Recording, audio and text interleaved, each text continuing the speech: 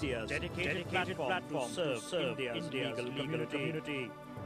एक देश संविधान एक झंडा one country one constitution one flag. That is the core of our democracy. The legal community is the core of the core. We are here to build the community in the mainstream media for you. A platform for jurists, with jurists, and by jurists.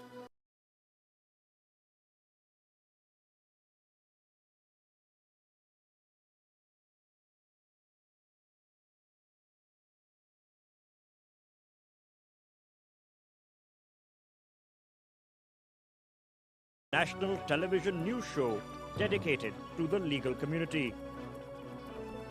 More than 100 dedicated columns published in the Sunday Guardian in print and online. More than 1,000 dedicated columns published in the Daily Guardian in print and online. With a dedicated website.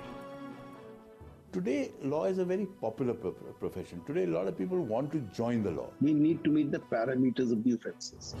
With deep dives. In a constitutional court, there are lots of cross tensions. We have to have very good trained mediators of established reputation. With legal luminaries from across the world. How much can a person be surveilled in the future? This is a role of court. Unlike other countries, our two nations have a commitment. In-depth biographical interviews. I did huge number of cases. For the first 3 months in Cambridge, I was a very active debater. Full live prime-time telecasts of the Ram Jethmalani Memorial Lectures organized by Mahesh Jethmalani. Overwhelming thank you to NewsX and the Sunday Guardian Foundation for not only telecasting live this event, but for the relentless publicity campaign that preceded it. It has been a great honor reminiscing the legacy of Ram Jethmalani, one of the greatest of our times. Hosting the Will of Steel Awards in the memory of Ram Jethmalani on his birth centenary year in 2023. The largest legal and public service journalism awards in the world, with the award winner receiving 12 lakh rupees. Full live telecast of the L.M. Singhvi Memorial Lecture organized by Dr. Abhishek Manu Singhvi. The practice of democracy through universal adult franchise is not just limited to Delhi, but is happening in the remotest parts of India. And the first Law and Constitution Dialogue hosted by Legally Speaking with Justice Suryakant in 2022. Media has a heightened responsibility due to the greater power that it enjoys. The power to shape the views and attitudes of hundreds of millions. Live prime-time telecasts of the Justice J.S. Verma Memorial Lecture organized by Vivek Tankha. Justice J.S. Verma, the iconic man of this place. Our aim is to curate quality conversations with eminent jurists which take forward jurisprudence, also inform, educate, stir debate. This is what has been our aim at Legally Speaking. We also take up relevant issues from time to time that involve the future of the judiciary, also the court systems with eminent retired judges, also former ASGs, sitting ASGs, also eminent jurists. This is what we do on a weekly basis. Because in the end, we need to restore and renew the logic of the mainstream media, which is to raise the bar, not just sink beneath it. It is our duty to put on the national agenda the very important issues raised by jurists who play such an important role in so many path-breaking matters in the country. Legally Speaking, the future of community service journalism in India's mainstream. With that, viewers, we also take a moment to look at the ITV network showreel. What is the ITV network all about?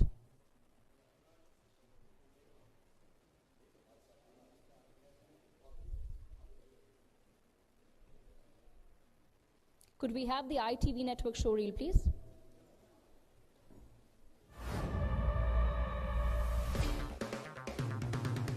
India's most credible journalists presenting you news, views and impact stories from India and across the world. Home of India's biggest news campaigns, host to India's biggest platforms. This is India's fastest growing media house. This is the ITV network. with 2 national news channels, India News and NewsX. ITV network has 6 regional news channels with landmark news events. Our viewers love to connect on their platform of choice and making news and information available at fingertips. ITV network has 5 newspapers, winning hundreds of awards as a testament to the value we bring to India's people.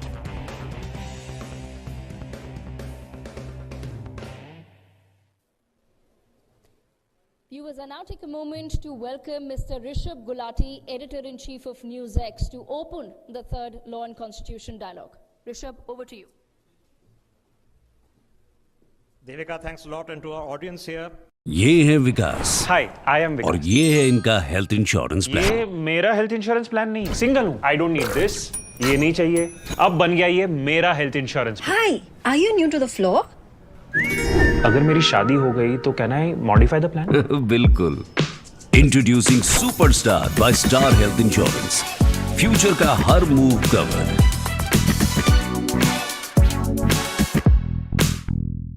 Okay sir.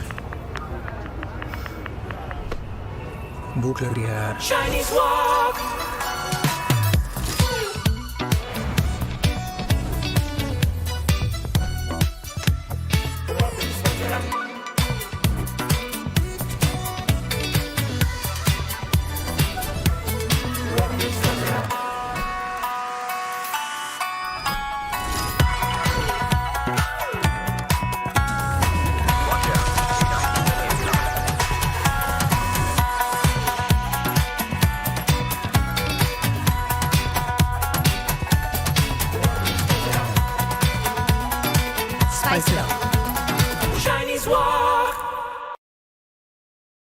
Pleasure to see Aishwarya Pandit Sharma, who has now taken over, of course, as chairperson of the Sunday Guardian Foundation and plays an active role in our ventures as well. My thanks as well to Rana Yashwant, the editor-in-chief of India News, Rakesh Singh, our managing editor, Tarun Nangya, the editor of Legally Speaking, Priya Sehgal, our editorial director, and all the senior team staff members that have put this together. It is going to be a jam-packed day. Let's just get started.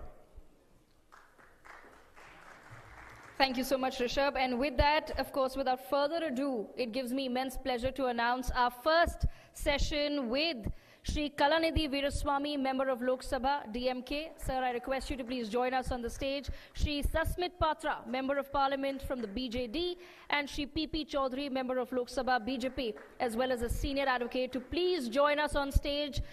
The session will be moderated by Mr. Rishabh Gulati, Editor-in-Chief of NewsX, and of course they will be discussing the big topic, census and delimitation, the North-South test. Over to you, Rishabh.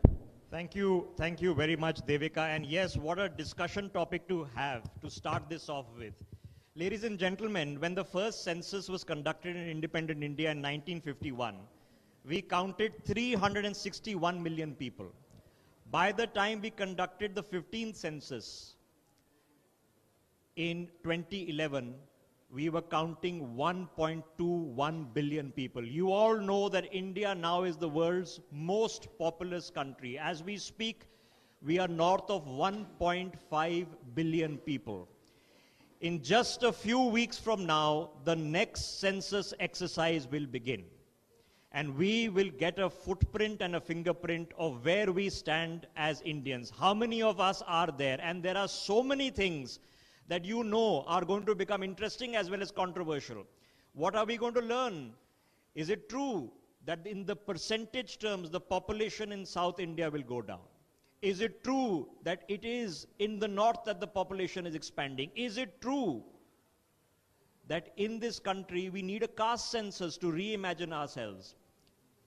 Will we figure it out and have controversies about what is the percentage of Muslim population in this country? What is the percentage of Sikh population in this country? And will this result in a delimitation exercise that fundamentally changes the structure of India's Lok Sabha? Let's have this conversation.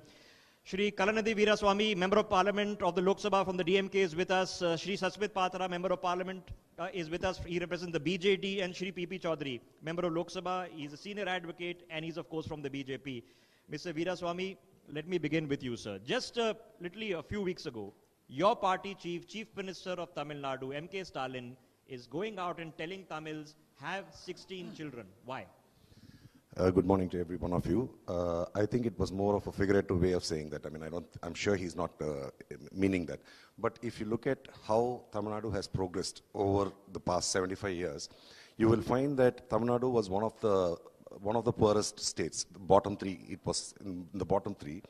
And over the past several decades, we have reached where economically we are the second largest in the country. And also, when the government of India came out with this issue of population rise, so we have taken measures where the implementation of family planning was done effectively, and earlier where our total fertility ratio was above 3, today it is 1.7. So when you talk about total fertility ratio, it is the number of children a woman can have in the childbearing age. And if you have a number of 2.1, the population sustains. Yes. So if the number is above 2.1, the population is bound to keep increasing. So what we find is most of the southern states have achieved this, where their total fertility ratio has come down to 1.6 or 1.7, like Kerala, Tamil Nadu, and even Andhra, Karnataka. But sadly, the total fertility ratio of most of the north states, especially Bihar and UP, still stays about 2.7 or more than 3. So what is happening now is the population of Tamil Nadu, Tamil population, is falling. And you will find that there has been an influx of a lot of people from northern states who come there as migrant laborers or for better opportunities. So Mr. Veeraswamy, you are saying that we are a success story. Tamil Nadu, there is a space center being built there in Tuticorin. We are seeing the latest technology, the Apple iPhones. It's a state with a huge maritime potential. You are a success story in family planning. But because you've been a success story in family planning, we are being penalized. Are you we are being penalized. See, the whole point about the delimitation, since emergency, it has been kept being postponed for like 25 years and 25 years, mainly because if you're going to go by the census of 2011, and the present government, where the census should have been conducted in 2021, I think it is not by chance that the census is being postponed. Because the 2002 Delimitation Commission has said that after 2026, the census should be done, and only after that, the delimitation process should be exercised. So, taking that into view, I think probably it is by design that this government has not conducted the census in 2021, claiming that COVID as a cause. Because if COVID was a cause, they could have conducted it any time after 2021, where the whole exercise could have been finished within 3 months. Okay, I'm going to ask you about the seats because it's a larger argument. Do we need more MPs in Parliament? Probably. But where is it go? Where are they going to come from? Where will the extra seats carved out? Dr. Sasmit Patra, the East is a similar story. Do you also feel that when the census comes up with the facts and figures, we'll have them maybe in a year's time, that we will see in percentage terms that the population in the north and west has gone up more than the south and the east? Firstly, thank you so much to Legally Speaking, NewsX Network, my dear friend Kartike, and the entire team for inviting me today. It's indeed an interesting day, primarily because we are deliberating on law and constitution, especially when the Lok Sabha is going to start deliberations on a 2-day constitution debate, which is quite historic. And both Mr. Veeraswamy as well as Mr. Chaudhary would be participating on it, and on Monday and Tuesday we'll be doing it in Rajya Sabha. Coming back to Mr. Gulati's question relating to whether in the East we see it differently or the same. Firstly, everyone knows the fertility ratio or the fertility rate per se in every state. My 2 cents in this matter is, I would like to wait for the census to come in. There are many speculations that are doing the rounds, as Mr. Gulati has said, relating to would the southern states lose out? Would the eastern states lose out? Would the northern states gain more?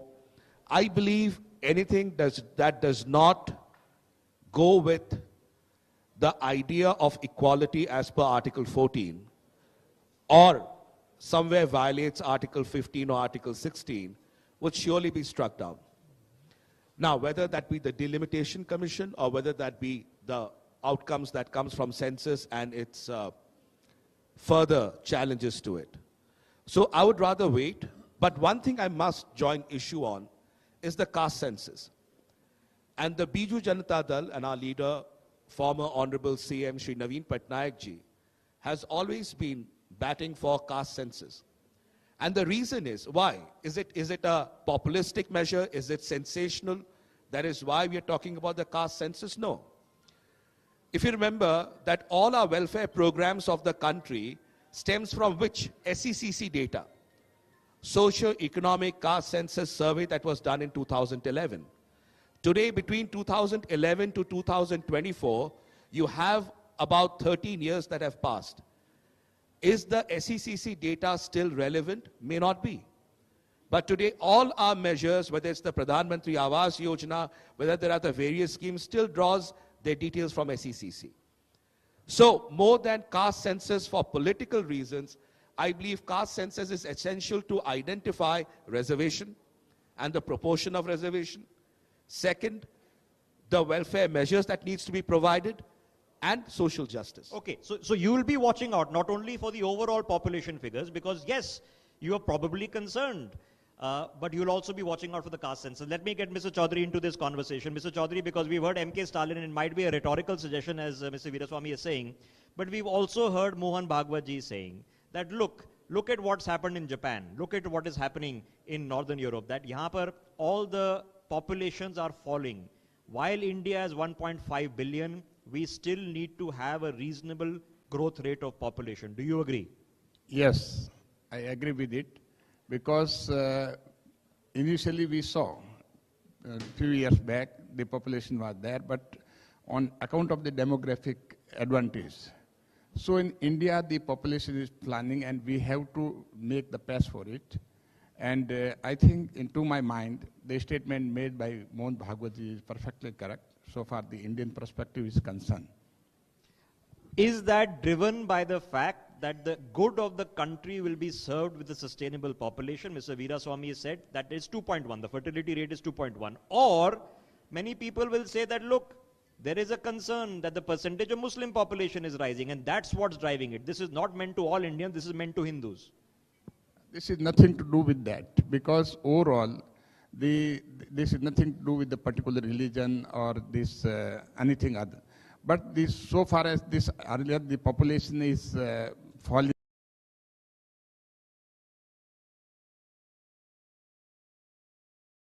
किसी भी माहौल में ना आप रुकेंगी ना आपकी skin. Cetaphil moisturising lotion के साथ ये स्किन को डिफेंड करे सेंसिटिविटी के 5 साइंस से। सेटाफिल, हम स्किन की सुने, तुम दिल की सुनो। Tamil Nadu, whenever we go and attend a wedding, we always say Padinarum Petru Peruvar Varga, which translates to have 16 wells and prosper in life. So when he says have 16, he probably is meaning about... Yeah, he's being rhetorical, obviously, but... It's about 16 wells, which is not children. So it's basically about not necessarily health, children. long life. Okay, much lost in translation, but the premise remains that there is a concern in Tamil Nadu that the population in the north will go up, and which brings us to the subject that we've touched upon, but let me jump into it. Ladies and gentlemen, in this country, every Lok Sabha member of parliament represents 16 lakh voters and 27 lakh people. In the United Kingdom, with a population of 68 million, they have 650 members of parliament in the House of Commons. They represent 1 MP per 1 lakh. Mr. Chaudhary, do we need more MPs in the Lok Sabha? First of all, I would like to correct on that. In some of the states, it is 16 lakhs voters. But in a state like me, and so far as my constituency is concerned, we are having around 22 lakhs voters. Yes, yes. So, because if you want to have the effective representation of the member of parliament to deal with the constituencies, then I think the more Lok Sabha MPs must be there. So yes, so that's a yes. Sasmit Patra ji, we have gone through the last 3 decades where we are saying that we need to create the state of Jharkhand, we need to create the state of Chhattisgarh, we need to have Uttarakhand. Therefore, the number of chief ministers has gone up, the number of MLAs has gone up, the number of state ministers has gone up. Why not the members of parliament? No, I'm not contesting that there shouldn't be an increase in the members of parliament with respect to the ratio. But it's interesting, as a country, we call ourselves the largest democracy in the world, but there hasn't been a single data point, a single study that has studied the performance of one member of parliament versus the total constituency. One member of legislative assembly versus the total constituency. What is the right mix? What is the right ratio of a population versus one member of parliament? Is it 10 lakhs, 15 lakhs, 20 lakhs, 5 lakhs? So I believe instead of looking at numbers from the perspective of volume, we should be rather looking at efficacy and effectiveness. Okay, so if anybody out there is running a think tank watching this broadcast, this is an open call that we have to have science behind it. It cannot be an arbitrary figure. The science has to tell us what is the most efficient representation per MP, per the number of constituents. But we have general consensus, sir, Mr. Veeraswamy, that the number of MPs should indeed go up. My view on this is that the representation of people adequately should be done where, like, the numbers should come down, the number of population. So I agree with the number of MPs going up. But I also would like to say that when I used to look at the US system of elections, they have something called as the Electoral College. Yes. So on proportional representation, I'm just going to come to you. So in premise, everybody agrees that number of MPs should go up. The big question then is, by how much? PP Chaudhary ji, we have to implement 33% reservation for women as it is in 2027. So we are just a couple of years out from that. So should the number of seats go up by 33%? By a thumb rule, ladies and gentlemen, the new Lok Sabha that has been built can host 800 people. Okay, so that's the cap right now, physical cap right now. Mr. Chaudhary, by how much? 30%, 50%, how much? Because first of all, this formula is required to be devised, and it is for the delimitation commission and the lawmaking authority. Because we can't say just now what will the proportional representation. Suppose you have to strike the fine balance between the state and the population of that state. So in northeastern area, just in Arunachal Pradesh, you have 2 members of parliament. The area is very large. Now if you say that because the population is less, member of parliament should be more. And in those areas where the population is more, we can't have the more member of parliament. So between the states and the population, the fine balance is required to be struck, and the fixed formula can't be there, that on the basis of a particular population, you must have one member of parliament. It may differ state to state, but at the same time, we have to strike the fine balance between the states and the population of that Okay, state. so Mr. PP Chaudhary is actually giving the reasonable consideration that the states that have actually managed their populations very well should not be punished in representation in parliament. But how do we do? So sir mentioned how the United States works. They have electoral colleges, which means the states like Utah, Nebraska, with small populations still matter when it comes to electing a president, which is why you can lose the popular vote and still be president. But Mr. Veeraswamy, how do we then do it? Do we say that, okay, if there are 42 MPs in Tamil Nadu and there are 80 MPs in UP, so if we are increasing by 33%, then everybody gets 33%. You get 15 more MPs, UP gets 25 more MPs. Should it be proportional or should it be population? Or should it be a mix?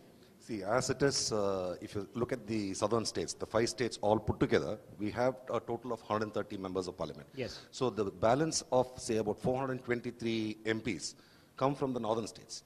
And for any government which is interested... पापा ने कहा engineer बनो, बन गया. Husband बनो,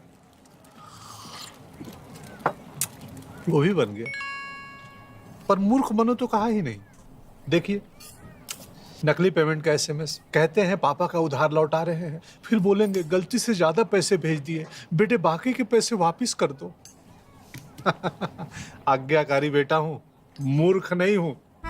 याद रहे, UPI safe है, मगर कोई ऐसे बेवकूफ बनाए तो कहो मैं मूर्ख नहीं हूं. Anjali, Pochetto, Saranishiro. This is my compass. This is my map. And this. It's nothing dangerous. It's just Kori powder. Kori. We are going to lose further in the number of MPs in comparison to the most of the northern states, I feel that there should be some kind of an adjustment where, like the electoral college, individual state should have certain numbers to match, so that if you are going to say that we are going to increase the number of MPs in Tamil Nadu by only, say, about 5, whereas in Uttar Pradesh, from 80, if they're going to make it 100, I say the strength of Tamil Nadu should be increased by 20 points, which will be added. So yes, proportional, that if we are increasing 20%, then 20% for everybody. This is what you're saying. If 30%, 30% for everybody. No, I am saying based on your development and your contribution to the country, both economically and in achieving your sustainable development goals. Based on that, give points to individual states. So calculate, and as Karti Chidambaram is walking in, he'll probably agree with that. But Mr. P.P. Chaudhary is being reasonable. Mr. P.P. Chaudhary, do you discriminate at the center, regardless Congress, BJP? Do you ignore the southern states, the northeast states, because electorally in Parliament, they don't matter? Because electoral college, at the same time, is very, very important. You can't ignore. Basically, we go by that, and our system is based on that. Simply because the geographical area or the state is demarcated. All the states are not demarcated on the basis of the population. So either you go for the demarcation of the states, the revision of the states, all this. So initially I have said you have to strike the fine balance. It can't be the exactly same. But at the same time, you can't ignore the population. After all, they are the electoral college. They are the voters.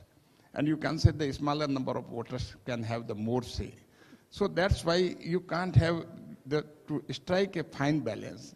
So justice should be done with the both. Okay, that is the complexity of the argument. You can't straight jacket formula. That's why it's complex. There's no straightforward solution. Sasmit ji, do you agree with the premise that if the state is not the fulcrum, in make or break of a government at the center, therefore it is subconsciously those in the center will ignore that state in terms of development priorities?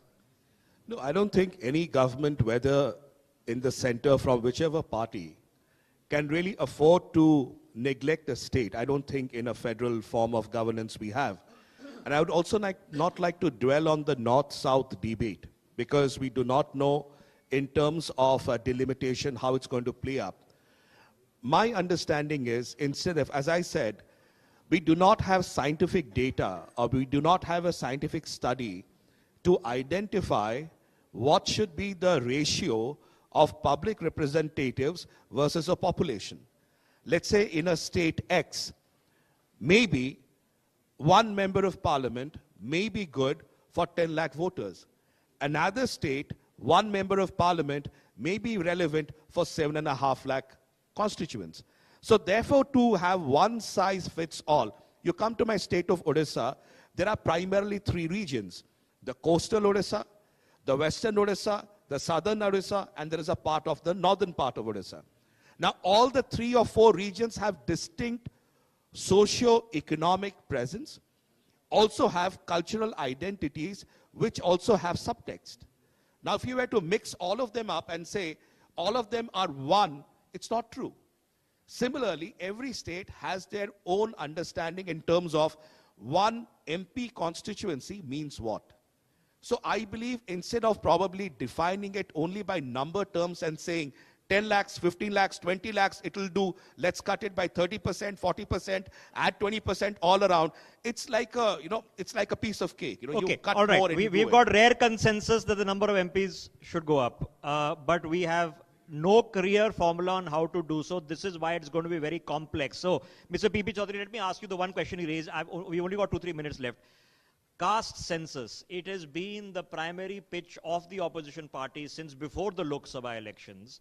The logic that Sasmit Patra is telling us that if you want to do reservation, if you want to do government schemes, if you want to do welfare, you need to know it. This is a basic thing that you just need to know as a data point, forget the politics. Do you agree? Yes, I fully agree with it, because otherwise no purpose will be served with it. And once you have to determine, just because you belong to a particular SC or ST class, the reservation is already there. But knowing the number of those persons will not give any helpful this thing. But only thing is that if you want to increase the reservation system or that. But since it has been fixed in the Constitution itself and everybody is satisfied with the basis of reservation, So in my opinion, no purpose will be served for the caste census. Okay, we've got a couple of minutes, so I want to address these hot potatoes. Mr. Veeraswamy, it's a genuine issue because caste is an issue of controversy and conversation in this country. Religion remains an issue of controversy and conversation. You and I know, sir, that once the census figures come out, they are probably going to tell us that not only in real terms, but in percentage terms, minority populations have gone up, Muslim population has gone up. Will that create concern in this country? Will it become a political hot potato? Definitely. That is the reason why the present government dispensation is not keen on having a caste census. So, and they have been kind of postponing it. And I feel that the whole purpose of this exercise of census is to ensure that we identify the target people who have to be reached out.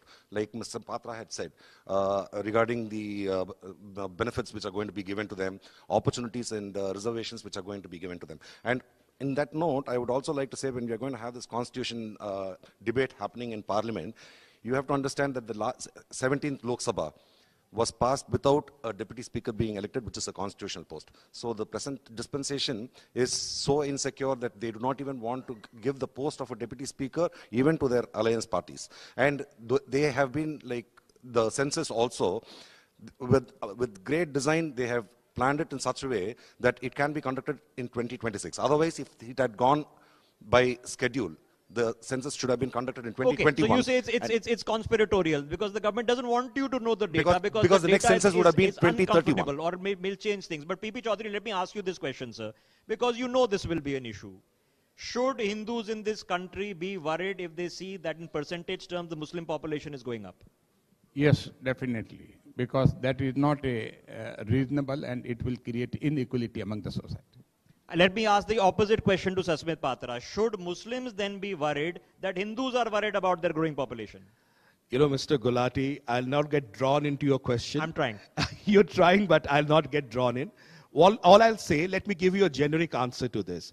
The generic answer is that in the census, or even let's say caste census happens, whatever findings we have will be dwelt and looked through the prism of politics. Many narratives will be drawn, each suiting to oneself. And that's how it's going to play up into the delimitation, and then on to the reservation, and then on to 2029. If one nation, one election happens before, as we hear, then probably we might have one even before this starts. Okay, we're going to come back and discuss one nation, one election in a different panel, but I want to touch upon this for a second because it's very real. Our entire lifetimes have been spent worrying about too fast population growth. Will the next generation be worried about population collapse, Sasmit Patra? Well, population collapse is not going to happen anytime soon, but we should surely plan to see that we don't become an aging population. Okay. With the fertility We should ratio not grow old before we grow rich. Are you worried about a population collapse, Mr. Veeraswamy, in Tamil Nadu? No, it is bound to happen. I feel that Mr. Patra's hopes are not going to be met because there is a study which says that the population of India will start falling from 2060. And I mean, I'm sure that even the northern states, the total fertility ratios are bound to come down. Yes. And just like how Japan is facing a senior citizen crisis, I mean, like the number of population above 60 is become huge. I'm sure that in the next 3 decades, we will be facing a crisis. Mr. PP Chaudhary has already said that he agrees with Mohan Bhagwat that, that we have to concern ourselves not with increasing population, but the potential of a declining population. This has been a fascinating conversation. Thank you for navigating it with me. And it's been a treat. Thank you to all of you, and thank you to our viewers for watching this. Thank you very much. Thank you.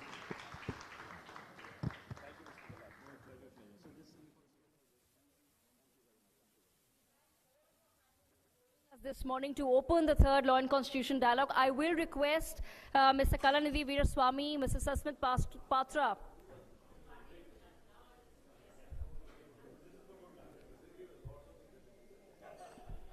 I would request Mr. Kalanidhi Veeraswamy and Mr. Sasmit Patra and Mr. PP Chaudhary to please accept a token of our appreciation. We highly respect that you've taken out moments from your precious time to be with us here today. A very special memento being presented to our panelists. It's a copy of the Indian Constitution.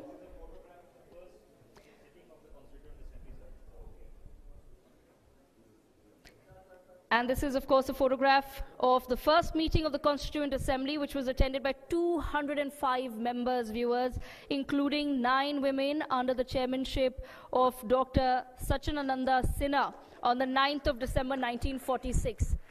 We thank once again Shri Kalanidhi Veeraswamy, Shri Sasmit Patra and Shri P.P. Chaudhary for joining us at the 3rd Law and Constitution Dialogue 2024. Let's have a huge round of applause for all our panelists. I request all our audiences to please, let's keep that round of applause going.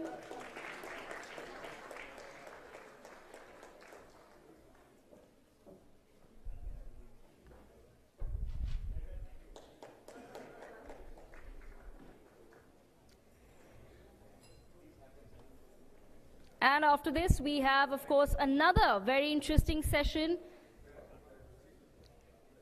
We will be discussing if it's time to increase our members of parliament. And for that, we have with us Shri Karti Chidambaram, member of the Lok Sabha for the Congress Party. Shri Karti Chidambaram, I request you, sir, to please join us on stage to take that.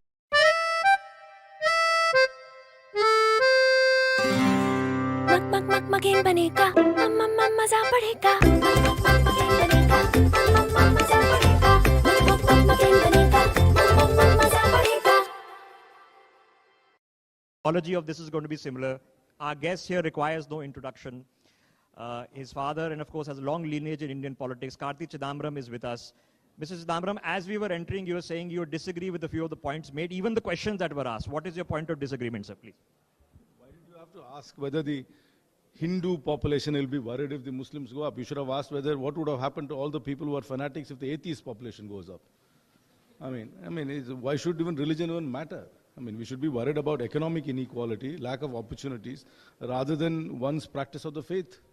So do you think it's a non-issue? It's a total non-issue what happens in religion? Because it becomes a point of conversation. It's a conversation for perhaps for instigating electoral partisan sloganeering, that's all. It's not for any practical purpose. What's one's faith is a private matter. Whether you believe in God and how you choose to worship, or you don't believe in God, how should it even be relevant to the economic progress or the unity of India?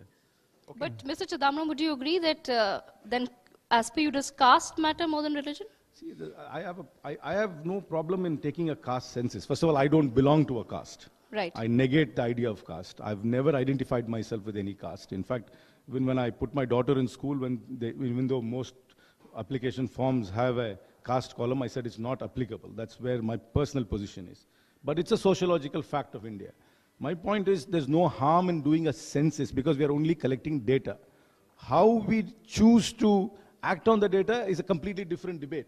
Just because we are collecting data, you can't presuppose how the data is going to be used. Suppose we do a survey of how many people are left-handed in India, because most doors are made for right-handers, locks are made for right-handers. The world is unfair to left-handers.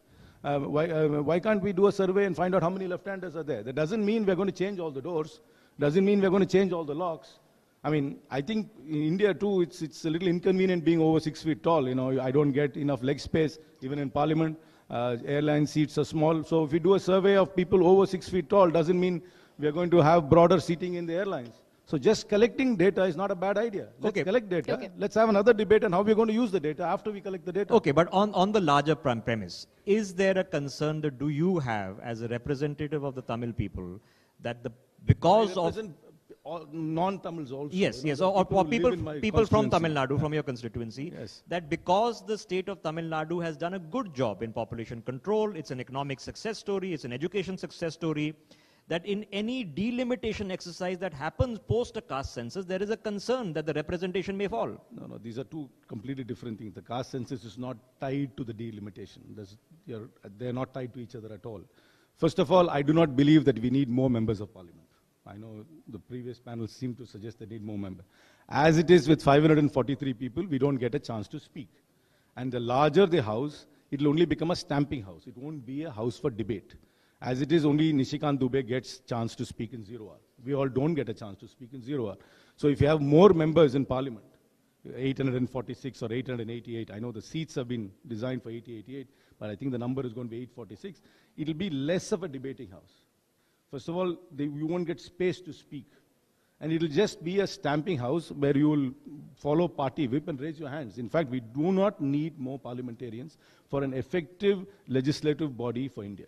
Okay, so on the issue of population, when Mohan Bhagwat says that, listen, we should have 3 children, there is an issue about population collapse. How do you respond to that? I don't really think that's a concern at all, because India, when Subramania Bharati, sang his famous song, Muppadu Kodi Mugamudayal, which was about, in the 1930s, India's population, which included Pakistan, Bangladesh, and India, all in the greater, Akhand Bharat, if you want to choose to call it, had only 30 crore people. Now we have grown 5 times that. We don't have opportunities for the 5-time growth. In fact, I would welcome a decreasing population, because with the newer economy and newer technologies, we do not need so many more people. And if through natural progression our population comes down, I don't think it's a cause of concern. What's the cause of concern today is that we don't have employment opportunities for our educated youth. So we really shouldn't be concerned about a declining population. I have a completely contrarian view to that. I know we'll have an aging population, and whether the young population can support the aging population or not, but people's working lives will get longer, technology will step in, and we would not need so many people at all to keep this going. But Mr. Chidambaram, if that were true, why are countries like China, Japan, South Korea panicking at this point in time? Because Japan has reasons to panic. I don't think China is panicking. Japan has reason to panic. I think smaller European countries might have reasons to panic because they think that their population is falling at a dramatic level. But I don't think China is panicking. I don't think we should panic as yet at all. Okay, but there is a disparity because the population in the north is going up faster than the population in the south. Does that concern you? That concerns me. More than the population, the economic inequality, the social inequality concerns me. The fact that Tamil Nadu has 6% of the population of India, but we have 12% of the doctors. North India does not have enough doctors. Our educational levels are higher. Our per capita contribution is higher. So in all social parameters, the South is better off than the North. That worries me. But Mr. Chidambaram, would you not then suggest that you mentioned social parameters, education, healthcare, that the South is better, but Southern MPs also have lower number of constituents? Tamil Nadu, Kerala have lower number of constituents, members of parliament. You're mistaking the role of an MP. And an MP is not there to look after roads, sewerage, even though that's the common refrain from people, The MP is here to legislate in parliament. You don't need more people to have an effective debating house. You need what you need is better local government. Maybe more representative at the local government, not at the parliamentary level. Having more MPs is not going to give you better roads. Having more MPs is not going to make your street lights work. That's not the job. That's where the grouse is. The grouse is at the local government level. An MP's job is not that. Mistakenly, everybody believes that's the MP's job. So having more MPs is not going to improve those amenities. In fact, it will lessen the quality of the debate we have. As it is, we don't get time to speak in parliament. As it is, we are voting according to party lines. We are not convincing anybody else. There is no debate and discussion about issues. So if you want to have an effective debate and discussion, you need to have a smaller chamber and not a larger chamber. Okay, you just heard your alliance partner of the DMK, Mr. Veeraswamy, say that if you take the southern Indian states, put all the MPs together, because they don't make the difference for some parties sometimes in government formation, therefore in governance also, the center gets distracted. Is that true? True. If you actually go through your delimitation exercise, our weightage will even get lower. We'll even become more irrelevant. All you need to do is win the bigger northern states, and then you'd be close to forming majority. Yes, we don't get our say. We don't get our weightage. So we need to, maybe have some sort of a super majority things. States have to also accept some sort of legislation, not just mere numbers of how parties vote. Okay. We must have an idea of a supermajority, perhaps. But sir, won't you say that it's actually more efficient to just have more people? Because we have in the past, as you've mentioned, and we've also said that we've decided to carve out smaller states. We've decided to increase the number of MLAs. We've decided to increase the number of chief ministers.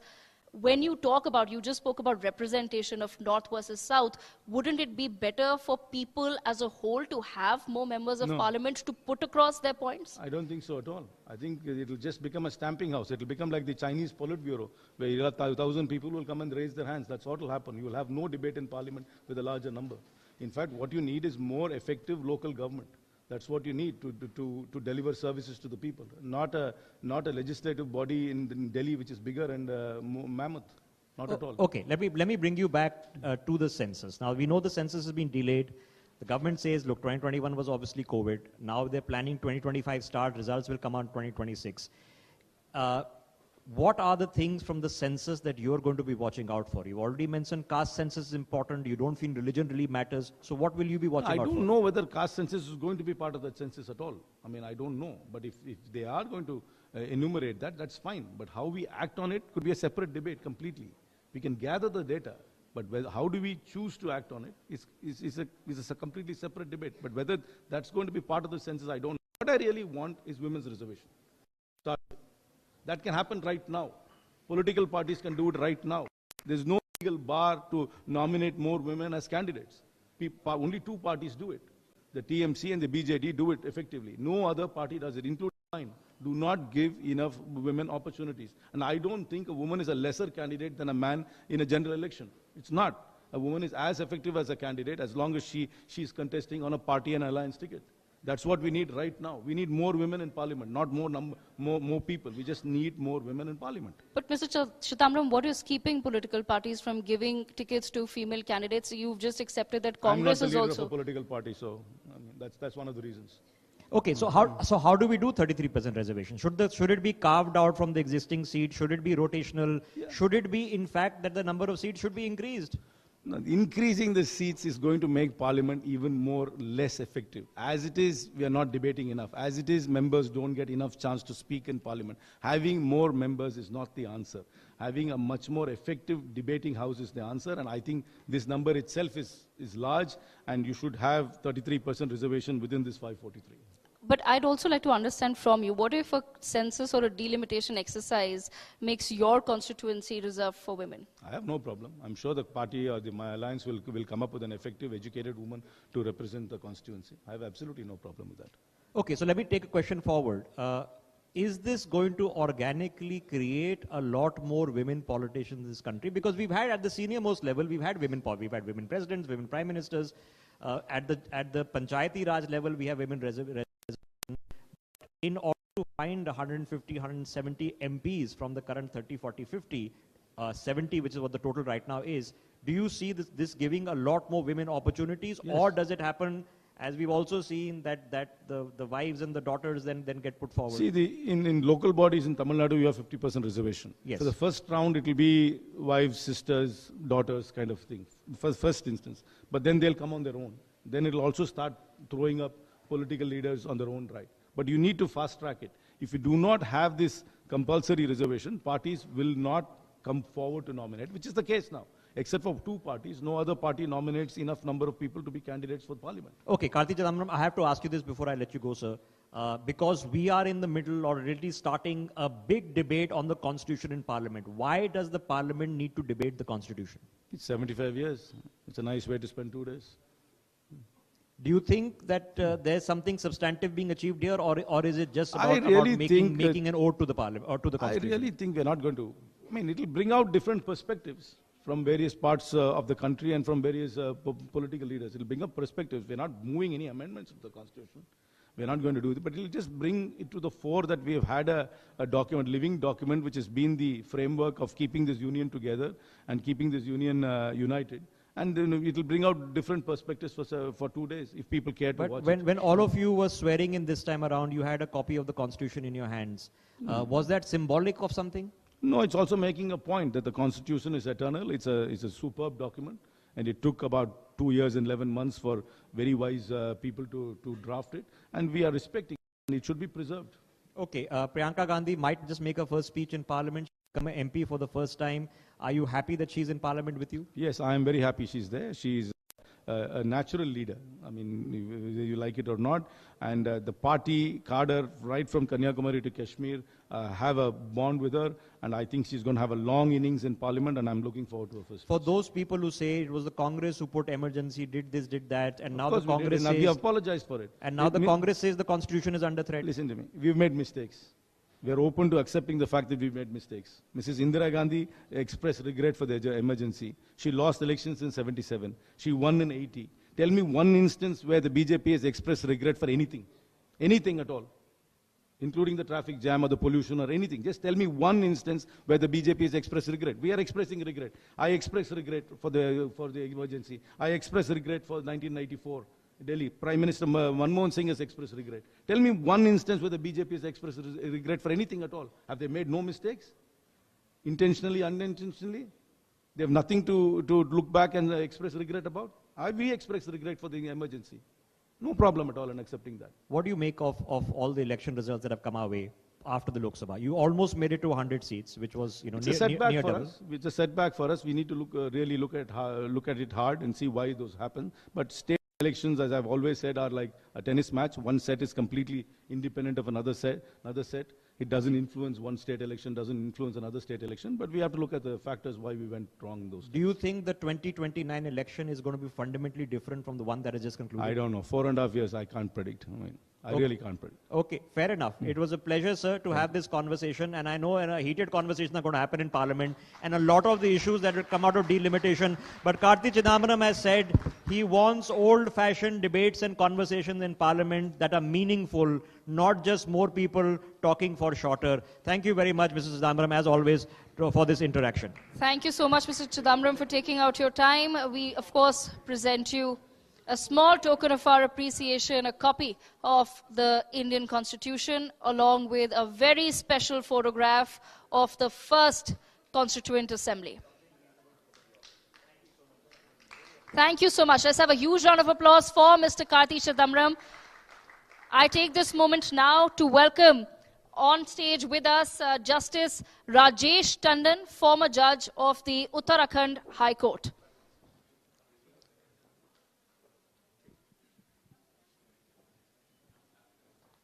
Justice Tandon, thank you so much, sir, for joining us on the third Law and Constitution Dialogue. I, of course, since you belong to Uttarakhand, sir, I have to, of course, ask you about the Uniform Civil Code. Your thoughts, is India ready for a UCC?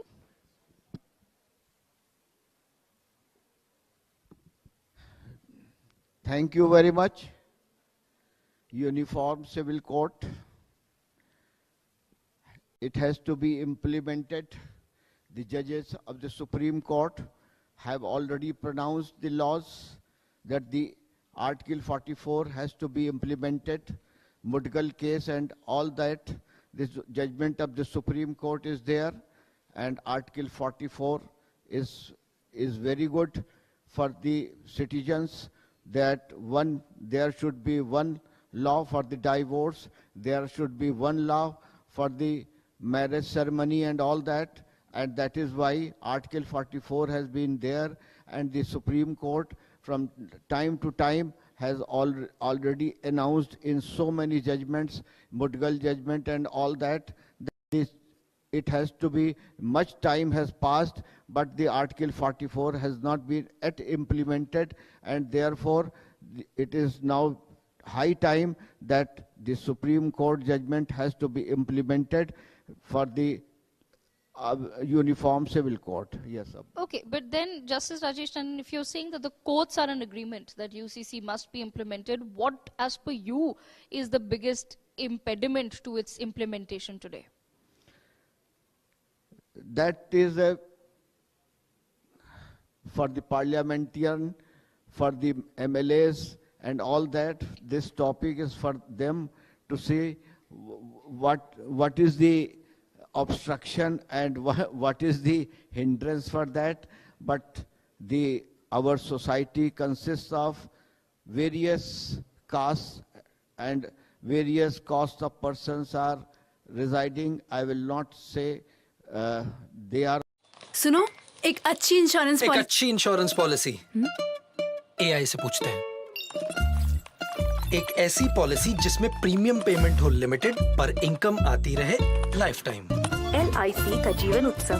Wow, life time celebration मनाइए। LIC के जीवन उत्सव के साथ future set है। And what should be the other method? That is a question, a political question, and I say excuse to you, and I may not be may not be able to answer that. All right, Justice Tandon, we'd also like to understand, when we talk about Uniform Civil Code, it's there are some sections of society which believe that it is anti-Muslim, or they start saying that this is against Muslims who are a minority in India. What is your thought on that? Why is it that some sections of society understand UCC? The same thing you are asking, and therefore come to the next point. That will be good. Okay. I'm unable to get some clear answers there, but I completely understand, because the Supreme Court has just yesterday asked all the judges to really refrain from social media and all of those things. So I completely understand, your hesitations there as well, sir. But coming back to Uttarakhand, and this is not a political question at all, what really have been the learnings of Uttarakhand as a state as far as UCC implementation is concerned? Same thing you have asked. My apologies, sir. Let me move on then from UCC. Let's come, of course, to 75 years of the Indian Constitution. Of course, it's a historic landmark, milestone moment for India that we're celebrating this year. इस पर आ जाइए, digital arrest जो आजकल चल रही है उस पर बिल्कुल आएंगे सर. अगर आप 2 सेकंड मुझे देंगे तो मैं उस पर भी आ जाऊंगी. पर अगर 75 years of the Constitution पे अगर हम 2 सेकंड बात कर सकते हैं, how, or rather, what is your understanding of the Constitution of India, and do you feel that we have today allowed it to be a living document that it was envisioned to be? For Constitution of India, it is really a living document. If we come to the preamble of the Constitution, one thing has been, which is not being followed by our society, that is the preamble of the Constitution relates to the dignity of a man, and that dignity has been followed under the Human Rights Act also, that is Section 2D of the Protection of Human Rights Act 1993. The dignity of everyone is common, and every citizen has dignity, and that has also been followed from Article 21 of the Constitution of India. That Article 21 says that the living patterns of the society should be supreme. Now, how it can be when we don't have the food, we don't have the shelter, we don't have the clothing? How can we improve our dignity? How a citizen can be supposed to live properly? In large numbers of flyovers, you see, just behind the flyovers, large numbers of citizens are sitting, and they don't have any house, nothing of the kind. They don't have any shelter home. Okay. How he can be happy? And therefore, Constitution of India provides, Article 21 of the Constitution of India, to live properly. Human rights, that is to live properly. Our Universal Declaration of Human Rights provides to live properly. These things are very important. Take the example of the Kapila Hingo Rani's case of 2003. Supreme Court has announced that the 3 things are very important for the society, that is food, shelter and clothing. How we are able to provide the food, shelter and our society, for the low cost people, and for the people who are just have no house and nothing to eat. And therefore these things under the Constitution, dignity is paramount. Dignity of everybody is paramount, and that the Constitution of India protects our dignity, our life is getting, and everything that is nowadays in winter vacations. Now the winters are there in Uttarakhand. When I was judge of the Human Rights Commission and Law Commission, and there was large number of applications are coming that we don't have any home, we don't have any shelter home, nothing of the kind, and the people are lying like this. Then I was directing to the district magistrate to take care of these people who have no house at all. Justice Tandon, I'd also like to understand from you. Now, you're talking about a certain part, a very relevant and true part of India, right, where we continue to struggle to provide the basic needs to some people. But at the same time, the judiciary, which is supposed to be the segment of society, or rather the part of democracy that delivers justice, what is your take on the pendency of cases before our judges today? How do we deliver, or how do we focus on giving out those basic needs when people are struggling with the large number of cases before our justice system? Thank you very much. This question relates to the judiciary. Of course, large number of cases are pending, and every judge from 10 to 5 o'clock and even more than that, they are laboring hard to dispose of the cases, and for that purpose, my opinion is that the retired district judges, retired munsif, retired high court judges, and retired Supreme Court judges must be utilized for disposing of the cases. Only that is the only criteria. Otherwise, the huge arrears are there for the Supreme Court, High Court, and all that. The Uttarakhand High Court has invited me for disposing the matters under the Lok Adalat, which I am doing as a Lok Adalat, as a member of the Lok Adalat, and I am disposing of 30 to 40 cases daily in Uttarakhand, and that will be the procedure that the retired judges may be taken for disposing of the judges. Only that is the criteria. Otherwise, the huge arrears are there. Everybody knows that. Absolutely. Thank you so much, Justice Rajesh Tandon, former judge of Uttarakhand High Court, for joining us at the third Law and Constitution Dialogue. So we take this moment to present you with a token of our appreciation for being with us today, sir. That is a copy of the Indian Constitution.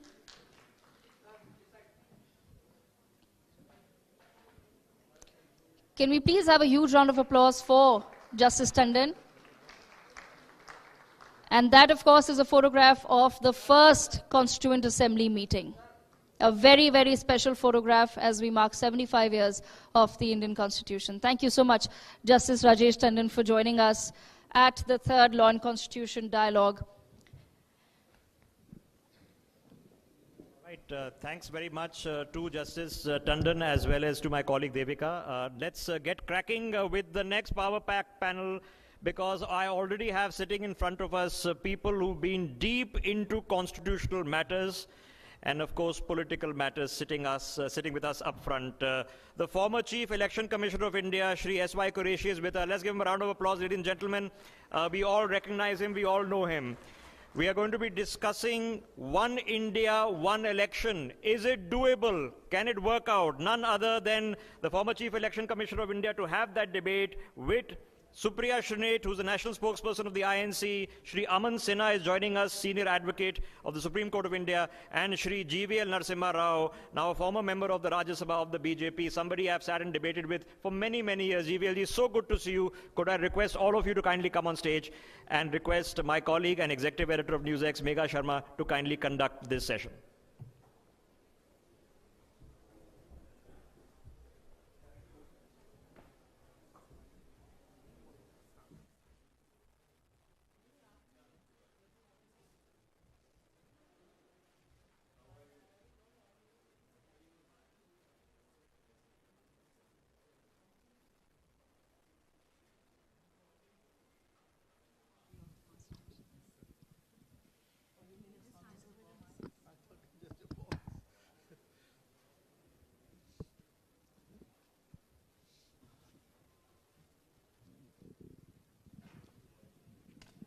Now, when we talk about one nation, one election, it's a hot topic. It has been discussed, debated for certain years now.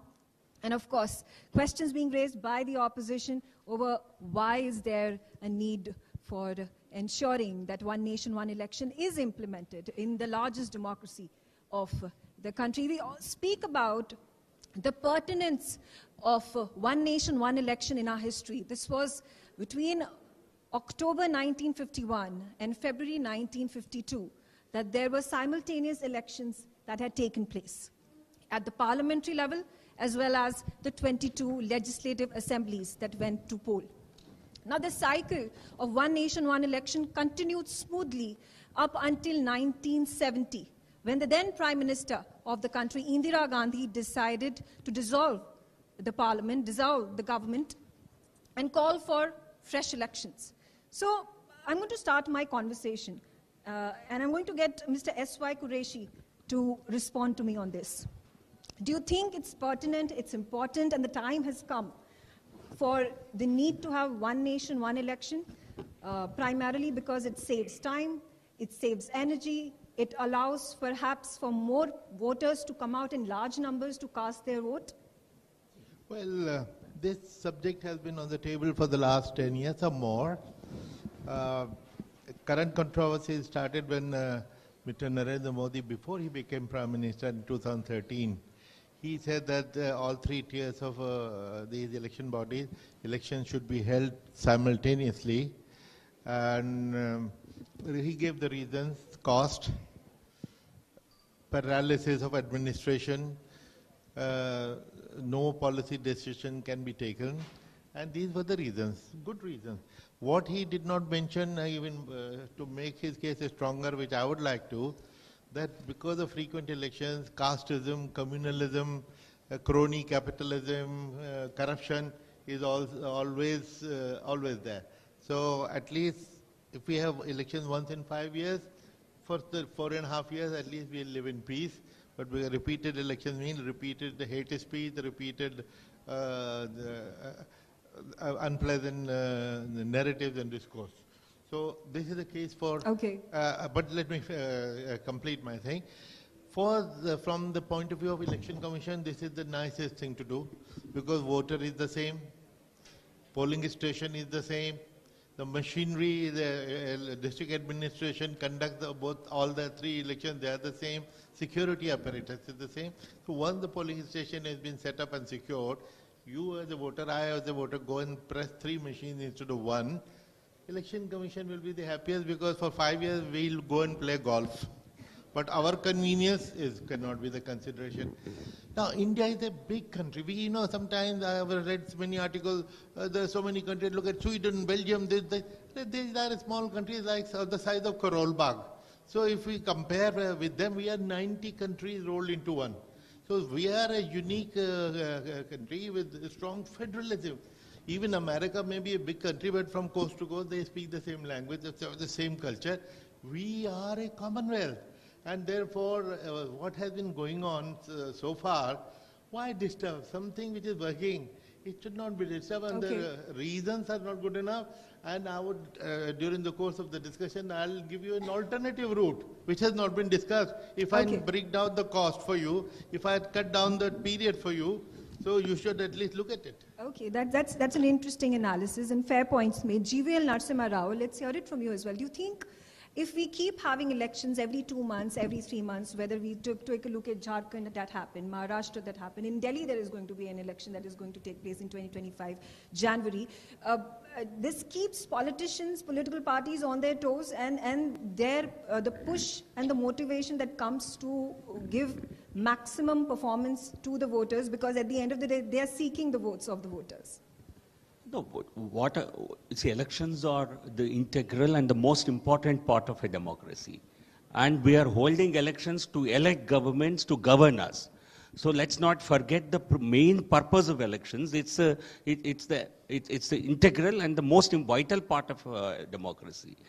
And if you have elections every 3 months, you are continuously in the election mode. And no government can work very peacefully. I think let's be very practical. If there are elections 6 months down the line, it will certainly be difficult for any party or any government to take decisions which are in larger national interest, but which might take some time for people to really understand and appreciate. So there will always be a hesitation to take some measures which are in larger public interest. So therefore, until 70, it worked very fine. So were we not a federal country until 1970? Were our constitutional framers, did they not consider this to be a violation of federalism? Post 1970, this cycle broke because of repeated fall of governments, dismissal of governments, and as a result, we have really a very hodgepodge cycle today. Certainly, it is in national interest, it is in interest of governance, it is in public interest, and in a democracy, that must be the paramount importance, nothing else. Okay, Supriya Shenate, what do you have to view, particularly when he says, where does the question lie of this not being federal, this being draconian, as has been the opposition raised against it? So let's just step back and say, why are we debating this? Why are you doing this? What is the trigger? The trigger is that the Union Cabinet has adopted the report presented by the committee headed by former President Kovind. It is likely to table this bill. All of us here who are fairly learned and understand parliamentary proceedings know this cannot go through because the government doesn't have the numbers. 50% of India's states are not going to ratify this. It will not be able to pass the muster of the House. This is a hot air balloon being floated so that summits like these debate this. This is a hot air balloon being floated so that we do not discuss the more pertinent issues that should be discussed. To my mind, and I just step back and say, what are we discussing? We are discussing a solution where we are trying to find a problem. We are trying to discuss a remedy where actually the disease does not exist. Let's just step back and say that. You know, this is a voodoo economic argument that this is going to save cost. This is hoodlum being talked about that, you know, because till 70s. Yes, till 70s they may have been because India became independent in 1947. We had elections thereafter. Obviously there was a harmonious cycle and then there were governments that fell. And the reality today is that whether we like it or we don't, there has been a rise of vernacular parties. There has been a rise of regional political parties. And you cannot ignore the fact that the BJP or the Congress are not the only custodians of democracy. And are you telling me that if you have simultaneous elections, you will be curtailing the term of not one but multiple state legislatures? Why should that happen? Is that not anti-democratic? Have you taken the states into confidence? Every single chief minister of the opposition, some chief ministers of the BJP, you speak to them off the record, they are vehemently opposed to this because this is a direct assault on federalism. Okay. I just want to add one point. This is not going to become a reality, definitely not before 2034. Even if it becomes a reality, are you going to curtail terms of 17 assembly legislatures? Is that what you're likely to do? And why should that be done? Are people in UP or in Delhi or in Karnataka or Telangana not, they've elected a government. They want that government to act at their behest. Why should those legislatures be dissolved? And then, of course, I'm sure through the course of the discussion, we'll be talking about scenarios. What happens if the central government falls? Do our state legislatures go into elections? Multiple points. But to my mind, it is a solution where we are still trying to find the problem. Okay, all right. But there have been important points made by GVL Narasimha Rao. I'm sure there are important points made by me as well. Yes, absolutely. I'm seeking an answer from you with regards to that. When you're talking about money, when you're talking about funds, when you're also talking about how there are perpetually elections taking place, so there are resources, important resources that are invested into it, that are expended. And do you think there can be a way? And as S.Y. Qureshi said, it may not be that there are it's a very elegant mathematical place, but could there be an alternative? Would political parties be willing to look at an alternative to reduce the costs for maximum public welfare? I am presuming that this room did not miss on the sarcasm that was coming from Mr. Qureshi. With all due respect to him, and I think we missed the point that he was being sarcastic to a level. But this is a very elegant arithmetic argument, but the assumptions are very dubious. And I would want to say that once again. What do you mean by extra resources? Even with this report, even with the bill that has been passed by the cabinet, you are not going to have one nation, one election. There are local body elections that are not going to happen with this. And the reality is that there are about 30 lakh elected representatives in our local bodies. Those elections are not happening with this. That will entail an entire bandobast, poll parties, polling to happen all over again. So this is not one nation, one election. It's a very fancy acronym, ONOE, but that's what it is. It is not going to, I don't think there's a problem. So what is it seeking to resolve? Okay. And I agree with you. There has been blind opposition to a lot of ideas. Can I finish my point, GVL? You can come after that. And I think, the country has to step back and assess this argument being made. Extra expenditure. Why should political parties not be responsive? I am with the class that believes political parties need to be more accountable for the funds that they spend. I am with you on that. I am with the people of this country on that. But this is a very dubious argument that just because elections are going to be held simultaneously, it is going to curtail expenditure. What about the assault on democracy? What about the legislatures that will be curtailed? And whose benefit? You're not answering that. Nobody is answering. How is it an assault on federalism? Or an assault. Because GVL, there will be elections. Just one second. We had elections in Andhra Pradesh. Allow me to answer that. In Andhra, no, let's have a very meaningful debate, not just give a lecture.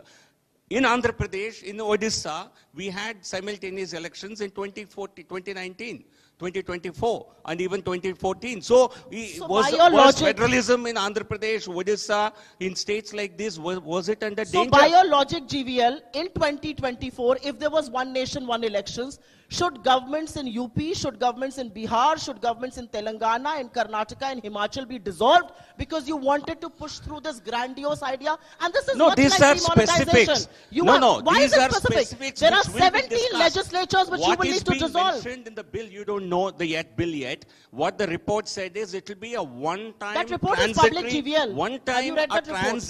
measure. It will be a one-time transitory measure. How will fall of government's midterm be ensured? How will this cycle not be disturbed? All these are being a part of the bill. Can I ask you a question? And there will be a debate. I have a very specific question. Why do you need to oppose it? Tomorrow, if the elections happen simultaneously and for some strange reason the central government were to fall, should all of India's state legislatures also go into election? That's a dubious argument. Let's try to have an answer on that question from Aman Sinha, Senior Advocate, Supreme Court. Now, all these questions, technicalities, the legalities that will have to be figured out, drafted, because it's a complex issue. And Ms. Srinath, who has raised these important questions, what happens if the government falls at the central level or at the assembly level? Do we have any recourse to fall back on if we want to ensure that there's one nation, one election? Actually, only 2 articles of the Constitution are required to be amended, primarily Article 83 and 172, which prescribes that the maximum tenure of a union legislature or a state legislature is 5 years. So, for the unexpired term, supposing that if a house is dissolved or there is, loss of confidence in the particular leader of the house, then in that scenario, the election would happen for the unexpired term. So therefore, it does not require any large-scale amendments. The amendment which is required under Article 368, there is a procedure to amend the Constitution. And as far as these 2 particular articles are concerned, it would not require ratification from all the states because under Article 327, the union legislature, which is the Parliament, is empowered to enact laws with respect to elections to union and state legislature both. Now, that apart, the foremost question which confronts us is that whether one nation, one election is prudent, desirable for our country or not.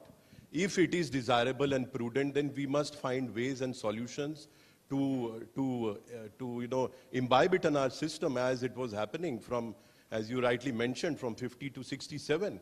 This year itself, Megha, we had general elections from March to June. Thereafter, we had elections in Jammu Kashmir. We had thereafter immediately elections in Haryana. Then Maharashtra and Jharkhand results have just come out and we are on verge of announcement of elections in Delhi. Election year starts 1 year before any election is announced, and the first casualty is governance and administration and the massive public welfare schemes which are there. And therefore, we must all find ways to somehow or other ensure, because and there was a technical report also on this in the committee that Supriya was also just mentioning, and all the panelists were in fact mentioning. And Qureshi ji also alluded to that fact. The committee had opined that it would lead to about 1.5% of addition to our GDP because the expenses which are entailed are somewhere in range of 6 lakh crores. The public expenditure is also, wasteful public expenditure is saved. Inflation also, there is solid data to suggest that after these regular frequent elections, inflation also rises. And if you have simultaneous elections, as happened from 50 to 67 also, there is saving of public, valuable public money, and which leads to lower deficit, which leads to lower inflation, in fact. So there is not only this, Qureshi ji was also alluding to the fact that the level of public discourse, that is also going to improve. That is also one point that we must all keep in mind. That apart, if I may just complete, I did not interrupt anybody. That apart, the uninterrupted development, the uninterrupted administration that can go on, we see that children's education is disrupted, schools are taken over for elections, teachers come in, security apparatus is put into mobilized all over the country, and model code of conduct, obviously, nothing, it's a state of policy paralysis, and it's not only just 1 or 2 months, it is that entire period of election year during which this policy paralysis continues. Therefore, in my assessment, in my opinion, clearly one nation, one election is an integral part of, the foundation for developed India, and it will be for the welfare of the country. The democracy should function. Can I make a very small point, please? General elections ended, and the Election Commission had the liberty to announce Maharashtra, Haryana, Jharkhand, and Jammu Kashmir together. They could not do 4 state assemblies together. We are talking about a general election in the center and all state legislatures. But this is exactly, I think the point that Aman was trying to make is a direct quote from the report. This is what I call dubious assumptions on the report. On what basis has this been assumed that inflation will be curtailed? On what basis is it going to add 1.5% to our GDP? This is exactly the argument, and I was an economic journalist back then, and GVL used to be on my shows. When demonetization happened, demonetization was imposed on this country, and then we kept looking for problems that it would solve. It has not solved a single problem. Today, cash in the economy is twice as it was in 2016. The entire economy is digitized today. Let me finish. Let me finish. Otherwise, I'll start interrupting today you. We are a formal I'll economy. Start interrupting we are the 6th largest economy. GVL, 36 lakh crore is the amount of cash in the economy. No, it was 13 lakh crore in 2016. I am not giving my figures. I am giving figures from the budget of India. I hope you respect those numbers. Have we not become That's the 5th problem. largest economy the from the 11th largest when you were in power? You find a if the solution decisions that to were which you are made now were looking for a erroneous, problem. we would That's not the be a strong reality. economy The today. reality also is that this report says hate speech will be curtailed. Why should there be hate speech at all during elections? Why are we not talking about this? The hate speech is coming from the Prime Minister when he's saying Mujra and Mangal. Sonia Gandhi, Rahul Gandhi, Let's not take pot shots at each other. Because Supriya mentioned my name, I'm going to quickly request Mr. S.Y. Qureshi to intervene in this on the subject and speak about all these matters that have been raised by both political party spokespersons over here and discussing about what's the way forward. Do you think these are relevant, important, pertinent issues to be picked up? Whether we talk about saving money, whether we talk about if there is a possibility and potential of more voters coming out and casting a vote because we have one nation, one election, and also, the contention that has been raised by regional parties particularly, that, their relevance is going to be reduced. Yeah. First of all, I would like to mention that when the Prime Minister started this debate in 2013, he insisted that there should be a national debate which should lead to a consensus. For 10 years, we have been debating, but there has been no consensus. So logically, if there was no consensus, the idea should have been dropped. Now the decision has been taken unilaterally, and the idea is to bulldoze, which has become the norm anyway. Now, the reasons which were given, let me come back to that. It will cut down costs. Center for Media Studies, I think it belonged to your family. Since the last 2019 election, 60,000 crores. This time they say 1 lakh crores. What is spent? Very easy. 30-second solution for the Prime Minister. Put a cap on the expenditure of political parties, as you have on the candidate. From 60,000, it will come down to 6,000. Money problem solved. Secondly, it disrupts normal life. It is an exaggeration and it's a lie, I would like to say. I have implemented model code of conduct. Just download model code of conduct, all of you ladies and gentlemen. It's a 15, 16 page. And there is only one thing which is an irritant. It says no new policies will be announced. Why is it that all the bright ideas for development come to the mind of politicians after 4 years and 11 months in power? Just 2 weeks before the election, they have all the bright ideas, and they say the election commission is stopping us, or the hell on them. Now, this is wrong. Take your decision. Nothing is stopped by the model code of conduct, except new on the policies, which you should have taken. Okay, all right. Aman, I want to understand from you, and let's hear it. Can there be alternatives, and then can be variations to one nation, one election? Can we follow an American model where you have a midterm poll that happens, and every 2.5 years later, there are elections that take place across the states? Could that be a viable solution? See, as far as one nation, one election bill draft is concerned, we are yet to see that. But in my opinion, it makes very, the proposals which are in offing should make very minimal changes. Article 82 itself provides that 82.1, when it starts, it says that Rajya Sabha will have a fixed tenure of 6 years.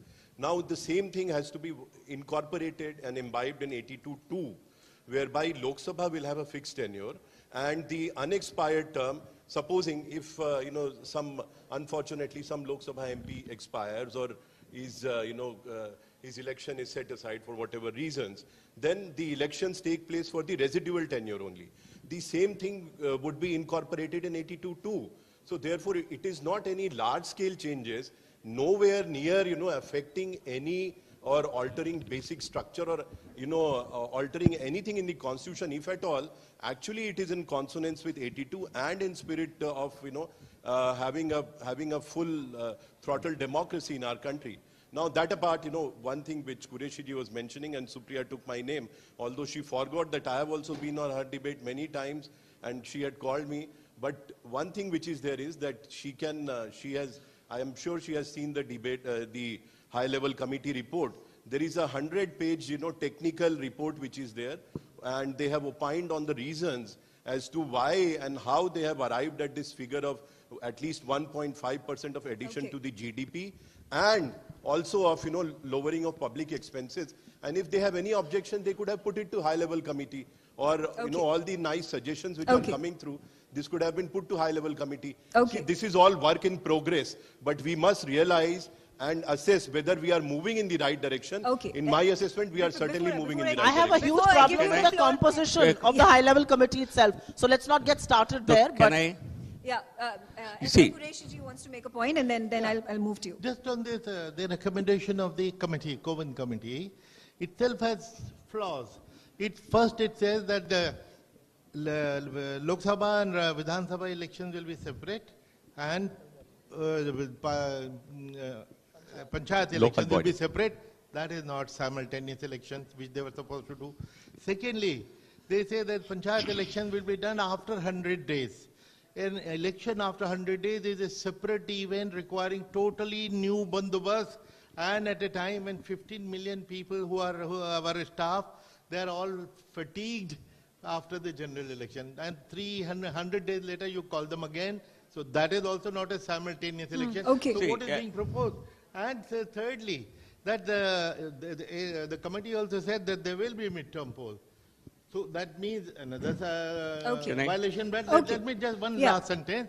Now, but this midterm poll will be only for the remainder of the term, which means that candidates will be spending crores of rupees just for a 1 year or 2 year term.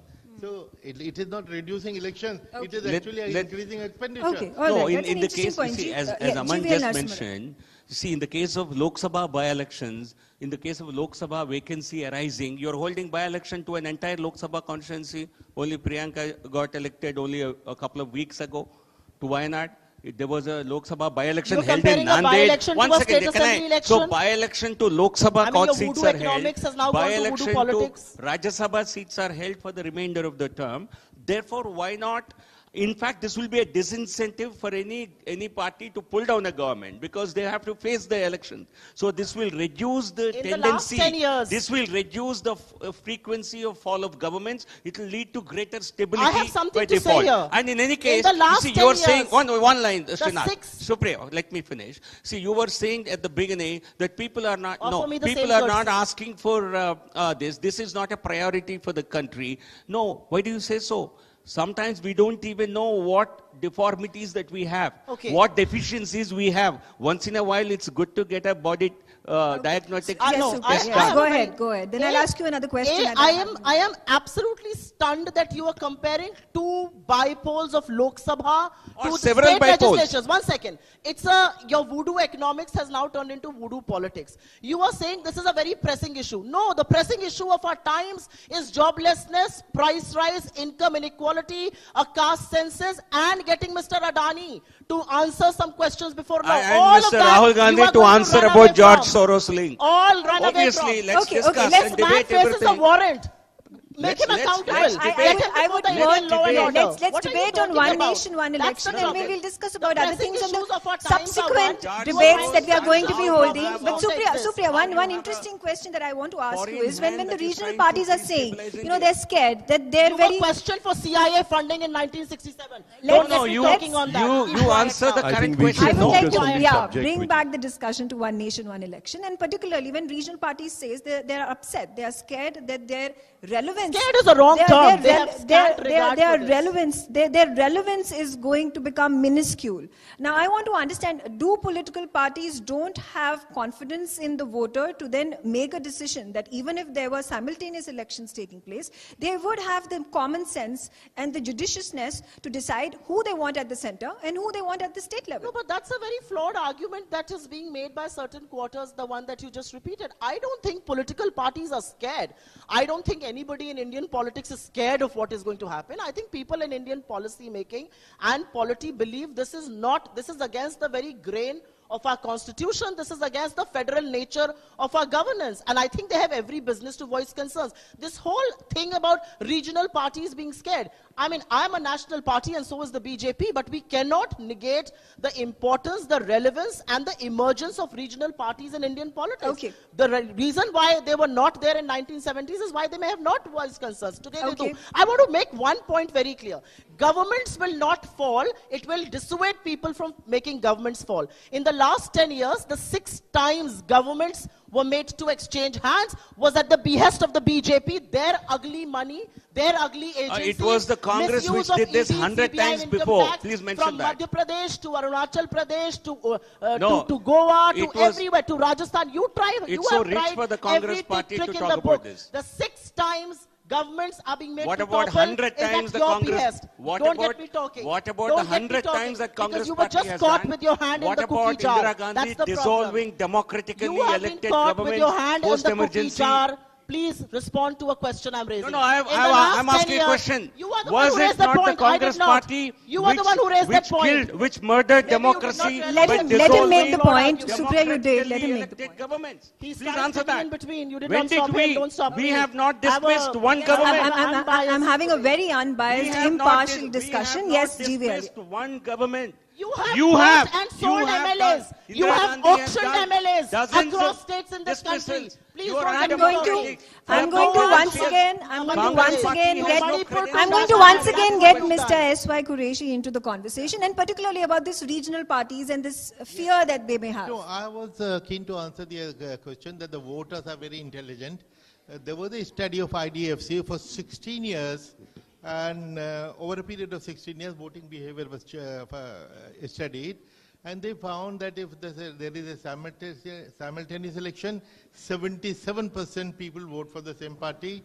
If it is separated by 1 month, it drops down to 61%. And if it is separated by several months, the figures are totally different. And one example is Delhi itself. Aam Aadmi Party getting 67 seats in one election, 6 months later BJP getting all 7 Lok Sabha seats. Therefore, simultaneous elections actually influence voting behavior adversely. And finally, I would like to say, the election is going on all the time. Well, election was happening in Jharkhand. Which one of you whose life was affected, tell me?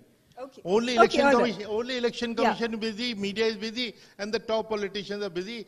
The top politicians made run your the point. government, You made Qureshi your ji. point, yes. Top politicians are important part Ask of them the not to governance at the electioneer, ask them center. to sit here and Do we disqualify ministers and What prime policies ministers have you or made to leaders of the create opposition employment or from to rein in campaigning prices elections? or to bridge income inequality in the 4-year, 11 months Aman that also you wants Yes. to make a point. Yes.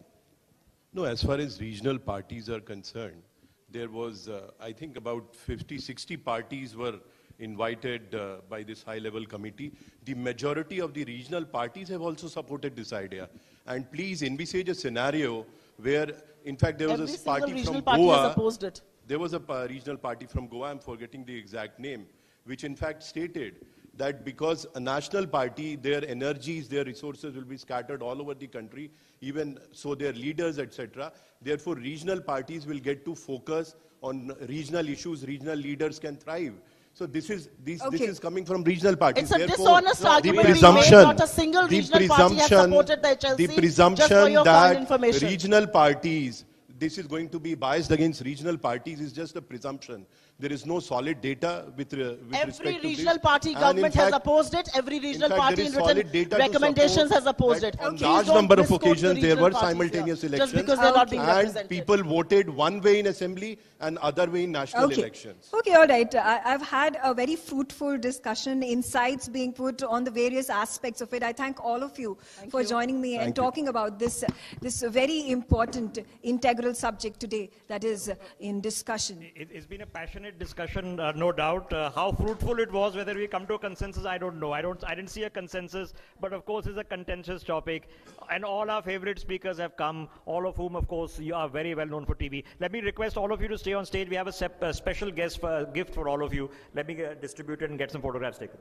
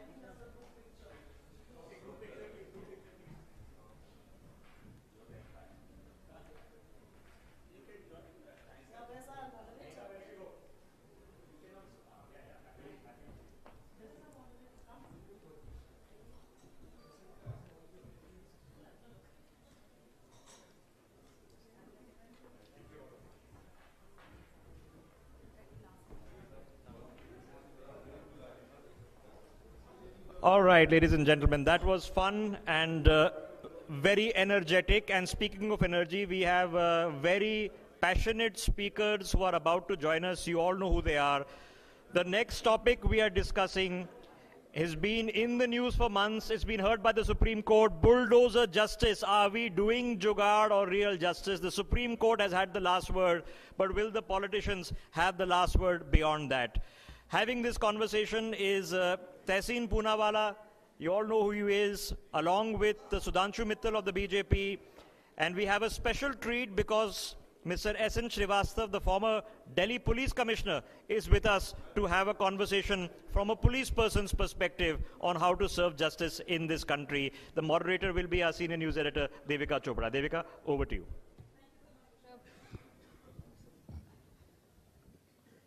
We have to maintain the momentum of the last session. Not in the acrimony. Yes, absolutely. I think a fish market is not what we're looking at. No, absolutely. But very, very pertinent topic once again, bulldozer justice. You know, it's the topic of the day. The Supreme Court has recently given its own views and clarifications on bulldozer justice. But, Mr. Srivastav, I'd like to begin with you, sir.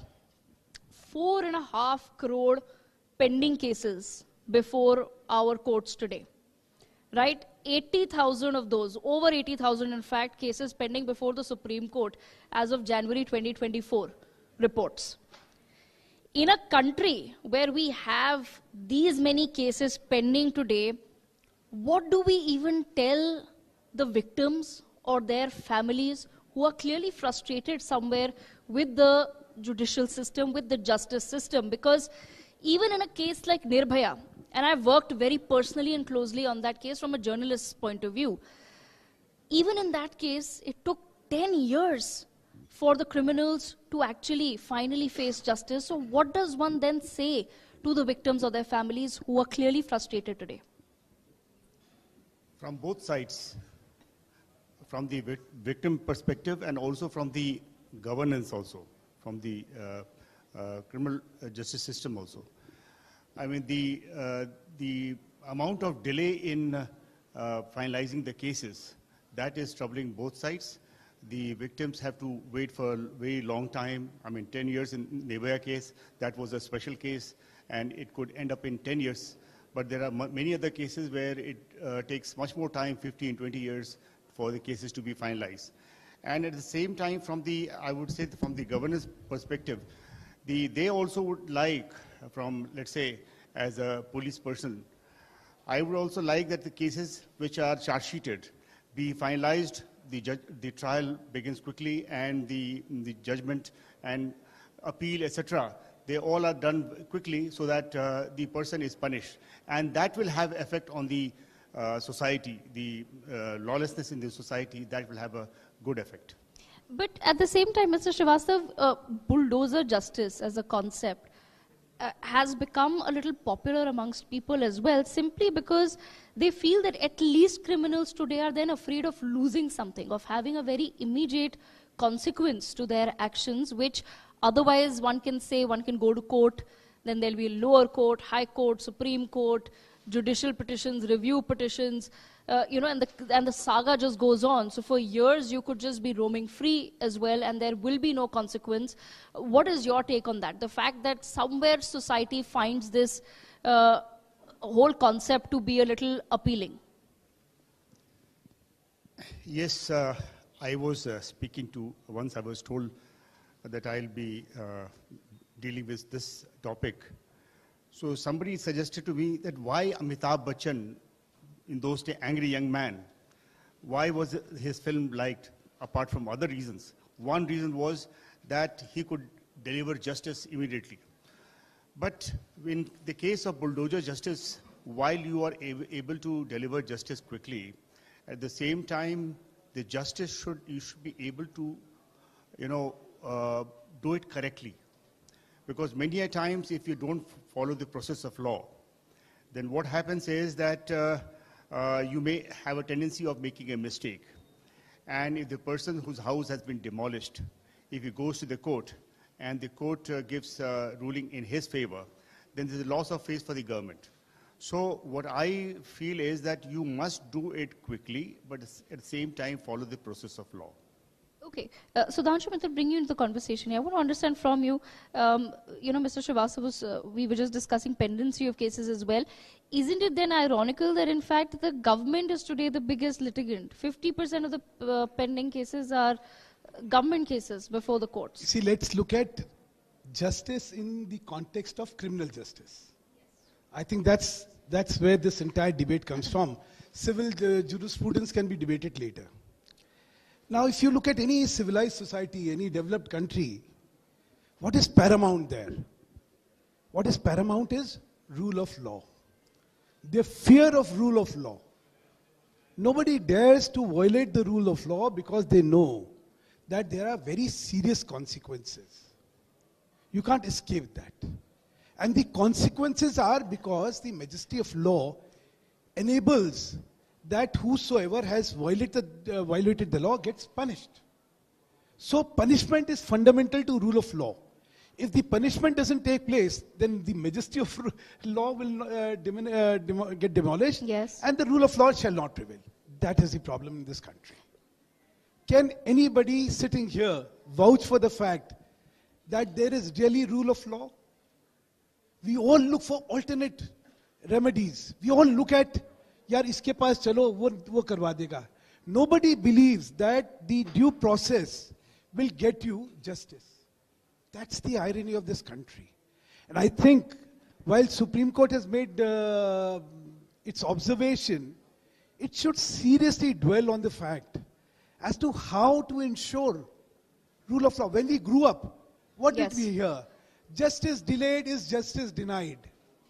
If 24 years is not delay, if 10 years of Nirbhaya is not delay, if people get exonerated after 30 years, then what else is delay?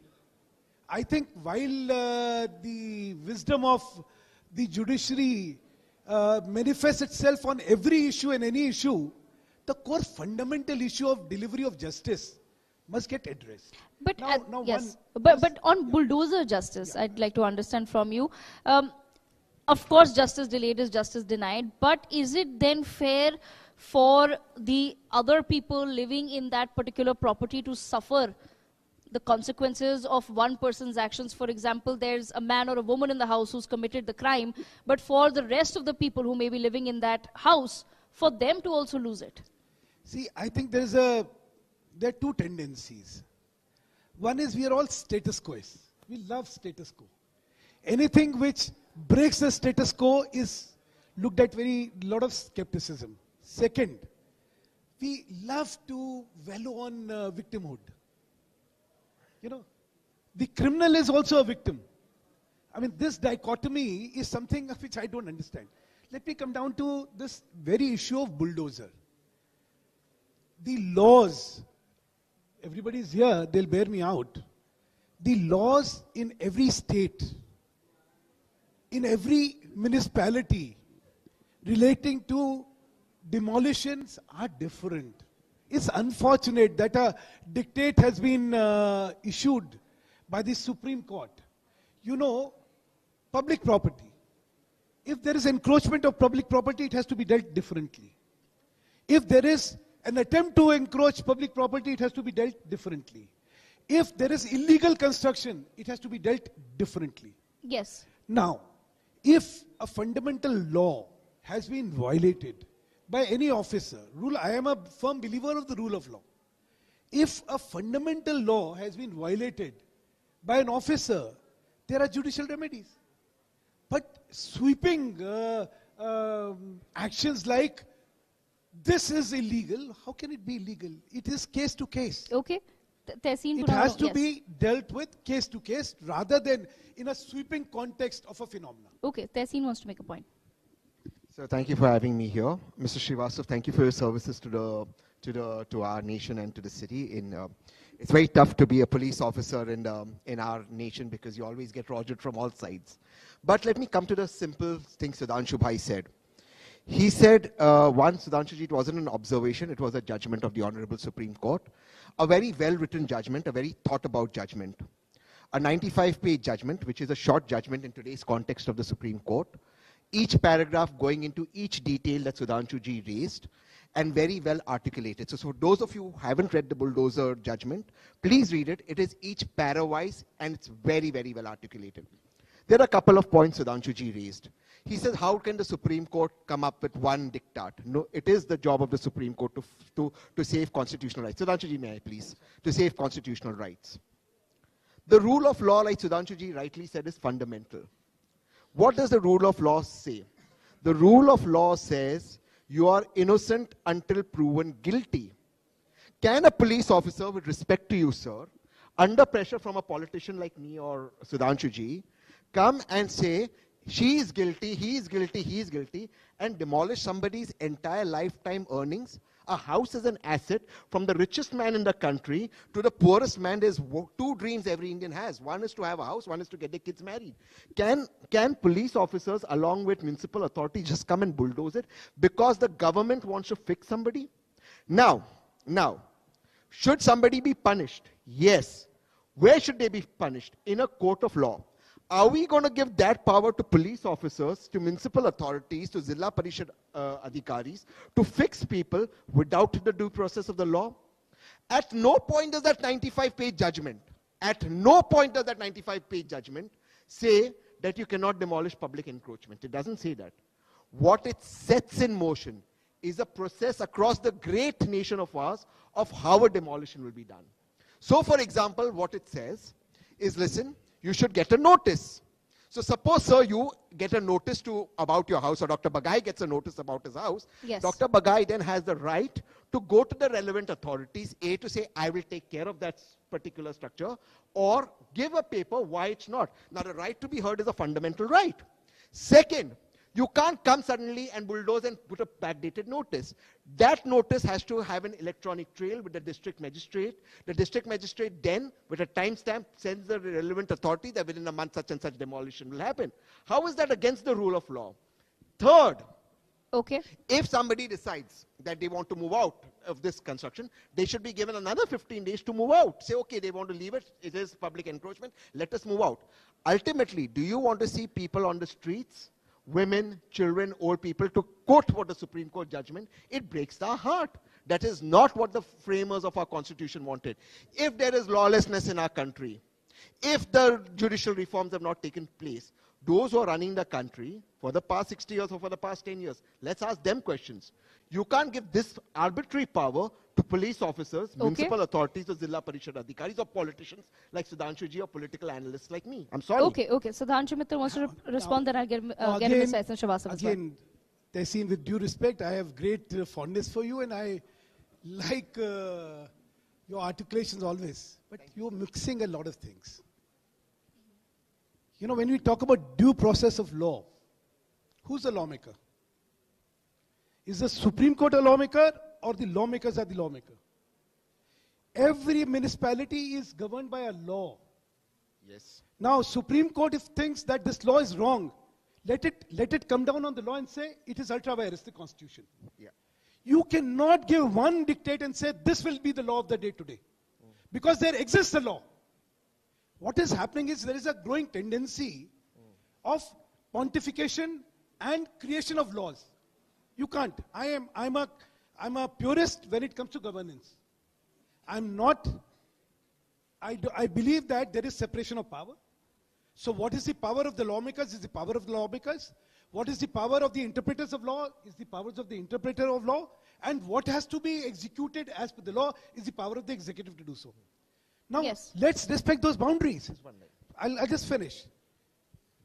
What you are saying is Supreme Court has now laid the law that this is how demolition can take place. I'm sorry, I disagree with it completely. Because what has been given in the Constitution as areas of lawmaking have to be respected. If and we are in Delhi, there is a law, Municipal of Delhi Act. Yes. The Act provides a certain process. Yes. Now that process cannot be overruled unless it is stuck down. But what is happening? One last this thing is, you are again assuming that there is a violation of law. The fundamental assumption is that when a demolition has taken place, it is against the law. I mean, I am saying, if it is, I'm just finishing.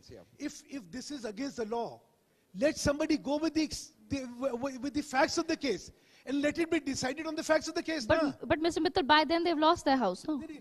But there are compensations to it also, na? But let me tell you one thing. The executive has ensured a certain execution as they believe it is the due process of law. Yes. Right? Now, if they have erred in that, I'm not a votary of that. If they have erred, let them be punished. But the assumption that every action which has been taken is a flawed action, this is fallacious. No, but we are also assuming here that all of these cases where bulldozer justice, so-called bulldozer justice taken place, are cases of public encroachment. That is not true. No. Just respond to it, yes, please. I'll bring, yes. Can I just take one? Yes, 30 seconds. Classic case in this.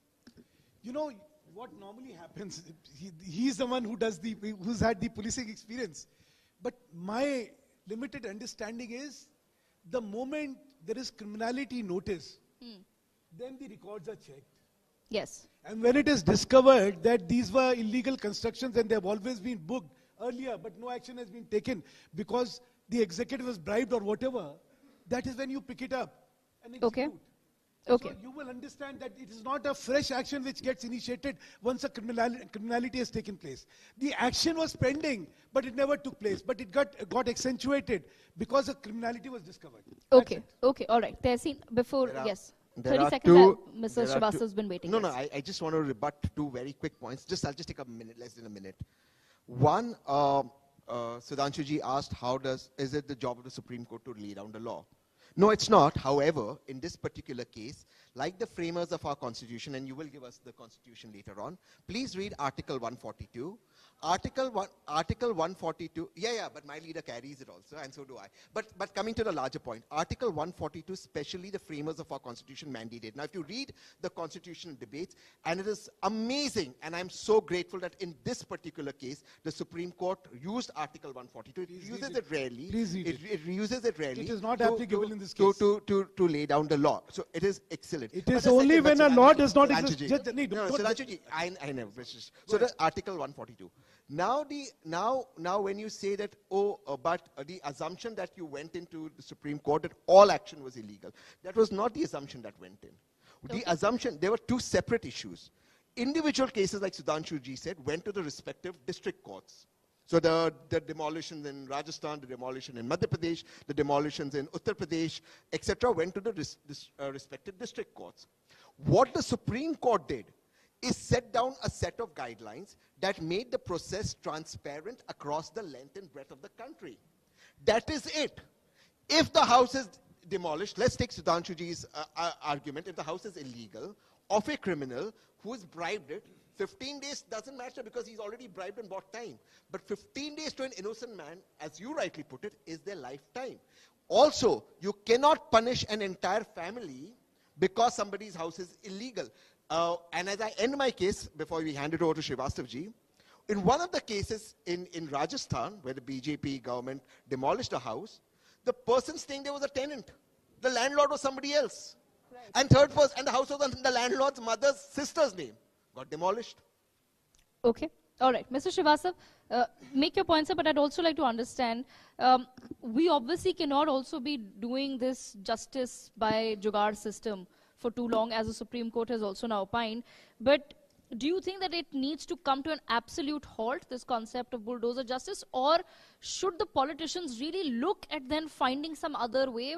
Because ultimately the conclusion of everyone on this panel is the same, that there is no fear of the law that is left in our society today. See, I'm suggesting a bulldozer justice in a modified manner.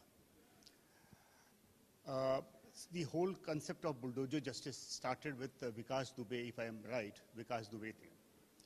Now, for a moment, I also, when this happened, I also was very happy that a criminal like Vikas Dubey, his house has been demolished, he has encroached upon the government land, and his house has been demolished. Before I answer your question, I'd like to also say, see, what the Supreme Court has not laid down any law. Yes. It has reiterated the law. The law is, for example, in Delhi, it's Delhi Municipal Corporation, the section is 343. It says that the power is given to the municipal corporation. Likewise, in UP, it is UP Urban Planning and Development, some act. Under that act, the power is with the vice chairman. That's also a municipal act. So basically, the demolition, etc., is the municipal act. There is no involvement of judiciary in this. what the Supreme Court has said that you follow this process. So, and I would recommend that the due process of law is followed. The next thing which I am saying is, we don't have to do it in a like a reactionary manner, like reacting to a particular something, you know, Vikas Dubey comes or somebody else, and then you demolish the house. What happens on a daily basis? You see unauthorized encroachment. Yes. Lots of things are happening. So the job of the municipal authority is to identify those areas which have been encroached, the government land has been encroached, or where the urban laws are not being followed, and then you identify those things and start demolishing. So that is also, you are using bulldozer there also. Yes. So you are administering a bulldozer justice with a different way. Okay. So I certainly, if somebody has encroached on somebody else's land or not followed the law, why should he have an exception? A normal citizen who is law-abiding. So likewise, the other people who have exceeded the law, they need to be, you know, dealt with in a different way through bulldozer justice. But Mr. Srivastava, at the same time, now, isn't it ironical that once again, the Supreme Court, as you've said, they've reiterated the law, right, that you have to give a 15-day notice period. Tehseen also elaborated on it. 15-day notice period, then you have time to respond, and there's another 15-day notice period as far as... And a timestamp. Yes, a timestamp. But isn't it somewhere a little ironical, because the largest number of pending cases before our courts today are land and property disputes? Will this not then come under the same category?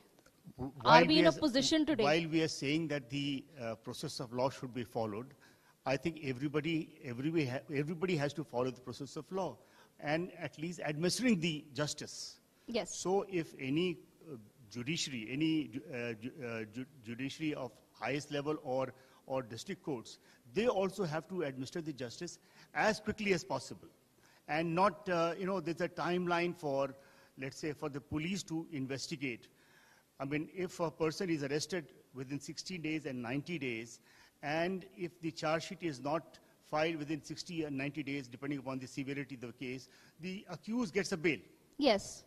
So there is a stipulation for the police. Likewise, there should be a stipulation for the judiciary. I am not the person to suggest what should be done. It's the lawmakers who has to, you know, do something like that. But definitely, I am in favor of that there should be a certain time frame within which you might expand the judiciary. Okay. You might have more courts, and give a time. There shouldn't be any adjournments. Absolutely. All those 100%. things. But, sir, I'll bring you in just a moment. Tehseen, how does that work? Because we've tried fast-track courts as far as rape cases are also concerned. What is the status of that? We've not managed to crack the code there. So now you're asking me a futuristic vision. So when I'm in government, there are two things I will do. Point number one, bring courts on blockchain. As a result of which justice is delivered swiftly, hearings are done quickly.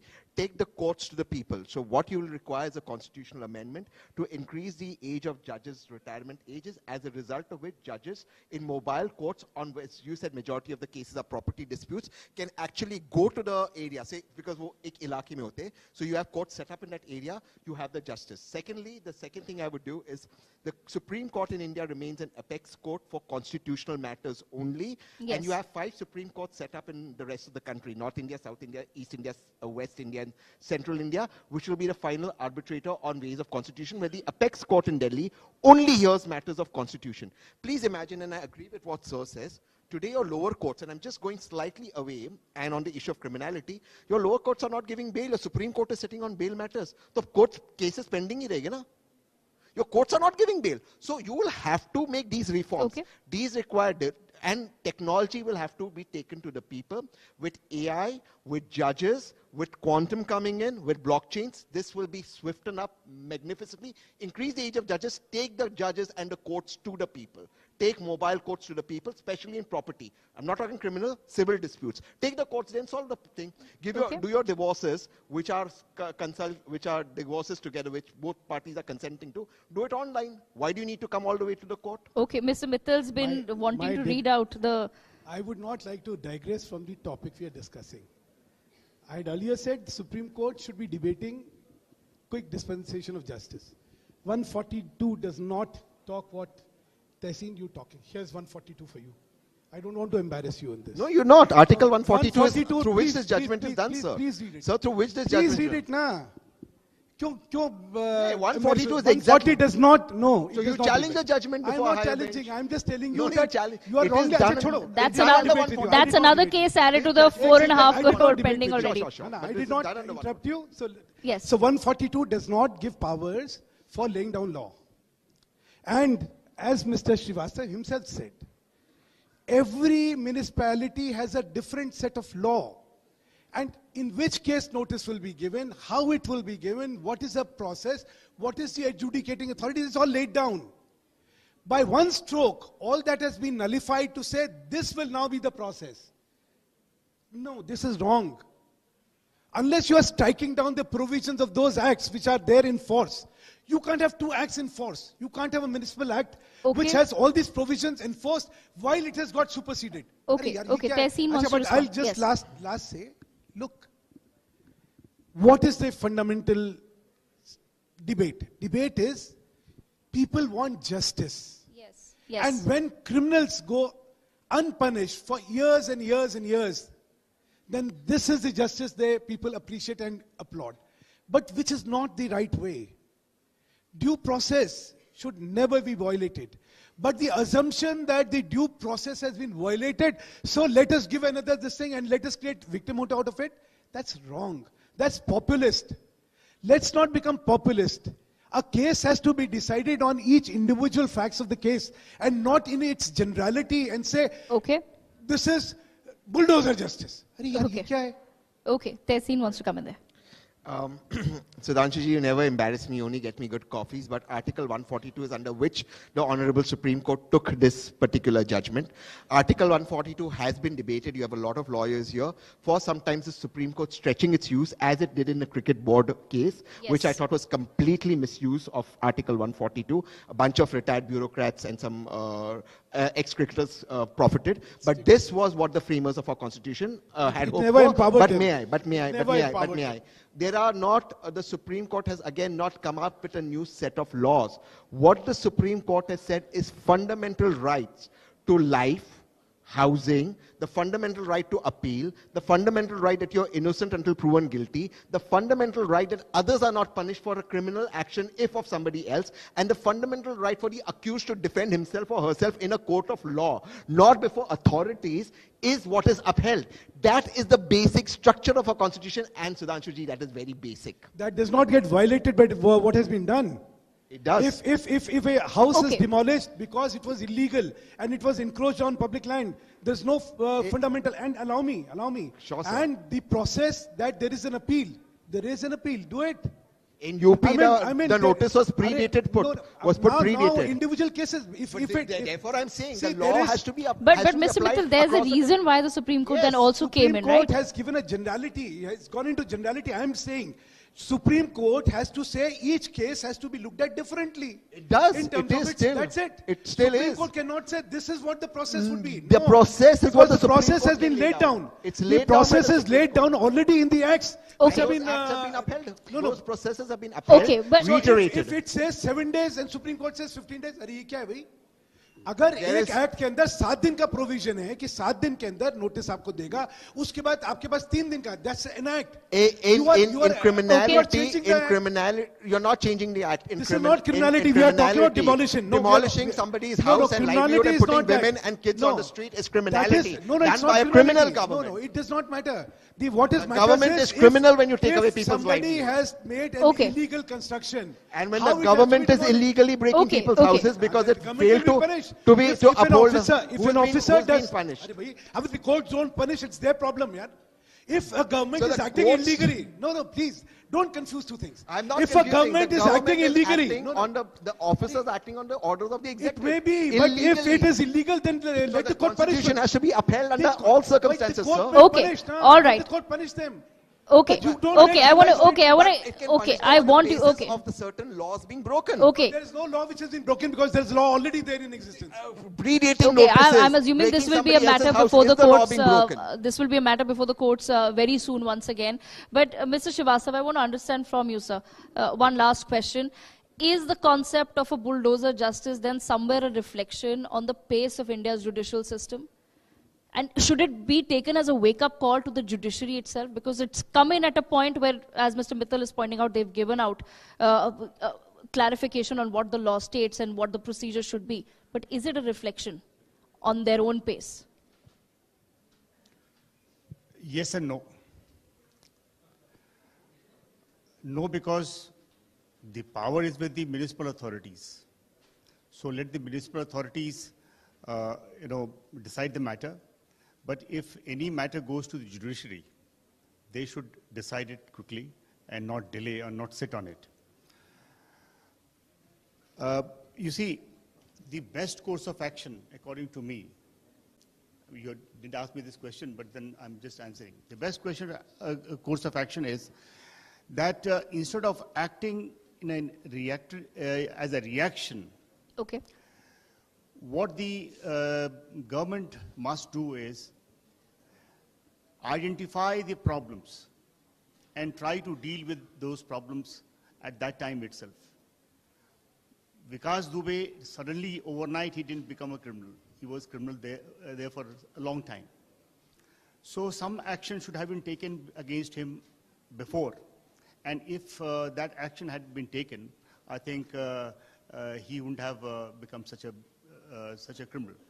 So, and this is the thing that we have always been following, that if you have a control over the illegal activities, unauthorized activities, and deal with that at the first point of time, then I don't think issues will become so big. Okay, just last 30 seconds, sir. We have to wrap up. Yes. So we all heard the cry, Tariq pe Tariq pe Tariq pe Tariq. We thought at some point this will change. I'm sure it's the experience of all of you here that it has become worst. The tariqs have become frequent and longer. That's now how a civilized society can last. Okay. Tehseen, last word to you. Therefore, the solution to this is those who have been governing for 11 years and said that this will change have to be removed, and new people have to come in who can bring in better reforms so that Tariq pe Tariq stops. Okay. All right. Without an iota of idea as to how it will change. I just gave an idea. You have given an idea which is silly. I gave lots of ideas. Increasing the ages, increasing the age of judges. How ridiculous. How ridiculous. Let me tell you, increasing the number of judges, I can agree. I can agree that and let me explain to you what is happening, which you probably don't know. Increasing the number of judges, yes. Increasing the age of judges, ridiculous. Second, I'll tell you. Use technology. Because now what has happened is, now you are allowed to take evidence on using electronic media. But to be fair, he did raise that point. I'm giving you all what happened. Blockchain, AI, absolutely. is exact use of technology. The BJP will paraphrase what I say and will say, but this is our idea. Let me allow. Okay. Using exactly what Let me allow. Sir, lastly, you should understand that the judicial process is governed by the Supreme Court itself, and no executive authority has any say on that matter. What will be acceptable as evidence and the methodology of evidence is what is laid down by the Supreme Court and not by the Government of India. So please, and with technology coming in, Supreme Court needs to adapt to it. I didn't want to make a political case here because it's a case of the citizens. With AI coming in, I did not want to get into. I didn't want to get into UPA versus. Okay. Unfortunately, we have to land up with that. Yes, I have run out of time, but I promise you we will come back on this debate once again. Bulldoze this issue. Yes. Much like the topic, yes, but hopefully some fruitful conversation has come out of this. Thank you so much once again to all of our panelists. May I invite... At this point of time, request Tehseen Poonawala, Sudhanshu Mittal and Mr. S. N. Srivastava to stay back on the stage. I would like to invite Dr. Aishwarya Sharma to come onto the stage and present this token of appreciation for all our guests. A round of applause, ladies and gentlemen. We are presenting all our guests with a memento, the picture of the first Constituent Assembly members, as well as the copy of the Constitution of our country, as we celebrate the 75th year of the adoption of the Constitution.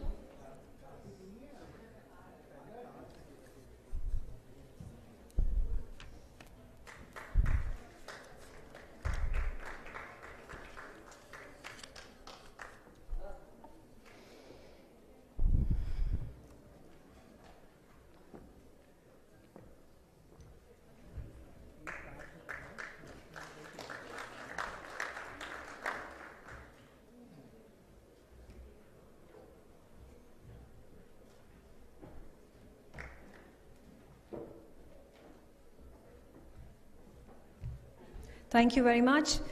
And We both are on the same side. yes, absolutely. I thank all of you for joining us for this discussion. Moving on, let's shift our focus to another enthralling conversation that we are going to be having with Mr. Kapil Sibal. He is a legal luminary. He is a member of Rajya Sabha, president of the SCBA, and my editor-in-chief, Rishabh Gulati, is going to be holding this scintillating conversation with him on the hot seat.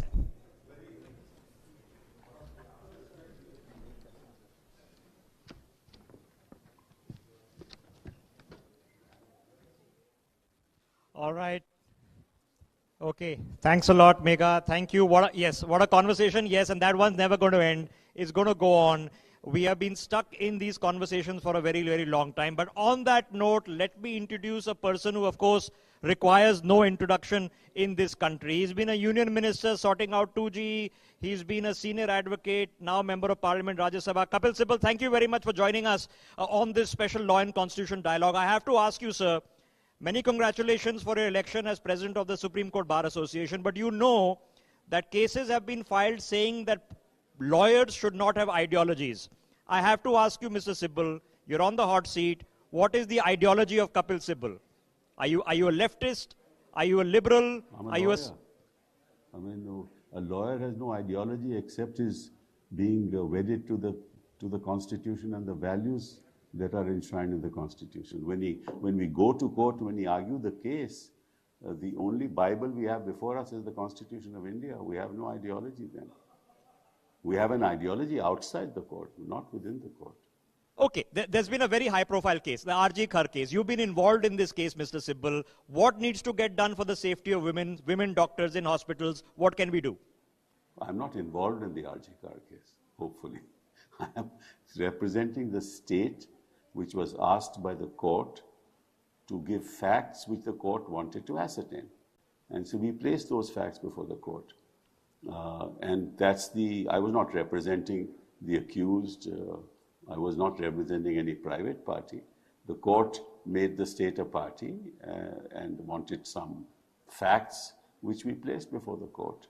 And now that the investigation is over and the charge sheet has been filed, it's quite clear that there was only one person who had perpetrated this horrendous crime.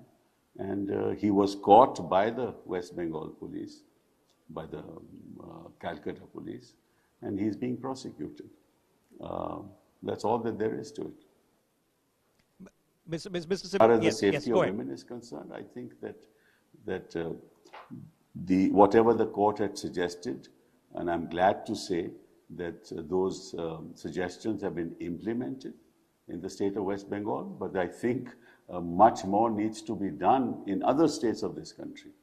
I think that we are concentrating only on the state of West Bengal, but we need to make sure that women are safe in every situation when it comes to serving in the hospital facility in any state in this country. And I think other states which should be parties to all this will place before the court what they have done. Okay, all right. I have to ask you, sir, we've been having, yes. Yeah, I have to ask you, we've been having a riveting conversation, Mr. Sibal. Yes. Can you still hear us, sir? Supreme Court. Yeah, if you can still hear us, sir, I have to ask you, we've been having a riveting conversation through the course of the day today. And the conversation has been on the census that is coming up. Which is going to look at all this. And I think that's a very important issue. And congratulations to the Supreme Court for having done this. Okay, I wanted to ask you about the riveting conversation we've been having about the census that is coming up in 2025. The results will come out in 2026. Is Kapil Sibal watching out for some data Why points? should I watch out for anything? When the detail comes, we will then reflect on what it is, what the details are, and then make our comments on it. I'm not going to, in anticipation of what might happen, make comments at this stage. But regardless, the population is going to go up, sir. Does an India with 1.5 billion people need more parliamentarians? Do we need more MPs in the Lok Sabha, sir? First of all, India's population, I just heard Mohan Bhagwat ji say that people should produce, you should have 3 children instead of 2. So I hope that this is not a signal to the country to increase our population, but be that as it may. I think as far as our population is concerned, we need to set systems in place because the larger the population, the more the complexities that will arise in order to serve 140 crore people in this country. Mr. Sibal, regardless, there's an issue in the south, in the northeast, that, proportionally the seats will go down if delimitation takes place after the census. Is this a genuine concern, especially for those in the south? This is a very contentious issue because there are states in the south who have controlled the population. And if you increase the number of seats based on population, then those who have not implemented, those who have not been able to increase levels of literacy, because of which population is on the decline, they will be rewarded on grounds of increase in population. So whether it's the northeast or it's parts of South India or North India, I think the country needs to reflect on this before any decision is taken, and I'm sure the government will do so. But certainly we require an increase in the number of seats in Parliament. Okay, the seats in Parliament, well, we now have 33% reservation that is coming up for women. We are going to discuss that in our next panel. How do we go about it? Should there be rotational basis of parliamentary seats? Should the number of seats go up? Well, this is something that the government will place before us, and then we'll respond to that. I mean, there are several possibilities that we can adopt for the purposes of representation of women. But I think that the fact that 33% representation for women has been accepted is something that we've been sort of asking for a long time. Okay, Priyanka Gandhi, first-time member of Parliament, Lok Sabha, expected to give her first speech. What tips do you have for any first-time? I don't give tips to anybody, and why should I give it to an individual? It's for them to decide what is central to their vision as a member of Parliament. I am nobody to give advice. But will she be a better future PM than Rahul Gandhi? Stick your neck out, sir. Well, why are you asking me this question? I mean, can I ask an anchor, will somebody else be better than him? I guess he will say, why are you asking me this question? Okay, but I want to ask you a question because there's a big case that has come out of a New York prosecutor's office. How does New York have locus standi? Locus standi? Yeah. Well, that's for courts in the United States to decide, not for me to decide. I mean, if the government has a problem with that, or if anybody has a problem with that, you'll have to approach that court, no? You can make political statements in India, but ultimately, if proceedings are going on in that court, it's that judge presiding over that court who will decide whether or not a person who has complained has local standi or not. Okay, but with that logic, Hunter Biden, if he has any dealings with any company in India, can we prosecute him from here? Can we file charges against him and then issue him summons? Can that also then potentially take place? Depends whether your laws permit that to be done or not. If an offense is committed by anybody anywhere in the world in India, on the soil of India, which impacts us, why should we not prosecute him? If supposing somebody comes here and murders somebody and he belongs to another country, we should not prosecute him. I guess we are entitled to prosecute him. It's an offense under the Indian laws, right? Okay, big conversation going on in political dumb where the ruling party says that George Soros, the opposition, the Congress are all in cahoots. They're working together. Well, I don't know. I think the government knows more about this than I do. I think I can say that lots of people are in cahoots with lots of people in India, and I can make allegations which have some element of truth. But I think this government is well aware of the fact as to who is in cahoots with whom. Okay. But as far as I'm concerned, I have no such idea. At least I don't have any evidence to that effect. Okay. I mean, they know more about the deep state than I do. And maybe they are right, maybe they are wrong. Maybe it's political, maybe it's not. Okay, you know, the CAA cases, sir, you were very actively involved in them. Now, given what's happening in Bangladesh, because the CAA was about the Hindus fleeing from Bangladesh, given what's happening, what do you make of the situation in Bangladesh, sir? First of all, minorities anywhere in the world must be protected. Right? A Hindu minority in Bangladesh must be protected by all means. And we must, our government must be vocal about it. The people in India must be vocal about it.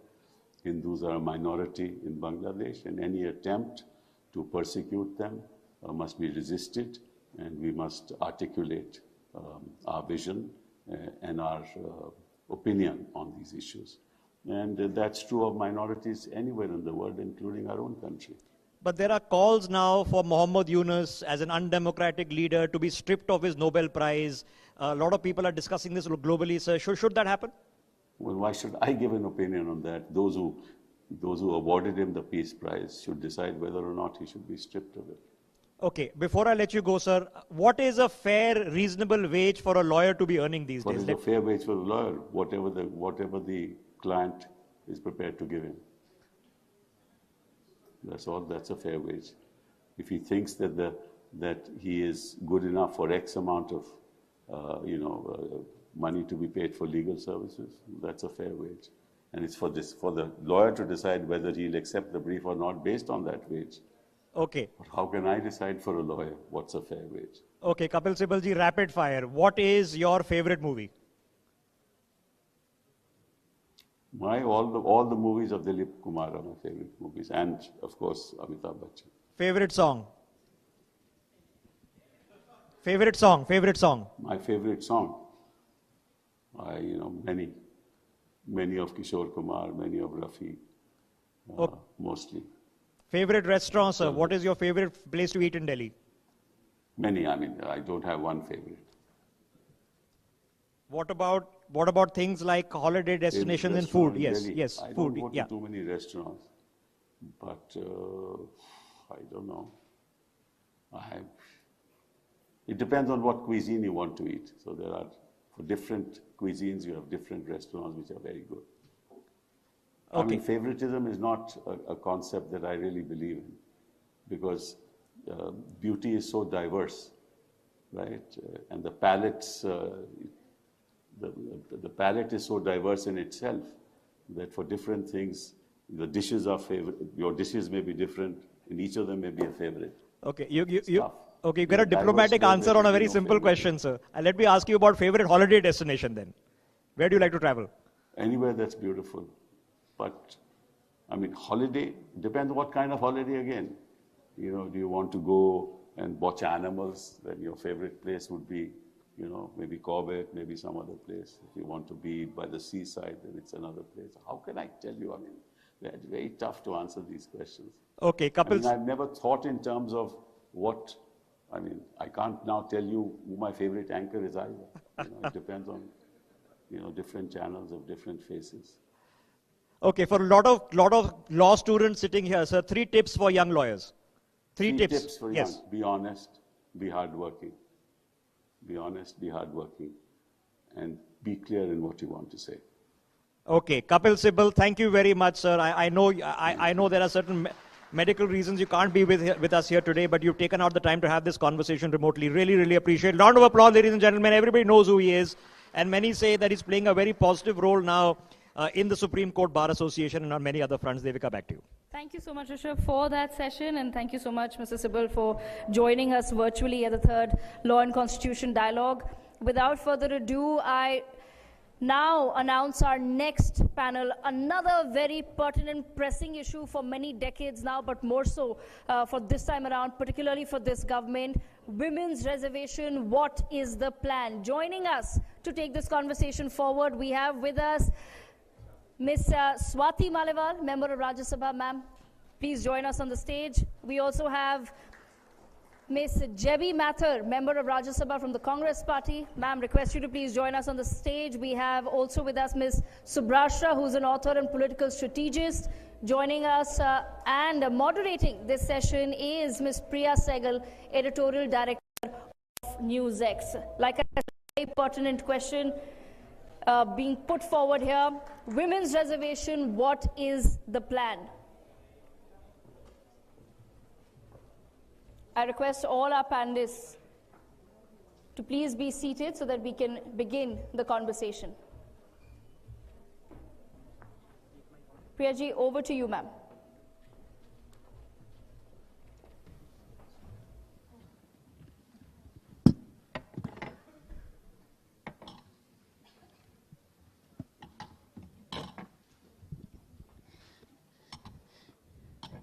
Hello and welcome, and thank you all for joining us for what is really a very important part of our session and part of politics also, the Women's Reservation Bill.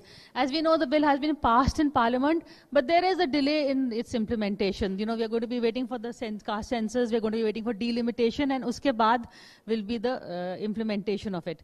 So Shubrasta, I'll begin with you first. Why the delay? Everybody is saying karna hai to abhi bhi kar sakte hain. Parties like TMC and BJD have already given 33% reservations. So what are we waiting for?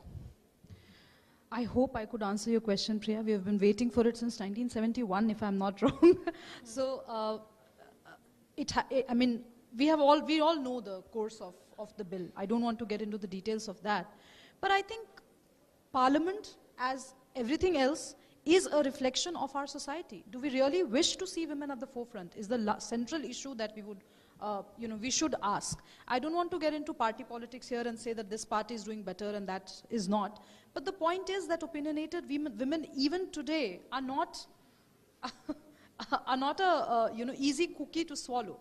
So to answer, I think I'm going to paint all the political parties with the same brush and say they are a part of the larger patriarchal setup, and nobody wants vocal women who have something, who can make a difference, come in the Parliament and snatch the limelight away from the men around. Perhaps that's the reason for delay.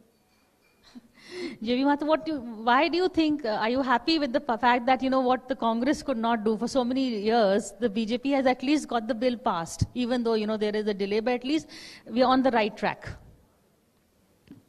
When you say Congress couldn't do, you should say about what Congress has done as well. Which is? What we have seen, the 50% reservation in local bodies. Now I'm sitting in front of you all as a member of Parliament.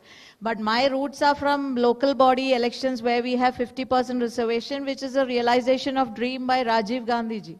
Something so magnanimous and so reformative. And given that point of time where women never used to come to any public life, and that opportunity opened the doors for women from the kitchen to the public life. So Congress, when in power, has done what, not just in words, but has made sure that it happens, and it happened, and it's a result what we are seeing now in local bodies and taking it to the next level. In when we were in government, we have tried our part of doing it. We got it passed in Rajya Sabha, but due to the numbers, we couldn't pass in Lok Sabha. Saying that, I want to also emphasize in the women reservation bill of UPA, we did not have these clauses where depending on two things, only then this is going to happen. So basically, this still remains a non-starter for the fact that, yes, it was a headline making, and also special session was called in the new Parliament where nobody knew what's going to happen. So all that we welcome the fact that steps are being taken, but from that moment in the Parliament, outside the Parliament, Congress party has taken the stand that we shouldn't be waiting for all these delimitation clause and census clause and all that, and we should make sure that with the available statistics and data and the census available, we should go for reservation, not delay it. So the intention of Congress is very clear. We have done it in the past. We have been saying it, and we'll continue to stand for But you women. still haven't given, what are you waiting for also? As an individual level, TMC gave 33%, BJD did, so why doesn't the Congress give 33%. What are you waiting for? No, Congress, certainly we have done that Ladki Who Lad Sakti, who was an initiative of Priyanka Gandhi ji in Uttar Pradesh, and a significant number of seats were given to women. So it's not the case that we have not started it. And also everywhere we are making sure, and at the organizational level, if you look, well, taking from the Youth Congress is a frontal organization of Congress Party. At every level, we have reservation for women. Again, I'm a product of that. Whereas Youth Congress State General Secretary I became because there's a reserved for women for every level, which is Rahul Gandhiji's dream. So, organizationally also, we are making sure that women come to the forefront. Swati, I know you have to leave, and we also welcome Ikra Hassanji. Role of women, how do you see the women? You've been in the headlines also a lot. Women do get in, but then what happens after that? The fight has just begun. Getting your foot in the door is the first step. After that, what happens? I think, unfortunately, I'm the classic example of that. And I became an MP. I've sluggled on the ground for 20 years. In 2006, I finished my engineering, and after that, I've been working on the ground in slums. I've done so much of work in Delhi Commission for Women. 9 years, we've handled 170,000 cases. And I think it was historic, the kind of work that we were able to do. And that's why I was given a ticket and I went as an MP in Delhi. But what happened after that, I think the entire country knows, and it's very unfortunate. So I think that women reservation is something which is very crucial. It's not just a political issue, it's a social issue. I think women have to be given their equal representation in the parliament. It's so unfortunate that right now only 14% of the parliament is women. I think that's something that is very shameful. That number has to be raised, but at the same time, implementation is the key, because just by bringing a law which is strong, which gives representation to women, and even if we have 33% women in the parliament, what happens after that?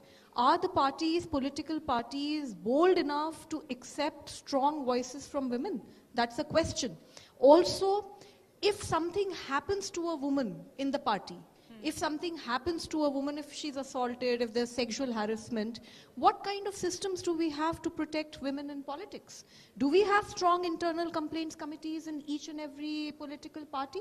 Do we have mechanisms that suppose some problem occurs, and if the party leadership decides to completely finish off one woman, will other women in the party stand up for her? Will other women across party lines stand up for her? I think these are important questions which reflect the patriarchy that exists in our society as well as in our systems, and something has to be done about it. We do hope so. I think you raised some good points. But Ikra, you come from a party jahan pe you have the famous saying, Netaji ka Mulayam Singh Yadav said, boys will be boys, ek samay. Now, and pehle they opposed the women reservation bill. Now you have Akhilesh Yadav supporting the women reservation bill. So you think there is a change in the mindset also in terms of, it's a positive change, which you've been seeing firsthand? I would first like to apologize for being late. And thank you for having me. There is a change, and I think it's for the benefit of women. And I'd like to also address why Netaji first opposed the bill. It was because he wanted sub-categorization within the women's reservation, not just, he wanted reservation for OBCs, women OBCs within the women's reservation. So I think that was the point why he was opposing it. And I think that's also necessary. We need to have women from all stratas of the society to be able to come forward and take the lead. And like my colleague just mentioned, it's not just about I think reservation is the first step, but what will we achieve by reservation? We will only enable a certain number of women to come forward, but are we as a country, as a society, ready for women leadership is the question. Or will we just tick mark 33% of women who will come forward? And like we've seen before, how at the very lower level, at the panchayat level, you have pradhans. And you have pradhan patis as well for the seats that are reserved. So it's not just for the sake of it that we demand women's reservation. I think the country needs to be ready. for women to take lead, for women to be able to be leaders and lead the way for other women. And I think these dialogues, I would like to thank you for initiating these dialogues. And I think these are very important, this is a very important topic that needs to be discussed. And I've had the fortune to, right before the session, to visit Norway with the UN Women. And I would like to share some insight from there. They have a parliament which has 45% women representation. And they did so not with affirmative actions, but by enabling changes in the society. So it was very interesting to see how they've brought about that change. And I think something in that regard we also need to do as a society. For example, childcare there is not just a responsibility of the women, but the state has taken it upon itself to have creches, to have kindergartens where women can leave children. So they have paternal leave, maternal leave, and all of those things. And I think these things are very important if we need to take women forward. We need to first remove these foundations that women have on themselves. Only then can we expect for women to take lead in all spheres and fields. And I think the reservation bill is the first step in that regard, and we need to do much more. Actually, it's because we have feisty women like all of you in the panel that people are actually, taking notice, and this topic gets more credibility. Swati, I know you have to leave, so I'll ask you one more quick question. In terms of, implementation, what you've said, once you get in, what is the feedback you've seen, and what else can we expect, from the fellow MPs? For instance, your case, what has happened? What has been have you got support from party lines? Or is it just people are taking political positions or gender positions? It's very unfortunate that in most cases people take political positions. As long as the accused is from another party, then everybody will come up and everyone will be talking about it and, trying to shame the other party. But when it comes to your own party, when it comes to taking a stand, I think people don't walk the talk. That has been my personal experience. At the same time, because Delhi elections are coming up, I think it is very important that while there is a law that exists, it is yet to be implemented. I would really, really request all the political parties fighting in Delhi to implement it on their own. You see, even in my party, out of the 70 tickets that were distributed last year, only 6 went to women. And all 6 of them won. So I think it is very important that political parties understand that women, if you give them tickets, they can win, they can deliver, and they can bring about policies which are way more inclusive and way more effective. You see, world over research talks about that when women participate in decision making, when women participate in governance, there's much more focus on healthcare, there's much more focus on education, there's much more focus on gender-based issues. Then why is it that parties, especially now in Delhi in the upcoming elections, why is it that only 6 or 7 tickets are going to be given to women? I think it is very important that at least 50% of women should be there in all the state assemblies, in all the in the parliament, and I really believe that that will bring about a change. At the same time, like you asked, it's not easy to be a woman politician, and it is not easy to be a woman politician who dares to question the might of political parties, as well as some leaders who think that they are God. So it's extremely important to be able to protect our women politicians. Otherwise, how is it that people will be able to come forward? You see what happened with me, the kind of spectacle that I was made of.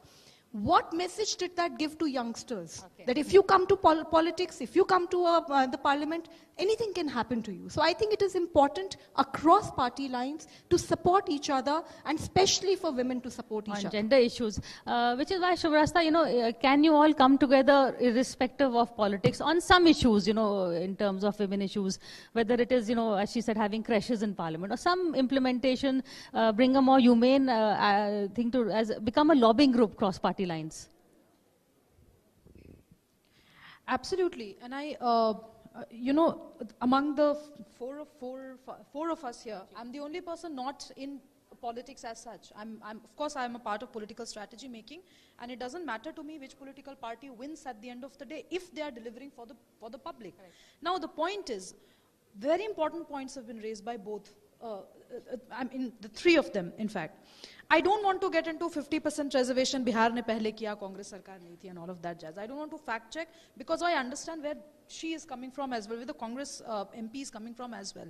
My point is very limited. What kind of leadership are you giving to this country, even if we talk about women reservation?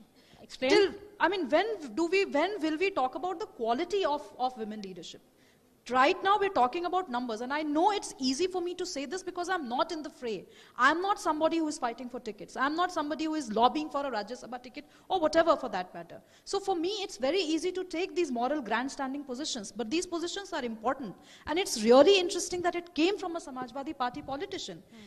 The structures in anywhere, in corporate India or in parliament are not women friendly.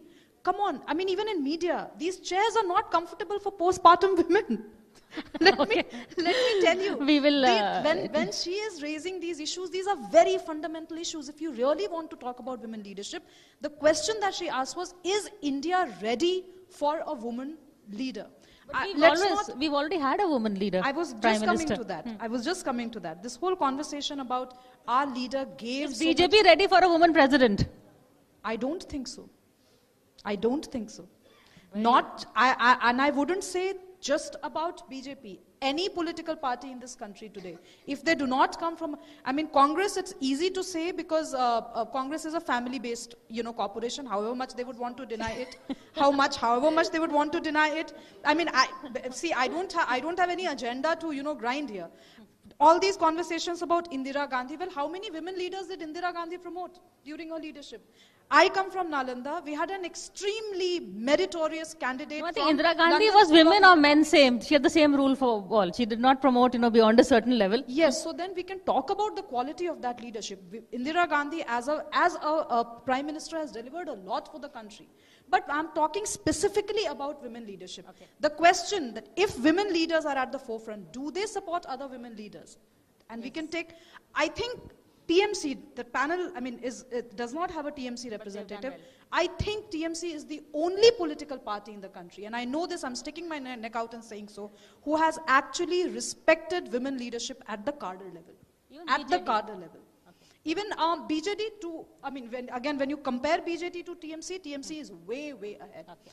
They have them. You might have issues with their ideological, understanding of women leadership and how they, completely dish their political opponents. But when it comes to giving a neck-to-neck fight with women, in terms of women leadership, I think TMC is way. Let me bring JB in now too. Yeah, so you don't even need to even ask.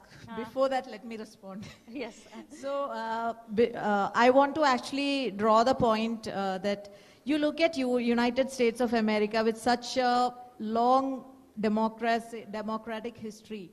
You cannot name one US president who is a woman, okay?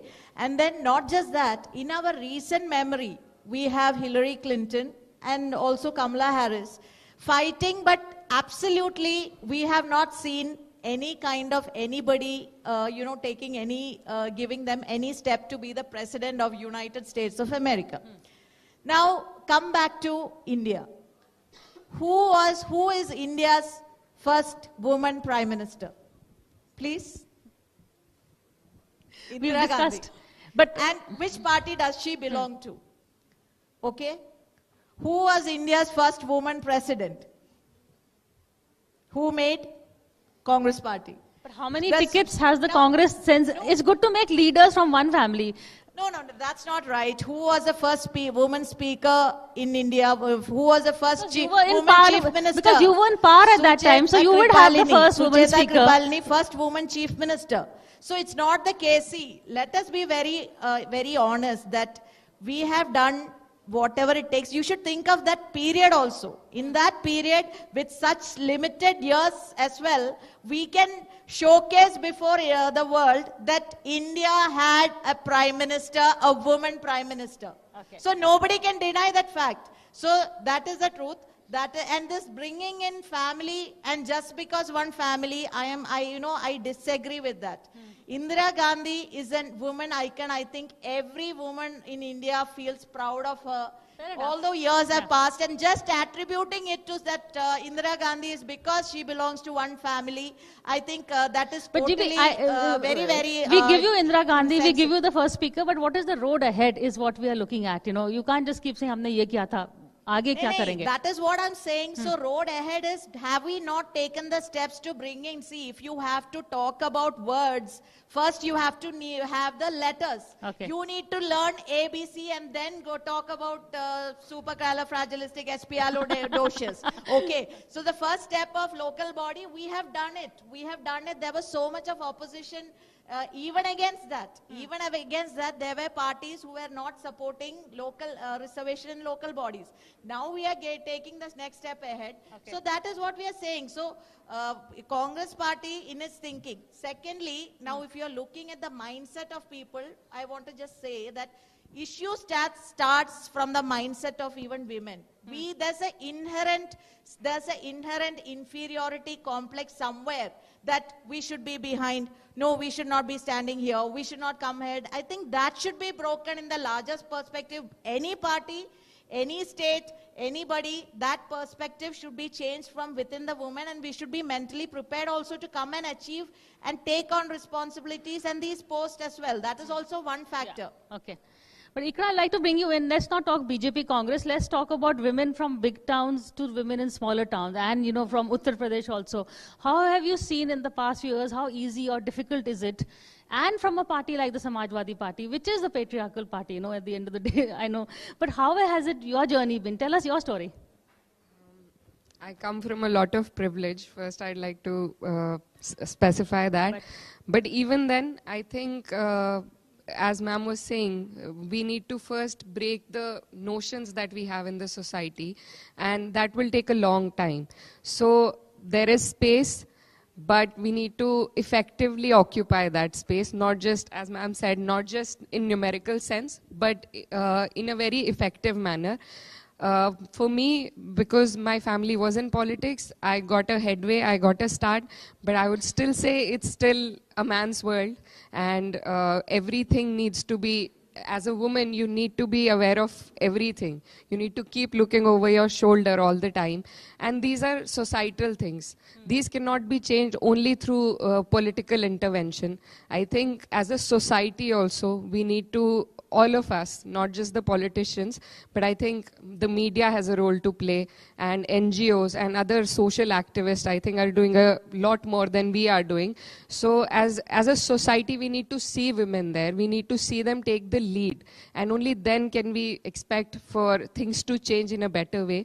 And I would also like to mention that if Congress hadn't put Miss Gandhi where she was, I think that would be embarrassing, because Congress was the oldest party, so it's only just to expect it from the Congress.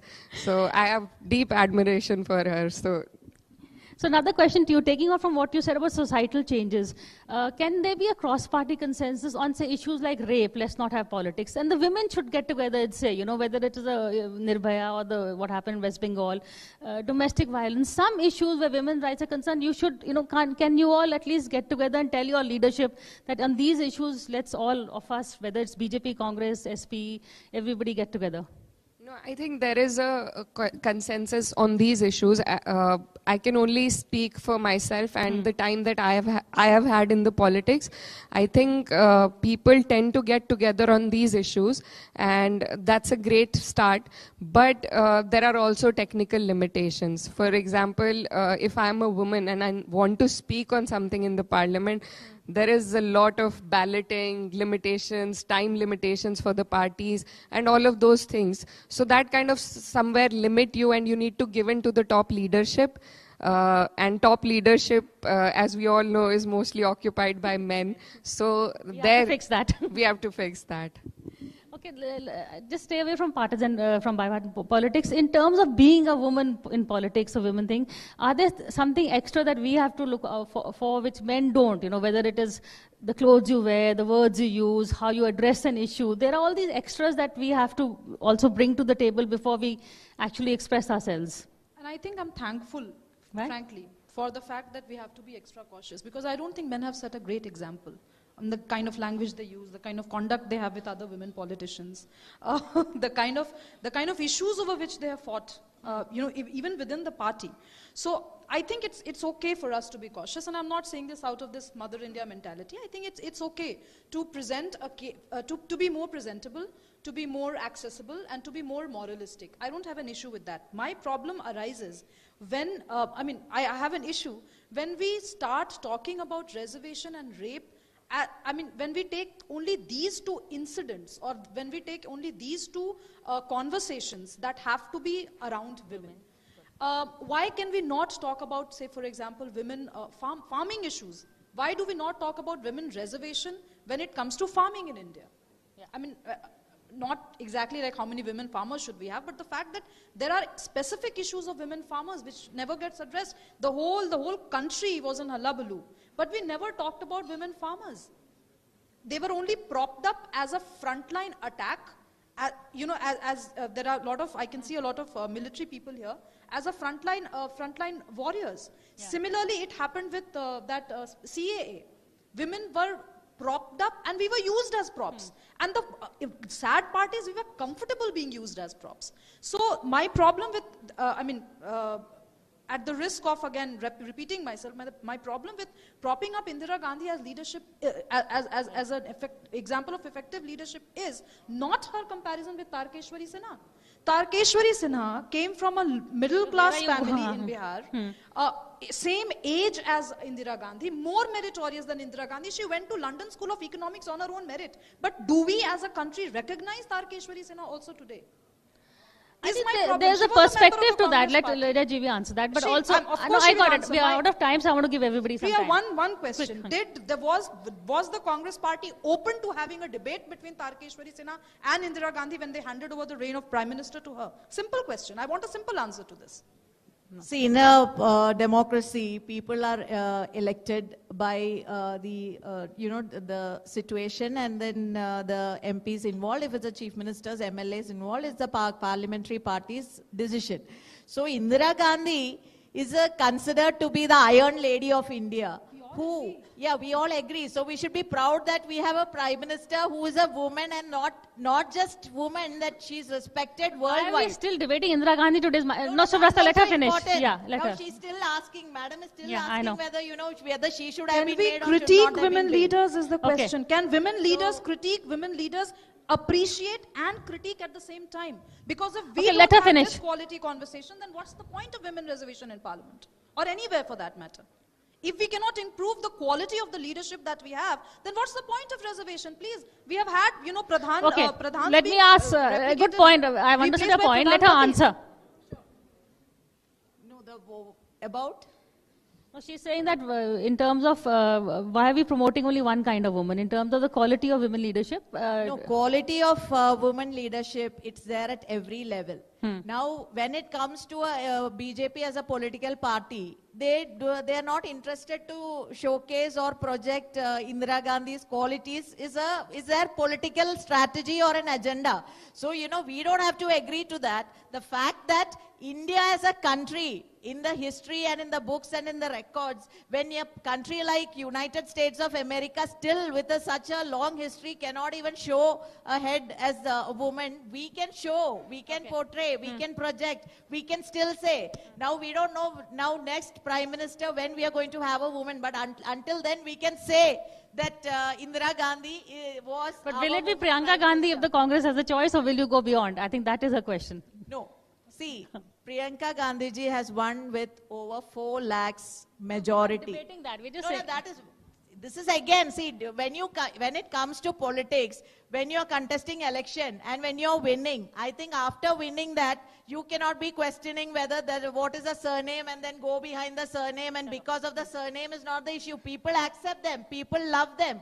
And that is why Priyanka Gandhiji has won with over 4 lakhs majority. Okay. So if she has won, she has won. She's a leader. Now she's going to speak in parliament. I would say, all of everybody, madam can also listen to what Priyanka Gandhiji is going to speak in Constitution. Sure. But Swati, just going beyond Priyanka Gandhi, Indira Gandhi, in terms of being a woman, are we judged for something extra than just our politics? Absolutely. I mean, every woman faces that in society. Yeah. What you wear, what you talk, how you get up, how you sit down, what time are you coming back home, what time do you leave your home, everything you're judged at. I mean, I have felt it personally even in the parliament that what I wear is something that gets very noticed. Like I remember that one male politician walked up to me in the last session, and I was wearing Western formals, and I was told that अब तो हम आपको नेता बनाना चाहते हैं और आप साड़ी पहन के आया कीजिए. So I love wearing saris, I love wearing Western formals, I love wearing formal clothes to the parliament. Being a part of the parliament, being a member of parliament is a matter of great pride for me. Every time I walk inside the parliament, I feel that sense of responsibility. I feel so energized, and I feel that, there's so much that we can achieve. But that's the way that everybody thinks. Yeah. Why is she wearing this? Why is she not wearing this? So I think it's important that, and it's something that is that's so entrenched in our society that you don't even sometimes feel that, oh, what did he say? Yeah. Because it was said out of concern for me. It was said out of, that, like, we really like you, do this. But it is said in those manners. Not without its patronizing touch. Yeah, but it is extremely patronizing because people don't realize, men actually don't realize. Okay. Ikra, last word to you, taking into account what Swati has said, is it a plus or a minus being a woman politician? I think there are lots of plus, but like what she said just now, comments about how you look, they kind of diminish your credibility, I feel, because we're not here to be appreciated for the way that we are presenting ourselves outwardly. But comments like those kind of leave a bad taste in your mouth. And I think we've all been through those comments. And I cover my head. So a lot of attribute is given to, because I cover my head, so I get a lot of credit for it. And I don't think that's why I do it.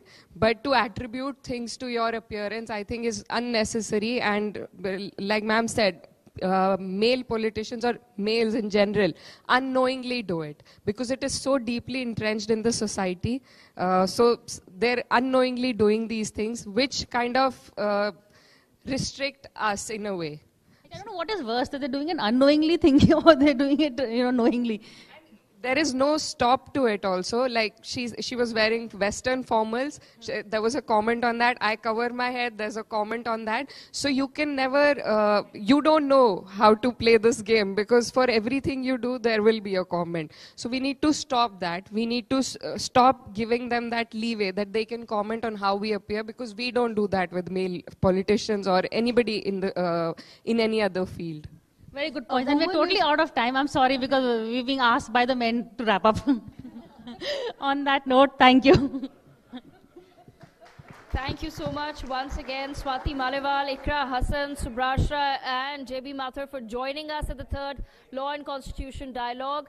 We're going to take a moment. I'm going to invite Dr. Aishwarya Pandit Sharma onto the stage to present a small token, rather actually not small today, but a token of our appreciation, a rather heavy token of our appreciation to all of our women panelists who've joined us to take this very pertinent conversation forward. That is Subrashra, author and political strategist. Thank you so much for giving us your precious time. You're also being presented with a photograph of the first meeting of the Constituent Assembly, viewers, which was attended by 205 members. And interestingly, this included 9 women on the 9th of December, 1946.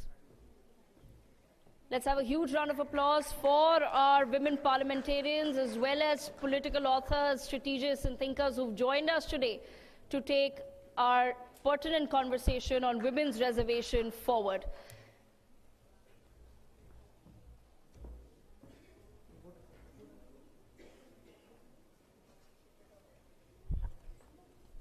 And with that, it's time for us to move on to our next enlightening session. We have with us Shri D. Raja, former member of Rajya Sabha, with us, and we also have Mr. Rakesh Sinha, former member of Rajya Sabha as well. We have 2 former members of parliament with us to have a very pertinent conversation on the Indian Constitution at 75. Is it stronger than ever or is it under threat? I'm going to request our next panelists to please join us on stage. Mr. D. Raja, former member of Rajya Sabha, and Mr. Rakesh Sinha, former member of Rajya Sabha as well. The moderator for this session is Mr. Rishabh Gulati, Editor-in-Chief of NewsX. They will be discussing whether the Constitution at 75 is stronger than ever or is it under threat. Microphone. Rishabh, over to you. Thanks a lot, Devika. Thank you. And yes, this is why we have gathered here, because it's the 75th anniversary of when the Constituent Assembly finished drafting the Constitution. Of course, it was adopted officially on the 26th of January 1950. But a big debate is happening in Parliament. 2 days for the Lok Sabha, then Monday, Tuesday, we pick it up in the Rajya Sabha. We are discussing the Constitution of this country.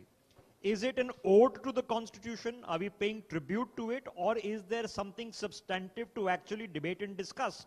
Let's pick up this conversation. Mr. D. Raja, we are constantly being told when opposition members now swear in they carry a copy of the Constitution that the Constitution is under threat.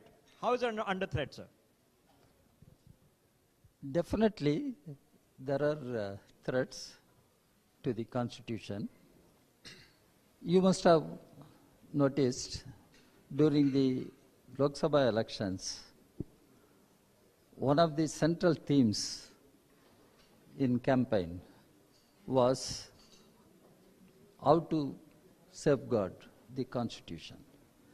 Because the very slogan, Char So Par, some leaders gave an impression if they get massive majority, they can replace the present Constitution, they can throw out the present Constitution. Definitely, there are threats to the Constitution. There are threats to the very foundational principles of Constitution. How to save the Constitution? Because it is not me, the prime architect of the Constitution, Dr. Ambedkar. When he was speaking while presenting the Constitution, he gave the caution, on 26th January 1950, India will become a democracy. That means government for the people, by the people, of the people. But the question is whether India will remain as a democracy with the Constitution or we will lose the Constitution. Okay, but this is what Ambedkar said. Ambedkar also had such doubts. What is going to happen to Indian democracy, Indian Constitution? Today but we Indian are democracy facing is doing well, sir, because you're General Secretary of the CPI. When we look at countries that have gone communist, those are the countries that have become dictatorial, that have become autocratic. It's the Congress that imposed emergency in this country. Why do we feel suspicious? Is it the BJP that will demolish the Constitution? If anybody is to fear, it's the communists. I do not agree. You have your right to articulate your views, but it doesn't mean I should agree, because Ambedkar was under pressure, I am telling you. When we won independence, partition took place. After 1 year, Mahatma Gandhi was assassinated. The work on the Constitution was going. Ambedkar was under tremendous pressure to declare India as a theocratic nation. Ambedkar emphatically rejected that idea of theocratic nation. In fact, you are taking the name of Communist Congress. I am taking the name of some Hindu communal forces. They forced Ambedkar to declare Hindu Rashtra. Ambedkar said, if at all Hindu Rashtra becomes a fact, that will be the greatest calamity for India. I am not saying. Dr. Ambedkar gave this warning. And that's what one should understand, how to safeguard our Constitution. Okay, but again, safeguard from what? So let me be devil's advocate with Rakesh Sinha as well. Rakesh Sinha ji, now 15 years, all right. There's another election that will happen in 2029. Does the BJP intend to rule forever? And if you get a 300, 400 majority again, will you convert India into Hindu Rashtra? Doesn't make a difference what the constitution says. D. Rajaji is my good friend, but I like to correct him. In the entire discourse of the Constituent Assembly, there is not a single demand for Hindu Rashtra. Not a single member raised the issue. I don't know from where it may be in the Communist dictionary. And the Constitution is not a dead book. It is a lively. And when Constitution is progressing or Constitution is being attacked, it's just by the behavior and the action of the ruling party. Tell me one instance since 2014, Narendra Modi ji came into power, that BJP or the Prime Minister did anything which is going against the Constitution. Rather, he's quoting Ambedkar. Dr. Ambedkar talked about the social democracy. A social democracy is not by slogan, it's by substance. By empowering women, by empowering the farmers, by empowering the Dalits and tribals, OBC, the Prime Minister created a situation for the social democracy. But I'm coming to the core question. Who attacked the Constitution? D. Rajaji is a communist, and he remembered that time the Communist Party was not undivided Communist Party. First elected communist government in Kerala, led by EMS Namudripad. And Nehru had thrown out the elected government of Communist Party in Kerala. That time debate in the Lok Sabha and Rajya Sabha, you go through the debate. And it was the prediction of the communist parties that if Congress party would continue, the Constitution would be thrown out in the dustbin. I'm talking about the first amendment. After the enforcement of the Constitution, you see the two constitutions, American Constitution, our Constitution. America, the first amendment was the enlargement of the freedom of right, protection of the press, protection of the right to speak. But India, the first bill after 15 months of the Constitution was the curbing the press. And the Home Minister, the then Home Minister Rajaji told, just like a headmaster keeps a stick but does not like to use it, we are keeping a stick against the press. We will not like to use. So it is a progressive deterioration of the opposition politics led by Congress, which led the erosion of the constitutional value. I don't want to again and again remember emergency, but just one instance I will tell you. How cruel and emergency was and coercive emergency was, we cannot imagine. B.M. Sinha was a journalist. He was a very known journalist. He was arrested and his mother died. The reason of arrest was he was expected to spy his own colleagues and comrades, journalists. He refused. His mother died. He wanted to join the funeral of his mother. He was not allowed. So I think if you see the history of the Congress, and that time D. Rajaji's party, Communist Party of India, was completely in collusion with the Congress Party. They were, when Jayaprakash Narayan was fighting for the liberty of the people, democracy, then Communist Party and Congress Party was organizing international anti-fascist conferences in Patna and other places. So I think that for the if any degeneration in the constitutional morality, I not say the degeneration of the constitution, constitutional morality, the communists and the Congress both are responsible. Okay, I say that communists are equally responsible. They don't have commitment for the Constitution. Okay, I'll give him a chance to respond, but before that, Rakesh ji, it is a conundrum because we are trapped in a loop. If during emergency the preamble is changed and words are added, if 40 years later you try to remove those words, you are being accused of tampering with the basic structure of the Constitution. Why should the words secular and socialist be removed from the preamble? You know, those people who again remember Dr. Ambedkar and says that Ambedkar's constitution should not be changed. I am reminding the people that in Constituent Assembly there was a member K.T. Shah. He brought the proposal that in the preamble of the Constitution, socialist and secular words should be added. It was Dr. Ambedkar who opposed. He said no requirement, kindly don't imprison your future generation. Constitution, he said, Constitution is a mechanism for managing the governance. Constitution is not the mechanism to imprison the people. So I think that what if we are going to do, we are going to show our commitment for Dr. Ambedkar's values. Okay, so Mr. Raja, why is it okay for an emergency government 40 years ago to change Dr. Ambedkar's constitution? Why was that okay?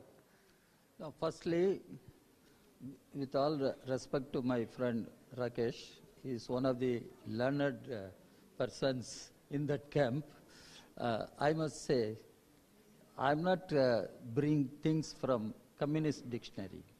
I can very well quote RSS dictionary, from Golwalkar to anybody. I can quote. I'm not doing that. The point is, we have a constitution. That constitution gives 3 definitions. 1, India should continue to be a democratic republic, number 1. Democratic republic. It means secular democratic republic. 2, Indian state should be a welfare state. State should ensure all means of livelihood to all its citizens, men and women. People should have the right to live with dignity. This is what Constitution says. 3rd, India, that is Bharat, union of states, union of states. In fact, originally Ambedkar talked about United States of India, but when he drafted the Constitution, he opted for union of states. Now, union is undermined, one nation, one elections. We can debate on those issues. But coming back to democracy and emergency, of course, emergency was opposed, we condemned, but the point now we are discussing, now what are we discussing? Why we discuss constitution? Why Parliament should discuss constitution? We observed the 75th anniversary of the constitution. Yes. Everyone who went outside, who saw Ambedkar statue, touched his feet. But what is happening actually? No, what is happening? What is the issue? What is happening that you're saying this is a red flag? Listen to me. Constitution preamble says liberty, equality, fraternity. But everybody agrees with that. Who disputes this? Who is agreeing? What is happening in practice? Where is the fraternity? Why communal conflicts are taking? Why atrocities against Dalits, tribals are on increase? Why atrocities on women are on increase? Are we not responsible? If we have that commitment to Constitution, we should stand up for the welfare Mr. of... Raja, you critique your own country, but you don't critique China. You won't. Which communist country is a democratic country? You critique our own country, but why not critique the others who are communist countries? They're not democratic. If you want to discuss communist countries, you have a separate discussion. I will have a discussion with you. And some people... Is China a democratic country? Some people ask me, oh, America is not welfare state. I asked, if America is welfare state, why Black Lives Matter? Why that agitation emerged? Still it is continuing. So let us not discuss those. Let us discuss our own country.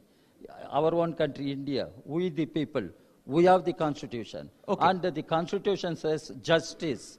Justice, social, political, and economic. Okay. And where is the... No, let me finish. Where is the justice? In India, what is the problem? Caste, patriarchy are major challenges. Okay, let me take a question first. Let me take a question first, because this became controversial. Rakesh Sinha, you know this, sir, that just a few months ago, a G20 was held, and for the first time we saw the placards that read Bharat. It didn't say India. Now, there is a technicality because the constitution says India, that is Bharat. But people say first you do Bharat, then you add Hindu Rashtra, then you do Ram Rajya. That's what they fear.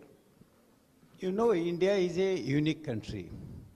Unique in the sense that other countries' history, you go through the history of any country of the world, it is 500, 600 years.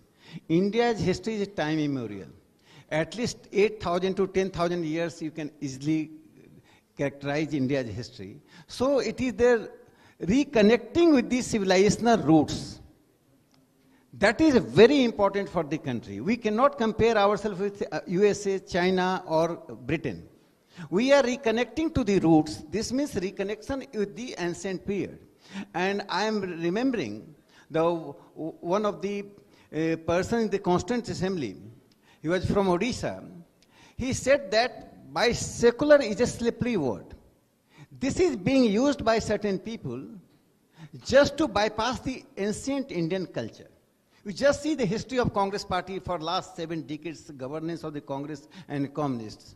What happened? The ancient Indian history has been completely shrugged off from the history book. Now we know the sacrifice of Guru Tegh Bahadur. Can there be any parallel? A person is sacrificing his life for the freedom of religion, not for the Hindus. He was fighting for the freedom of religion. Can there be any parallel of Guru Gobind Singh, any father in the civilizational history of the world, not in India, not in Europe, entire civilizational history of the world, that he is sacrificing 2 sons, minor sons. What for? The freedom of religion. Dignity of the people. You cannot convert the people. But that's the point. So I'm just concluding. So India's history has been the history of suppression of the Hindus. And you just imagine that Hindus population is going to be less than 50%. India can be automatically theocratic state, whether Islamic state or Christian. I'm completing. And one question for the D. Raja, that you can you tell that the part of India, Bangladesh and Pakistan, once Afghanistan was part of India, and they are the theocratic state. Okay, we are secular because Hindus are in majority. The moment Hindus would be in minority, India would be a theocratic state. Let him respond. Like D. Raja, respond to that.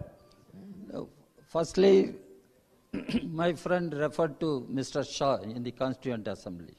When Mr. Shah asked Ambedkar, why can't you put that word socialist?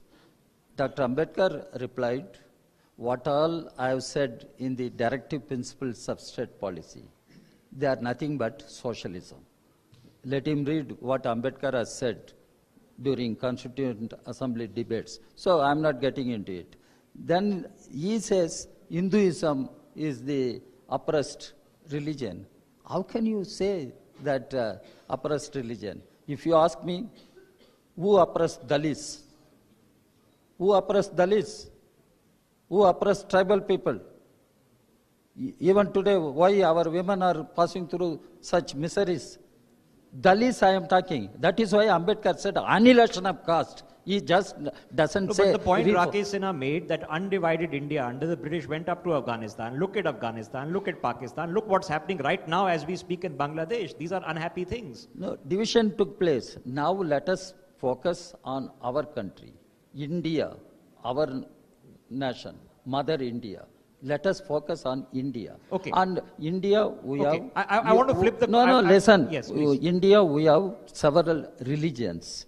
And we must have religious harmony, communal harmony. That is what has been said in the Constitution, Article 25. Then you go another subsequent articles. Okay, we are all believers in religious harmony, so let me turn the question around. No, people have the right to follow any faith. I have limited time, so I want to... We should uphold that right. Okay, let me turn the question around. Rakesh Sinha, we are seeing a constitutional crisis in Sri Lanka, constitutional crisis in Bangladesh. Nepal has just come out of constitutional crisis perpetually in Pakistan, you in South Korea. Is it not reasonable for the opposition to say that even the constitution as it exists 75 years later should not be taken for granted? It needs to be protected constantly.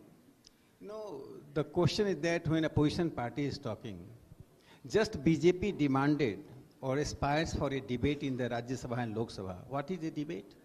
George Soros, a 94-year-old billionaire, is declaring from Europe that he would destroy Narendra Modi government. Who is he? Democracy and sovereignty are not threatened by the men in uniforms. It is also threatened by the men without uniform, and George Soros is example. There is a relationship between George Soros and the Congress. And one question to G. Rajaji, he is talking about Dalit. Communist Party and Congress Party have alternatively ruled in Kerala. And there is tremendous untouchability. Who is responsible? Why not you are bringing social legislation? Okay. So I think that it is a communist and Congress hypocrisy. Okay. When they talk about I'm out of time. I'm out of time. 30-second response, Mr. Lal, last word. No, my friend should know He refers to Kerala. I am telling you, Kerala is the #1 state as far as literacy is concerned. Why it happened? Here many learned people are there. They must know. There was one revolutionary, Ayyan Kali. He represented Dalits. He started the agitation. He did not ask, open the gates of temple, this temple, that temple. He said, open the gates of school. My children should go. My untouchable children should go and read. That is how Kerala moved to this extent and emerged as #1 state as far as literacy is concerned. The other thing, he brings so many issues. I can ask the electoral bonds. I was in Parliament. When it was brought, I opposed it. Mr. Arun Jaitley was the finance minister. Then it was brought as a finance bill. Okay. Now who gained through the electoral bonds? Even the Supreme Court has said it is unconstitutional. It is BJP which looted and amassed money through the electoral bonds. I know this is a never-ending conversation. We've run out of time, and I know this conversation will happen in Parliament. I know it'll continue with you two gentlemen as well. There are so many hot topics, but for engaging with us on it, we'll leave the open questions to pick up on the next session as well. Rakesh ji, Mr. D. Raja, thank you so much for taking out time for the third Law and Constitution Dialogue, sir. Thank you very much. Thank you. We will have discussion on specific issues. For sure, sir. We'll sit down. Look forward, sir. Okay. Thank you. Thank you so much once again, Mr. D. Raja and Mr. Rakesh Sinha, for joining us. Please do accept a token of our appreciation for joining us at the third Law and Constitution Dialogue. That's a copy of the Indian Constitution being presented to Mr. D. Raja, and we also have a photograph of the first session of the Constituent Assembly.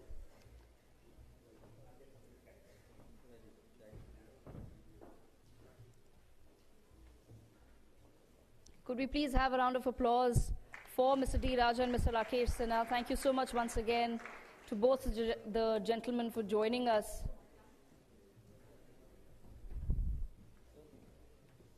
And with that, ladies and gentlemen, we move to our next impactful session. We have with us Shri Sudhanshu Trivedi, Member of Rajya Sabha.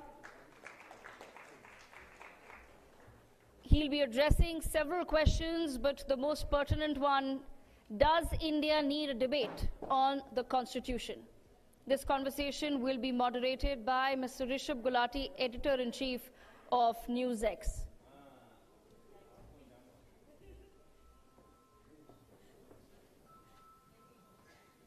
I request Sudhanshu ji to please join us on stage.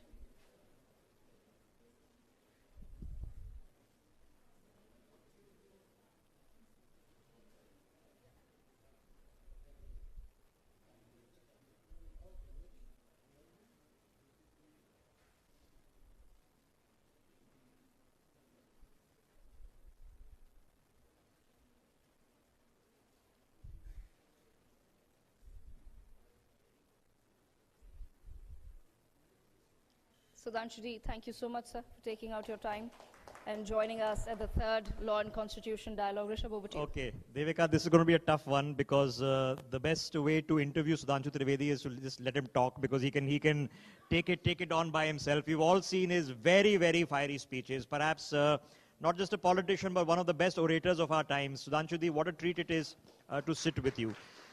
There is a debate going on for 2 days in the Lok Sabha, then following 2 days in the Rajya Sabha on the Constitution. Is there a debate, sir? Are we doing a tribute to the Constitution, or are there serious matters that require a very serious consideration? I just want to point out that you are saying this in this session since last few days going on. Can you remember any of the sessions in the last 3-4 years when there was not a problem during the process of session? Always there was a ruckus whenever the Parliament is in session. And sometime or the other, just before the session, some scrupulous news emerges in the Western media, and then everything starts going on here. So it is a typical characteristic of the last few years. And I would like to give an example. This month, 25th of November, the session was starting, and 20th of November, a US Attorney report has come. Now you just go back. In the month of August, when monsoon session was there, then the report against SEBI came. If you remember that the parliament session was starting on 30th of January 2023, on 24th January, the report on Hindenburg came. If you remember, on 18th of July, Manipur video came. On 19th of July, monsoon session was starting in 23. If you remember, in 22, on 19th of July or 18th of July, Pegasus report came. On 20th of July, the session was there. You go way back. On 3rd of February 2021, the reports against farmer came and the parliament was in session during the budget session. And every time there was a ruckus. तो अब इसमें क्या कहा जाए, उधर से चुटकी बजती है, इधर से ताल लगती है, उधर से कहते हैं मिले सुर मेरा तुम्हारा, और फिर पार्लियामेंट में बवाल हो। चुटकी कौन बजा रहा है? अब ये तो समझने वाली बात है, सबको समझ में आ रहा कौन बजा रहा है। वही लोग बजा रहे हैं जिन्होंने प्लेज कर रखा है कि I have pledge $1 billion to remove the Modi government, which has never happened in the documented history of the country, when a billionaire sitting outside has openly said that I have put so much amount of money to remove the Modi government. So are you saying that that they are taking cue from a George Soros, or are you saying they are following instructions from a George Soros? What I am saying, I have given you one sequence, complete. Then you yourself can draw a conclusion कि जो कुछ वहां बोला जा रहा है वो यहां हो रहा है. दूसरे examples हैं कि there are so many things like Salil Chetty, who is a vice president in their foundation. He was with Rahul Gandhi ji in Bharat Jodo Yatra. Sonia ji was there in that institution which is financed by Soros Foundation. So it is very evident in the public. I don't think there is any scope of debate. And further I would like to extend. ये आज के थोड़ी source की बात है. अरे भैया ये तो 40 साल से चल रहा है. Whenever a scrupulous and suspicious person in West arises, he is having some relation with the top leadership of the Congress party. In 1984 during the Bhopal tragedy, Warren Anderson किसने भगाया था? कनेक्शन किससे निकला? ऊपर से. Then the Bofors frame, Ottavio Quattrochi, किससे connection? Top leadership से. Then Guido Heskey, Augusta Westland fame, connection ऊपर से. Christian Michel, connection top leadership के साथ. Even if you remember Volcker report, Paul Volcker's report in 2006 on the oil coupons, the Saddam Hussein has directly given money to Congress party, and now Soros. So from 84 to 2024, ये हमेशा. But Sudhanshu Trivedi, the Congress says that, listen, because the agencies under your government do not investigate your own government, that's why all the leaks have to come, all the cases have to come, corruption scandals have to come, then they have to come from abroad. So in 84, our government was there. During the time of Quattrochi, our government was there. The time of Guido Heskey, another 2010 issue, it is there. It was not our government. और ये मैं पहले भी बोल चुका हूँ, ये frivolous charge है, जो वो कहते हैं, जैसे बहुत से लोगों ने कहा ना कि वो केजरीवाल जी जेल चले गए तो he was the first chief minister. Again, I would like to remind, Sonia जी और राहुल जी जिस मैटर के ऊपर बेल पे हैं, वो 2013 अक्टूबर में स्टार्ट हुआ by the Delhi High Court. It was not by our government. अब ये बताइए, कणिमोजी जी जेल गए 2013 में और ए राजा हमारी गवर्नमेंट थी. ये Suresh कालमानी went to jail in 2010, हमारी गवर्नमेंट थी. Shibu Soren went to jail in 2006, हमारी गवर्नमेंट थी. Karunanidhi went to jail in 2000, Jayalalitha went to jail in 1996, Lalu Prasad Yadav went to jail in 1997, Jharkhand Mukti Morcha bribery case 1994, Rajiv Gandhi पे allegation 87, FIR 1990. Sir क्या बात कर रहा है कोई अगर ये कहे कि साहब हमारी government. But you've had 12 years of government. How many convictions have we seen in political corruption? Because you saw 12 years ago, the corruption was the biggest issue. There was 2G, there was coal scam, CWG scam. It's all gone. We don't talk about it anymore. Definitely. The conviction and final conviction is a process which is related to the judicial process. And in our country, the judicial process takes time. And that's why the Bharatiya Nyaya Sanhita लाई गई है, ताकि वो delay ना हो. And in this context, I would like to remind, इस देश में सबसे बड़ा एक ऐसा crime हुआ, which doesn't need any evidence. Prime Minister was killed by her security personnel in Prime Minister house. 31st October 84. कितना समय लगा कन्विक्ट करने में? 5 years. 1989. जब आपकी पार्टी नहीं आपके बेटे की सरकार थी. Why? Every proof was there. But still the process took 5 years. So that's why there is a procedure of judiciary which takes long time. All right, let's take an example, because I am going to make a supposition. I can't say as a fact that a particular prime minister of a neighboring country goes to visit China. She spends 10 or 11 days. She comes back. There are nothing happening in the country. Suddenly protest takes place. Two weeks later, she is now taking political asylum in India. And a person who was working for the Clinton Foundation now takes over in an undemocratic fashion. So if we assume that this is not a coincidence, that this is what you suggest, somebody is doing chutki, what are we doing to fight back? सिर्फ इतना ही नहीं है. What happened in Bangladesh, you can see what happened in Sri Lanka, what happened in Pakistan, what happened in Afghanistan, even the turbulence in Nepal. हमारे इर्द गिर्द में सब जगह तो वो है. सिर्फ यहां पर इसलिए स्टेबिलिटी है कि मोदी है तो मुमकिन है. We are having such a strong, capable, far-sighted leadership, and our systems are robust. That's why they are unable to play any game. They are playing, but they are unable to get the desired result. No, but why do we hesitate from playing the game back? If we are saying that a New York prosecutor can file a charge sheet talking about allegedly corruption taking place in India, mostly in opposition-ruled states at that point of time, why cannot we prosecute a Hunter Biden and issue him summons? He's also accused of corruption. He's been pardoned by his father, the president. हाँ, अब देखिए आपने देखिए कितनी अच्छी बात बता दी कि उनके फादर ने उनको पार्डन कर दिया है. और they used to give us the sermons of transparency, justice, equality of all. That itself is an example कि वो अपने बारे में क्या आचरण करते हैं, जिसे हिंदी में कहावत होती है ना, पर उपदेश कुशल बहुतेरे. And on this issue, for the first time you have seen that our government has taken such a firm stand that you cannot comment on our internal issues. आपने कभी इससे पहले ध्यान दिया था? कभी ऐसा हुआ? अभी देखिए फॉरेन सेक्रेटरी गए Dhaka. After that, they have arrested 88 people. Just, you can say it is because of that, but there's a 24 hours gap. 75 cases were registered and 88 people were arrested. So that's why we are saying that a very dexterous diplomatic policies has been executed by Prime Minister Shri Modi. I just want to give 2 examples. Russia has given us S-400 anti-missile system, which it has given to nobody. We are the only country. And America is done an agreement to give us Predator drones, which they have not given to any non-NATO country. We are the first non-NATO country to get the Predator drone, and we are the only country to which Russia has given S-400 anti-missile system. It's only possible under the leadership of Modi ji. You never would have found कि Biden ने भी अपने घर में उनको special dinner दिया और Putin ने भी दिया. In a span of just 3 weeks, you have seen he was hugging Putin also, and he was hugging Zelensky also. So our diplomatic policy, which has started with the non-aligned movement, has come to the position of all-aligned movement. अब सब हमारे साथ हैं. एक ज़माने में हम किसी के साथ नहीं. But it's also sometimes convenient that every time you critique the government, you are saying you are anti-India. Okay, you are sold out to the billionaires. You are working with Soros. How does an opposition critique your government, ask you questions, demand answers, whether it's on billionaires, whether it's on port deals, on solar plants, without being accused of being anti-India? हाँ, वो जो आपने बात कही वो बिल्कुल सही है. ये बताइए सोलर की एनर्जी की कंपनी को लेके हुआ है?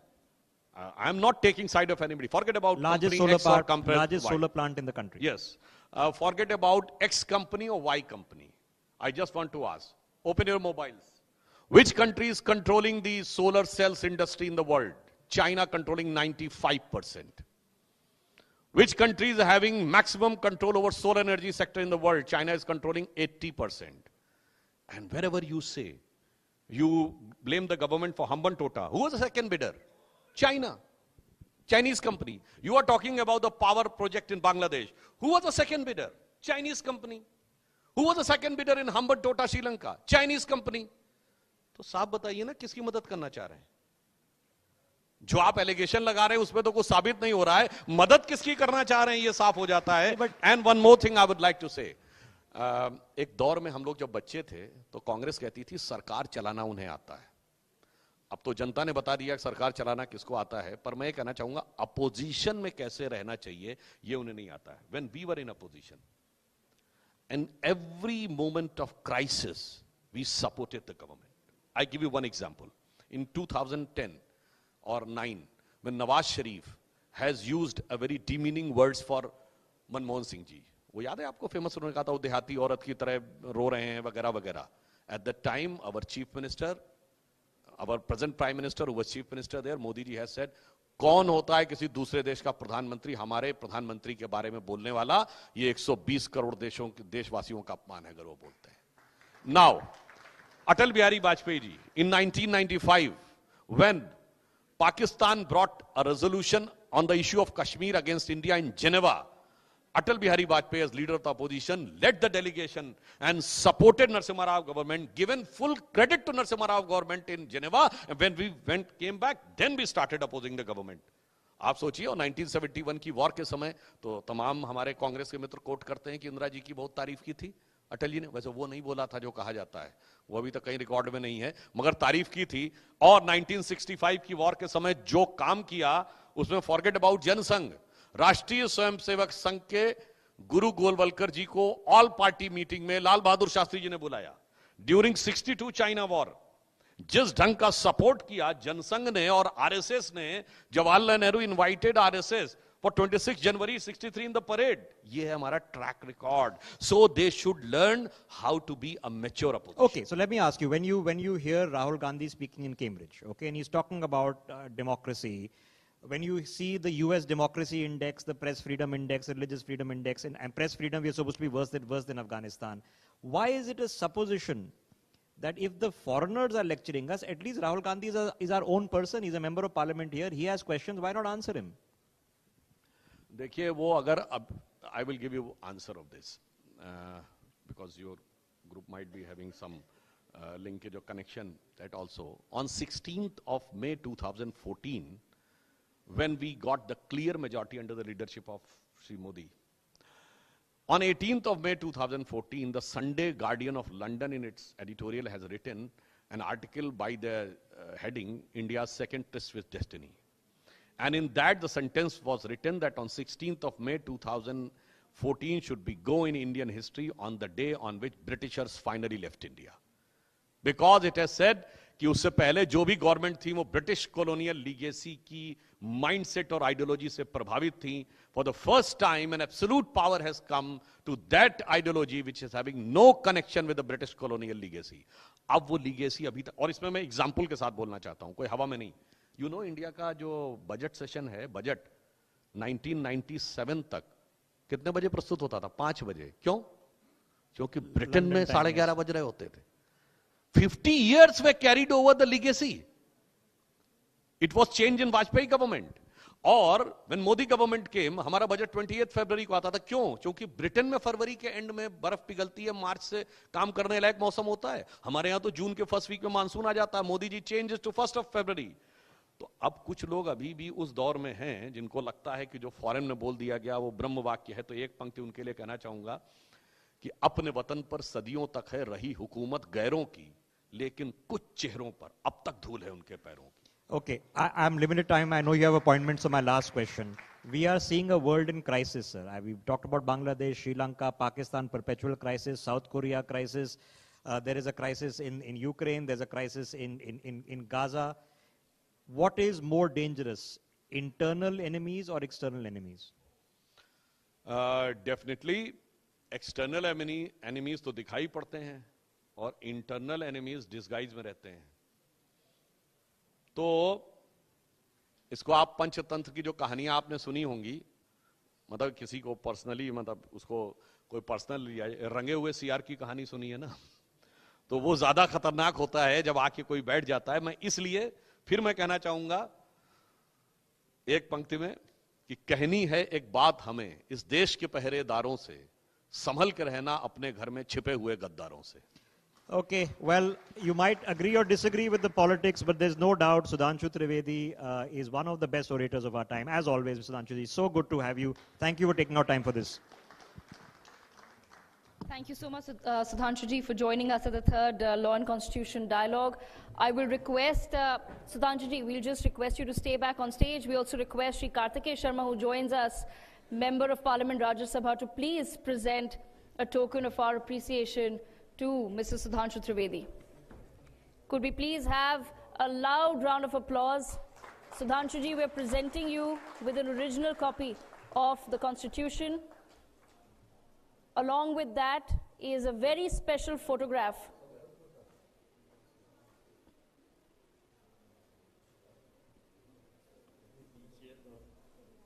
Along with that, sir, there's a very special photograph of the first session of the Constituent Assembly.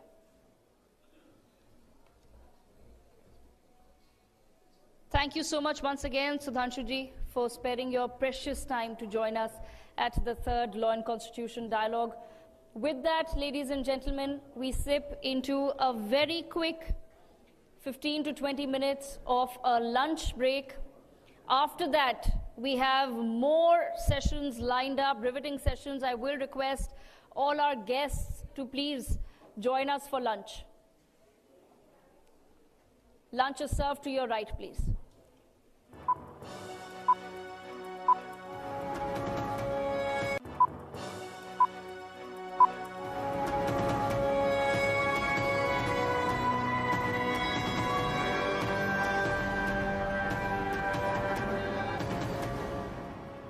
We are the mainstream media's dedicated platform to serve India's legal community.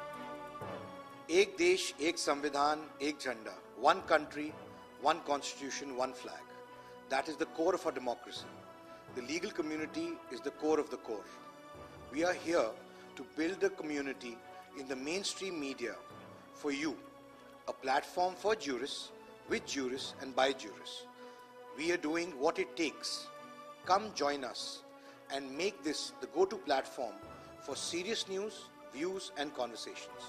100 episodes of Legally Speaking have aired on NewsX, India's first and only primetime national television news show dedicated to the legal community. More than 100 dedicated columns published in the Sunday Guardian in print and online. More than 1,000 dedicated columns published in the Daily Guardian in print and online, with a dedicated website. Today, law is a very popular profession. Today, a lot of people want to join the law. We need to meet the parameters of the offences. With deep dives. In a constitutional court, there are lots of cross tensions. We have to have very good trained mediators of established reputation. With legal luminaries from across the world. How much can a person be surveilled in the future? This is a role of court. Unlike other countries, our two nations have a commitment. In-depth biographical interviews. I did huge number of cases. For the first 3 months in Cambridge, I was a very active debater. Full live prime-time telecasts of the Ram Jethmalani Memorial Lectures organized by Mahesh Jethmalani. Overwhelming thank you to NewsX and the Sunday Guardian Foundation for not only telecasting live this event, but for the relentless publicity campaign that preceded it. It has been a great honor reminiscing the legacy of Ram Jethmalani, one of the greatest of our times. Hosting the Will of Steel Awards in the memory of Ram Jethmalani on his birth centenary year in 2023. The largest legal and public service journalism awards in the world, with the award winner receiving 12 lakh rupees. Full live telecast of the L.M. Singhvi Memorial Lecture, organized by Dr. Abhishek Manu Singhvi. The practice of democracy through universal adult franchise is not just limited to Delhi, but is happening in the remotest parts of India. And the first Law and Constitution Dialogue, hosted by Legally Speaking, with Justice Suryakant in 2022. Media has a heightened responsibility due to the greater power that it enjoys. The power to shape the views and attitudes of hundreds of millions. Live primetime telecasts of the Justice J.S. Verma Memorial Lecture, organized by Vivek Tankha. Justice J.S. Verma, the iconic man of this place. Our aim is to curate quality conversations with eminent jurists which take forward jurisprudence, also inform, educate, stir debate. This is what has been our aim at Legally Speaking.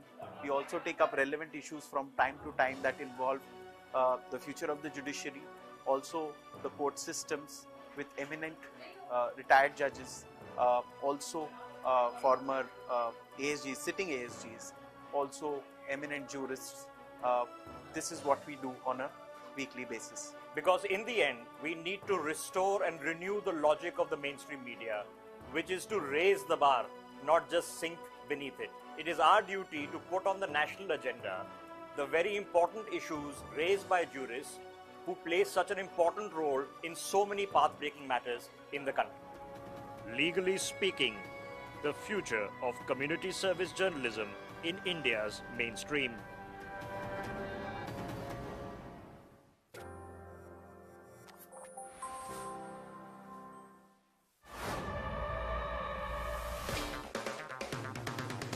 India's most credible journalists presenting you news, views and impact stories from India and across the world.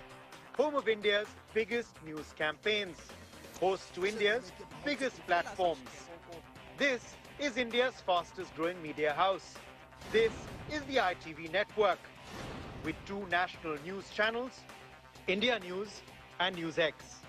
ITV network has 6 regional news channels with landmark news events. Our viewers love to connect on their platform of choice and making news and information available at fingertips. ITV network has 5 newspapers, winning hundreds of awards as a testament to the value we bring to India's people.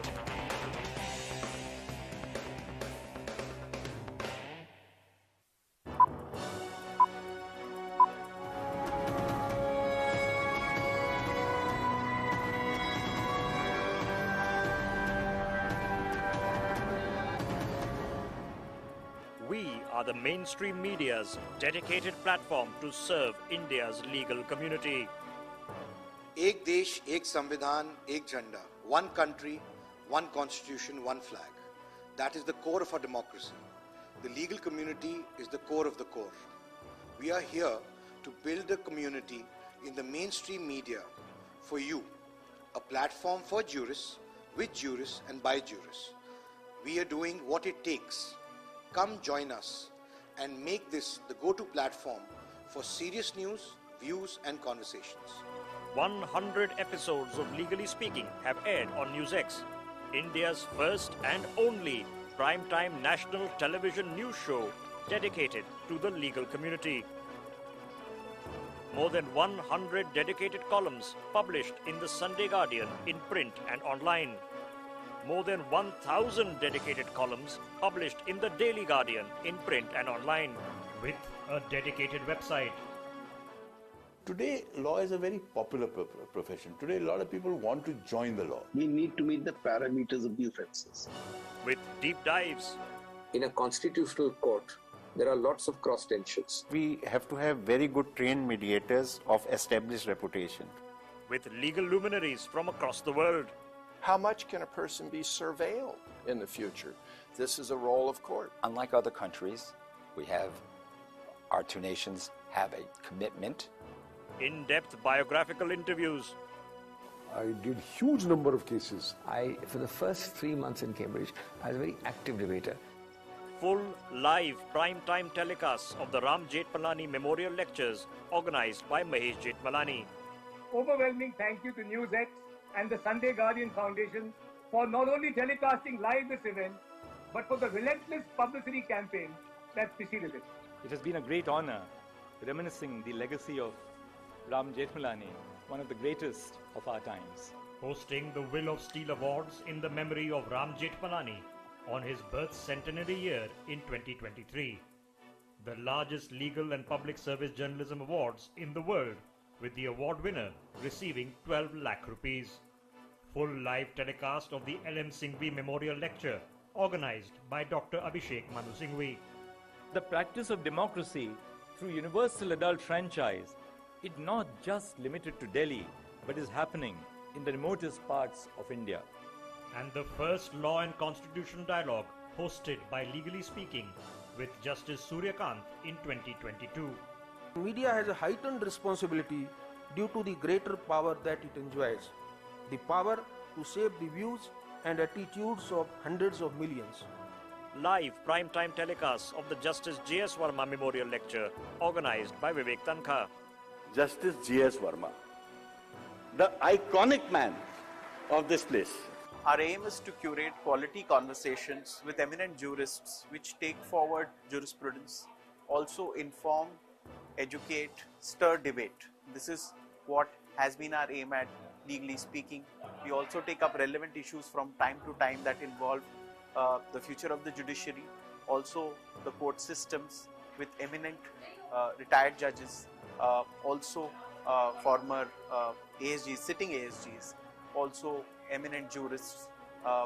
This is what we do on a weekly basis. Because in the end, we need to restore and renew the logic of the mainstream media, which is to raise the bar, not just sink beneath it. It is our duty to put on the national agenda the very important issues raised by jurists who play such an important role in so many path-breaking matters in the country. Legally Speaking, the future of community service journalism in India's mainstream.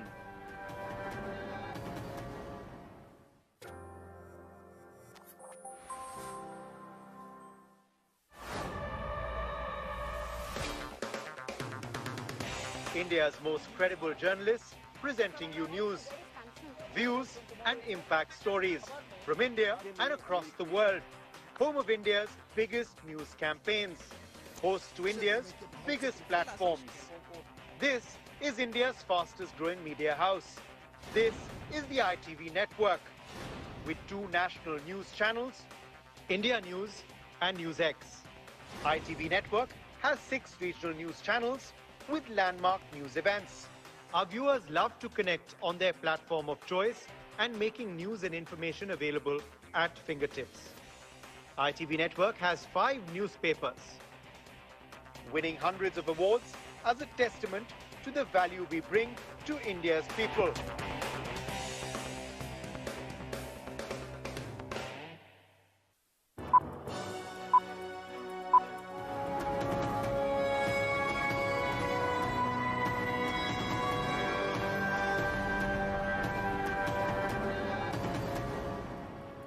We are the mainstream media's dedicated platform to serve India's legal community.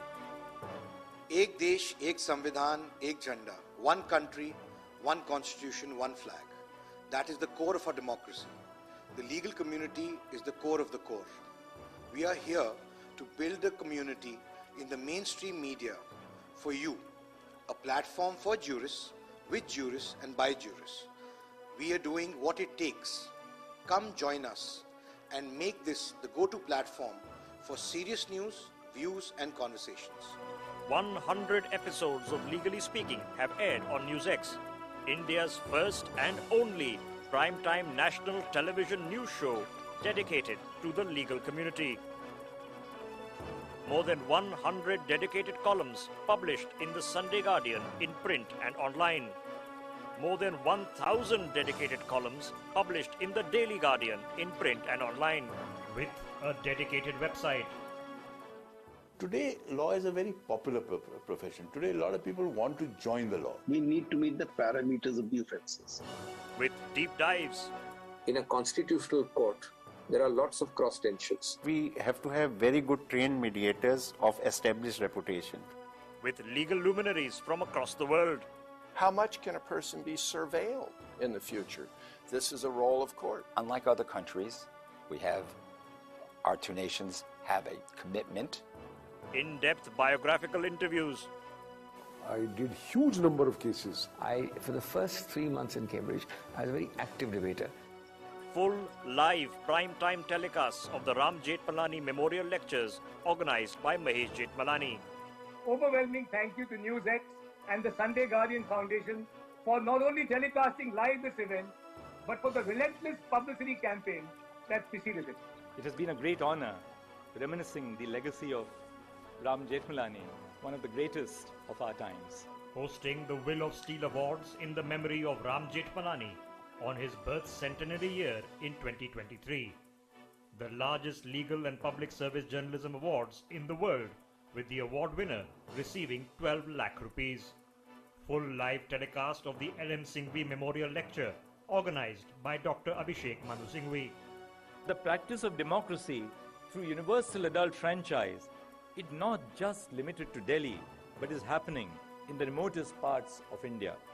and the first Law and Constitution Dialogue hosted by Legally Speaking with Justice Suryakant in 2022. Media has a heightened responsibility due to the greater power that it enjoys, the power to shape the views and attitudes of hundreds of millions. Live prime-time telecasts of the Justice J.S. Verma Memorial Lecture organized by Vivek Tankha. Justice J.S. Verma, the iconic man of this place. Our aim is to curate quality conversations with eminent jurists which take forward jurisprudence, also inform, educate, stir debate. This is what has been our aim at Legally Speaking. We also take up relevant issues from time to time that involve the future of the judiciary, also the court systems with eminent retired judges, also former ASGs, sitting ASGs, also eminent jurists. This is what we do on a weekly basis. Because in the end, we need to restore and renew the logic of the mainstream media, which is to raise the bar, not just sink beneath it. It is our duty to put on the national agenda the very important issues raised by jurists who play such an important role in so many path-breaking matters in the country. Legally Speaking, the future of community service journalism in India's mainstream.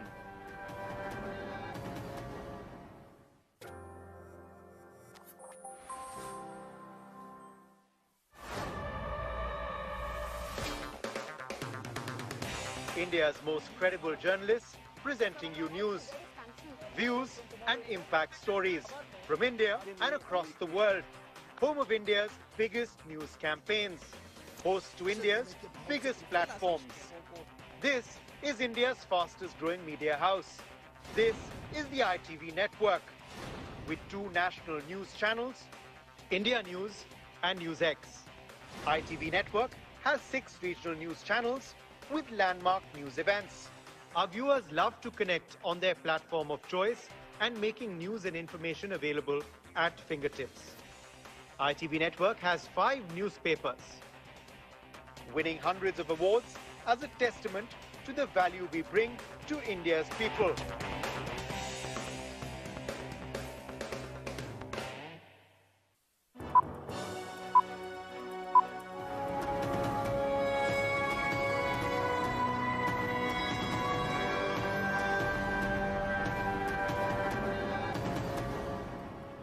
We are the mainstream media's dedicated platform to serve India's legal community.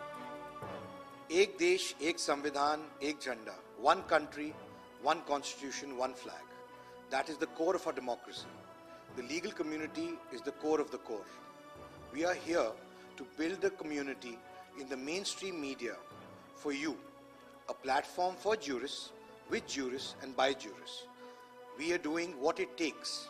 Come join us and make this the go-to platform for serious news, views and conversations. 100 episodes of Legally Speaking have aired on NewsX, India's first and only prime-time national television news show dedicated to the legal community. More than 100 dedicated columns published in the Sunday Guardian in print and online. More than 1,000 dedicated columns published in the Daily Guardian in print and online, with a dedicated website. Today, law is a very popular profession. Today, a lot of people want to join the law. We need to meet the parameters of the offences. With deep dives. In a constitutional court, there are lots of cross tensions. We have to have very good trained mediators of established reputation. With legal luminaries from across the world. How much can a person be surveilled in the future? This is a role of court. Unlike other countries, our 2 nations have a commitment. In-depth biographical interviews. I did huge number of cases. For the first 3 months in Cambridge, I was a very active debater. Full live prime-time telecasts of the Ram Jethmalani Memorial Lectures organized by Mahesh Jethmalani. Overwhelming thank you to NewsX and the Sunday Guardian Foundation for not only telecasting live this event, but for the relentless publicity campaign that preceded it. It has been a great honor reminiscing the legacy of Ram Jethmalani, one of the greatest of our times. hosting the Will of Steel Awards in the memory of Ram Jethmalani on his birth centenary year in 2023. The largest legal and public service journalism awards in the world, with the award winner receiving 12 lakh rupees. Full live telecast of the L.M. Singhvi Memorial Lecture, organized by Dr. Abhishek Manu Singhvi.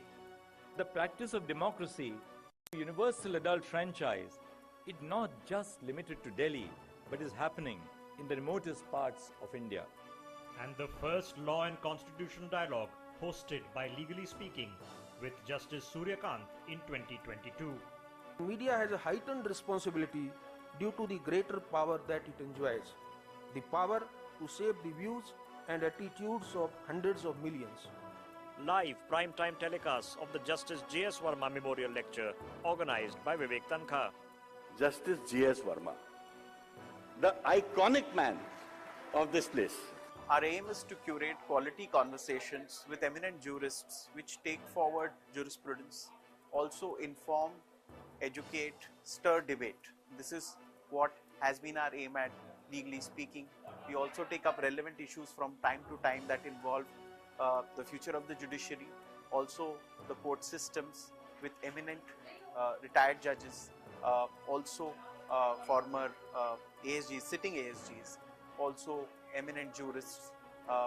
This is what we do on a weekly basis. Because in the end, we need to restore and renew the logic of the mainstream media, which is to raise the bar, not just sink beneath it. It is our duty to put on the national agenda the very important issues raised by jurists who play such an important role in so many path-breaking matters in the country. Legally Speaking, the future of community service journalism in India's mainstream.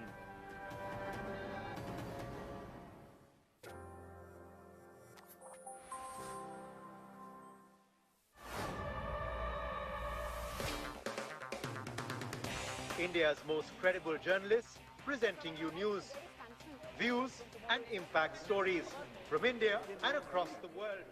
Home of India's biggest news campaigns, host to India's biggest platforms. This is India's fastest growing media house. This is the ITV network with 2 national news channels. Ladies and gentlemen, could I request you to kindly take your seats? Your plates are welcome inside and you can grab a seat, please. Could I request some of my colleagues at the back to also tell those who have finished lunch outside to kindly return inside the boardroom so that we can start?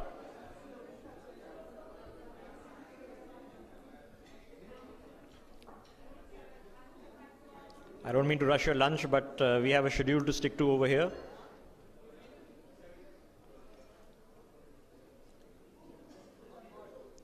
I'm going to once again request my colleagues to guide, all my colleagues who are looking here and there and waiting, I'll request my colleagues to guide the people outside to return back into the ballroom to kindly take their seats. Several people would have finished their lunch and they can join us as we begin the next session.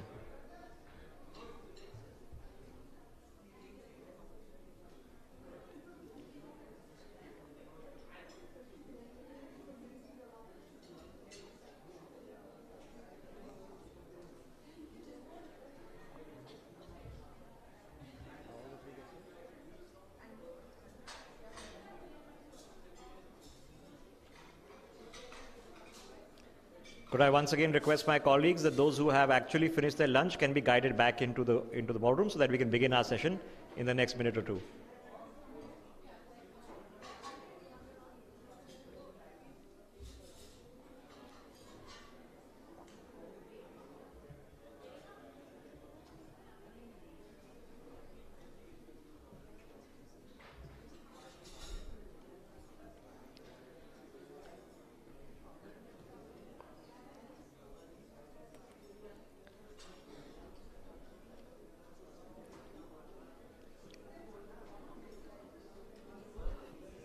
All right, ladies and gentlemen, our TV telecast is set to begin, so I'm going to kick this off and request Devika to introduce the next panel. We've had an excellent morning, and we promise that our evening sessions will be even better than what we witnessed in the morning. Some more pertinent conversations are lined up on the law, on the Constitution. without further ado, I'm going to introduce our next set of panelists as well as our next session. We have with us Ms. Malvika Rajkotia, founder, Rajkotia Associates Advocates. We have with us Ms. Manali Bhandari, an advocate, and also Ms. Alkanshi Dahar, founding and managing partner of Law Offices of India. They will be moderated by Ms. Priya Sehgal, editorial director of NewsX, on very pertinent questions that continue in the field of law. We're taking a break a little bit from the politicians and the politics, and we are moving now to another important conversation on aspects of divorce, inheritance, women and men, and everything in between. I request everyone in the hall to please find a seat for yourself so that we can proceed with the next session. Thank you so much, Malvika Rajkotia, Manali Bhandari and Alkanshi Dahar, for joining us. Priya Sehgal, over to you. Thank you, Devika. And, we are the unfortunate between the food and the conclave. So we hope to get people here after the food for thought. But because the topic what we are discussing is a very important one. We're talking about women and the law, women's rights, and also the fact that, there are women's rights, but there is also huge misuse of that, the abuse of that. And we've seen recently what happened, to that techie Atul Kashyap, who actually committed suicide, alleging harassment, and he left a, 40-page suicide note. So taking that into account, what are the takeaways? Alka, I know you and I have been talking about this case, so I'll begin with you first. We've been talking about misuse of laws. So so then first tell me about Atul's case, then I'll take the story further. See, the Atul's case was, is it on? Hello, yeah. So the Atul's case was, I think, just, the boil had to come to a peak, and it did that. Notwithstanding that, we've all been talking about it for so many more years. Bottom line is that we do have all the acts. See, Atul's case was very unfortunate. It's so emotionally charged that whatever we say, you can't take away the fact that it was a tragic case which resulted in very, very bad, adverse, and unfortunate consequences. See, but like personally, the practical side of it is also entirely different. We do have cases where we do have this multiple millions of women who are actually suffering at the hands of the judiciary system. The system has to be revamped. The very fact that he committed suicide was unfortunate. But you really can't, I know this sounds politically very incorrect, but you really can't point it all on, I don't know the facts of the case, but you really can't say that the wife and the in-laws and all need to be put behind the bars. There are instances when the in-laws and the wives, they really don't do much, and in spite of that, the husband has committed suicide. I've had one of those very unfortunate cases. So it really depends on the individual. It depends upon the facts and the circumstances of the case, and we really can't say that the laws are being misused. But yes, in the last 1 week, 2, 3, 4 weeks, and in a month, the Supreme Court has also repeatedly said 498A has been misused, and yes, it has been misused. On the other side, you have to look on both sides of the coin. On the other side, too. 1 second, Alka. I request everybody, please keep silent at the back. We are also recording this for television and it's going live, so please keep silent. Sorry. Okay, now going back to what I was saying. Misuse of 498A. Misuse of 498A. So the laws have to be there because the Indian women are vulnerable, so they need these laws. But then again, the women are misusing it. It's the case of crying wolf all the time. When the real, genuine case needs the intervention of the judiciary, we all look at it with skeptical eyes and say, maybe, these guys are exaggerating it. In the end, to summarize, now what I will say is we need a robust judiciary. We have all the laws which are in place, but we need a robust judiciary and the implementation. That has to be done in a fair, timely manner, so people, be it husband or a wife, they both get justice. Fair enough. Manali, the fact is there are laws in place to protect women. But what happens when women misuse? So what are the checks and balances that can be laid, And if you've been following this case, if you would like to... Yeah, I have followed it a bit only, whatever came on in the media and all, because it just happened. And I agree, it's most unfortunate that, this gentleman took his life, and in his video he has blamed his in-laws and his wife. But I think we must not lose sight of the fact is that all these laws came into existence because of the atrocities that were being done to women in our country. Dowry deaths, let's not forget, dowry is still a very, very big problem in our country. And these are, there may be some amount of misuse, but I think we should not take away from the fact that there are a large number of women who are still suffering. And though there are laws, implementing those laws, getting something from, takes a lot of time. And it is sometimes not really, the system does not work fairly for women either. So one thing which I have noticed in my practice is that the only reason, I don't think people want to misuse laws. I don't think people want to come and tell a lie. But because sometimes they have nothing else left to negotiate with, and even it's not as if their spouses, their husbands or families are being so nice that, okay, you want a divorce, I'll give you, take care of the children, I'll take care of you. They are struggling so much for their basic needs that sometimes they feel that, maybe just putting some pressure may get them somewhere. And this is where I feel this is an unfortunate thing. Maybe if our law can address a system and a way in which we ensure that women will get something upfront, and not have to struggle for it, that would, I think, go in a long way. Because, filing a criminal case or a false case, it's a punishment even on the complainant. Nobody wants to do it willingly. Correct. Even sometimes in genuine cases, people don't want to do it because they don't want to go through that hassle of, dealing with a criminal case. So I really feel that I think we should not get swayed by a few cases which where there may have been some misuse. And even in this case, frankly, we should not just go on media this thing. I think a fair chance should be given to the family of the wife also to respond and see what actually happened. We don't know, maybe he had some other mental, because he's taken a very extreme step, so anyway, this is my view in the matter.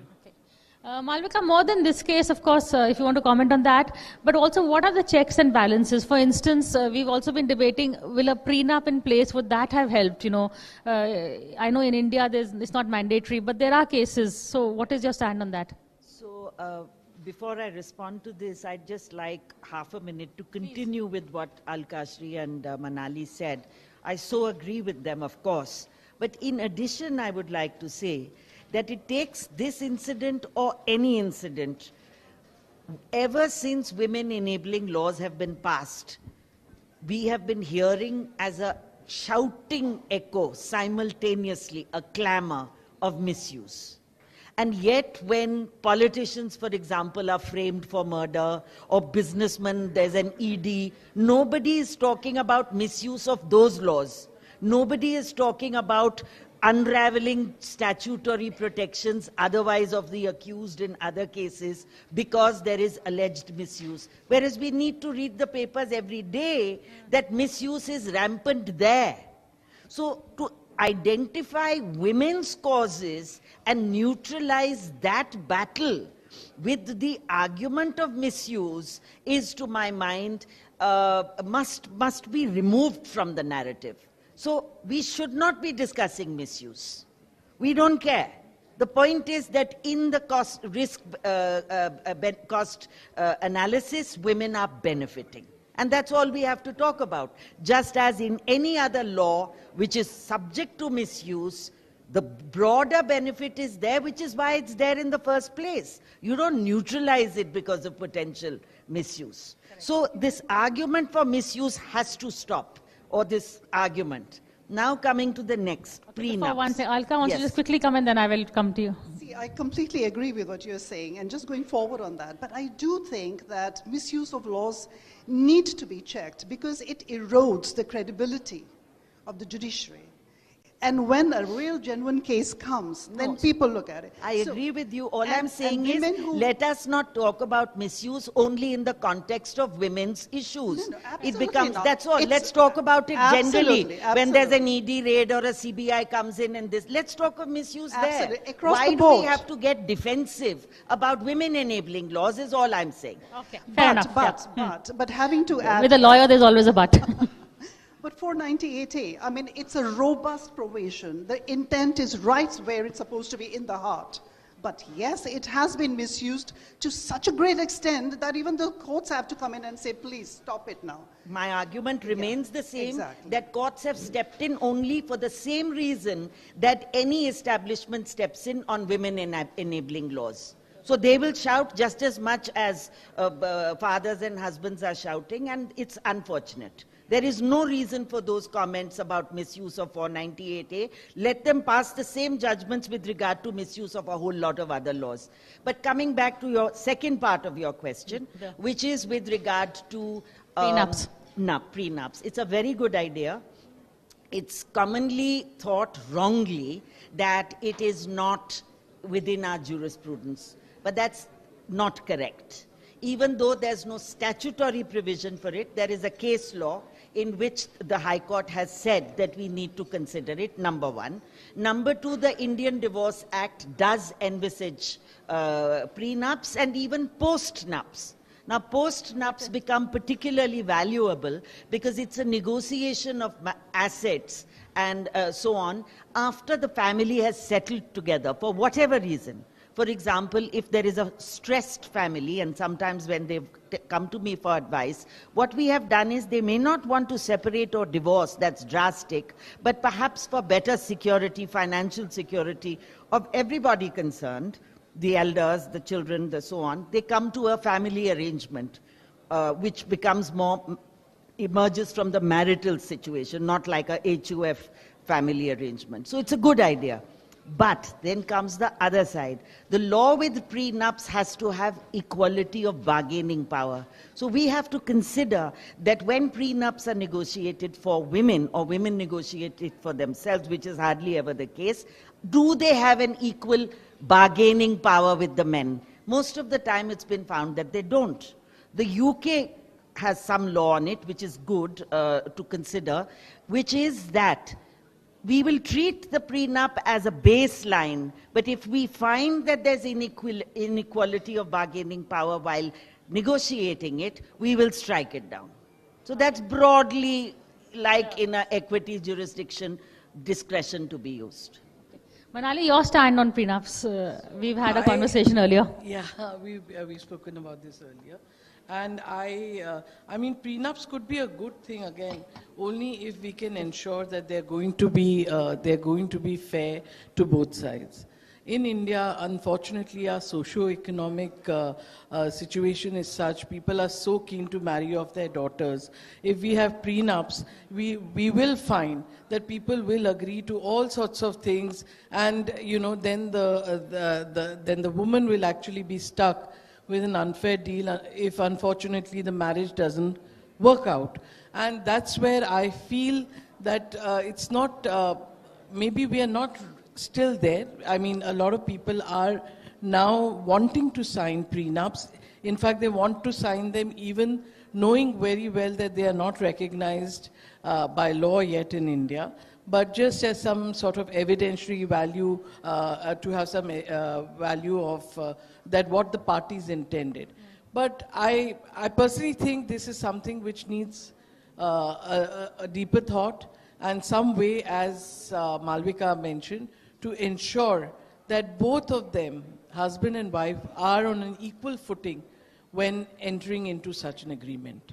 So this equal footing is the way I have an issue. Even at the time of prenup, your wife, the woman may not be on an equal footing. Post-nup is usually during times of stress. So again, there is no equal footing. So what is the, where do you stand and what is the solution?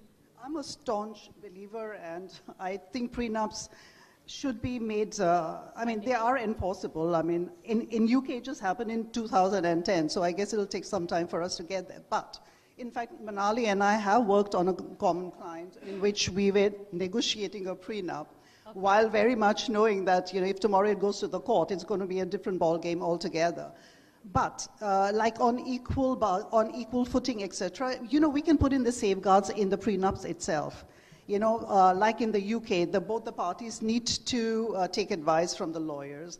28 days, you need that time period before you sign the prenup. So it's not on the last day they make you sign the prenup, because that will be a lot of influence and pressure on the parties. Financial disclosures have to be made in the prenups. So all this, I think, goes in a long way, because you see, practically speaking, again, when any marriage goes south, the husband and the wife are adults, they can kind of manage, but it's the children which are the greatest sufferers, and they are the biggest victims. Because, and I really do think if the prenups are made, at least it gives a kind of a guideline, a pathway, you know, to the court and to the family and to the husband and wife, that this is where we agreed upon. Of course, there are certain things like the custody of the child, etc., which you can't put in a prenup.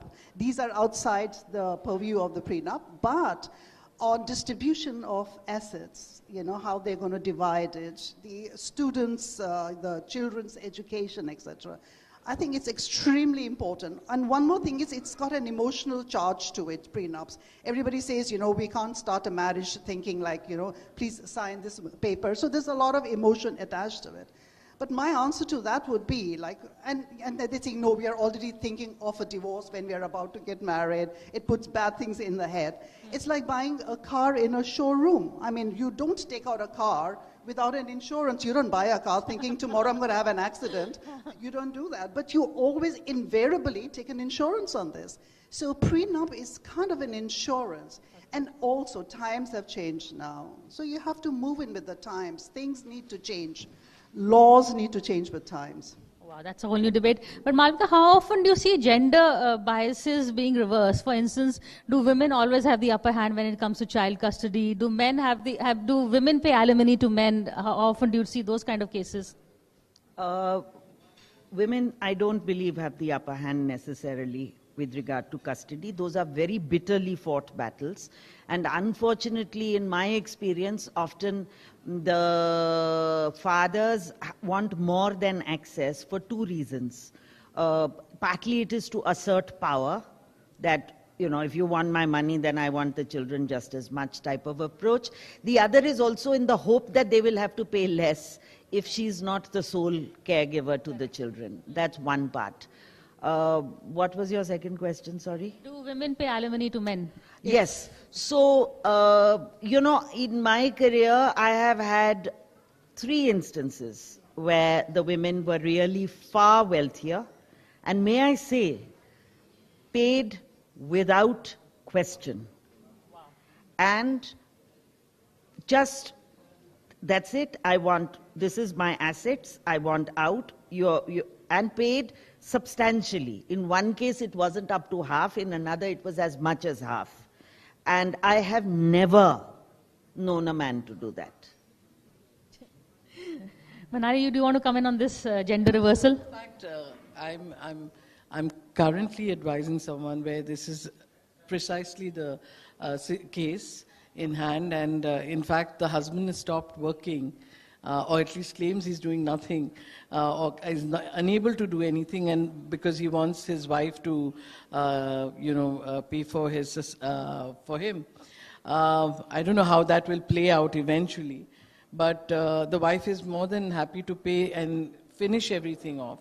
I think so where women are, and I agree. I think a lot of times when there is no clarity or there's all this negotiating for financials is used actually to get at something else very often. You know, you put pressure in which way. That's why even men very often don't want to pay maintenance in the manner which they should, they ought to, because either they are being vindictive, they don't want to pay, and B, they always want to have control. and even after a divorce or even after a separation, want to have constant control on the wife, the ex-wife, the children, and the best way to do it is through money. That's the problem. Which brings me to, if you want to come in on this point, and also Alka, one last point is on the inheritance laws. On paper, yes, it is equal, but how does it work out on ground? Are women bullied into, giving up for their rights for the men? So the examples of what we've just seen goes a long way to show their patriarchal bent of mind, you see. I've also seen in the cases that we have done pertaining to family law, it's the ego that basically comes in. It's the ego and the emotion attached to all those years, and the guy always this is a kind of a generalization, and my apologies to the men here, but the very fact remains that culturally there are certain things that's culturally, like I don't want to name countries, but there are certain countries which have this patriarchal bent of mind. So the husband invariably has to have the upper hand. And if name the country, India is one of them. Absolutely. No. Probably top of the list. Probably. No, they might be worse, but India, yes, definitely is. So that is why I always, now that is my take on it. So invariably it's the emotion and the cultural thing that kind of bends it. And look at it, kudos to the women. Even I have seen that women always tend to be more temperate. They seem to be more fair and less biased. I think it's something to do with the culture, and they all want to move on. Last take on the inheritance laws. So actually it's not equal. Now after the 2005 amendment in the Hindu Succession Act, she is a co-partner, a daughter is a co-partner.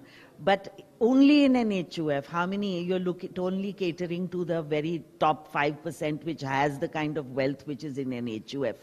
But otherwise, may I say, 1956, when these statutes were passed in Parliament, the concept of will traditionally did not exist in Hindu law.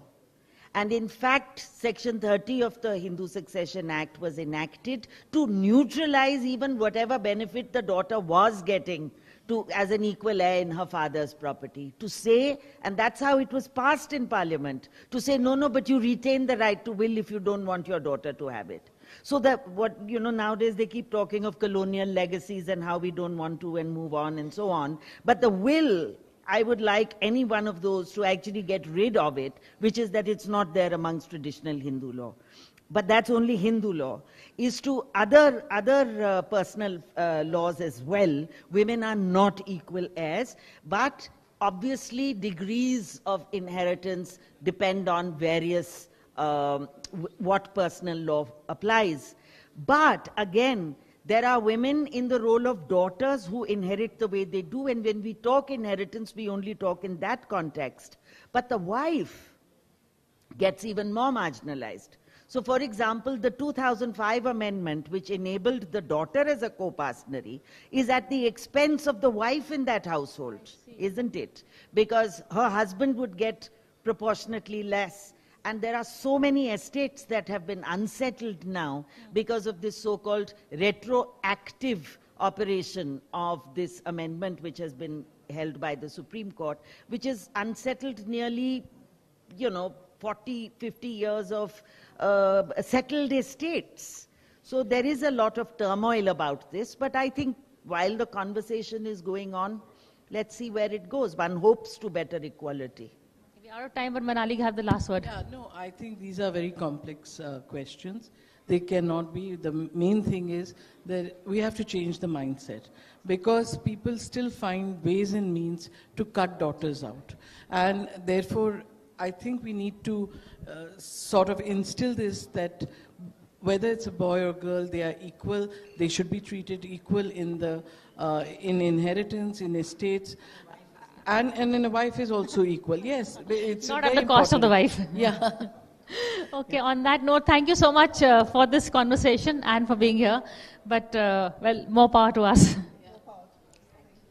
Thank you so much, ladies, for joining us at the third Law and Constitution Dialogue. I request Shri Rana Yashwant, Editor-in-Chief of India News, to please join us on stage to present a token of our appreciation to Alkashri Dahar, founding and managing partner of Law Offices of India. That is an original copy of the Constitution, ma'am. Also presented to you is a very special photograph of the first Constituent Assembly.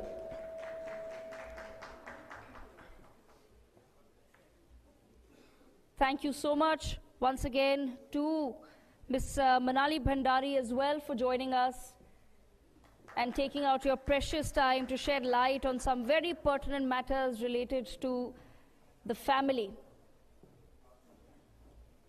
And last but not least, we also have Malvika Rajkotia, founder Rajkotia Associates Advocates. Thank you so much, Malvika ji, for joining us at the third Law and Constitution Dialogue. We appreciate you taking out your precious time, ma'am.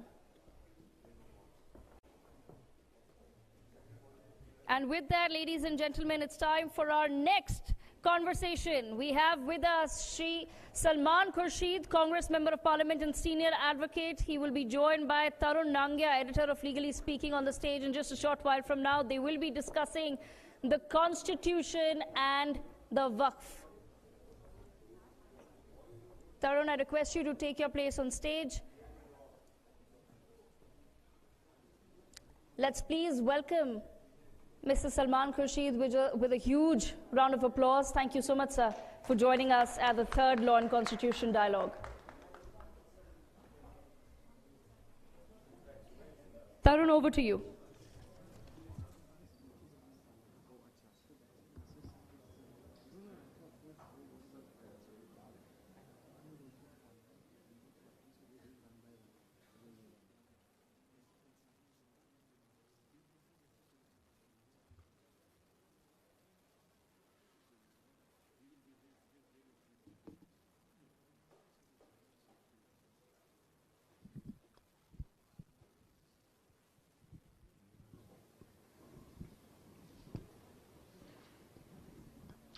Good afternoon, everyone. It is indeed a great pleasure to have Mr. Salman Khurshid today at this gathering. I've always regarded him as one of the most sane voices we have in this country, speaks in a very measured manner. He needs no introduction really, but we have to formally give one. Of course, one of the most well-regarded senior advocates in this country, one of the most well-known external affairs minister that he served, also as law minister, and of course his contribution to politics in this country in the past many decades can't be denied. And most recently, of course, he's now helming the India Islamic Cultural Center. That is, you've taken charge there also. So a person whose imprint on social life in India can't be ignored, and we are happy to have him. On two very important topics, he'll be speaking on the Waqf Bill, which has been referred to the JPC, also on the Places of Worship Act, given what happened recently in the Supreme Court. So, you know, people want to listen to you in depth, your opinions. So, as an introductory comment on Waqf, can you give me a 5-7 minute answer explaining the rationale behind the position you have taken? It's some news to me when you say that people want to listen to anybody in some depth and at some length.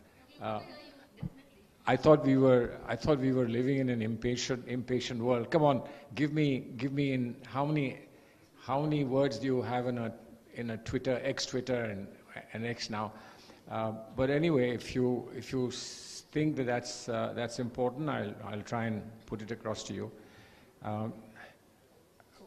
As a prelude to it, as a caveat, let me just say this, that many things associated with religion, it may be true across the board to many religions, including the religion of our majority compatriots in this country, because there are so many segments and there are so many denominations that would have a different approach to religion. But be that as it may, knowledge about other people's religion seems to be very scarce as of now, my understanding is that in the past we knew a lot more about each other than we seem to know now. Although with modern technology and modern information, we should be much better informed, but we've chosen not to be that well informed. So coming to Waqf, there is a great deal of misunderstanding and misinterpretation of what Waqf is. It could be treated as a religious institution. It can be treated as a social institution. It can be treated as an economic institution, depending on how you want to approach it. Now, there are constitutional provisions like Article 26 that may protect an institution like Waqf, etc., etc. But without going into that, let me just say this, that Waqf has something to do with social organization of society. It's in some ways something like a safety net in society for people who are obviously indigent, people who cannot afford to look after themselves. But one peculiar aspect of Waqf is, and I think this is in contrast with Hindu religion. Hindu religion, the looking after your parents is taken very, very significantly. And in fact, we have this Pitra Paksh, that even after your parents depart and they leave you, that every year what you have to do is to worship their memory and do something in acknowledging and respecting their memory, which is perhaps feed how many Brahmins and feed how many hungry people and so on. Here in Islam, traditionally, looking after your own family, and when I say family, it can be misunderstood, looking after your own progeny, your own children, is also treated as a charitable act. And therefore, the most controversial part of the present suggested legislation, the bill, is the removal of that provision, which is Waqf al-Awlad, to an extent, not entirely, but to an extent, saying that by declaring a Waqf al-Awlad, you must not meddle with or interfere with rights of inheritance, particularly of girl child, etc. Maybe a good thought, etc., but it's something that is built into the very concept of Waqf al-Awlad. But that's one issue. The larger issue is what has been attempted to be removed is something called Waqf by user. There is a concept in law, as we all know very well, and this concept was discussed at some length by the judgment in Ayodhya, which is the concept of a lost grant. This is known to common law from ancient times, that not always the property being utilized in a particular manner can be pinpointed to a document or a deed. And if that's not possible, but from extraneous evidence it's possible to show that it's assumed by people to be dedicated for a particular purpose, that it is actually to be treated as a lost grant. So what happens with Waqfs is that a lot of Waqfs don't actually have the paperwork available after hundreds of years, and because they've been continued to be used as a Waqf, etc., so they are treated as a Waqf. Now this is being questioned as far as the new legislation is concerned. So treated as a religious institution or treated as a socio-religious institution, but it's part of society as a whole, just as I believe, at least up to now, just as the joint Hindu family, the HUF is part of the nature of Hindu society. You may like it, you may not like it, you may think it's discriminatory, you may think that this is unfair, this is an unfair advantage, etc. But the fact remains that this is integral and intrinsic to Hindu society as we know it traditionally. Similarly, Waqfs are also part of Islamic society as we know it traditionally. May have changed now. I have no idea and no data about how many Waqfs are created in modern times. There are figures available about how many Waqfs there are in the country, 8 lakh Waqfs, etc., etc., 2 lakhs in Uttar Pradesh, which are Waqf by user and so on and so forth. But we have no data which shows that in the last 50 years how many waqfs have been created. Because there's a competing law between waqfs and trusts. You can have a trust, you can have a waqf. Under waqf, you have to go through the waqf law, the Waqf Act. Under the trust, you have to go through the Trust Act, etc. And people would probably choose trusts for easier handling than they would a waqf. Even if they belong to families, they can do so. So basically, it's a part of the structured economic structure of Islamic society or Muslim society, if you like, just as many similar attributes are part of the Hindu society. And I think that you have to ask yourself, have we come to a point where this should be changed, and can it be changed? That's all. Since this is now going on news channels, what you speak, and this would be seen in posterity, I would want to know a couple of observations from you on the authority now given to district collectors under the new Waqf amendment. There is this issue of auditing by Comptroller, Auditor General. What do you feel? What is the response on these, in a sense, provisions made in the bill? Any inputs that you have given on this? Well, we've given inputs because there have been many organizations that have made their presentations before the Joint Parliamentary Committee. And the Joint Parliamentary Committee is still examining many of these.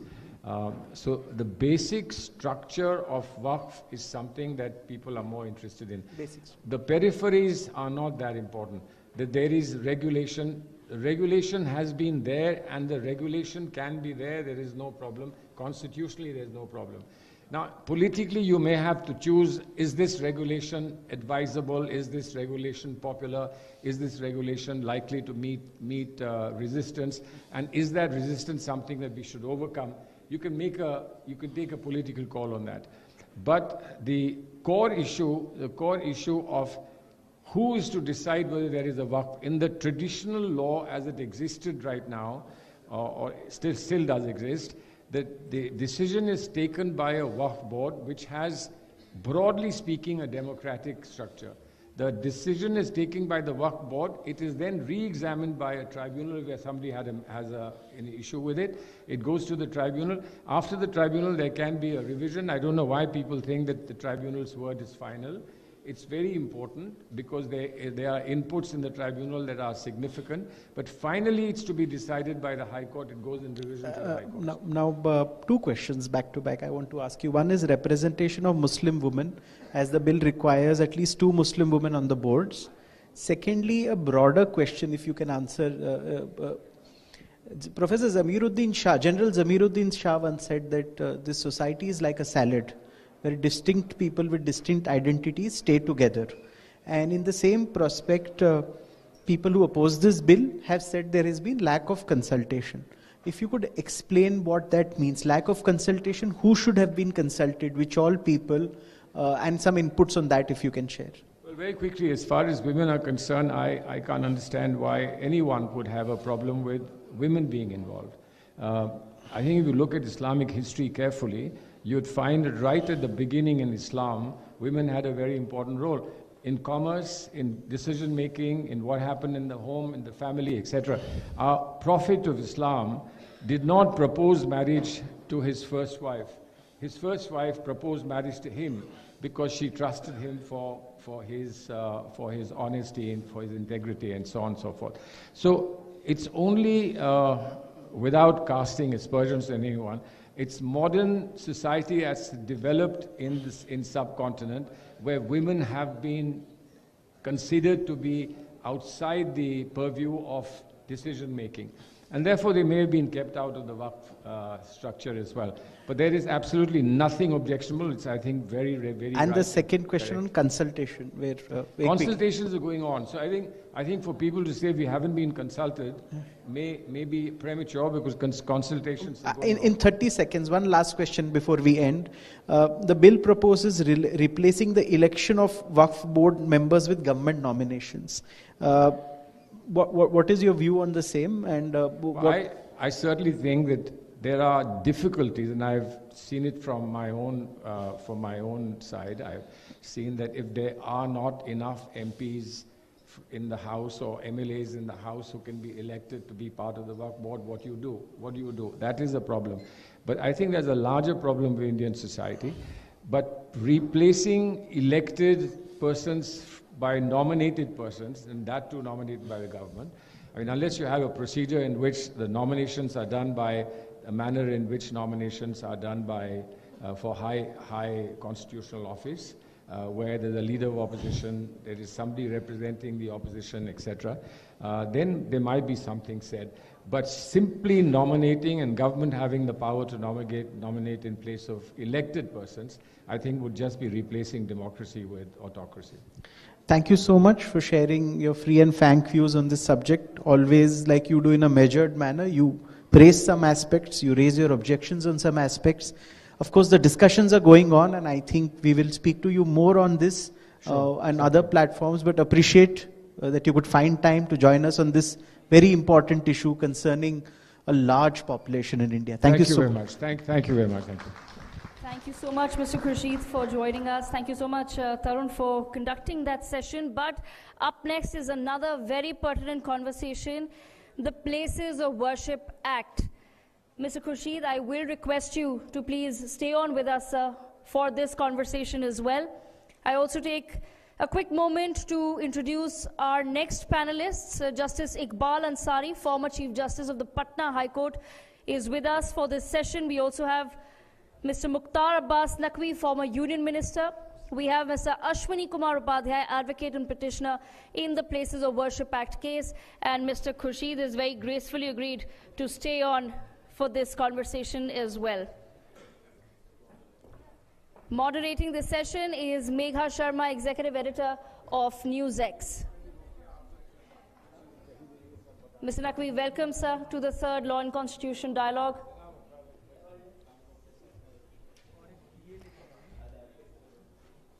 Can we quickly give a glimpse of what legally speaking is all about to our audiences and to our panelists as well? Mr. Upadhyay.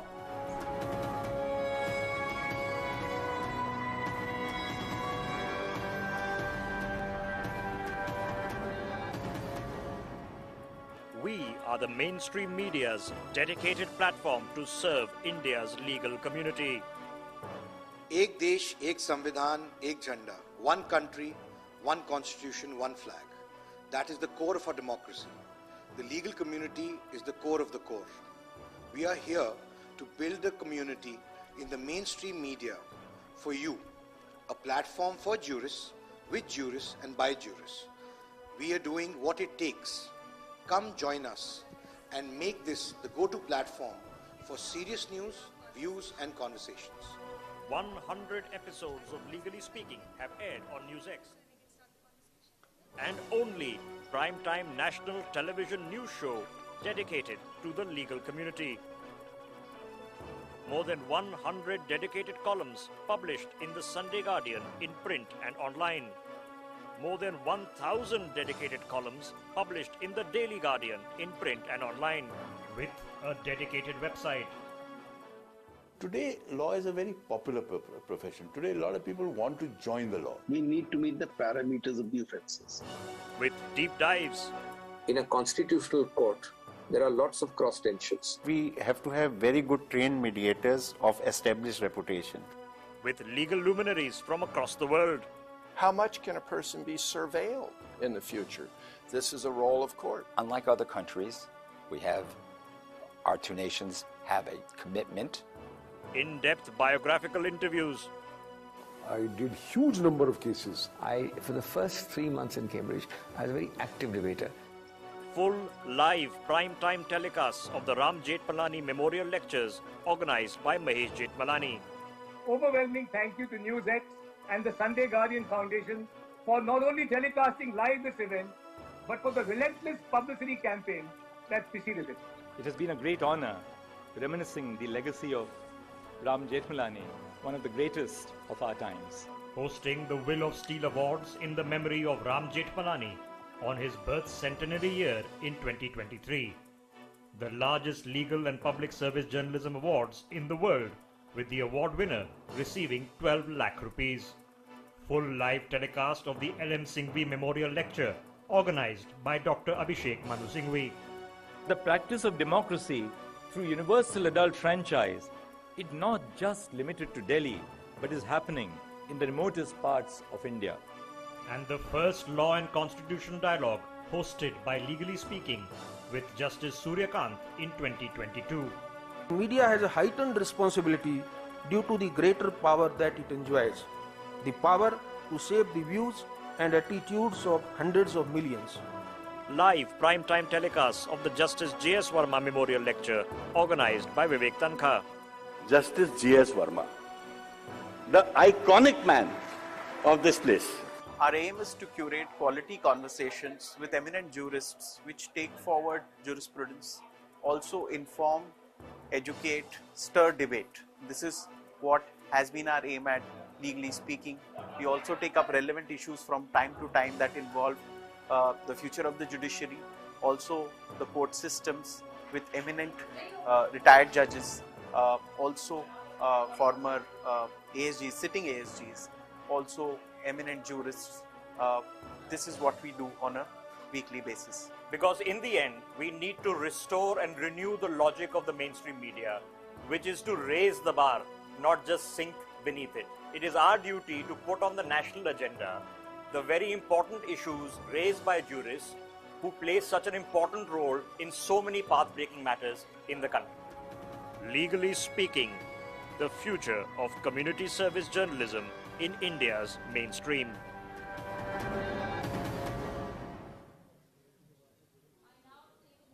Also request Shri Karti Sharma, Member of Parliament Rajya Sabha, to please join us on stage. Before we begin the conversation, we would like to extend a small token of our appreciation to all the panelists who've taken out their precious time to be with us to have a very pertinent conversation on the Places of Worship Act.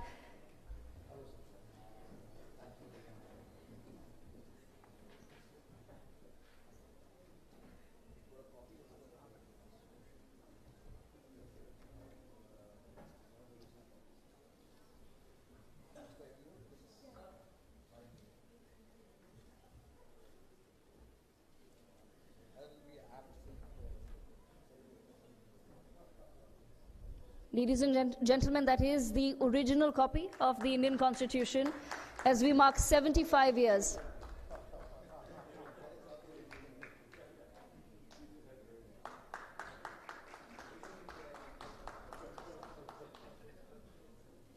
And we have another very special memento.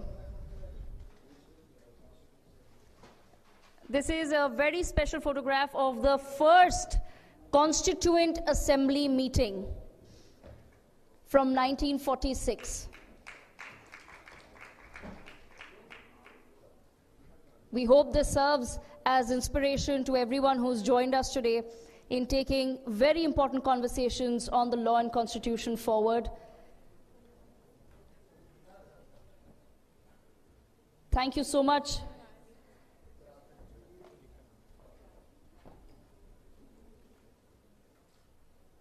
Thank you so much, Kartikeji, for doing the honors.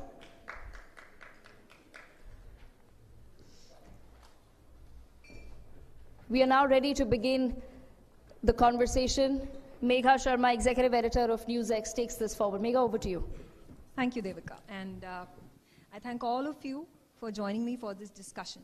We're talking about the Places of Worship Act, 1991. There has been a lot of controversy, heated debate that has been witnessed inside the parliament as well as outside when it comes to this enactment that was brought about in 1991 under the Prime Ministership of P.V. Narasimha Rao. Now, what this act actually speaks about is that it freezes the religious character of a place of worship with the cutoff date of 15th of August 1947, with the exception, of course, of the Babri Masjid, Ayodhya Ram Mandir site, which has been resolved with the Supreme Court passing a judgment in favor of the Ayodhya Ram Mandir temple. So why is it that this issue continues to emerge, continues to recur time and again? And the bigger question about whether there is a need to review this enactment, review this law, and how do we move forward? How do our parliamentarians move forward? How should the courts move forward in carrying out this very sensitive subject?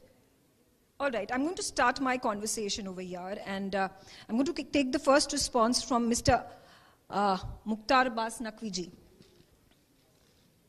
And the question about whether the country today, its countrymen are living in denial about the temples, the Hindu temples, which were destroyed under the Mughal era, under the various invaders that came into India and caused wreckage, destructed the temples.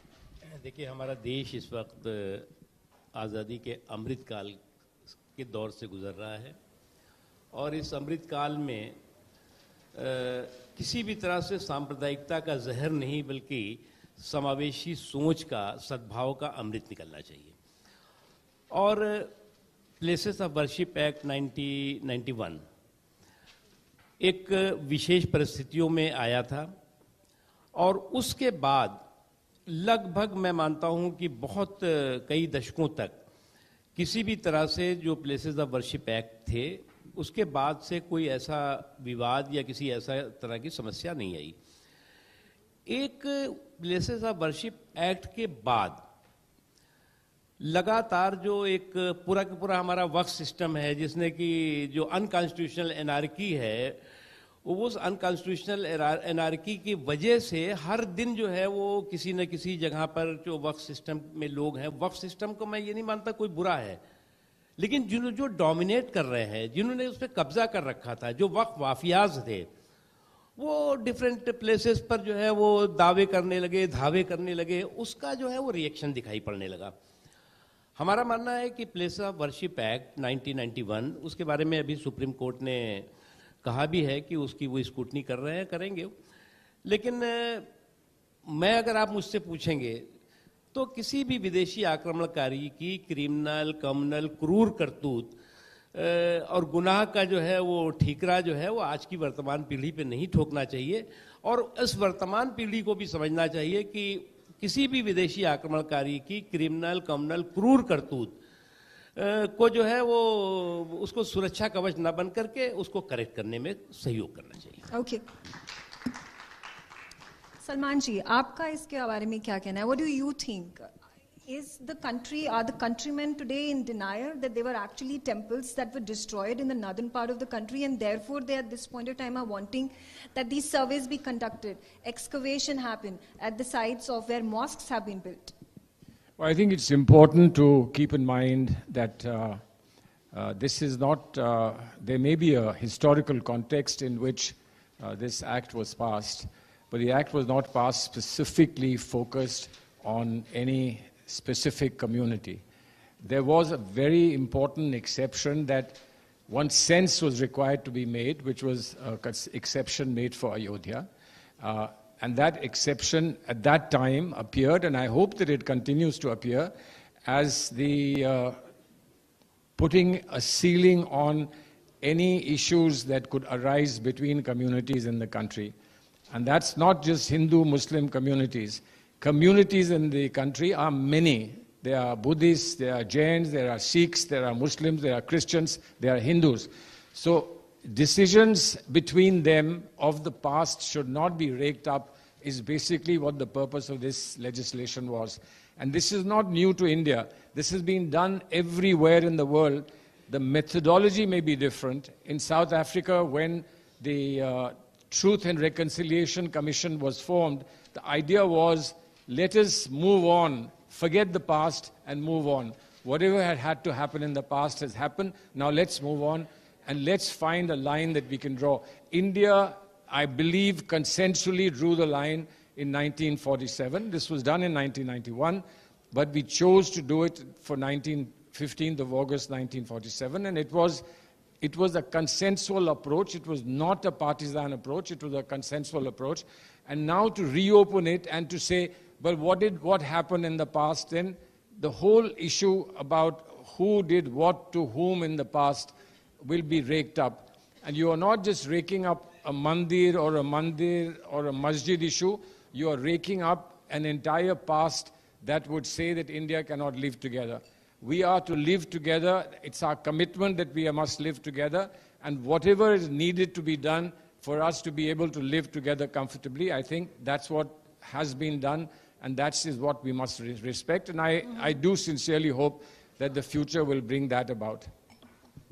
Justice Iqbal Ansari, now, you know, the challenges that have been made in the slew of petitions that have been brought up in the court of law, speaking about how a claim being made that this particular law, this particular act is actually a violation of the right to freedom, the right to equality, the right to religious freedom.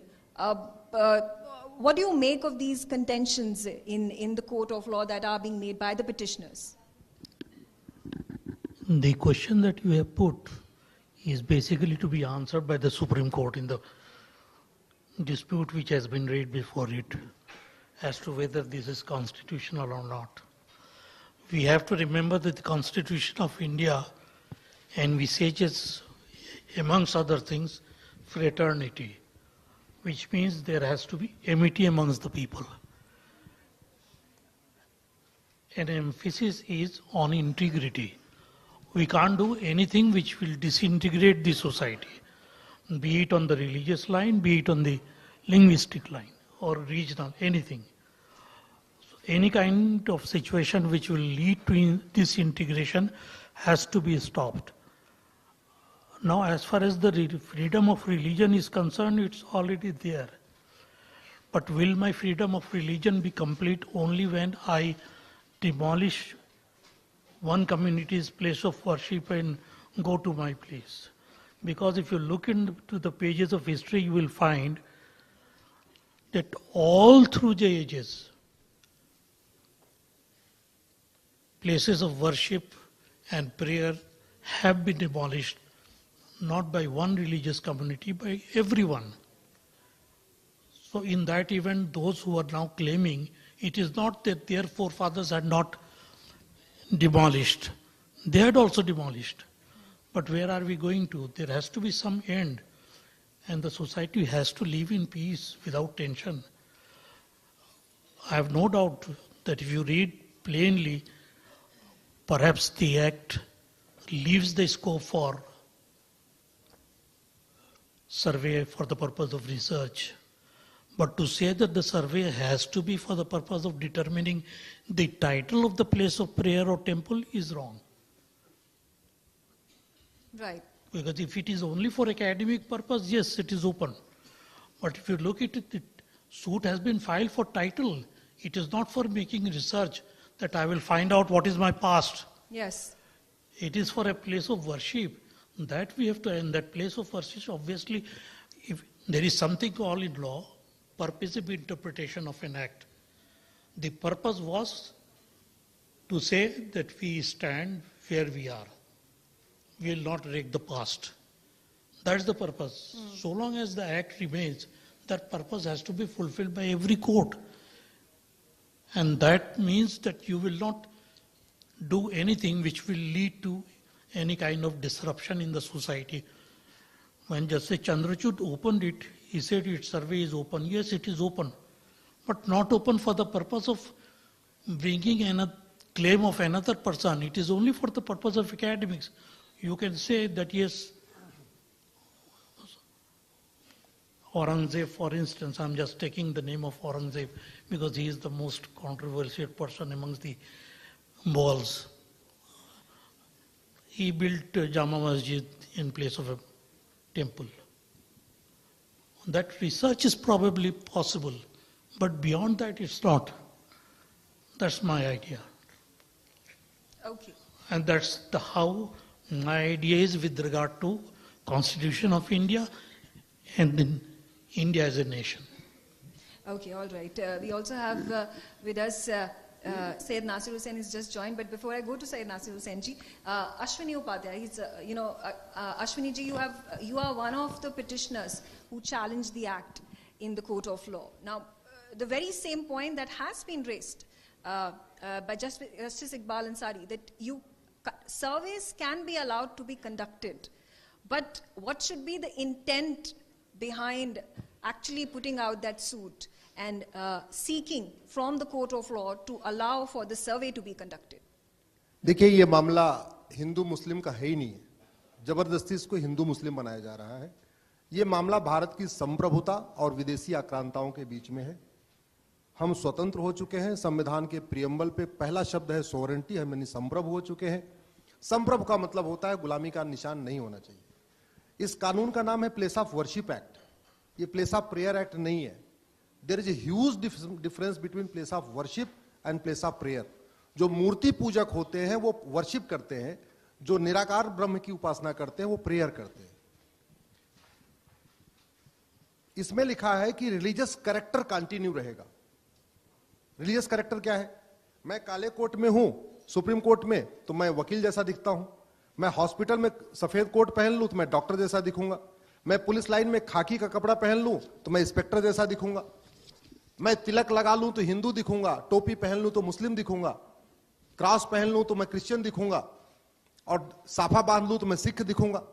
ये कानून appearance की बात नहीं करता, ये कानून रूप की बात ही नहीं करता, ये कानून कहता है कैरेक्टर कंटिन्यू रहेगा।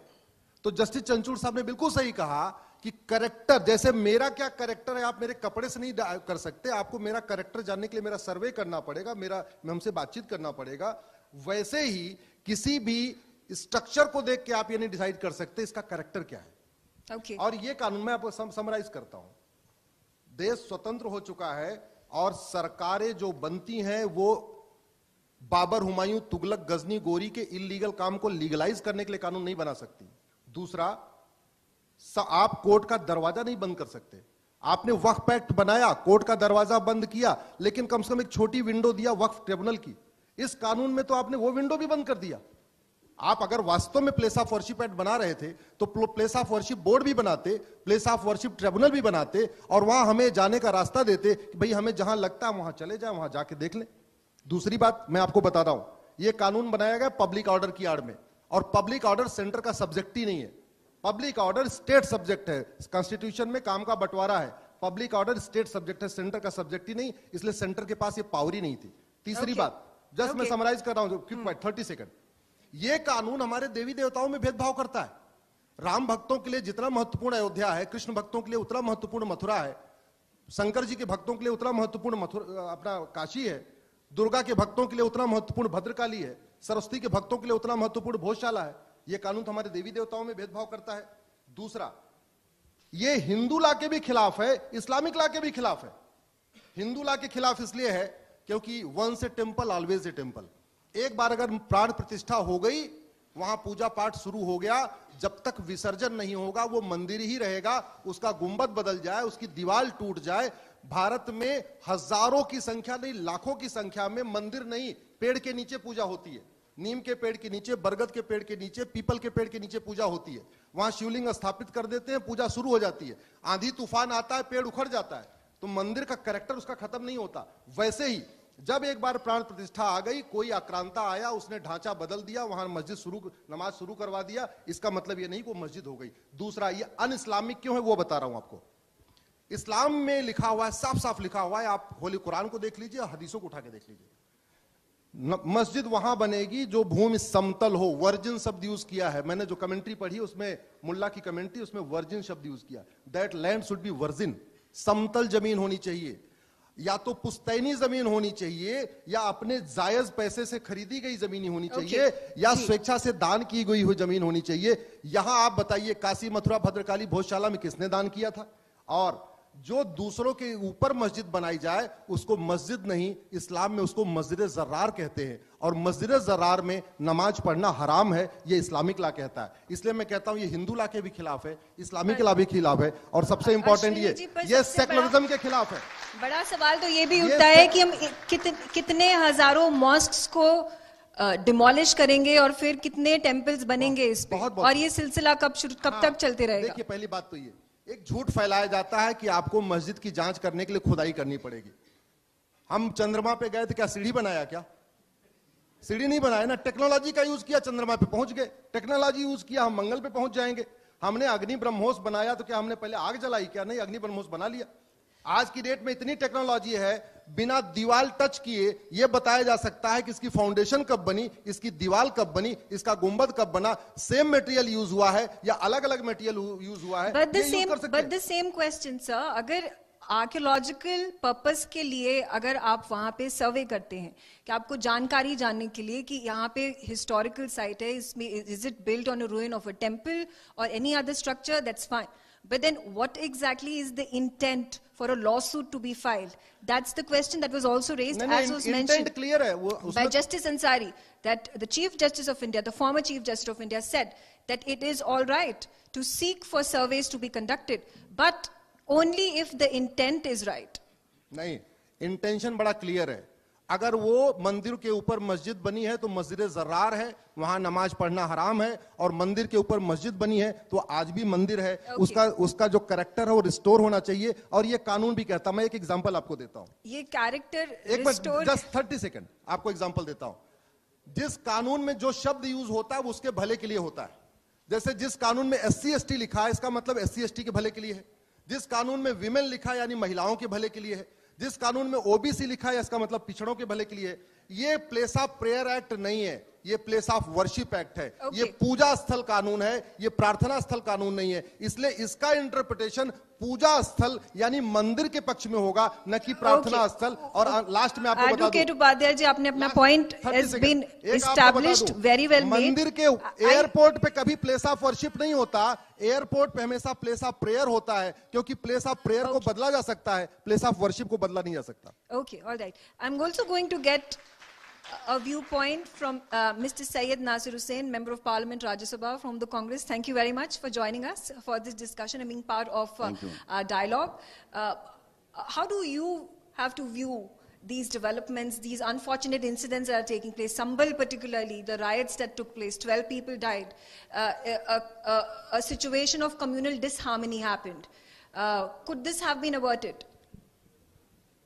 See, yesterday there was a fantastic judgment in Supreme Court. They gave a stay on all these mischievous things that are happening in the country. All the mischievous petitions that are being filed in the different courts. I think I welcome that. Two, we have to not just get into the nitty-gritties of the bill of from the Act of 1991. We should understand the times in which it was passed, why it was passed, what did the parliamentarians during that time think about the entire issue that was happening, that was there in the country, in what atmosphere it was brought in. I think they brought in to put a lid on all such issues. We got freedom in 1947.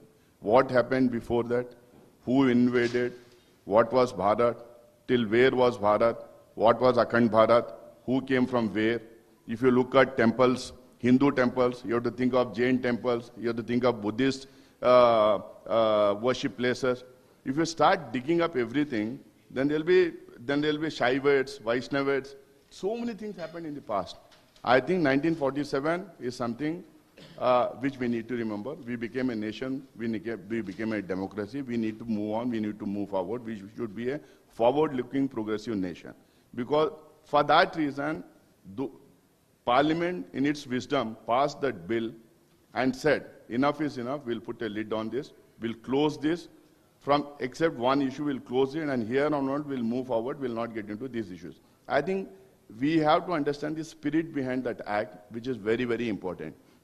If people, the ecosystem of Bharatiya Janata Party and the Sangh Parivar, if they really want to search for issues to have a vote bank in this country, to appease people in this country, to have a continuous vote bank on which they want to win elections in different states, they will start digging up these kind of issues. Come some election in some part of the country, there will be one such issue which will be emotive in nature, which will be polarizing in character, and on that basis they will be winning such kind of issue. If you look at the kind of atmosphere that has been created in this country, every issue is anti-minority, anti-Muslim. Why is it that? They want to polarize it. It is not Hindu-Muslim issue. It is the issue of BJP and that mindset versus the people, those who want to have this country in the present form, in a democratic form. We want to have a country where we need to move forward, where we need to live happily with each other. Now, what is happening here is, it is very, very clear. Important issues of the people, aam janta ke mudde, it's all sidelined. These are the issues which are debating. And this is the most unproductive things that are happening in our country. And unproductive, I call this because this will lead us nowhere. This will lead us nowhere. We need to go forward. We need to emerge as one of the strongest nations. That only can happen with unity and diversity. Absolutely. All right. That was a fantastic point made.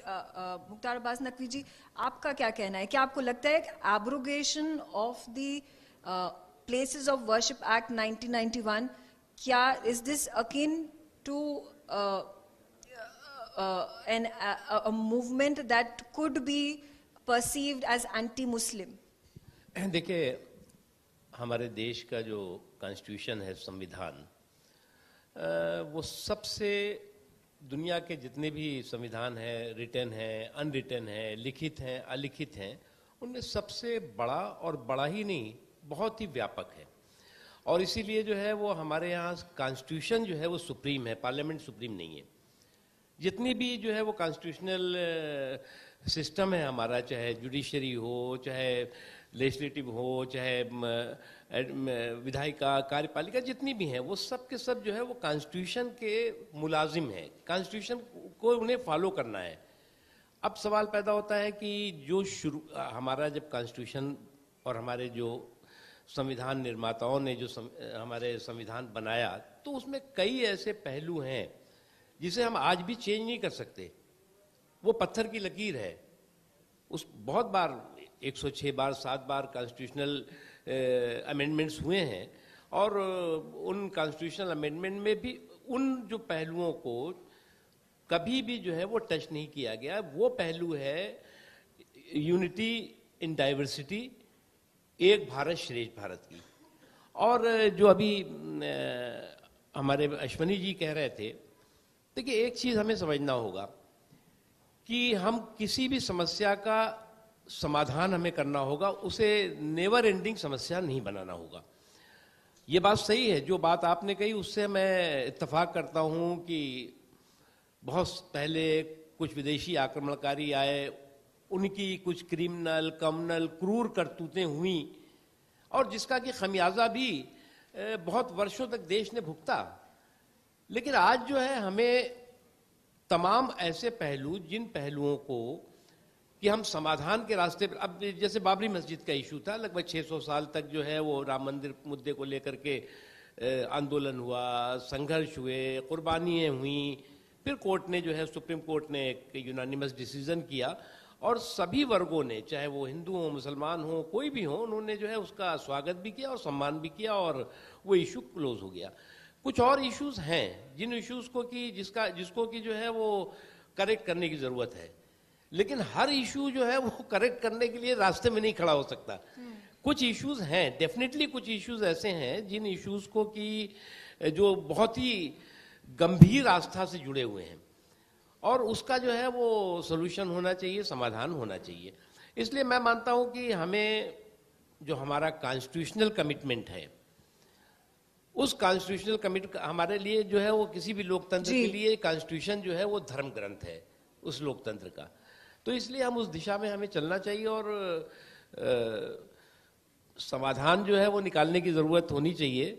और otherwise तो जो है वो न हम नशी न किसी हम सफर से निकलेगा, हमारे पांव का कांटा हम ही से निकलेगा. Suman Khurshid ji, आपका इस पे क्या कहना है? How do you view this? Do you think this is petty politics of vote bank that is being played out over here?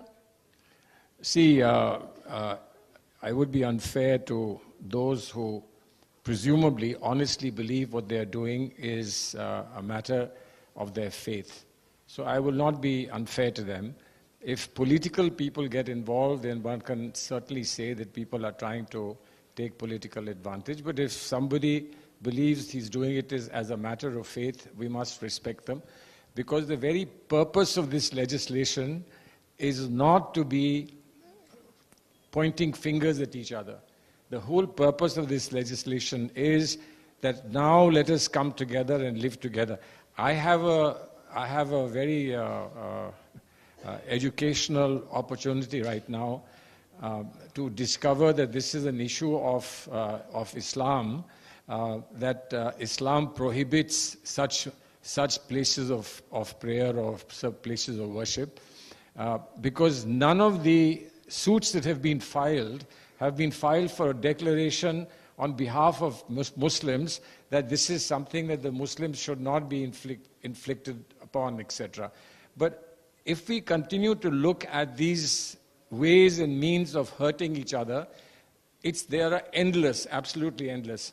Do we believe in this country? Do we believe in the constitution that you've just given to us? If we do, then we have to learn to take some burdens and move forward to say that we have a shared destination. The message that must go is that we have a shared destination and we believe and we will give up anything for this. And I think that was the attempt that the Supreme Court also made at the time of the Ayodhya dispute, that if we can come together and find a solution.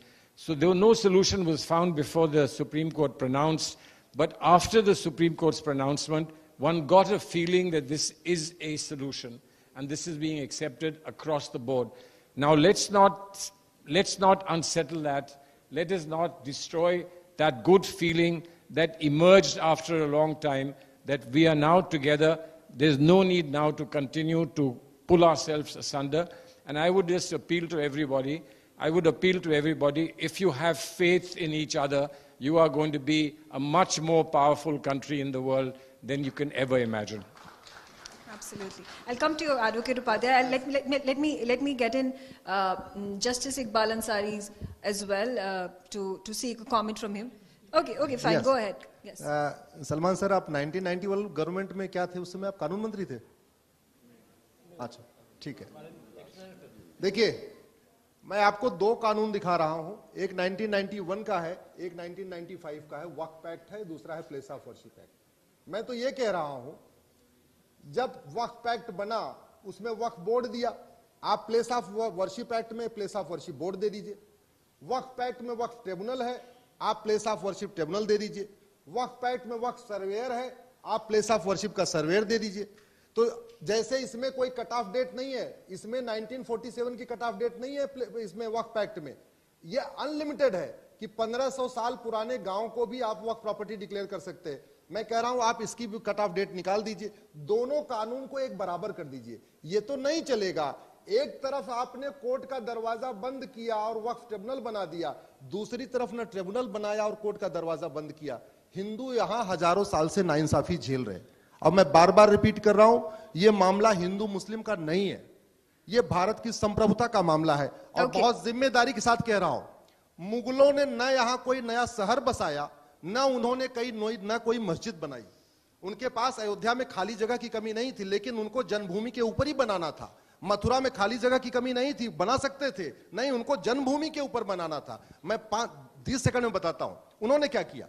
जितने पौराणिक स्थान थे जिनका वर्णन वेद पुराण उपनिषद में था, उनका नाम बदला। जैसे भगवान कृष्ण ने 5 गांव मांगा, उन्होंने गजप्रस्थ को गाजियाबाद बना दिया, तिलप्रस्थ को फरीदाबाद बना दिया, सोनप्रस्थ को सोनीपत बना दिया, पानप्रस्थ को पानीपत बना दिया। द्रौपदी जहां पैदा हुई उसको पांचाल कहते हैं, उस पांचाल को फर्रुखाबाद बना दिया। जहां पांडवों ने अज्ञातवास किया उसको विराट कहते हैं, उन्होंने विराट को होशियारपुर बना दिया। हमारा एक शक्तिपीठ कीर्तेश्वरी, उसको उन्होंने मुर्शिदाबाद बना दिया। हमारा दूसरा शक्तिपीठ विंध्याचल, उसको मिर्जापुर बना दिया। हमारा एक बहुत बड़ा पवित्र स्थान था जमदग्निपुरम, जौना खान ने उसको जौनपुर बना दिया। तो उन्होंने क्या किया, कोई नया शहर नहीं बसाया। उन्होंने एक बार कंप्लीट कर रहा हूं, उन्होंने हमारे पौराणिक शहरों का नाम बदल के हमारा नामो निशान मिटाया। और दूसरा, कोई एक नई मस्जिद नहीं बनाई नमाज पढ़ने के लिए, हमारे स्वाभिमान को कुचला, हमारा नामो निशान मिटाने की कोशिश किया। अब आज की डेट में हम वेद पुराण उपनिषद सत्यार्थ प्रकाश के जो नाम ढूंढते हैं, हमको भारत के नक्शे पर नाम नहीं मिलते, और हम उन मंदिरों को ढूंढते हैं, वो मंदिर नहीं मिलते। Why don't we study it in our history books? Why don't we have lectures? Why don't we speak about this? Is it necessary to destroy the entire country and then rebuild it all again? मैं तो कह रहा हूँ वो मस्जिद ज़रार है, वो मस्जिद ज़रार है, वहाँ मुस्लिम के लिए नमाज पढ़ना हराम है। Okay, Sayyid Nazir Hussain, yeah. Mohenjodaro Harappa की खुदाई से सब कुछ निकाल के लाए हैं, लेकिन एक चीज मैं अभी कंफ्यूज हूँ, वो आपने मुल्ला का, आनंद नारायण मुल्ला जी का वो आपने कोट किया है क्या? नहीं, मुल्ला की एक मुल्ला का पूरा वो है। ठीक, बहुत बड़े जूरिस्ट हैं। नहीं, मुल्ला बहुत बड़े जूरिस्ट हैं। सुप्रीम कोर्ट में उनका कोट किया जाता है। ओके, सैयद नासिर हुसैन जी। ये उपाध्याय जी, ये उपाध्याय जी जो है वफ के बारे में बात कर रहे थे, मैं उसके बारे में बात करना चाहता हूँ। मुझे ये बता दें, ये वफ एक्ट में कहाँ ये लिखा हुआ है कि कोई भी वक्फ बोर्ड या कोई भी वक्फ जो है ना किसी भी जमीन को अपनी जमीन करके हथिया सकता है, नंबर 1। नंबर 2, शायद इनको पता नहीं है कि एंडोमेंट बोर्ड्स हैं, मुजराई डिपार्टमेंट्स हैं, Hindu places of worship acts हैं, हिंदू रिलीजियस प्लेसेस एक्ट्स हैं डिफरेंट स्टेट्स में। और मैंने, क्योंकि जेपीसी वक्फ का मेंबर हूं मैं और वक्फ बोर्ड का भी मेंबर हूं कर्नाटका में 6 साल से, मैंने देखा है और पूरा कंपेयर करने की कोशिश की है। जिस तरह के प्रोविजंस वक्फ में हैं लगभग उसी तरह के प्रोविजन, नाम अलग अलग दिया होगा, कहीं ट्राइब्यूनल दिया होगा, कहीं असिस्टेंट कमिश्नर दिया होगा, लगभग उसी तरह का जो है पावर्स वहां भी दिया गया है। एंडोमेंट का मतलब वक्फ है, वक्फ का मतलब एंडोमेंट ही है। एंडोमेंट बोर्ड पूरे ही स्टेट्स में, नंबर 1। नंबर 2 जो है, मैं तो कह रहा हूं, मैं दिखा रहा हूं आपको। मैं 1 मिनट, मैं तो कह रहा हूं कि हमारे देश में सिर्फ मुसलमानों के लिए नहीं, हिंदुओं के प्लेसेस ऑफ वर्शिप हैं, क्रिश्चियंस के प्लेसेस ऑफ वर्शिप हैं, जैन्स के हैं, बुद्धिस्ट के हैं, सिख्स के हैं। Let there be a parity, let there be parity in everyone. अब ये जो एंडोमेंट में जो लगभग उसी तरह के हैं, लगभग उसी तरह के हैं। अगर सरकार चाहे, अब इनके लिए एक हिस्टोरिक अपॉर्चुनिटी है, वफ का उन्होंने लेके आया है, साथ में वो सारे एंडोमेंट बोर्ड, सारे Hindu places of worship act अलग अलग स्टेट में है, Hindu places act, religious places act अलग अलग स्टेट में, सबको कंबाइन कर दें, एक तरह के सबके लिए कर दें, वेल वेलकम इट। बहुत अच्छा। देखिए, मैं करेक्ट कर दूं। देखिए, I know we would love to have this discussion and it could go on for hours, and we'll do that in the future as well on our NewsX and India News platforms. Okay, 30 seconds. ये सबसे बड़ा factual wrong है कि हिंदुओं के पास वैसा ही कानून है जैसा वक्फ के पास। ये सबसे बड़ा सच्चाई तो ये है कि 4 लाख मठ मंदिरों पे सरकार का कंट्रोल है, किसी एक मस्जिद पे सरकार का कंट्रोल नहीं, किसी एक दरगाह पे सरकार का कंट्रोल नहीं, किसी एक चर्च पे सरकार का कंट्रोल नहीं। मुंबई में सिद्धि विनायक सरकार के कंट्रोल में है, हाजी अली की दरगाह नहीं है। Just hold on. Waqf board क्या है, किसके अंडर है? वक्फ बोर्ड का एक मंत्री होता है, मंत्री सरकार का होता है। पूरा वक्फ बोर्ड इस सरकार के कंट्रोल में है, अब पूरी स्टेट में है। हाँ, सारे और सारे मुस्लिम इदारे वक्फ बोर्ड के अंदर आते हैं। वक्फ बोर्ड का मिनिस्टर होता है, वक्फ बोर्ड के ये माइनॉरिटी अफेयर्स मिनिस्टर थे हमारे मुख्तार अब्बास नकवी साहब, इनके अंडर जो है वक्फ काउंसिल आता था। वक्फ काउंसिल पूरे हिंदुस्तान के वक्फ बोर्ड को कंट्रोल करता है। आपको पता नहीं, गलत क्यों बन जा रहे हैं? ओके, ऑलराइट, पढ़ के आइए यहाँ पे, आपको पता नहीं क्या बोलते हैं, पढ़ के आइए, पढ़ के आइए, मुख्तार अब्बास नकवी, आपको पता नहीं। Statement before I wrap this up. Yes, देखिए, ऐसा कानून हिंदुओं के लिए कौन सा है बताइए? ऐसा कानून हिंदुओं के लिए बहुत आप सारे स्टेट के हिंदू रिलीजियस प्लेसेस एक्ट पढ़ लीजिए, हिंदू वर्शिप एक्ट पढ़ लीजिए, ओडिशा का पढ़ लीजिए, बिहार का पढ़ लीजिए, तेलंगाना का पढ़ लीजिए, मेरे स्टेट कर्नाटका का पढ़ लीजिए, आंध्र प्रदेश का पढ़ लीजिए, तमिलनाडु का पढ़ लीजिए। आप नहीं, मिसकोट नहीं, आप पढ़िए। मैं आपके साथ आप बैठिए मेरे साथ। लास्ट में मैं यही कहूंगा कि जो रूट काज है उसको बहुत अभी डिटेल में अश्विनी जी ने कहा, मैं इतना ही कहूँगा वक्फ का जो सिस्टम है उसकी अनकॉन्स्टिट्यूशनल एनार्की जो है उसको जो है कॉन्स्टिट्यूशनल हेरार्की के फ्रेमवर्क में लाना चाहिए। वक्फ का जो सिस्टम है उसको जो असंवैधानिक अराजकता है उसको संवैधानिक प्रतिबद्धता के फ्रेमवर्क में लाना चाहिए, एक चीज़। और दूसरी इंपॉर्टेंट चीज़ है कि वही हकदार हैं किनारों के जो बदल दे बहावधारों के। तो अब ये बहावधारों का बदलिए और कहां तक मोहनजोदड़ो हड़प्पा मंदिर मस्जिद निकालते रहेंगे। धन्यवाद। Sir 1 minute. सर मैं कांग्रेस का एमपी हूं, जेपीसी का मेंबर हूं, मुसलमान हूं। मैं आपको कह रहा हूं आपकी सरकार सेंटर में है, सारे रिलीजियंस को, सारे कम्युनिटीज के प्लेसेस ऑफ वर्शिप को एक तरह के एक्ट में लेके आया। We are ready for that. Absolutely. Okay, all right. On that note, I'm completely out of time. I thank all of you for joining me. And it has been an insightful conversation. Debates, yes, but debates lead to consensus building, and that's what we are here for. Thank you all. Thank you once again, Salman Khurshid, Justice Iqbal Ansari, Syed Nasir Hussain, Mukhtar Abbas Naqvi, and Ashwini Kumar Upadhyay for joining us at the third Law and Constitution Dialogue. What an absolutely riveting conversation it's been on one of the most pressing matters.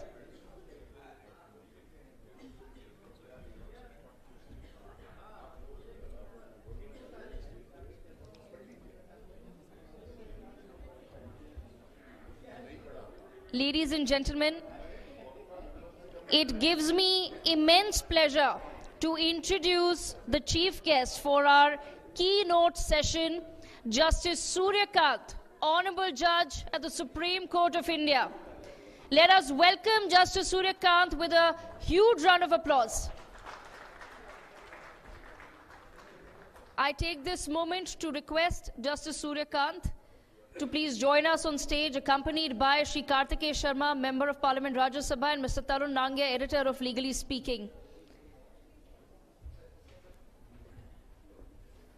We are deeply grateful, Justice Surya Kant, for you to join us at the third Law and Constitution Dialogue. I now take this moment to request Shri Karti Sharma to say a few words to welcome Justice Surya Kant to the third Law and Constitution Dialogue.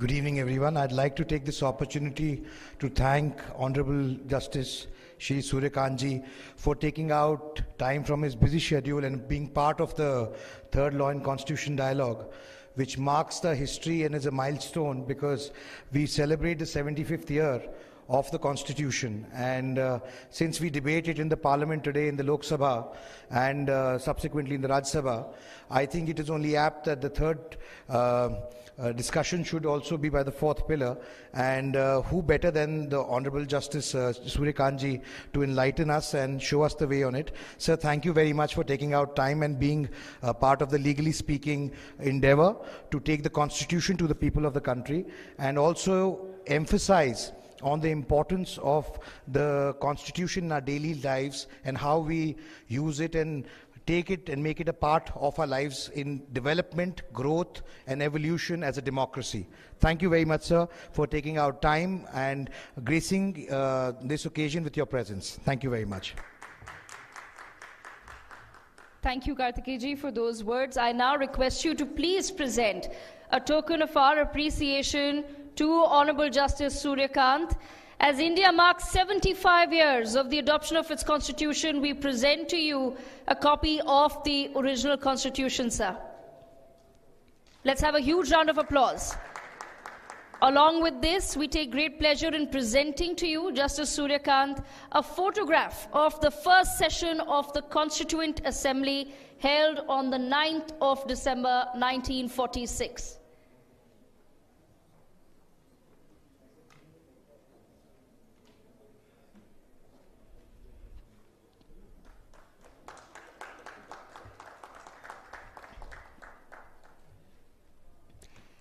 Justice Surya Kant will be addressing our esteemed gathering on a plethora of topics, including the Specific Relief Act and the law, media, and social media. With that, ladies and gentlemen, I request Justice Surya Kant to the dais to address the third Law and Constitution Dialogue.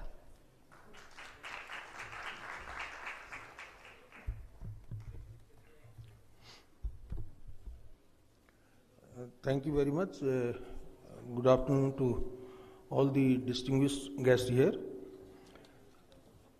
Instead of any formal address to a galaxy of personalities whom I know personally and with whom I am associated for a long time, with your kind permission, may I just start with the subject of today's interaction with you.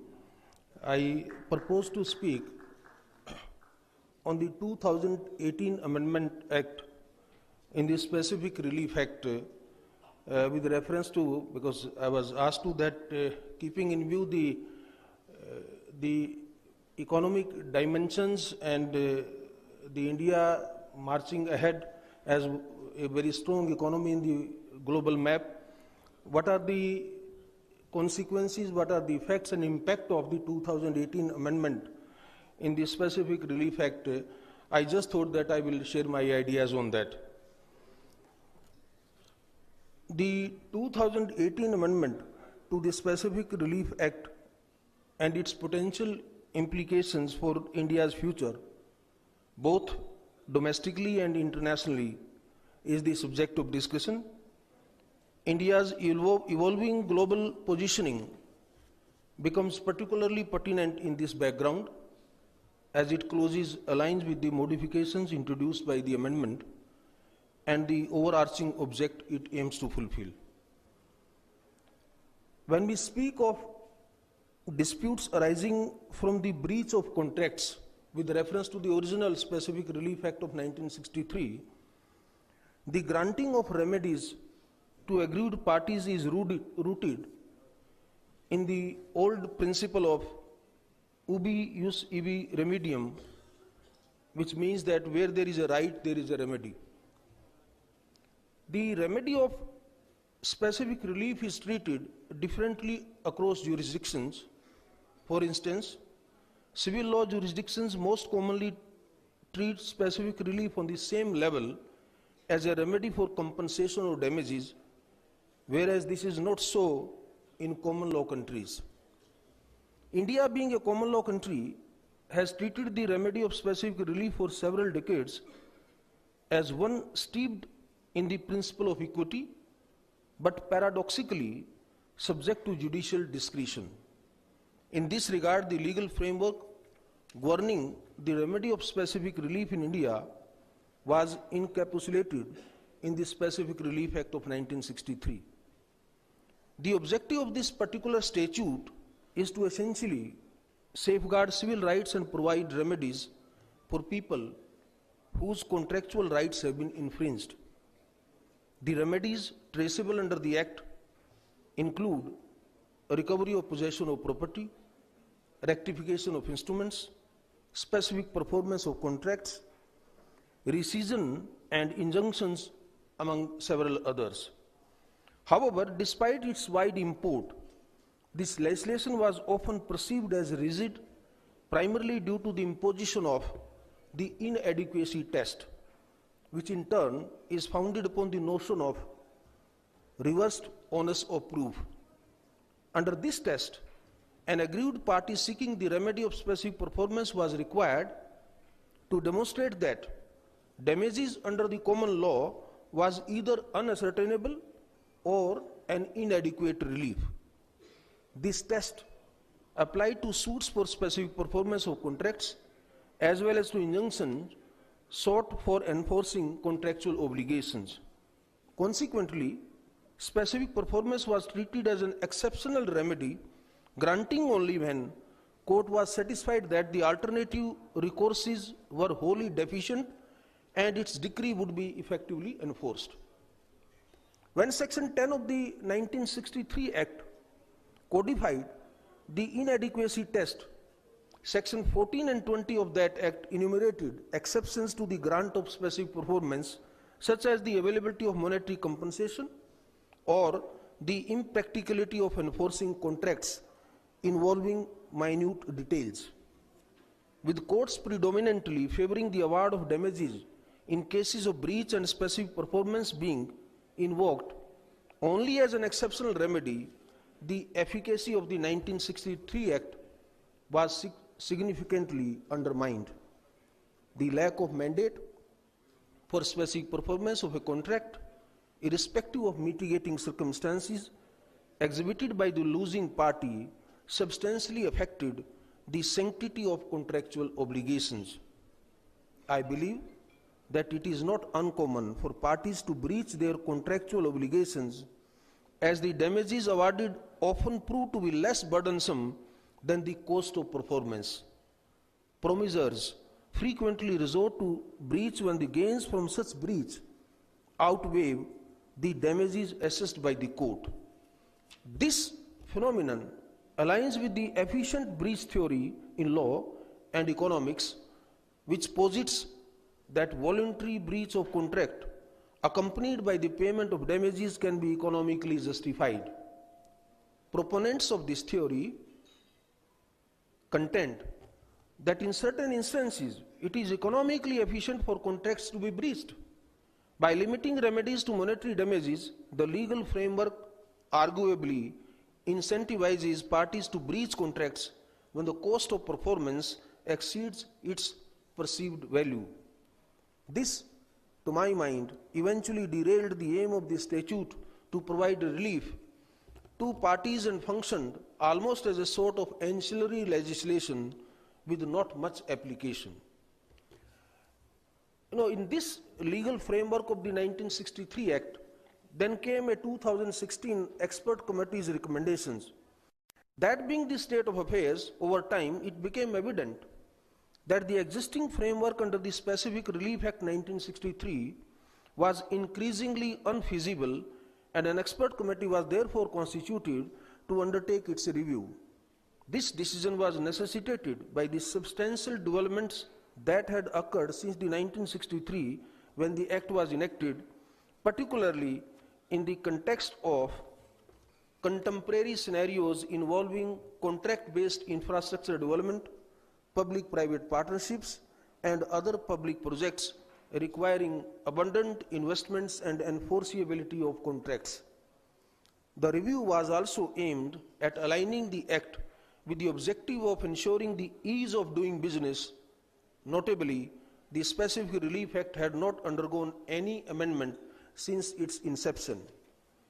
The expert committee, therefore, in its report, underscored that the Specific Relief Act in its existing form was inadequate to address the demands of India's rapid economic growth and industrial expansion. It emphasized the need for extensive reforms to facilitate the enforcement of contracts and ensure timely dispute resolution, both of which are crucial to the creation of a business-friendly environment. More specifically, the committee highlighted the limitations of the inadequacy test, which restricted the remedy of specific performance to a narrow set of circumstances. It observed that in many cases, plaintiffs were unable to fully substantiate the losses incurred due to a breach, nor were the claimed amounts consistently awarded. While damages might compensate the injured party, they fall short of fulfilling the contractual obligation that the remedy of specific performance is designed to achieve, often resulting in delays and additional costs. If I were to express this analogy in my own words, denying specific performance in favor of awarding damages is something like refusing indoor admission to a patient, to a critically rather ill patient, and opting instead to administer him just the basic first aid. While the latter may provide some relief, it often falls short of addressing the underlying issue comprehensively, leaving the affected party inadequately remedied. Let us also see when the 2016 committee was constituted and it's decided to make certain sweeping recommendations for amendment in the 1963 Act. Let us see what were the position in law in various other jurisdictions. When we peek over the fence and look beyond our own legal system, the remedy of specific performance varies significantly across jurisdictions, reflecting diverse approaches to contract enforcement.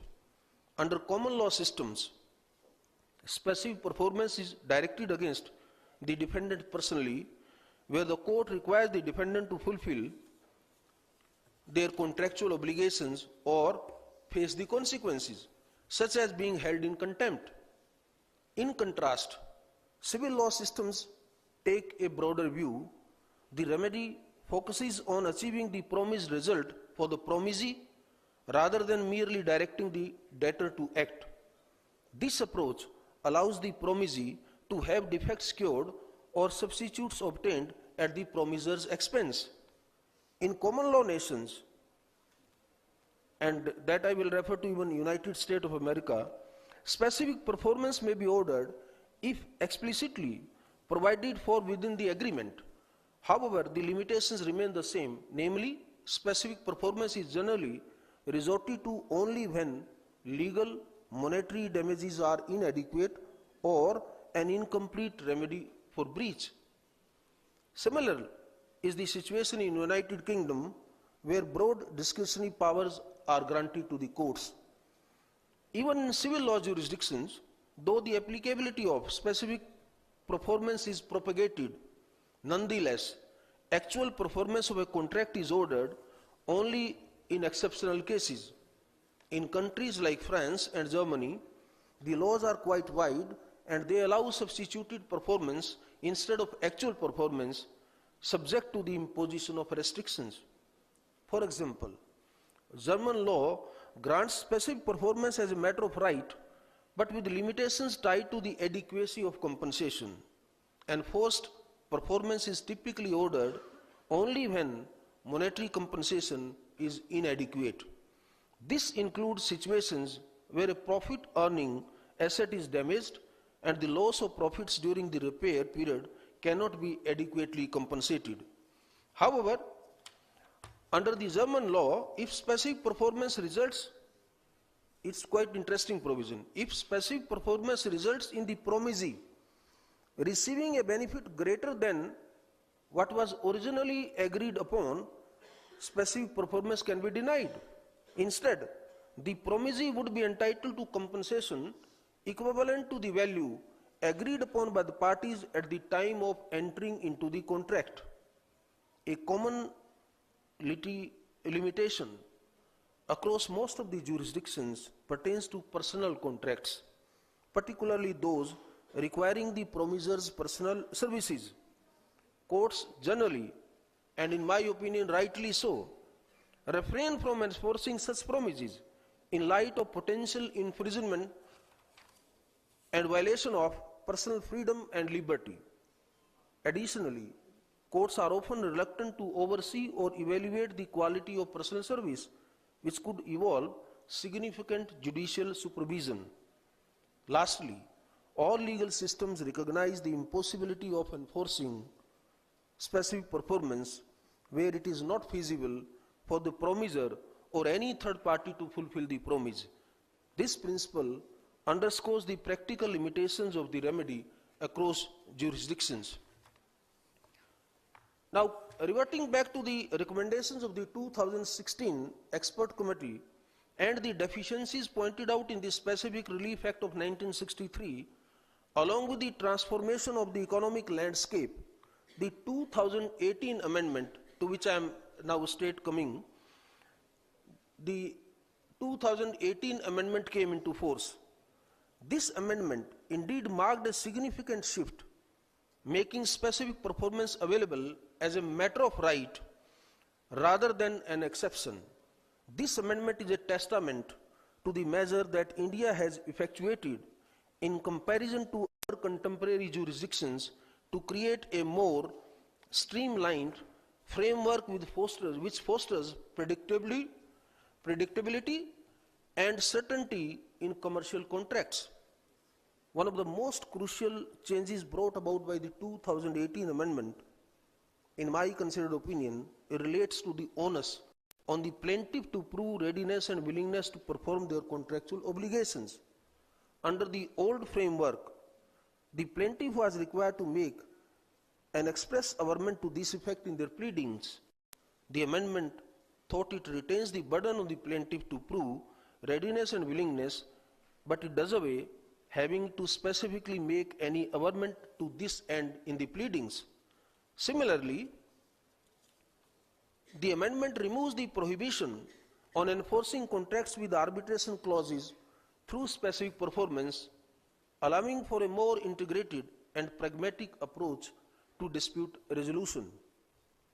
In contrast to the earlier provision, which allowed compensation either as an alternative or in substitution of specific performance, the amendment enables plaintiffs to claim compensation as an additional relief alongside specific performance.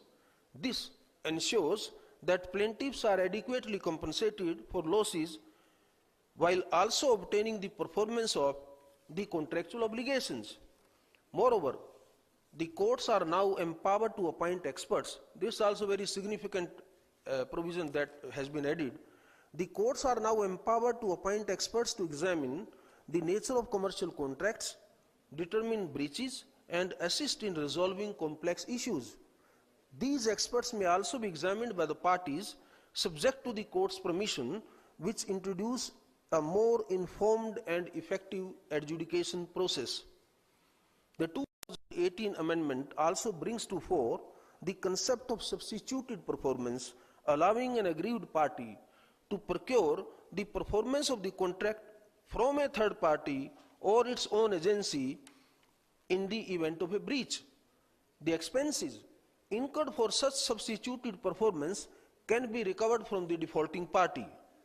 Additionally, the amendment includes provisions to allow third parties who have been conferred benefits under a contract to specifically enforce such agreements. This serves as an exception to the traditional doctrine of privity of contract, expanding the scope of enforcement in line with contemporary needs.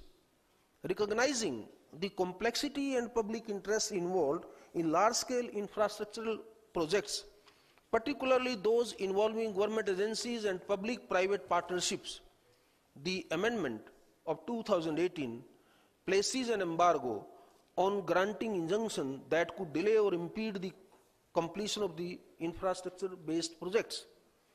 To further streamline this, the 2018 amendment provides an exhaustive list of infrastructure projects covered under the statute, ensuring clarity and uniformity. Special courts are also to be designated by state governments to handle suits related to infrastructure contracts under this Act, enhancing efficiency in resolving disputes in such critical areas. Lastly, to address delays in litigation, the amendment mandates the expeditious disposal of all matters under the Act within 12 months from the date of service of summons to the defendants, within a maximum extension of 6 months.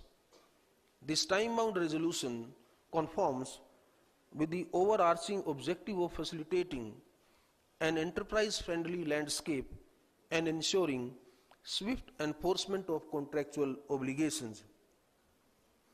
The Act, of course, ideally provides for adjudication of the suits within 12 months, but I have a caveat here.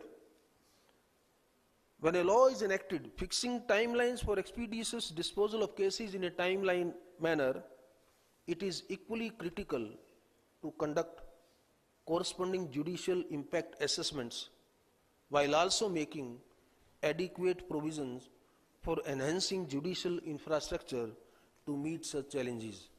I hope this aspect the stakeholders will keep in mind. These changes through the 2018 amendment that I have highlighted are only a few instances among the many that seek to collectively modernize the Specific Relief Act, aligning it with India's evolving economic topography and emphasizing timely, efficient, and effective resolution of contractual disputes. Essentially, the amendment to the Specific Relief Act of '63 aimed to create a more pro-business climate and secure setting by making specific performance the rule rather than the exception, with damages serving as an alternative remedy. This shift reflects a stricter approach to enforcing promisors' performance, acting as a deterrent against uncertain and undesirable contractual behavior. Greater certainty in contract enforcement is expected to enhance India's attractiveness as a destination for both foreign and domestic investments, which would greatly contribute to the economic growth of the nation. The expanded availability of specific performance also offers notable efficient outputs, minimize the risk of undercompensation or the risk of overcompensation. It reduces the reliance on liquidated damages clauses. It also limits strategic behavior and mitigation challenges. And most importantly, it grants primacy to the moral obligation of honoring one's promise. This provision, I'm talking 2018 amendment, one of the clause, has also successfully mixed moral science into legal framework. What was earlier understood to be a mere moral obligation has now been made an enforceable obligation. Additionally, it simplifies the litigation process by avoiding the complexities associated with calculating damages.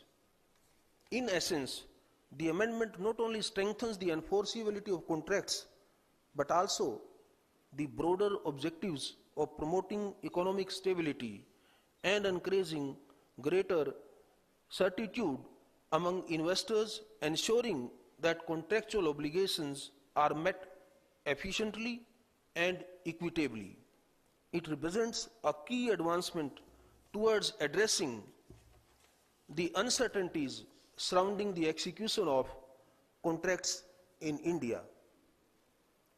India is presently positioning itself as a global economic powerhouse driven by comprehensive legal, policy and judicial reforms aimed at boosting investors' confidence and trade-enabling infrastructure. Post-independence, India largely adopted a closed economic model with limited trade and restricted access to its markets for foreign entities. This approach was driven by a focus on self-reliance and protection of the domestic industries. The transformative journey of India's economic conditions was initiated through the pioneering reforms of 1991, defined by a total overhaul aimed at restructuring the economy.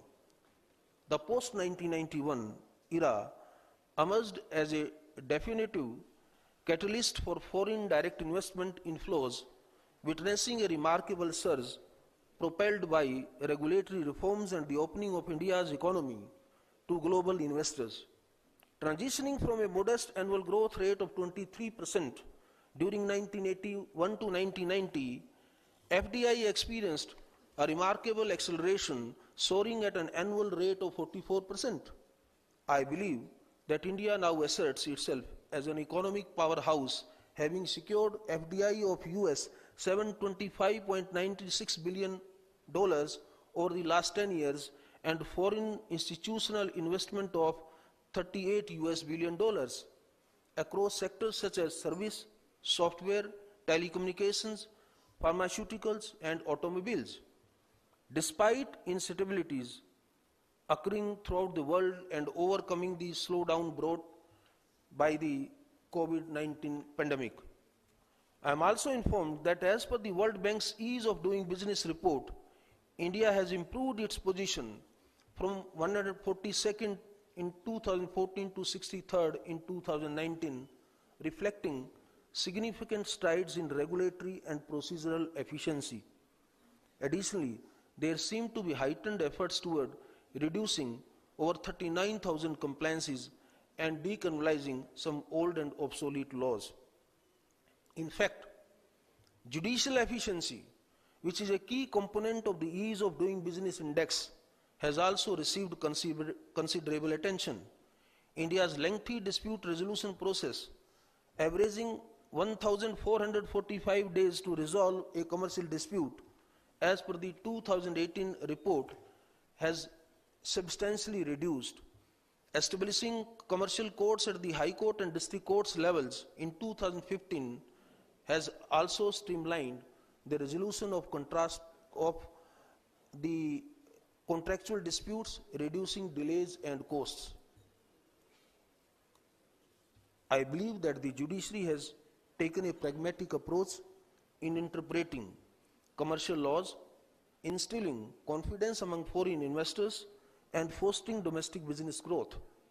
The repeal of laws like Sikh Industrial Companies Act of 1985, to which I have at once prescribed as the sanctuary for defaulters, has also contributed to reshaping the legal framework. While it may be premature to place complete trust in the quasi-judicial commercial tribunals such as the National Company Law Appellate Tribunal or National Company Law Tribunals, their potential for success lies in appointing subject specialists under secure and transparent service conditions. A fair and independent working environment for these tribunals could mark a significant milestone in India's progress. Given this metamorphosis, the role played by the 2018 amendment to the 1963 Specific Performance Act becomes especially focal as it is vital in enhancing enforceability. The crux of this amendment can be captured by the words of, I remember Sir Edward Fry, who in his epochal work on the specific performance of contract says, a perfect system of jurisprudence, I'm quoting him, a perfect system of jurisprudence ought to enforce the actual performance of contracts of every kind and class, except only when there are circumstances which render such enforcement unnecessary or inexpedient, and that it ought to be assumed that every contract is specifically enforceable until the contrary is shown. What finally becomes apparent is that the 2018 amendment is part of a larger strategy to ensure that India's legal landscape is copacetic with the needs of international businesses, prompting trust and ease of doing business program, while also improving its own global economic standing. However, it also highlights the ongoing need for further reforms to address existing gaps and complexities, particularly when viewed through the perspective of foreign investors. I firmly believe that the time is ripe for engaging collaborative exchanges among jurisdictions built on mutual understanding and respect for cross-border legal frameworks. By creating an ecosystem where the sanctity of commercial laws in such countries who believe in the rule of law and is mutually recognized, we can pave the way for more seamless international trade and investment. Such cooperation would not only strengthen global legal harmony, but also inspire greater trust and confidence in transnational commercial dealings. With that, I conclude my remarks and hope that I have been able to throw some light on the 2018 amendment, which let us see in due course of time how it really gives a path, a roadmap for I would say a very fast economic growth which we expect for the country because of the impediments created by the litigations arising out of different kind of contracts.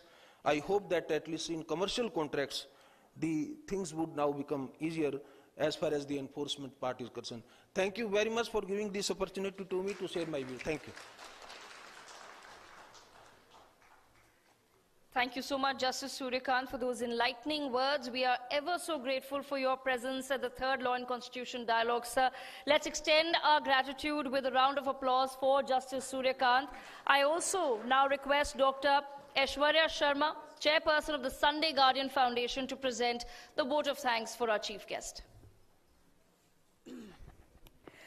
I would like to take this opportunity to thank our chief guest, Honorable Justice Suryakant, Honorable Judge, Supreme Court of India, for taking out time from his busy schedule and gracing this, this event on this very historic occasion when we celebrate the 75 years of the adoption of the Constitution.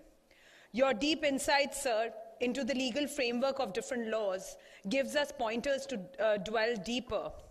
Thank you, sir, for your blessings and support for our initiative, Legally Speaking, which allows a discussion on law, thereby making law more accessible to a large body of people. Your insights about the expansion of judicial infrastructure, the ease of doing business, aiding faster disposal of cases, greater certainty for contract enforcement, as we position ourselves as a globally expanding economy, have been deeply influencing our approach to achieve judicial efficiency, which has improved greatly as per the 2018 report. Thank you, sir, for taking out time. Jai Hind.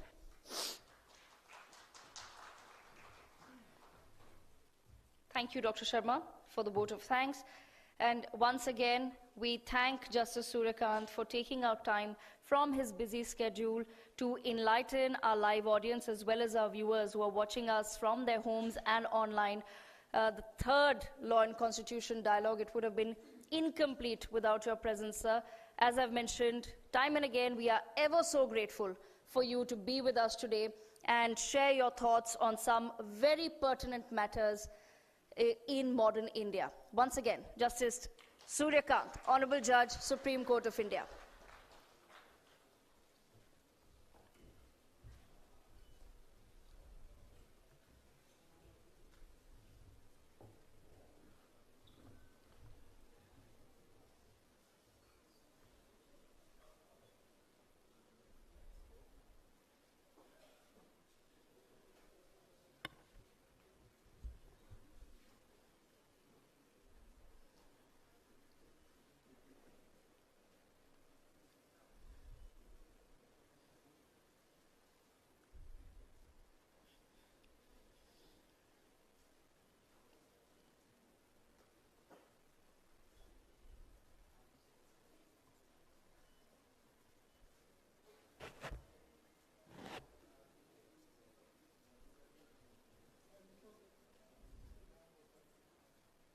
Ladies and gentlemen, before we proceed for our next sessions, could we please quickly have a look and a glimpse of what Legally Speaking is all about. Legally Speaking is, of course, the thought leader behind the event today.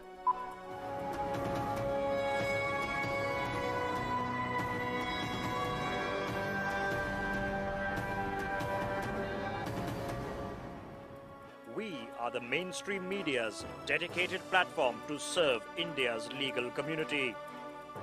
एक देश, एक संविधान, एक झंडा. One country, one constitution, one flag. That is the core of our democracy.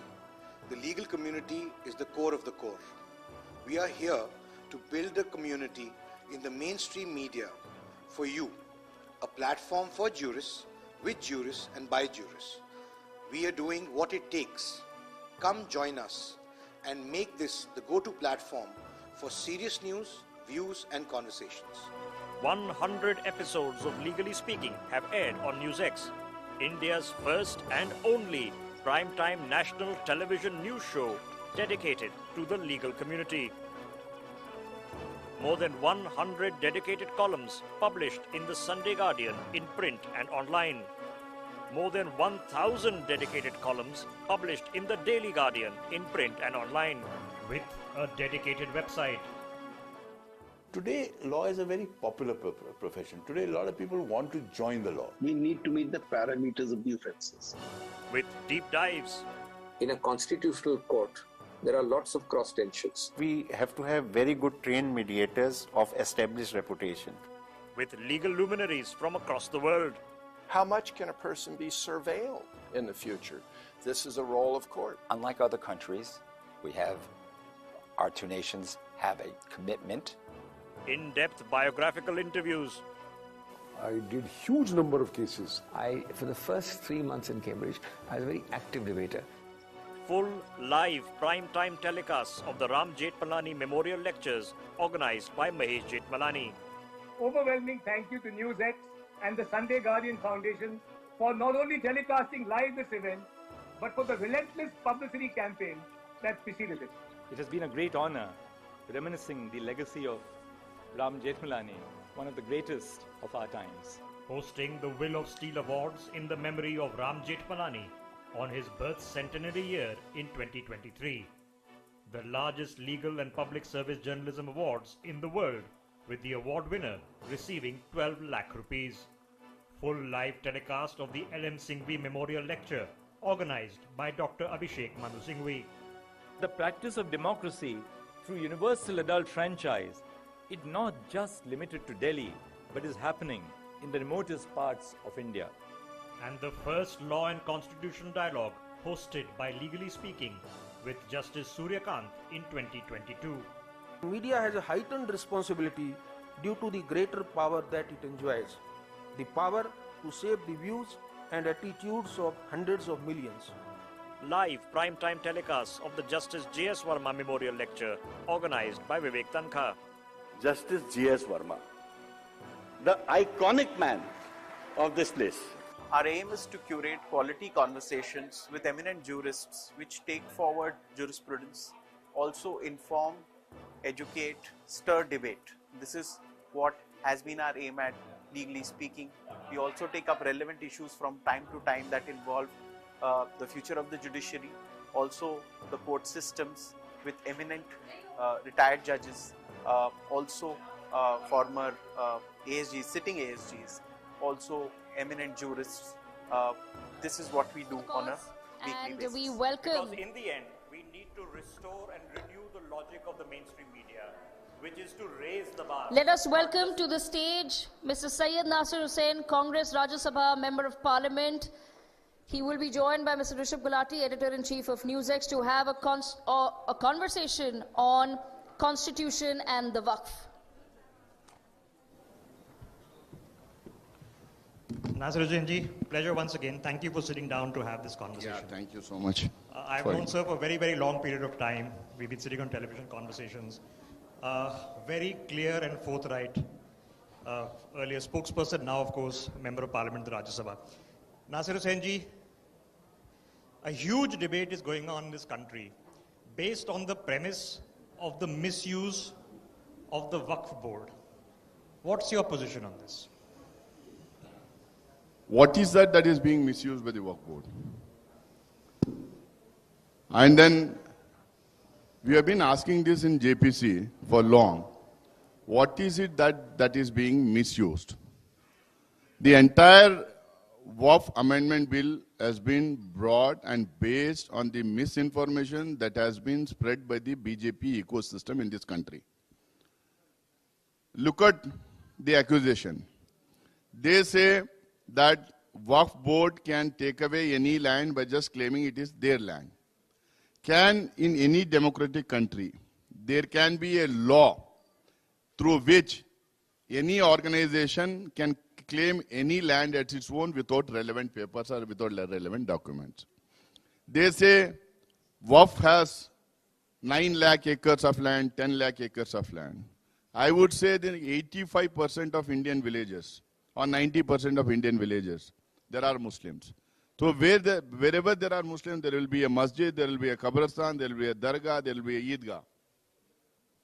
Donated by someone or the other at some point of the time. So obviously there will be land. According to the proportion of the communities that are living in this country, there will be their religious places. There will be their properties belonging to religious places. So I think the kind of information that the misinformation that is being spread, that is something which we need to counter. Secretary, but does the Waqf in principle have the powers to acquire or claim land regardless of private property or public property anywhere in the country? See, Waqf board doesn't have any power to register any land as its land, number one. First of all, Waqf board in this country doesn't have even an inch of land which they can say it is theirs. All these properties or lands belong to a particular institution or a particular Waqf in a particular place. They don't belong to the Waqf board. Waqf board is only a supervising board kind of a thing or a custodian of these properties. They don't own any land. One.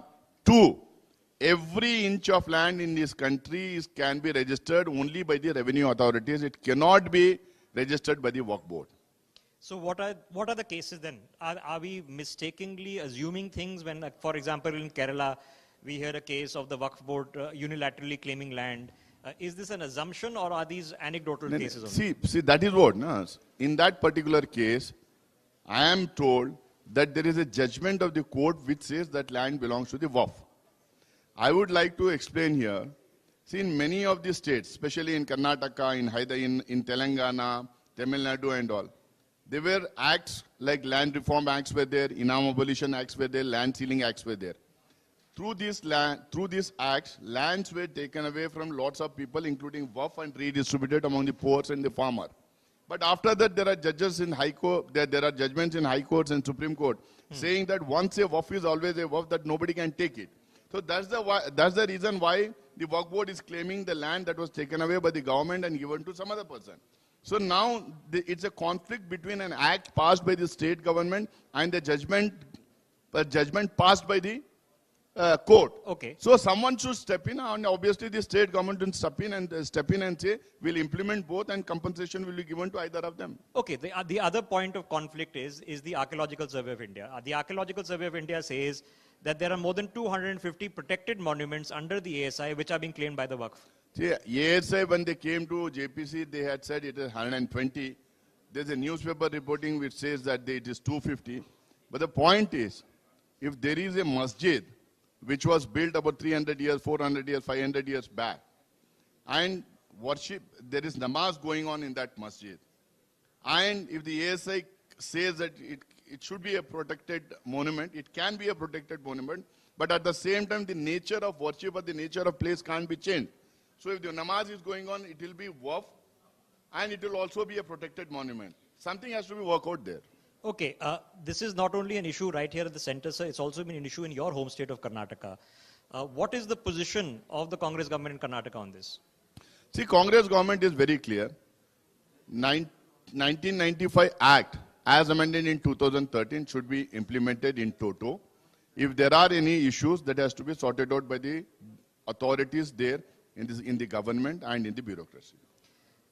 In the end, sir, if there is an assumption being made that we want to take away governance or government, whether at state and center, from religion, when it comes to both Hindu institutions, temples where government rules, the Waqf you mentioned also has representation from government. Is government's business to be running religious institutions or religious properties? See, it is not solely government business to run the religious institutions, but at the same time, there should be some sort of a monitoring by the government. It should be basically a democratic body. There should be elected people in that. There should be domain in-charges, domain specialists in that.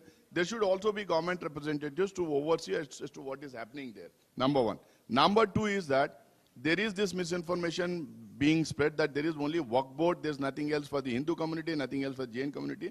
I think almost all the communities have some sort of an administrative structure in some form of the other. Every state has, say, in some state it is called as Endowment Board, somewhere it is Muzrai Department, somewhere it is Hindu Places Worship Act, somewhere it is Hindu Religious Places Act. It is there. 19-20 का फर्क हो सकता है. More or less the same powers are there for everyone. See, I am a Muslim, I am a member of JPC, I am a member of Waqf Board, I am an MP. I would say, let there be similar powers or similar provisions to all the boards of all the communities, and let them have the freedom of governing their own religious institutions. Okay, I know our time is limited, sir, but you are a member of the JPC. The JPC has asked the Karnataka Yogalukta to submit a report on Waqf properties. Should it?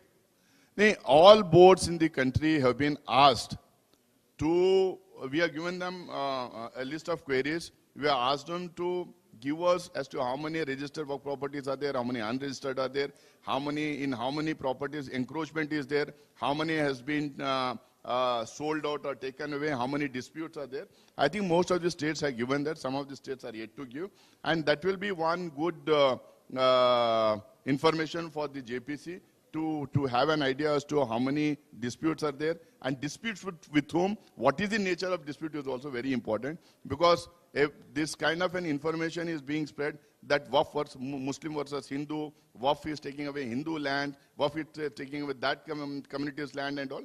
I think I would say I've been a member of Karnataka State Board of Waqf for the last 6 years. 99% of the cases of the Waqf Board are either with the Muslims themselves or with the government. Okay, but there remains a perception which you are saying is being created by one particular party, but we'll have to see how it goes. Nonetheless, you're a member of the JPC itself. 200%, I would like to say this is the misinformation that is being created by the ecosystem of the Sangh Parivar and the BJP, only to polarize, to divide, and create an environment where they want to say, see, Congress or the other parties didn't have the guts to do this. This is what we are doing.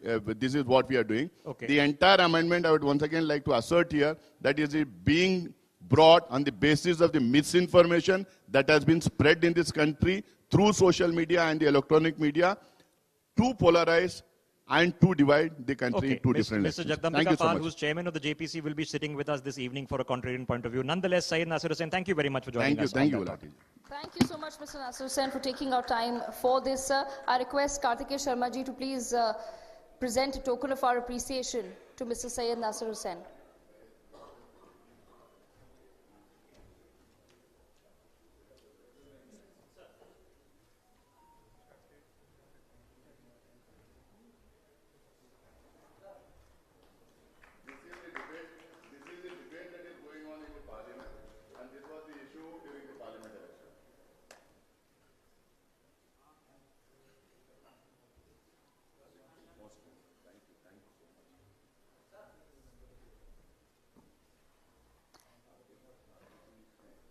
With that, Kartiki ji, I request you to please stay with us on stage as we welcome our chief guest, Shri Arjun Ram Meghwal, Honorable Union Minister for Law and Justice of India.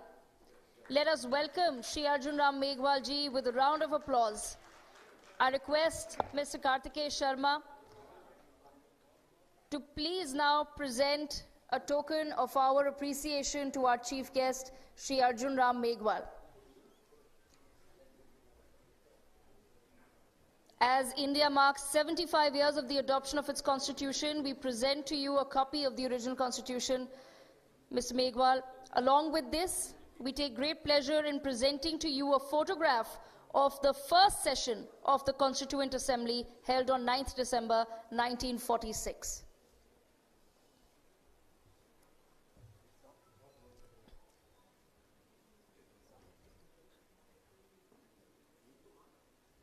Kartiki ji, I please welcome you to the dais to welcome our chief guest.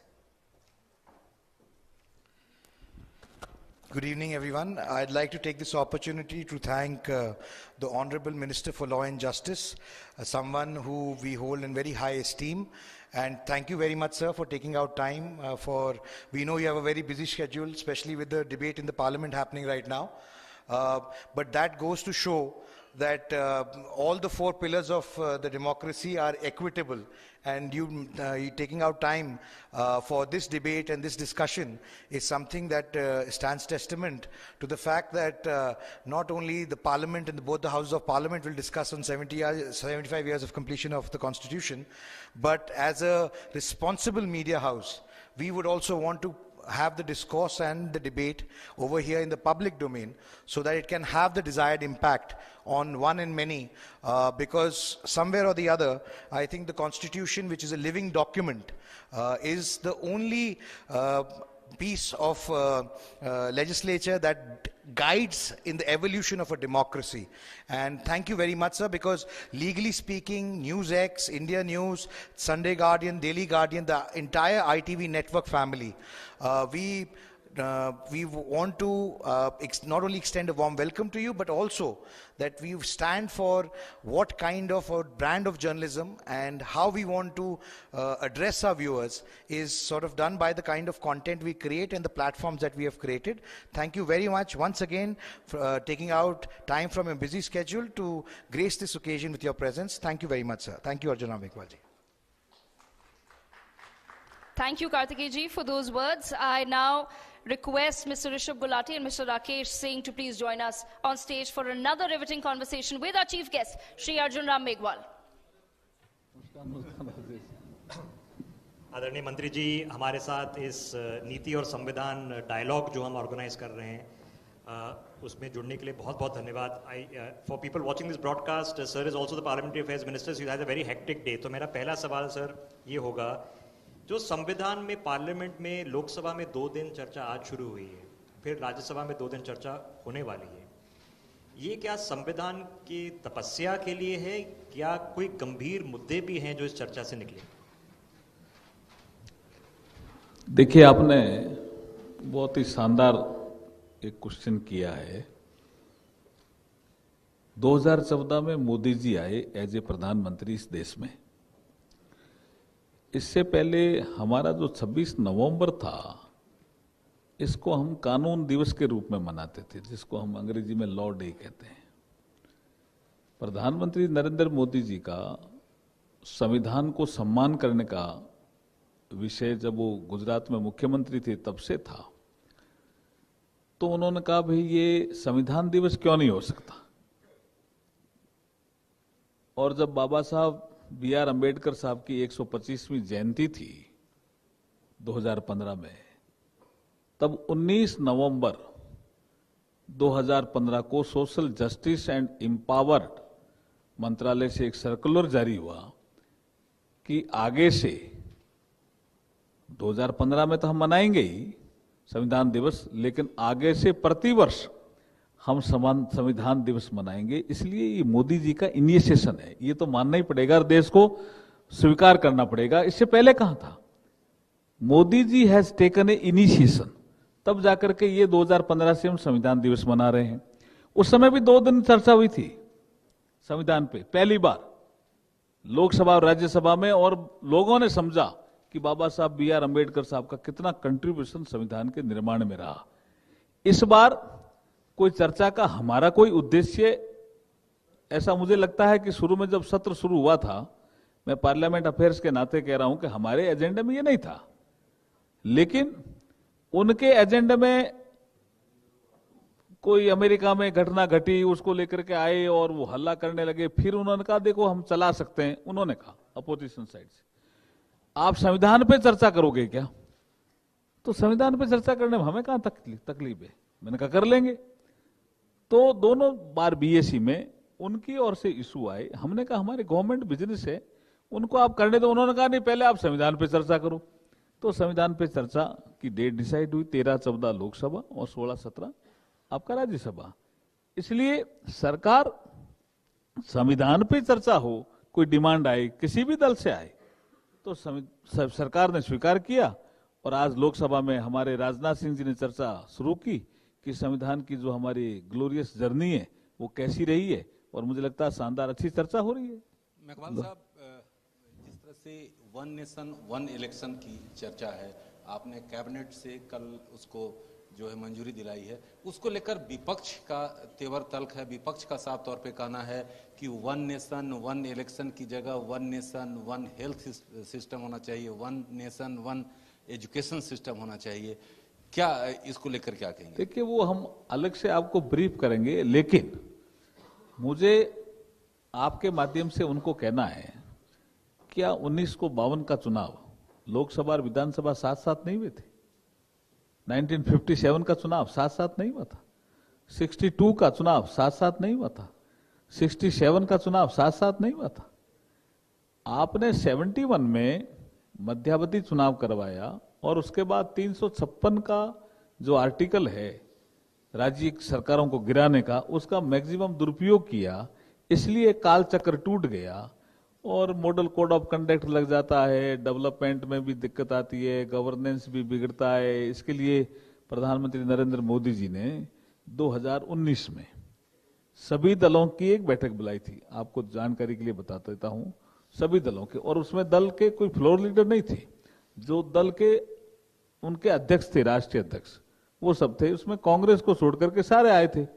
सबने स्वीकार किया कि ये अच्छा सुझाव है।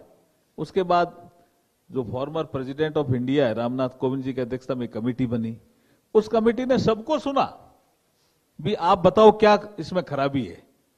और कई देशों में हो रहा है, इंडोनेशिया में हो रहा है, यूनाइटेड स्टेट में हो रहा है, कई देशों में हो रहा है। और इसमें गड़बड़ कहां है? लॉ एंड ऑर्डर आपका, जब पुलिस की जरूरत होती है लॉ एंड ऑर्डर में, चुनाव होता है तो वहां लग जाता है। तो ये तो एक बहुत अच्छा मुझे लगता है इलेक्शन रिफॉर्म का एक स्टेप है। इसको विपक्षी दलों का सहयोग करना चाहिए, इसका विरोध नहीं करना चाहिए, मैं ऐसा मानता हूं। लेकिन मेघवाल साहब, जहां तक राज्यसभा में बात की जाए 163 जरूरत पड़ेगा 2/3 बहुमत के लिए, वहीं जो है लोकसभा की बात किया जाए 362 आपको मतों की जरूरत पड़ेगा।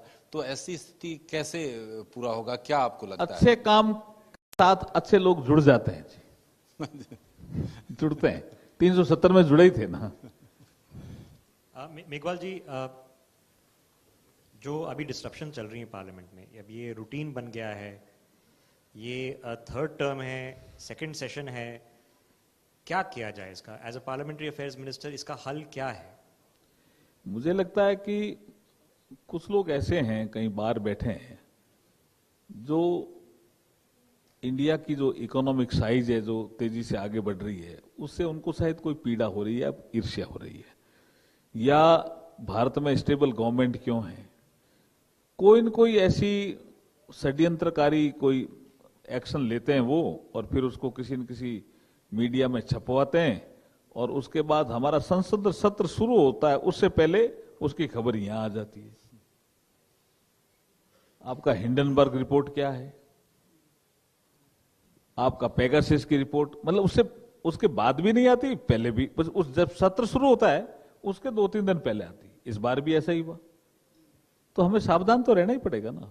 जो इंडिया की इकोनॉमी को डिस्टर्ब करना चाह रहे हैं, ऐसे अगर लोग कोई चीज कहते हैं, फिर हमारे यहाँ आकर के लोग हमारे जो इंस्टीट्यूशन है उनको नहीं मान करके, उनकी बात पे पूरा विश्वास करके यहाँ हाउस को चलने नहीं देते हैं, तो वो ठीक परंपरा नहीं है। मेघवाल साहब, क्या खतरा, यही हम उनको समझा रहे हैं कि ये ठीक परंपरा नहीं है।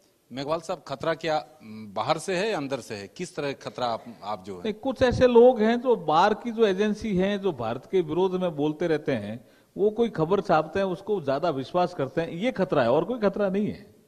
बाकी देश एक है, मजबूत रहेगा देश, कोई चिंता की बात नहीं है। मेघवाल जी, लेकिन अगर ऐसी षड्यंत्र साजिश होती हैं और भारत के अंदरूनी मामलों में केस अगर यहाँ हो नहीं हो, हमारी एजेंसी डिसाइड करेंगी, न्यूयॉर्क में केस फाइल होते हैं, हम ऐसा क्यों नहीं करते हैं? हम फ्रंट फुट पे क्यों नहीं खेलते हैं? क्योंकि अगर हमें पता है, और अगर आप पूरा आरोप लगा रहे हो कि ऐसे लोग हैं, ये षड्यंत्र साजिश कर रहे हैं, हम वापस उनको नाम से बुलाकर बोलते क्यों नहीं है कि आप ये षड्यंत्र साजिश कर रहे हो? नहीं, जो हमारा प्रयास है वो हम करते हैं, लेकिन जो कानूनी उपाय है उस संबंध में भी हम गंभीरता से विचार कर रहे हैं। ऐसी बात नहीं है। जो उन देशों में क्या हमारी कंपनियों पर, उन देशों के क्या नियम है, उनकी कंपनियां भी हमारे यहाँ काम करती है। रेसिप्रोसिटी रहनी चाहिए। ऐसे जैसे अभी हमने इंग्लैंड से एक संबंध किया कि भाई यहाँ का वकील वहां प्रैक्टिस कर सकता है, वहां का वकील यहाँ आके प्रैक्टिस करे, तो बराबर के अधिकार में, रेसिप्रोसिटी के अधिकार में हमें कोई दिक्कत नहीं है, हमें कोई दिक्कत नहीं। लेकिन वन वे नहीं हो सकता है। You're using the word reciprocity, diplomacy में इसको इस्तेमाल किया जाता है। तो क्या मेघवाल जी आप कह रहे हैं कि अगर ऐसा कोई व्यक्ति या संस्था हो जिसके अगेंस्ट करप्शन एलिगेशंस हो और उनका यहाँ पर भारत में कोई भी फाइनेंशियल लेना देना हो, तो हम भी ऑप्शन ओपन रखते हैं उनके ऊपर केस फाइल करने का? देखिए, मैंने कहा ना, जो हमारे लॉज हैं बने हुए, पहले तो हम उसके तहत ही काम करेंगे, फिर अगर हमें लगता है कि कुछ सुधार की जरूरत है तो उस दिशा में भी आगे कदम बढ़ाएंगे। मेघवाल साहब, राज्यसभा के सभापति के खिलाफ जिस तरह से विपक्ष ने नो कॉन्फिडेंस मोशन जो सिग्नेचर हस्ताक्षर दिया है, क्या आप मानते हैं कि विपक्ष का साफ तौर पे कहना है कि जो सभापति हैं वो विपक्ष की बात नहीं सुनते, सत्ता पक्ष के पक्ष में काम करते हैं? इस तरह की बात कहना क्या आप मानते हैं? देखिए, राज्यसभा के सभापति, चेयरमैन राज्यसभा, उनके खिलाफ भारतीय संसदीय इतिहास में पहली बार ऐसा एक no confidence motion article 67B के तहत विपक्ष लेके आया है। वो उनका अधिकार है, लेके आए, लेकिन लेके आने के बाद वो प्रेस कॉन्फ्रेंस करके उस प्रस्ताव की चर्चा क्यों कर रहे हैं? उपराष्ट्रपति जी पे क्यों आरोप लगा रहे हैं झूठे? अगर जब वो चर्चा में आएगा तब चर्चा करनी चाहिए ना। हाउस के अंदर है वो, तो that is a house, that is a property of the house. उसको वो बाहर ले जाते हैं, प्रेस करते हैं, प्रेस करके, और इसका मतलब आप उपराष्ट्रपति जी के खिलाफ प्रस्ताव लेकर आए, उस पर आपने बाहर चर्चा शुरू कर दी, जो संविधान इजाजत नहीं देता। आज हमारे राज्यसभा में हमारी तरफ से बहुत लोग बोल रहे हैं कि भाई ये इजाजत नहीं देता कि आप उपराष्ट्रपति जी का सारे दोष ढूंढने लग जाओ, अपने ट्विटर हैंडल पे उसको डालो, ये आपको शोभा भी नहीं देता और संविधान इजाजत भी नहीं देता। जब वो 14 दिन के बाद चर्चा में आएगा प्रस्ताव राज्यसभा में, उस समय जो बोलना बोलिए। इसका मतलब विपक्ष जो उपराष्ट्रपति जी का as a chairman Rajya Sabha by virtue of the post उनका सम्मान नहीं करना चाहता, उनका अपमान करने की सोच रखी उसने, जो ठीक दिशा में नहीं है। मेघवाल जी, समय हमारे पास कम है तो लेकिन दो छोटे सवाल और हैं। सबसे पहले सेंसस अब अनाउंस किया गया अगले साल के लिए, क्या इसके बाद डीलिमिटेशन एक्सरसाइज भी होगी, क्योंकि 33% reservation of women in parliament भी आने वाला है 2 साल में? जो नारी शक्ति वंदन अधिनियम तो पास हो गया पार्लियामेंट से, जिसमें 33% रिजर्वेशन लोकसभा और राज्यों की विधानसभाओं में रहेगा। 2026 तक हमारा डीलिमिटेशन को संविधान के द्वारा ही फ्रीज किया हुआ है, हमने नहीं किया। हमसे पहले जो शासन करते थे उन्होंने कहा कि 2026 तक कोई डीलिमिटेशन की एक्सरसाइज नहीं करेगा, तो 2026 के बाद ही ये सारी प्रक्रियाएं शुरू होगी। सेंसस आपने ठीक कहा कि इसमें हम डिजिटली सेंसस करने का प्रयास करेंगे, और सेंसस जैसे ही होगा उसके बाद एक डीलिमिटेशन आयोग बैठेगा। वो डीलिमिटेशन आयोग 2026 के बाद, क्यों 26 तक तो फ्रीज किया हुआ है एज पर कॉन्स्टिट्यूशन, तो 26 के बाद जब वो डीलिमिटेशन आयोग कौन सी सीट महिलाओं के लिए रिजर्व होनी चाहिए, कौन सी सीट अभी जो एससी की है क्या वो एससी की रहे या जनरल हो जाए, कौन सी सीट एससी की है वो एसटी की करनी है, या कौन जगह एसटी की पॉपुलेशन बढ़ गई जहां जनरल सीट है उसको एसटी की करनी है, ये सारी एक्सरसाइज वो डीलिमिटेशन आयोग करेगा। निश्चित रूप से ये कार्रवाई होगी, और अगला जो चुनाव आएगा तब जो नारी शक्ति वंदन अधिनियम है वो लागू होगा, और महिलाओं को 33% लोकसभा में और विधानसभा में रिजर्वेशन मिलेगा। मेघवाल साहब, एक सोशल मीडिया से लास्ट में मैं क्वेश्चन मैं हर बार पूछता हूं, सोशल मीडिया पे जो एक ट्रेंड कर रहा है कि कानून मंत्री और पार्लियामेंट अफेयर्स मिनिस्टर हैं, तो एक सवाल जरूर पूछने के लिए कि जो बांग्लादेश में जो स्थिति है, आखिरकार बांग्लादेश को लेकर सरकार को जो इस पर रिएक्शन होना चाहिए, उससे जरूर जो है आप मंत्री जी से पूछिएगा कि आखिर सरकार चर्चा क्यों नहीं कराने के लिए, जो विपक्ष भी कहता है, लेकिन ये सोशल मीडिया का प्रश्न है, मैं पूछ रहा हूँ। विपक्ष इसमें चर्चा कहाँ चाह रहा है? विपक्ष तो किसी और पे चर्चा चाह रहा है, विपक्ष तो इसमें आलोचना ही नहीं कर रहे हैं। बांग्लादेश में हिंदुओं पे जो अत्याचार हो रहा है उसमें विपक्ष आलोचना ही नहीं कर रहा है। हाँ, आलोचना नहीं। मैं आपकी जानकारी के लिए कह रहा हूं। देखिए, ये दुर्भाग्य है कि बाबा साहब अम्बेडकर को हम याद करते हैं, लेकिन संविधान जब बन रहा था और जब ये देश के दो बंटवारे हुए, ईस्ट पाकिस्तान वेस्ट पाकिस्तान के नाम से पाकिस्तान देश बना, एक भारत रहा, उस समय भी बाबा साहब ने कहा था कि ये बांग्लादेश में और पाकिस्तान में जो माइनॉरिटीज रह गई हैं, हिंदू विशेष करके सरदार कम्युनिटी के सिख लोग, उनके साथ ये अत्याचार कर सकते हैं, इसलिए आप थोड़ी अदला बदली का जो प्रस्ताव है ना जनसंख्या वाला, उसको आप लागू कर दो। उस समय भी कहा था उन्होंने। आज बांग्लादेश में जो अधिकतर जिनके साथ, जिनको हम हिंदू भी कह रहे हैं, अत्याचार हो रहे हैं, वो मतवा समुदाय के लोग हैं। वो कहते हैं श्री हरि बोल, ये हमारा वाक्य हम बोलेंगे, वो कहते हैं श्री हरि बोल, यहां मत बोलो। ऐसा थोड़ी होता है। लेकिन सरकार बहुत चिंतित है और सरकार कार्रवाई, जो अपेक्षित कार्रवाई, सरकार कार्रवाई कर भी रही है। मंत्री जी, it's one of the toughest jobs in Parliament, which is to try to get consensus to keep Parliament functioning, which is the Minister of Parliament Affairs. Being Minister of Law and Justice is another tough job. Thank you very much, sir. आपने इतने busy Parliament सदर के बीच में हमारे लिए समय निकाला, बहुत बहुत धन्यवाद। Thank you. Thank you very much. धन्यवाद sir.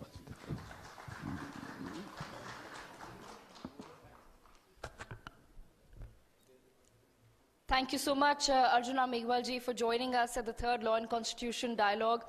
I now request Shri Karti Sharma to also please present the vote of thanks.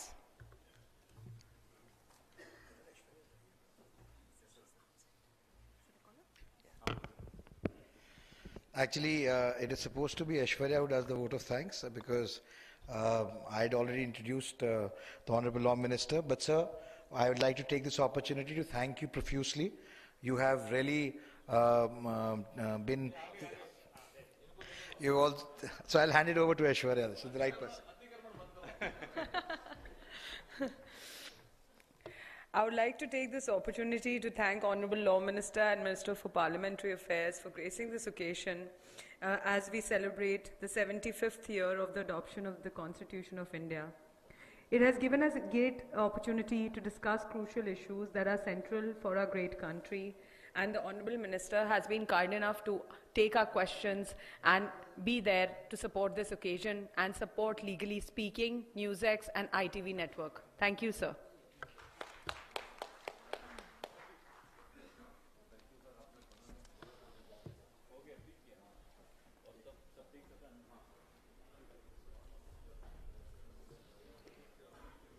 We once again extend our gratitude to Shri Arjun Ram Meghwal ji for joining us at the third Law and Constitution Dialogue. Ladies and gentlemen, as the founder of the ITV network, Karti Sharma, also Member of Parliament Rajya Sabha, escorts the Union Law Minister out. Let's prepare for our next session, which is on digital arrests and cybercrime. We have some very, very interesting panelists in this, including Mrs. Jacinder Sehgal, who's been a victim herself of digital arrest. To put perspective, we have Dr. Muktesh Chandar. He's the former DGP of Goa and a Special Commissioner of Police. We also have Shri Hemant Tiwari, who's DCP IFSO, who's joining us on this conversation, as well as Shri Pawan Duggal, who sits with us very often on television to discuss this. It's become a very ever-present crisis. Could I request Muktesh ji, Pawan ji, and Shri Hemant Tiwari to kindly come on stage. Ladies and gentlemen, we've all been through it. We are all seeing it, these spam scams that are going on. I'm sure you're getting phone calls also. What do we do about them? Let's have this conversation. Our senior news editor, Devika Chopra, is conducting. Devika. Thank you so much, Rishabh, for that. As Rishabh mentioned, this is, of course, becoming a menace. Day by day, we're hearing more and more reports and cases every day. In fact, while we were reading up on it, we found out that there were 42,000 cases of digital fraud that were reported last year, of which 9.45 crores was recovered. Indians have lost 120 crores in digital arrest frauds in just the first 4 months of this year. And these are all reports that have literally come out today. The Home Minister has presented this data as well. Karnataka, meanwhile, lost 109 crore in just 641 digital arrest cases. So this, ladies and gentlemen, is truly a problem of the hour. What we have to realize is that today more and more people have access to mobile phones, and as many people also have access to the internet, which means that they're easily connected via apps like WhatsApp. And I have with me Jacinder Sehgal ji. She is a 79-year-old woman. Ma'am, am I correct? She's 79 years old. And she was under digital arrest for 5 days. 5 harrowing days. When I was listening to her tale outside, I was extremely shocked and extremely worried for this rising trend. So I will begin by asking Mrs. Sehgal, if you can just explain, ma'am, to our viewers watching and everyone else, perhaps our lawmakers who are also watching, Parliament is on session, maybe this will come up. What exactly happened to you, ma'am? Who called you? What did they say? Well, a digital arrest is you get this call and they ask you your name, they give you the Aadhaar number, and they ask you to verify it. So which you do. And then they tell you that there is a warrant of arrest for you within 3 hours, and you are involved in child trafficking, you are involved in money laundering, and you're taken aback, you're shocked. You deny it, and you keep on denying it, then it is a public prosecutor or a crime branch. So you were called, essentially you were called. I was called. And you were told that the call is being made by the Enforcement Directorate, the ED. Absolutely. And that you were charged with child trafficking. Ma'am, can you explain to our viewers what exactly happened next? What did they tell you? They told me that you are involved in child trafficking, 400 children, and 400 children, and you have got 3.1 crores in the Chennai bank, money laundered money, and you have 3.5 crores in the RBL bank in Delhi.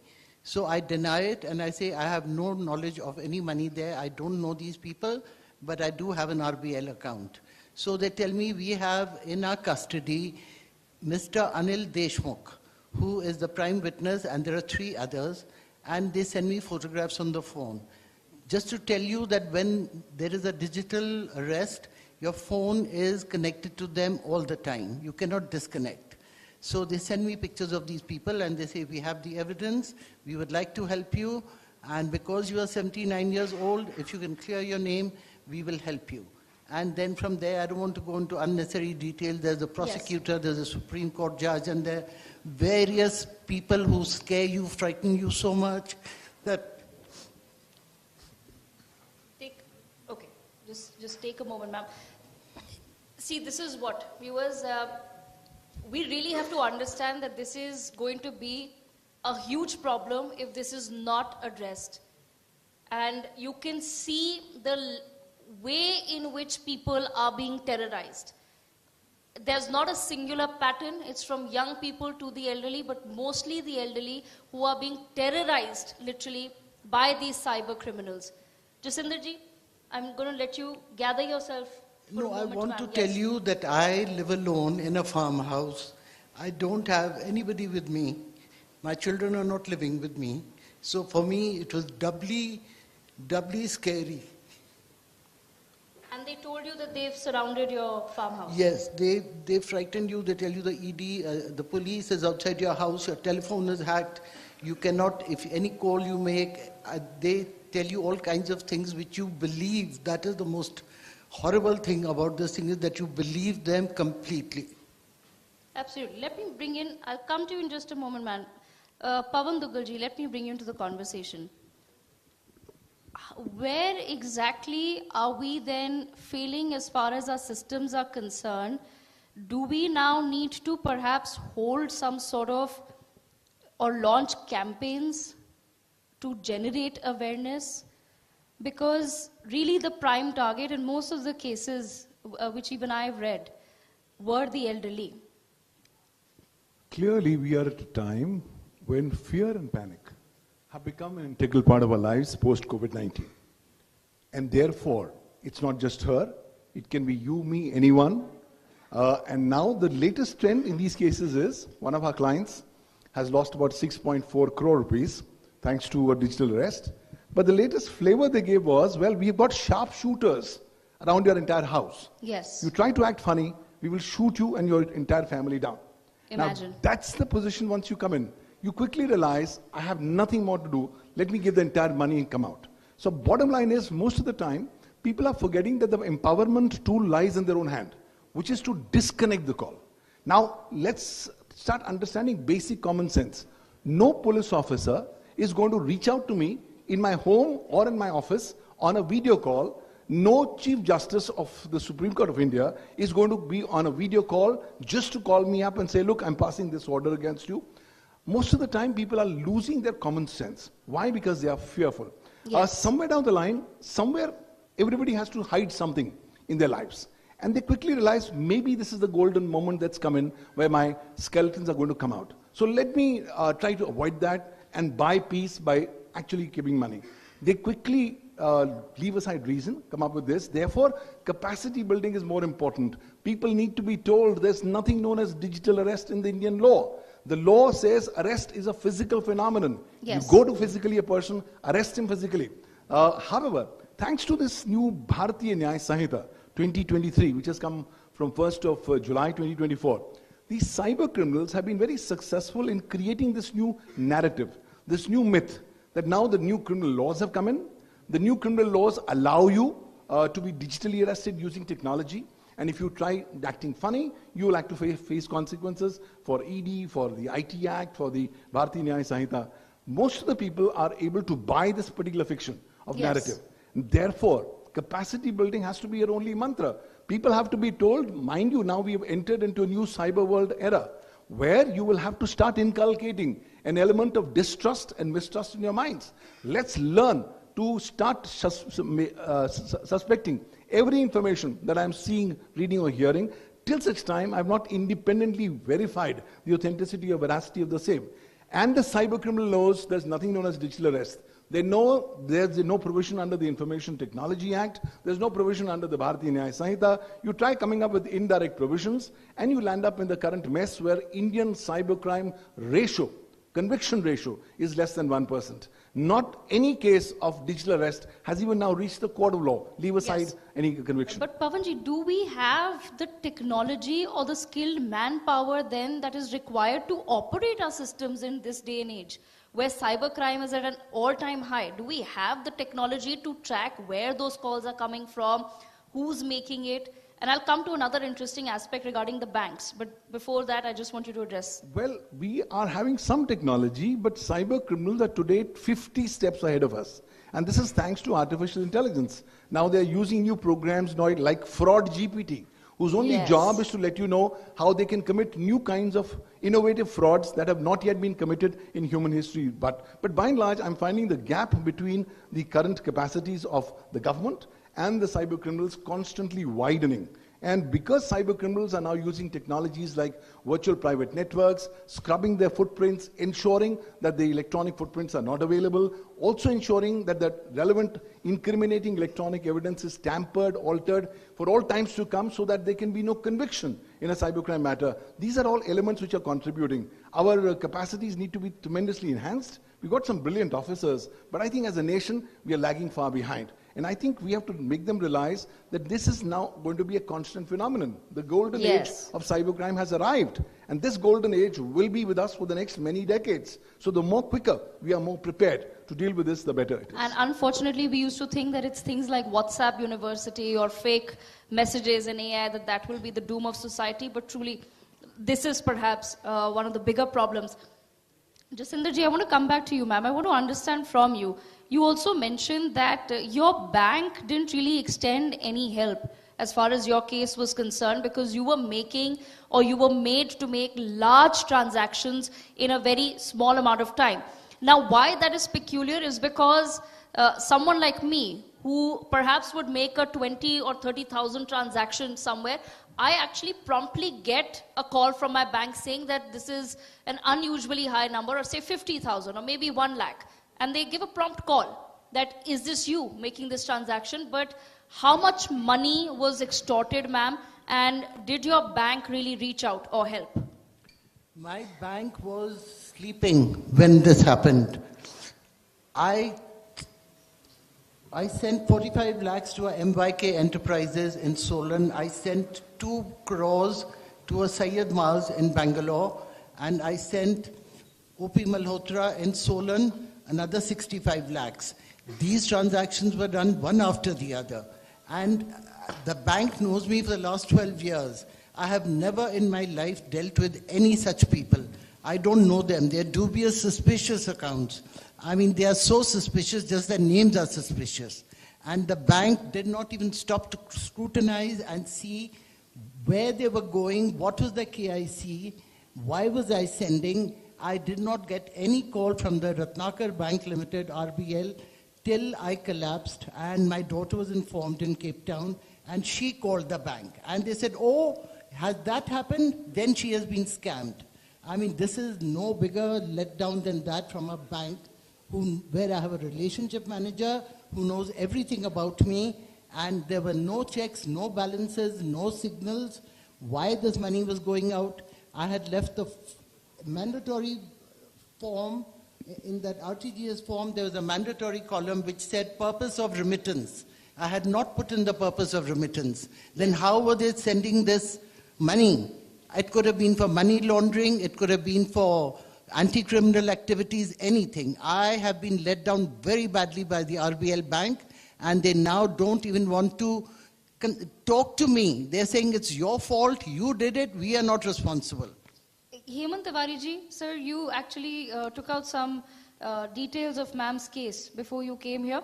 How does then one deal with the bank in the system? Because like I said, most of us do get prompt messages or calls from our bank the moment they suspect some suspicious activity. The reason why I'm asking that is, does this somewhere then tell us that there are moles within the larger system? Are there people who are leaking information? Are there people? Because it's a very well thought out plan, right? You know that a Jasinder Sehgal lives alone in a farmhouse. You probably know that she doesn't have her children with her. So clearly the targets are very specific. But how is this information really even reaching these cyber criminals? Do we need to have a larger conversation about the entire system? We have been dealing with such cases for about a year. The digital arrest first case, I think, came to our notice somewhere in March. So it is around 8-9 months. And as per around 40 cases we are investigating, there is nothing to say that victims are well researched and targeted. Okay. You must understand that the scamster, they are kind of running an industry where their job is to call anyone and everyone whose number they have. Number goes through various channels because the data security protocol are very weak. If we are going for shopping or anywhere, we are easily giving our number. We are doing some transaction. Let's suppose we went to some shop, purchased something, we gave our number and we did a card transaction. Yes. So these three details came to them, that particular shop or restaurant, and from there it get leaks. So they randomly call everyone, they send the email to everyone, which all emails they have, which all numbers they have. Now who are the target? Number one, those who pick up the call, they become susceptible. And second, after picking up the call, mostly these calls are IVR generated, where some computer voice will say that we are calling from TRAI, and there is an important notification about your number. For further detail, press 9. Or we are calling from Mumbai Cybercrime or Customs or DHFL or some courier company, there is an important notification, you press 9. If we are aware that we have nothing to do with these people, we should not go for any further conversation and we should cut the call short. But still, if we go, then we become further more susceptible. Yes. Those scamster does not have much of our information. Actually, they might have our number, our name, at max Aadhaar number if we have shared it somewhere. From there, they start talking to us and they extract all the information and most of the information from the victim itself. And then, after extracting the victim, first they try to threaten the victim like anything on one pretext or other. And secondly, they take the information about the near and dear one, like if ma'am is there, their sons, daughters, sisters, brothers, and they try to find out what they are doing. Let's suppose a call like this comes to some rickshaw puller or not so well-to-do person. So as soon as the scamster realizes that this person is not capable of extracting money, they themselves will cut the phone and they will go to the another victim or another call. So once they realize that this is a potential customer for them or potential victim for us and they can extract money, then they start threatening. Sometimes they threaten for themselves, but most of the time they threaten for their near and dear one. Because if someone is coming to arrest me, I may face it. Okay. If someone is coming to arrest me, she can think, okay, I will face it. If I have done something wrong, I will face it. But they will threaten you like your son, which you yourself have told that he is working in US or he is working in Merchant Navy. So they will threaten, yes, your son is there, and if you are not cooperating with us, so the particular police will come and arrest the son. So they try to put you under pressure for your near and dear one, and then they extract the money. Okay. And then it comes to bank parts, how the banks are involved. You asked that. Yes, I'll come to that in just a moment, but I want to bring in Dr. Muktesh Chandar into the conversation as well. Dr. Chandar, Jasinderji, what was the total amount that was extorted? 3 crores 10 lakhs. 3 crores 10 lakhs. That's not a lousy sum of money that one can just forget. And I want everyone to remember that. But Dr. Muktesh Chandar, I want to understand from you. There's a very important and necessary digital India movement that is on right now. These are some of the drawbacks of what happens when we have more and more access to the internet. But how do we solve or perhaps come up with a solution for the problem of digital arrests without hindering people's faith and confidence in digitalization? First of all, let us understand that there is nothing digital in digital arrest. This whole concept is wrong. It is pure extortion. No cyber means are used. It's a call. You are threatened to such an extent that you lose your balance of mind. It is called hacking of human mind. So they know that this is the way you can be threatened, and then you only transfer the money to their accounts, like in the name of Reserve Bank of India or somebody. The problem is that at that time, as Dr. Dugal was mentioning, awareness. There is no such thing called digital arrest. Then and there the thing should stop. Suppose they are saying deposit the money in this account. These accounts are of the firms, not Reserve Bank of India. Reserve Bank doesn't seize money like this. No police officer seizes it like this. So these telltale signs are from the very beginning available. The problem is that the legal awareness or the basic awareness about the rights, your rights are not there. And at that time, I have seen victims where they put you in such a threat as if a gun is on your head and you Yes. lose your sense of mind. The simplest solution is to cut the phone. And another thing I want to tell you is very important here, which probably is missing in most of the conversations I'm seeing this. Why is that an educated person, legally aware person, or an IT-savvy person gets threatened because of, in the name of CBI, or in the name of ED, or in the name of crime branch, Mumbai police or Delhi police or whatever, is that perhaps there is some kind of fear about these agencies also in the minds of the people. That they, suppose you have not done anything wrong, there is no narcotics, you have not done any child trafficking. Why should you worry? You should have this confidence as a citizen of India and faith in the criminal justice system that if I have not done anything wrong, nothing is going to happen. But that fear is there of these agencies. So how do we generate that kind of confidence? That lies on everyone in the system. Yes, I completely understand your point, and everyone thinks about this, that why is it that educated people are also falling for this? But as Jacinderji pointed out, a lot of times you are threatened, literally you're told we've surrounded your house. So even if you know that this is something that's criminal, that's happening with me, what will you do? Because you can't really verify the veracity. Pawan Dugalji, you have 30 seconds, sir. Unfortunately, you have to wrap up. But I want to understand from you, does this then call for some sort of an emergency mechanism to be put into our phones? Like we have an SOS button, or we have numbers like 112, etc. 112 is there. There is no need for any other number. No, but since you can't call, you can't cut the call because there's a fear that's placed in you that you'll be shot or that we'll come into your home. So what is it that we need to do? Some sort of SOS mechanism needs to be introduced.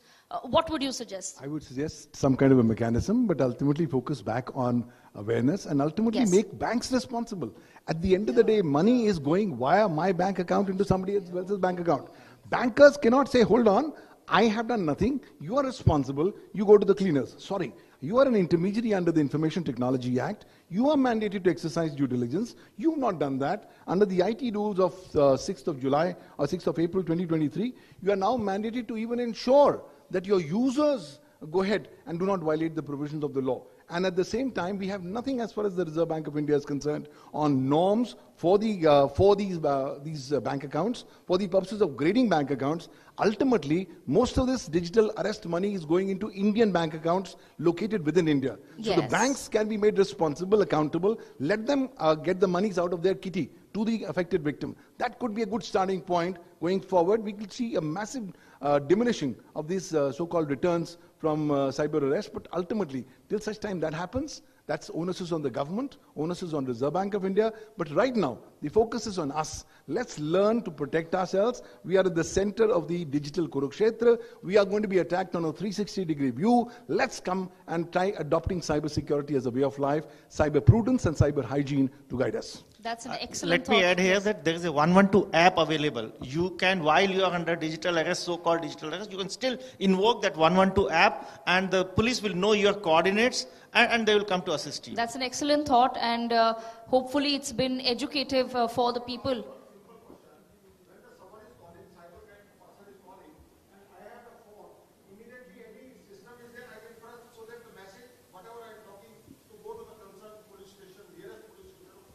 That is what I'm saying. 112 Yes, app will still work while you are connected to a Skype call or a WhatsApp call. 112 will still work. Okay, Jacinderji, 30 seconds, ma'am, for you to conclude the conversation. Yeah, after having gone through this experience, I think the banks are the only ones who can stop this, because they know very well their customers don't send out money in 50 lakhs, 70 lakhs and crores in 3 days. It is for the bank to stop these scamsters.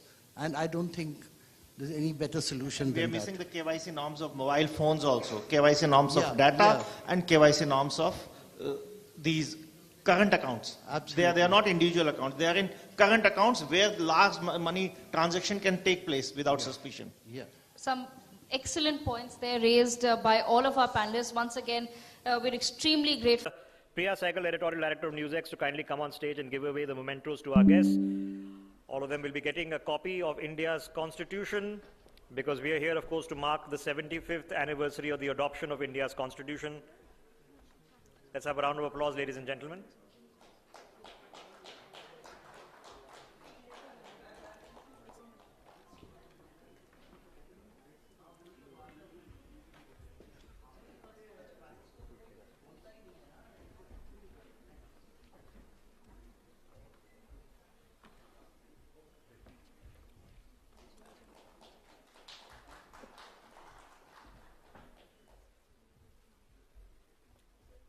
Ladies and gentlemen, we have jam-packed back-to-back sessions after this. Justice Mukul Mudgal is joining us. After that, we have Justice Sanjay Kishan Kaul.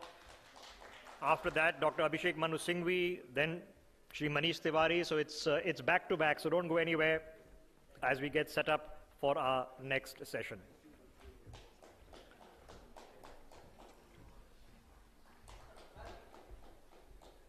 To Ms. Sehgal, ma'am, be in touch with us so that we can track your case as it goes forward.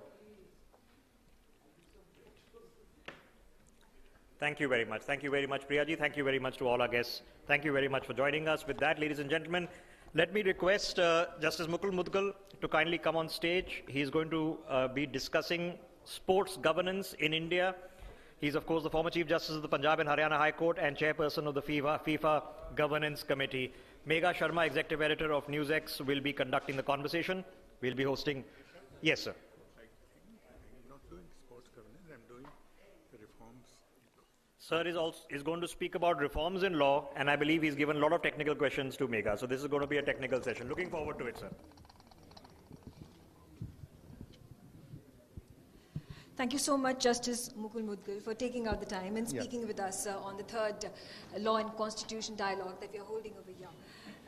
Let's dive straight into it. We're talking about reforms in law, you're talking about arbitration, and you know, there need to be prosecution on a number of issues that you have raised these grievances. So you spoke to me just a moment ago about the abolition of Order 21, and where you talk about, you know, execution that takes longer than the actual lawsuits in the court. Look, I'm happy that Justice Kaul is here, who's done a lot of original side practice, so he will certainly know what I mean. You see, the battle of a person who succeeds in a suit, who is called a decree holder, starts really when the execution proceedings take place. And execution can take very long because it goes to another judge, not the same judge. If you abolish Order 21 and say that the same judge who has passed the judgment shall enforce it not later than 60 days, that will clear a lot of areas. Okay. And then talking about these false affidavits and how there needs to be prosecution on these false affidavits. You could give me a detailed account of what are these lacunae that have to be filled? Look, there are routinely affidavits which are filed, which are false, to the knowledge of the deponent. Of course, sometimes the lawyer is also responsible. If prosecutions are resorted to which are available in law, then it will have a deterrent effect.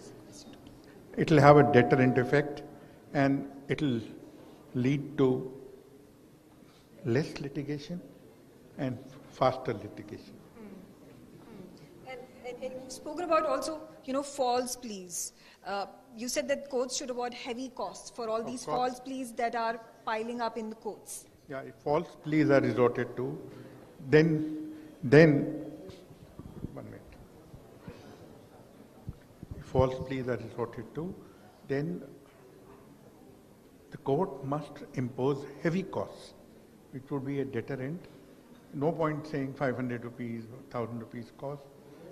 Some people delay the proceedings, especially the defendants. Just request you to keep your mic a little closer to your mouth. Defendants delay the proceedings, and I think if heavy costs are imposed for false or wrong statements, it will lead to a expeditious disposal. You also want to bring to focus the case of arbitration. You talk about, lawyers have a long time because they're first attending the courts and then they are figuring out the arbitration cases. So you spoke to me and you told me that, the hours should be designated from 11 a.m. or 10:30 a.m. to 4 p.m. for the arbitration cases to be what happens is a lot of delays caused by lawyers who appear in court also appear in arbitration. So there's always a problem. Sometimes they say my case is reaching in Supreme Court or the High Court, and the courts would generally be, the arbitrators would be generally reluctant to dismiss a case on that ground. So it gets adjourned. Secondly, the lawyers who have court cases and arbitration like to come only at 5 o'clock.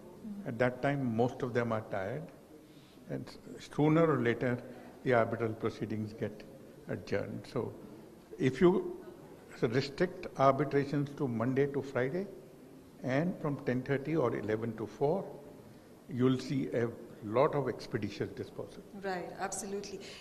You also spoke about Section 34, challenge to the award. Section 34, challenge 34, challenge to the award. Yeah. Could you describe to us what exactly it is in layman's terms? You see, what happens when an award is passed, the remedy for a dissatisfied party is to go and challenge it in a court under Section 34. Barring 4 or 5 high courts which have original jurisdiction, all these awards are challenged in district and sessions court, civil judges court. Now, you see, civil judges, those judges of the district judiciary would be very reluctant to interfere in an award. Supposing I, as a former Chief Justice of Punjab and Haryana, have passed an absurd award, the district and session judge who hears the challenge would be very reluctant to set aside my award. He'd just adjourn it. That's how the matters keep on getting delayed. Okay. So what could be a measure to not let this happen? All challenges in all states of India must lie before the High Court, Section 30. That will certainly improve. Okay, all right. Then again, talking about counterclaims. You say there is no fee involved in an individual or a client counterclaiming to the claim that has already been filed. Sometimes, or most of the time, what happens is a claim is filed and the defendant who is defending the claim files a counterclaim. The purpose largely, in many cases, is to delay the proceedings because counterclaim also takes time. And the party which is stronger financially and economically, doesn't matter to it a delay, but somebody who's claiming amount with a smaller party will certainly be hurt by such a thing. And therefore, if there is a claim and a counterclaim, ask them to pay arbitral fees according to the quantum of the claim or the counterclaim. Okay. And let's also talk about the Plea Bargaining Act. You've spoken about how it should be modern and practical for all parties to be advantageous, to take advantage of it. This Plea Bargain Act, I think, was enacted, mostly forgotten. I don't think anybody uses it. You see, I'll give you an instance. There is a fight in the neighborhood. 2 groups clash with each other. There are some injuries. Later on, the elders of the area get the matter settled. But there is a precept which says, no, it's an offense against public morality. It cannot be handled. I think it's time we moved on from such dated concepts. All right. Have a modern, practical and sensible Plea Bargaining Act. Talking about plea bargains, and then there are hundreds and thousands of people who have been charged and prosecuted in court. They are languishing in courts. And before they do we not pass have on to that, yeah. there's one more thing I'd like to say about arbitration. Yeah. Is, there is a recent judgment of Kalashnath versus DDA, yes, which says that the damages have to be actually proved. I think this is based on a Maula Baksh, which is the judgment of 60s. And the economic times have changed completely. My view is Kalashnath needs to be revisited, where two corporates have entered into an agreement and have specified the damages in event of a default. I don't think the arbitration should go into that issue. It should award, I think Justice Kaul is sitting here, he would know that proving of damages takes a long, long time, and matters. Right, okay. And then coming to, use of Probation of Offenders Act. Yeah, that also is very important. Yeah. Again, a forgotten act, there are small offenses, people are serving jail time, sometimes more than their maximum period. Therefore, I think it's necessary to have Probation of Offenders Act more rigorously. It exists on statute, but hardly used. And lastly, there are under trials who get bail, but cannot furnish the financial security. There's a judgment of Justice Krishna Iyer, which clearly says that in such a case, personal bond is enough and bail should be granted. Okay. Now I also want to focus on the other role that you are fulfilling currently, which is the chairperson of the FIFA Governance Committee. If you could shed more light into what all goes into you chairing this committee, and how does the world of sports governance look like?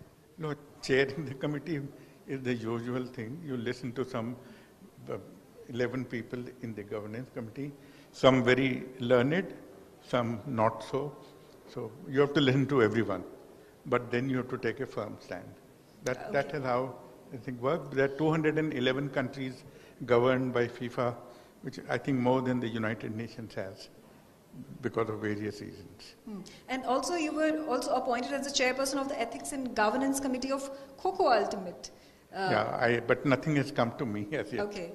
And I want to overall generally talk about the sports governance evolution in our country. You see, lots of efforts have been made. The sports code came into being. Then sports law was suggested by a committee headed by me. But it's still in limbo, in the sense that you see, this sports law, sports governance needs certain reforms, such as term limitation, such as, practices of disclosure of, it's called a third-party declaration. That should be there. There are various things like this, too long to go into, which should be there in every sports association. BCCI has its faults, but still the best governed sport body in the country. Yes, I absolutely was coming to that. BCCI, the most powerful, the richest cricket body across the globe, and which is in India. But barring BCCI, we have not seen any progress, whether it is in the field of football or basketball or tennis. Do you think India has, at this point of time, the potential to have more of such sports bodies that are going to be, then setting an example for the rest? Look, football in Melbourne Olympics, we finished 4th. We were semi-finalists, lost to Yugoslavia or Czechoslovakia 3-1, which was a great performance. Unlike boxing, where medals are given to both the losing semi-finalists, here it wasn't given. But from there we have slid down to 134 in the world rankings. Now they're near 100. It's improving, but we need to pay a lot of attention to development of youth, have football academies, because football is the world's most popular sport. And it's the cheapest sport to play. You have the ball and you have some area, you start playing. Yeah, absolutely. Thank you so much, Justice. Thank you for the opportunity. For joining me and telling us all these important things with regards to bringing about reform in our judiciary. kind of you to have me. Thank you so much, sir, as always, for gracing this occasion. You were with us last year as well. Really, really appreciate the extent of your time to not only sit with us, but have this conversation with us. Before you leave, sir, could I request Karti Sharma ji to kindly come on stage and gift you a monogrammed copy, sir, of the Indian Constitution.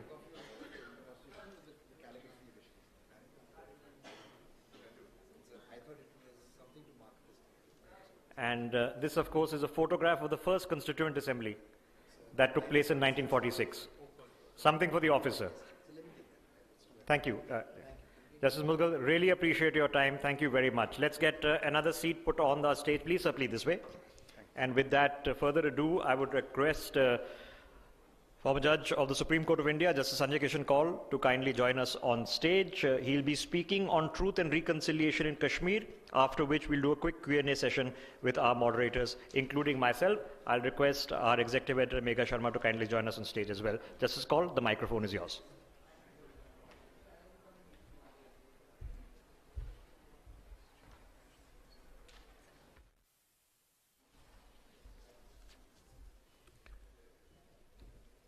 Very good evening to all of you. Truth and reconciliation in Kashmir.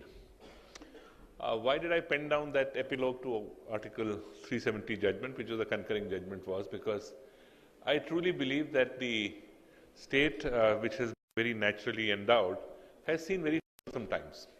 And those troublesome times has reached a situation where you had in 1990 a mass exodus of the Kashmiri Pandit community from there.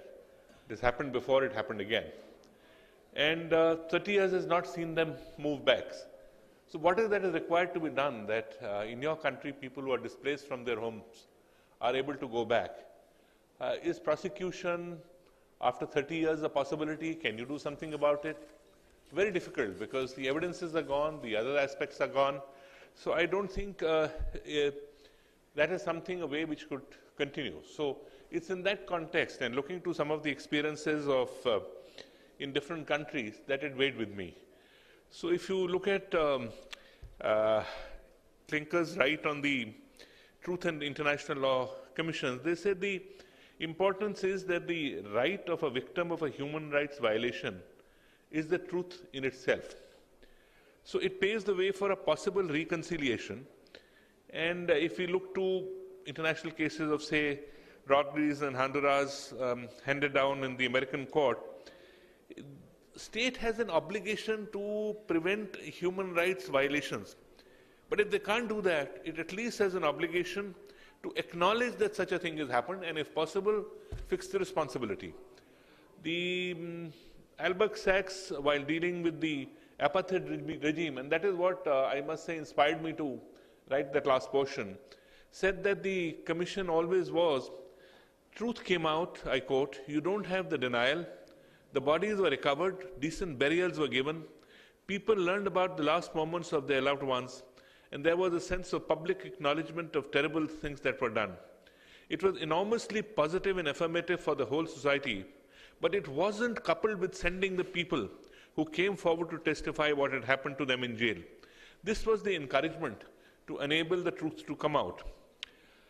As I said, fixing responsibility would become a problem in this scenario, and it would discourage the people to come forward and state the truth. Even participants in what has gone wrong did come forward that time, felt pained by what they had done, but acknowledged so the society could move forward. This has been the story in Rwanda, this has also been the story in Uganda, where after doing so, some of the people were prosecuted in a different way, were threatened, so the report never came out. If we have to work this in the context of Kashmir, I feel that it must not be a criminal court. It ought to be a fostering a national reconciliation. A balance needs to be struck between endeavoring to heal the individual relations between offenders and the communities. And this is more significant because this has lasted long enough. And I think it's time that the peace movement goes further. My view is some couple of things which are important is that a Truth and Reconciliation Commission is to be established to address address the impunity, break the cycle of violence, and provide a forum for both the victims. So Commission has to be an adjunct to a criminal court, not a court of law by itself. The quantum of evidence will be very large. So amounts of evidence which may, by way of direct witness testimonies, etc., say in South Africa was 22,000 testimonies. So there has to be an ability and novel method of assessing and classifying the evidence, may even require statistical analysis and technological support. I also believe that the support systems have to be there for deposing before the Commission, and one should not face a scenario where people deposing then feel that in a social context or in a criminal context they feel threatened. I would also like to propose certain aspects that, in my view, are crucial to the functioning of the Truth and Reconciliation Commission. Firstly, a credibility of the Commission. It's extremely important that the Commission must be manned by persons having moral and professional repute and credibility.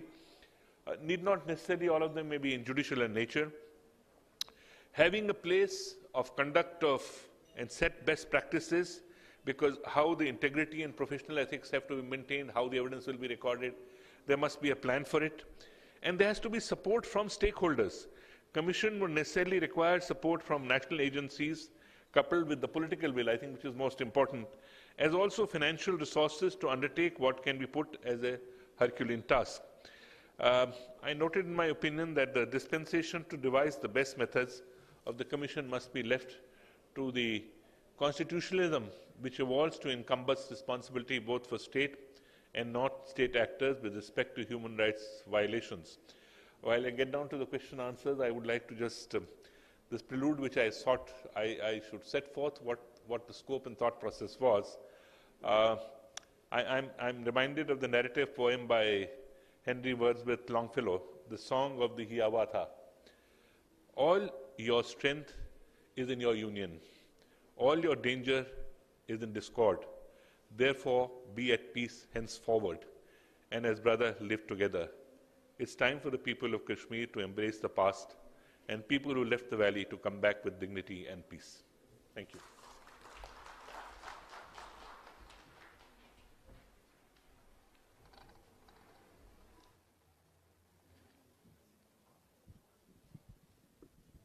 Justice Kaul, thank you so much, sir. When we did this conference last year, it was your last working day, I remember, in the Supreme Court, and you had a farewell dinner to attend, so you were unable to be with us. Thank you for joining us today. Let me ask you the most human question. Have you had a chance to go back to Srinagar, to travel to Kashmir in the recent past? What are your thoughts about it now? Oh, many times. I have been traveling almost every year, more than once, to Kashmir. I have seen it come out of that scenario where it was. I've been to difficult areas also. Been to a temple downtown where my family were the priest, and they said, you can't go. I said, no, I'm going, whether without security or otherwise. I've seen tourists come from all around. I've seen them walking the Jhelum, walking the Dal Lake, and crowds at 10, 11 at night. I last year stayed after 30 years in my own house with my family and my children who were walking areas there. And interestingly, I had an opportunity to invite some of my neighbors whom I knew their forefathers but never would know this generation. And they said, well, someday all of you coming back is a security to ourselves itself. Gave me a lot of encouragement. Interesting. Right. And talking about Kashmiri Pandits particularly, do you think after the abrogation of Article 370 and certain other measures that have been taken by the government of India, there has been a sense of justice that they feel? Or do you think the last 30 years have just been brushed under the carpet? No, there is a problem which started, let's understand, before 1989. It culminated in 1989. I could sense that going wrong at least for a few years, not to this extreme. But in 1984 onwards, I thought there was a problem. 87 afterwards saw it aggravated. So the issue is for them, how do you get them back? People who have lived aside 30 years are not going to suddenly uproot themselves from a new place and come back. But yet, everybody who stays in a village and goes to a city or travels to somewhere else for work, they would like to keep a small place by themselves to get back home.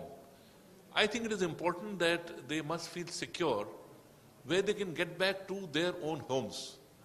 I'm not a great believer in the ghetto situation. Yeah. I feel they should be able to go and live in peace where they want. That's the only way they will reconnect with the system.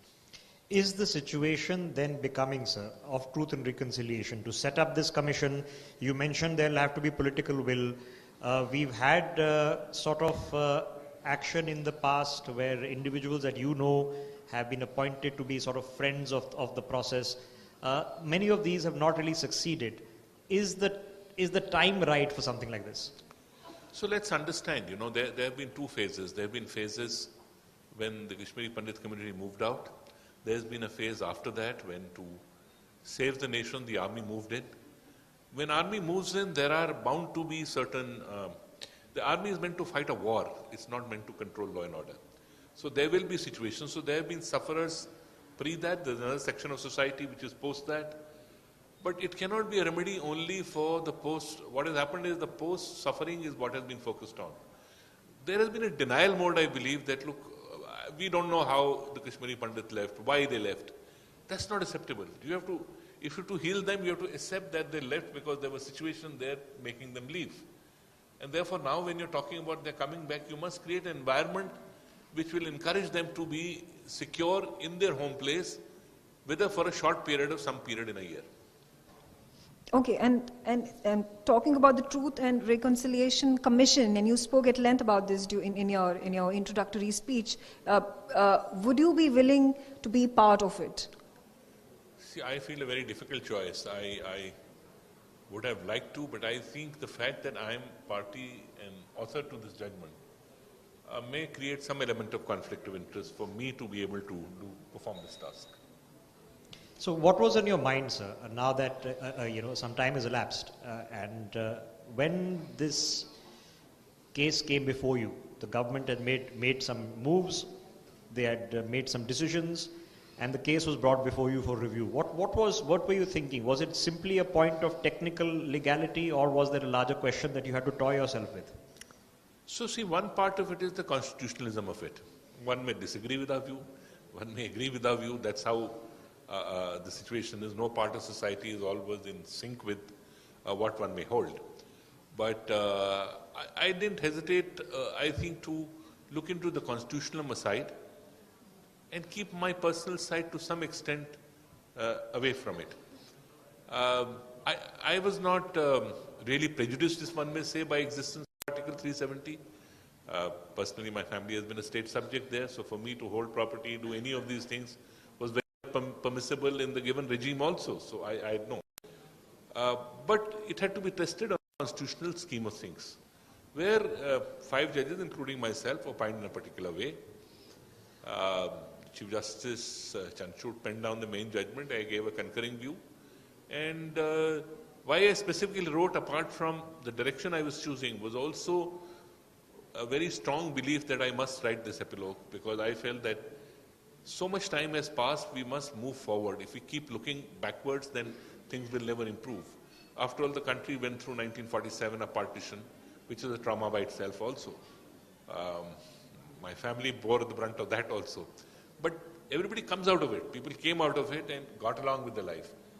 And there is some amount of solace to be provided. A similar kind of a thing has to arise from what has happened here. And I do believe with the current scenario, with tourism being there, with people traveling, it's the right kind of time to provide a healing touch, also with now an elected government in power there. Talking about healing touch, and there have been reservations that have been made. Seats have been reserved in the assembly elections recently that happened the first time since 2019. Do you think these are just, tokenism that is being handed out to the Kashmiri Pandits, to the POK refugees? So the nominated seats for Kashmiri Pandits, one for POK refugees? Yeah, so I can't deny there's some element of tokenism which comes, but the tokenism is important in so many ways. In so many parts of society, we do have a system of tokenism to take over. And that tokenism sends a signal. Yeah. And I think we can't reduce the significance of that tokenism, even if it amounts to, say, 1 or 2 people being representative there. I have to ask you a larger question, sir. I know our time is limited, but we have not only seen the abrogation, but we also saw the creation of Ladakh. There is a conversation regarding statehood. But what do you make about, from the governance point of view, as you see it, the creation of Ladakh as a separate entity of governance? So the idea of, possibly it's a political idea. The political idea was that Ladakh should be administered separately. It's a very, very small population, a larger area in that sense. Whether those aspirations have been met or not, I don't think I'm in a position really to say. There are some troublesome aspects out of it, where possibly the Ladakh area expected something more to come out of it, or they were feeling they were not getting their due in a trial scenario. So, on so far as Jammu and Kashmir is concerned, the government has been committed to restoration of the state. So I presume that will happen sooner than later. Yeah, they made that submission in court. So when it comes to the governance of the state, the security situation still remains troublesome. Is it fixable in our times? So, once I was in Kashmir and somebody asked me, how secure is it? I said, as secure as any other part of the world. Look around the world and see the scenario. Look at Delhi at times what happens. The only thing is because Kashmir has been through a problem, so any incident gets blown into a certain level. The valley consists of 10 districts, out of which 3.5 districts are a little troubled. The incidents occur there, what is happening. But when it says so, nobody says which part of Kashmir has this incident taken place. Incidents at times occur in the Jammu region at the border areas. So look at a world scenario, I think. Why isolate Kashmir itself? Look at well-developed nations like England and US, what is happening. So the level of security, the level of thought processes, level of how people can travel will in a sense depend on the environment all over the world.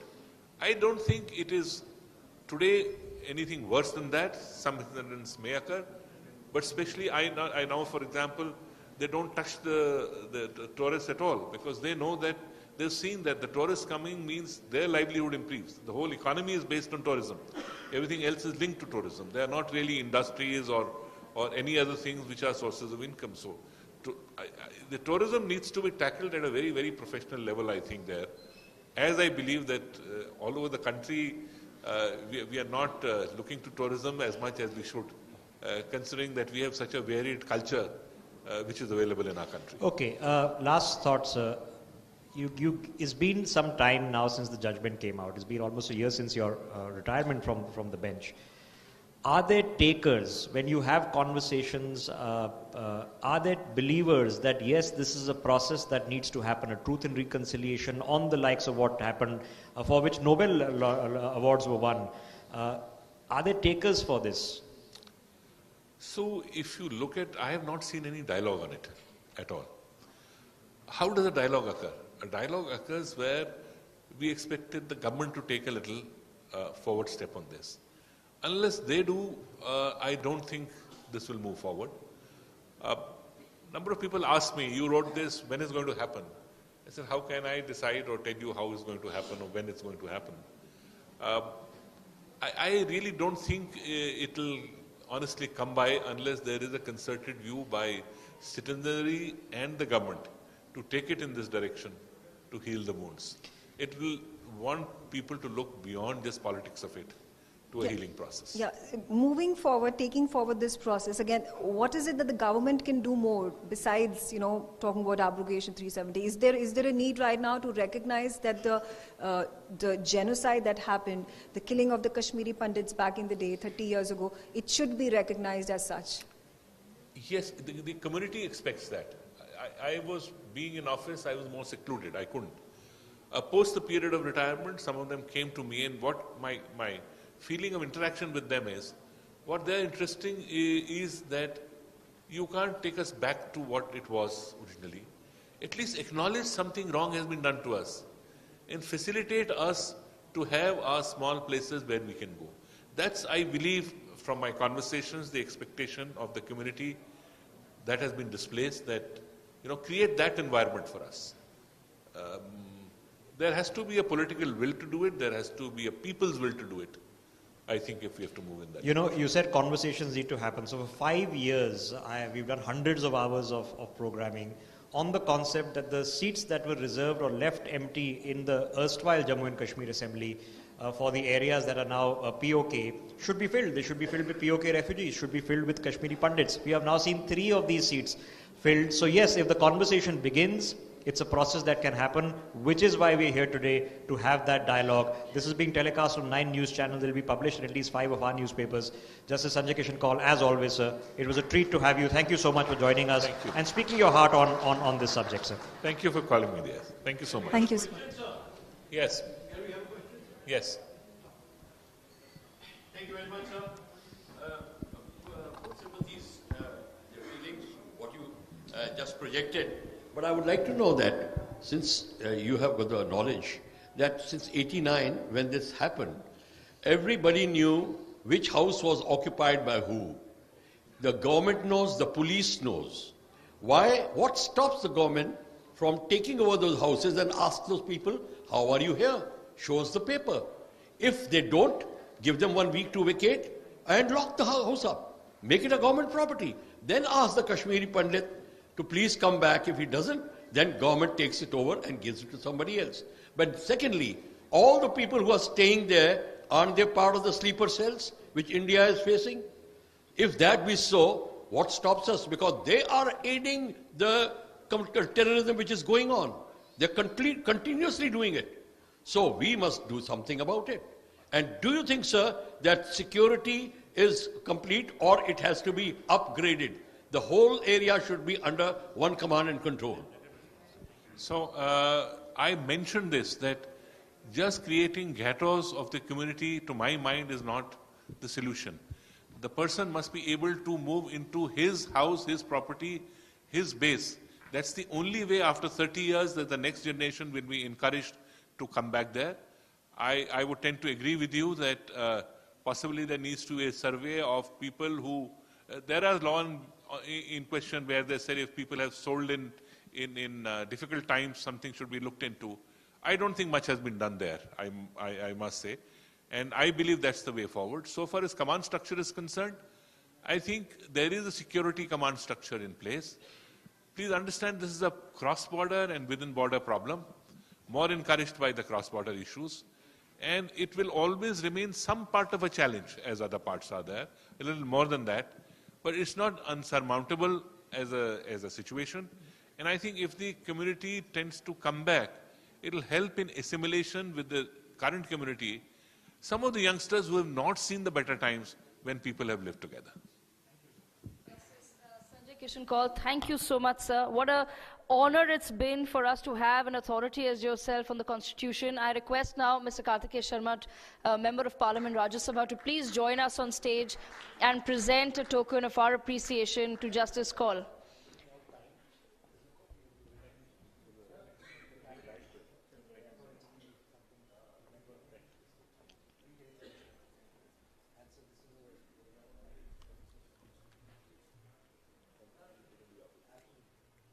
Could we please have a round of applause for Justice Sanjay Kishan Kaul? What an absolutely enlightening conversation. I now take a moment to introduce our next guest. With us is Dr. Abhishek Manu Singhvi, 4th term Member of Parliament. He's an eminent jurist, senior advocate, Supreme Court, former chair, Parliamentary Standing Committees on Commerce, on Law and on Home, a member of the Congress Working Committees, Congress Supreme Decision-Making Body, top senior counsel of the Supreme Court, former Additional Solicitor General of India, and the senior-most national spokesperson of the Congress, chair of the Congress Department on Law, Human Rights and the RTI, an author, a well-known media face and commentator on many diverse issues. He joins us on the 3rd Law and Constitution Dialogue. Taking the conversation forward with him is Priya Sehgal, Editorial Director of NewsX.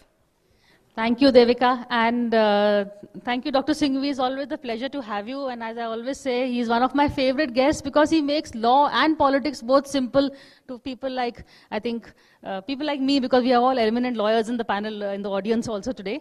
Dr. Singhvi, welcome to our panel today. We are also celebrating 75 years of the Constitution, but they've, in Parliament there have been a lot of debates on a lot of issues where lawyers like you have a vital role to play. For instance, we've had the Places of Worship Act that is really doing the rounds today. We've had the Supreme Court also pass a landmark judgment on it. So what is your take on this? Thank you, Priya. Normally get paid to speak before judges. This time I have to, the judge has to keep silent and I have to be able to. Thank you for a very generous introduction. Well, it's interesting you talk about the Place of Worship Act because I appeared just yesterday as one of the two lead counsel in that batch, and without encroaching on the sub judice nature of the matter, I think an excellent holding order has been passed by the Supreme Court just yesterday, and we appeared at 3:30, 3:45. It has two parts, which is why it's excellent. It prevents further suits being registered till they hear the whole matter. And they can be filed, but they are non-starters. And for the existing matters, it prevents any effective, the exact words are effective, final and interim orders being passed in the existing suits. Now, why do I say it's important?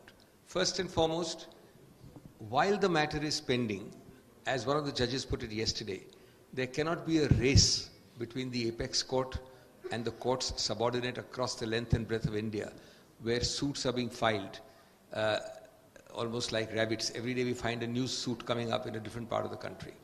The Supreme Court will decide it. The Supreme Court will hold one way or the other. But certainly on the interim, on the balance of convenience, etc., it is indisputable that there must be a quietus, a stability, and no upheavals while the Supreme Court is seized of the matter. That is the basis of this order. It's not any final order.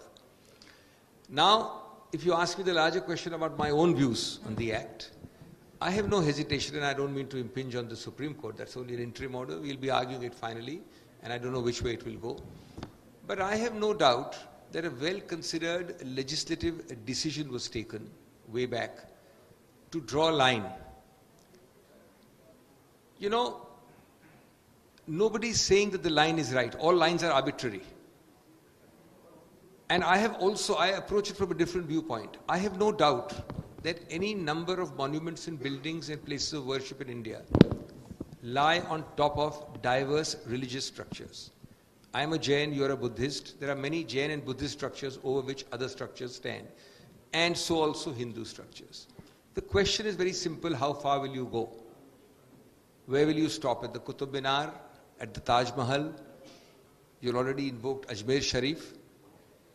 So, as Gandhiji said, an eye for an eye will do nothing but make everybody in this room blind.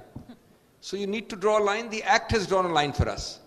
And I don't think there is any value in opening it. Last point. Unfortunately, the courts below, till yesterday, and I'm glad the Supreme Court is crystal clear now, has had a very weird nuance in my understanding. The nuance is that you are prohibited from going to dinner by a law of Parliament. Parliament says, I cannot go to dinner in this ballroom.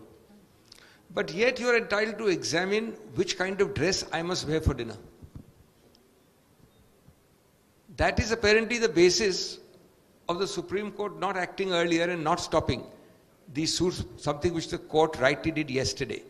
So the argument was that, look, while the structures can't be changed, why can't you have surveys to find out the nature of the structure?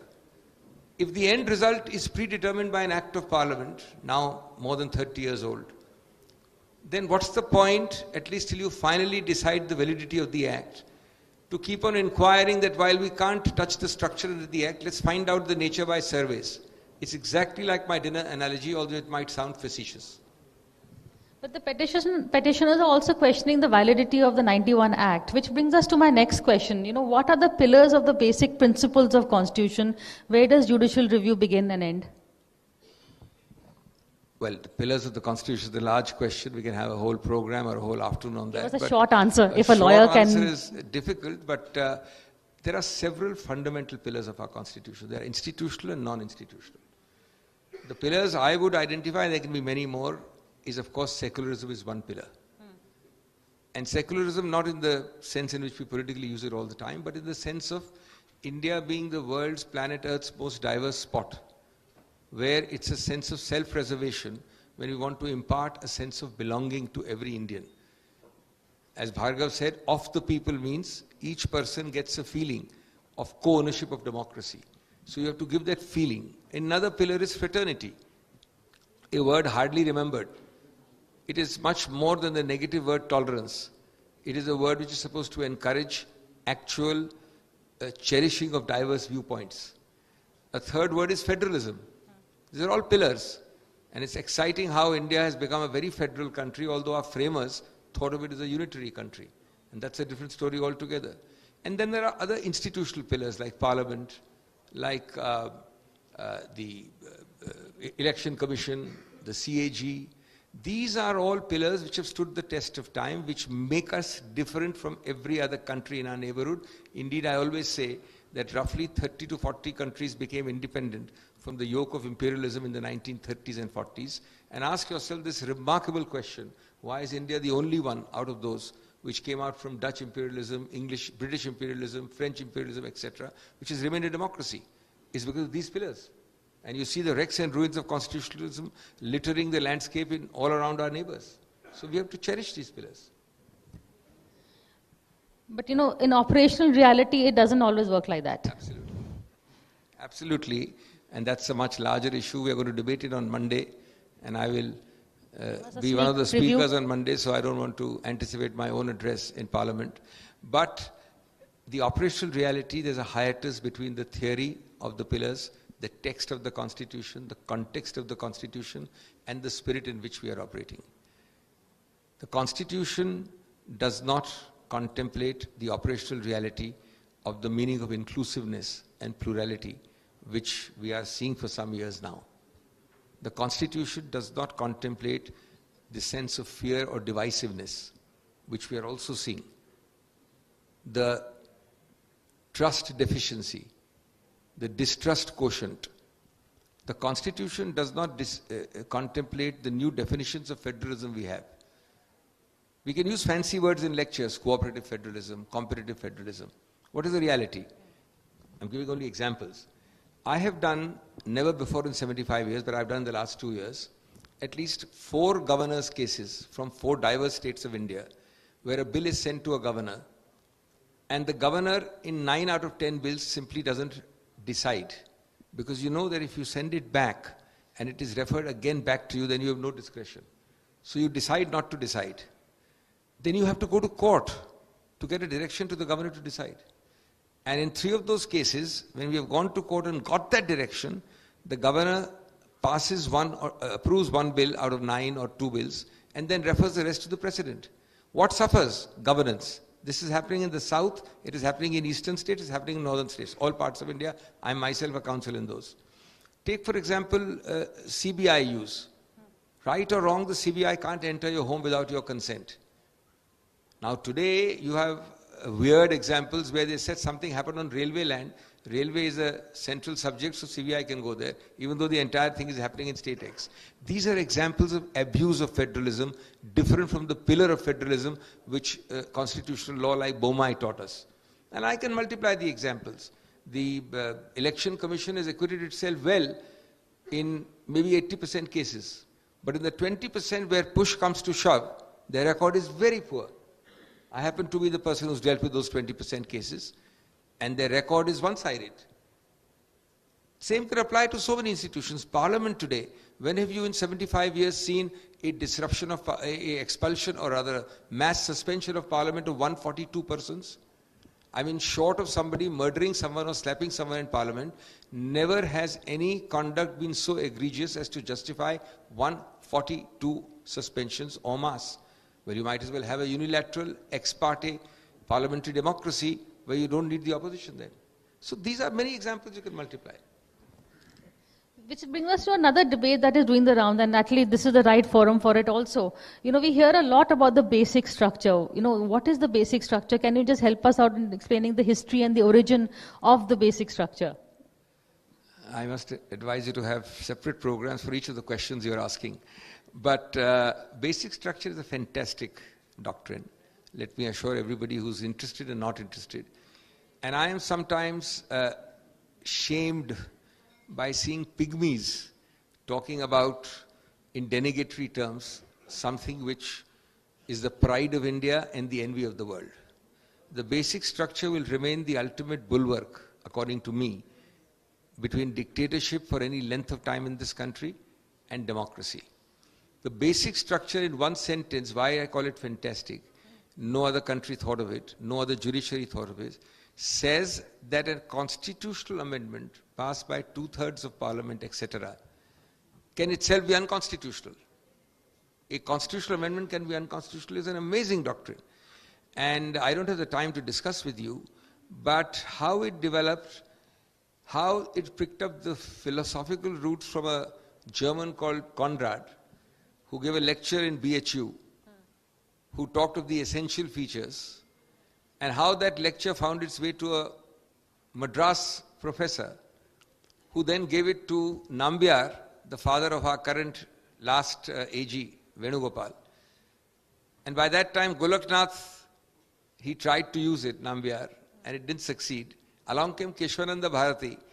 Nambiar was not so well, so he said, go to Palkiwala. And he passed on the draft which he had made. And Palkiwala, with his brilliance, developed it into a fantastic doctrine. And ultimately, in that 6-6 versus that 13th judge, 13th was lucky for India. Justice Khanna ultimately said, A, that the basic structure means some parts, the essential parts of the Constitution, unamendable. And more importantly, what is unamendable or not will be decided on a case-to-case basis by the judiciary. So there's no point lamenting that this is an unelected body, these judges aren't elected. They have the last word, and ultimately you have left it to them thinking that absolute power corrupts, and the executive dictatorship, which sometimes can happen in the Westminster model, will not be allowed to be happen in case you start tinkering with the basic structure. Otherwise, as Conrad said, and I in fact in a lecture in Rajesh Jindal, traced it back to a 1920 set of 2 articles, one by a Frenchman, one by a German, Schmidt and Heroux, who said philosophically that ultimately it means that if a law is passed saying that all blue-eyed babies alone shall have the right to vote, well then law is passed by 2/3 is valid. What's the problem with it? Basic structure says no. So it's a fantastic doctrine. Are you surprised that people in Parliament are questioning it? Because it says the power of the Parliament is not absolute. So obviously the Parliament is going to be questioning. Well, the power of Parliament was never intended to be absolute. Forget basic structure. Much before basic structure was never in the Constitution also. No, much before basic structure, these judges were reviewing parliamentary legislation for decades. So how can you say parliamentary power is supreme? The supreme power till Keshwananda Bharati was the Constitution. So you tested laws passed by Parliament against the higher anvil of the Constitution, and you struck down innumerable laws. The only difference between basic structure and judicial review is that this is a superior power of judicial review, which says that even a constitutional amendment can be unconstitutional. But the judges have been wise and sparing. They don't use it indiscriminately like a wild, unruly horse. They've actually struck down constitutional amendments, very few and far between, on basic structure. And I think this power, any constitutional functionary or private state actor or private actor who denigrates this doctrine, I think needs to relearn his constitution. Can you recall any recent examples where the basic structure has been called into question, or some debates which have made a point? There have been many examples. I mean, sometimes good, sometimes bad. I don't necessarily agree that the National Judicial Commission bill should have been struck down. Not because I was the lead speaker, and not that reason, but there is a view that the collegium system in the judiciary has also partially failed. But that what was used is important. The principle used to strike down the National Judicial Commission bill a few years ago by the Supreme Court was independence of judiciary, which is a basic structure. Then there are many more examples today. And I think that residual power of saying that must remain. It must remain. We've also another recent debate I want your views on is your stand on the EVMs. You know, you were part of the delegation that went and met the Election Commission. Also, Congress has been raising this. Where do you stand on it personally? First of all, I'm speaking personally, not as a spokesperson for any party. My personal stand, and I was just discussing it outside there. is a much more nuanced one. The demand can be for ultimately changing the EVMs and going back to whatever paper ballot. But that demand has to await the fullness and ripeness of time. When it will happen, nobody knows. So I don't think you generate much resonance by saying, in a general sense, EVM hatao, EVM debunk karo. My stand is much more nuanced. I think there are very serious, and I've examined it on data. I've led delegations to the EC, and I have had meetings where data is, I'm talking of hard data. The nuanced reaction should be that a lot of things which actually alter the level playing field of elections need to be looked at by the Election Commission, and they are not sufficiently looked at.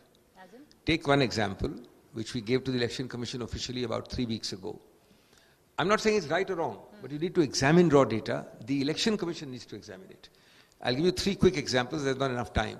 Example 1, in Maharashtra, 118 constituencies, of which 102 were won by the state ruling party, had differences exceeding 25,000 votes on the names of the voter lists, that is 35, 40, more than 25, between the 4-month period between the Lok Sabha and the Rajya Sabha elections.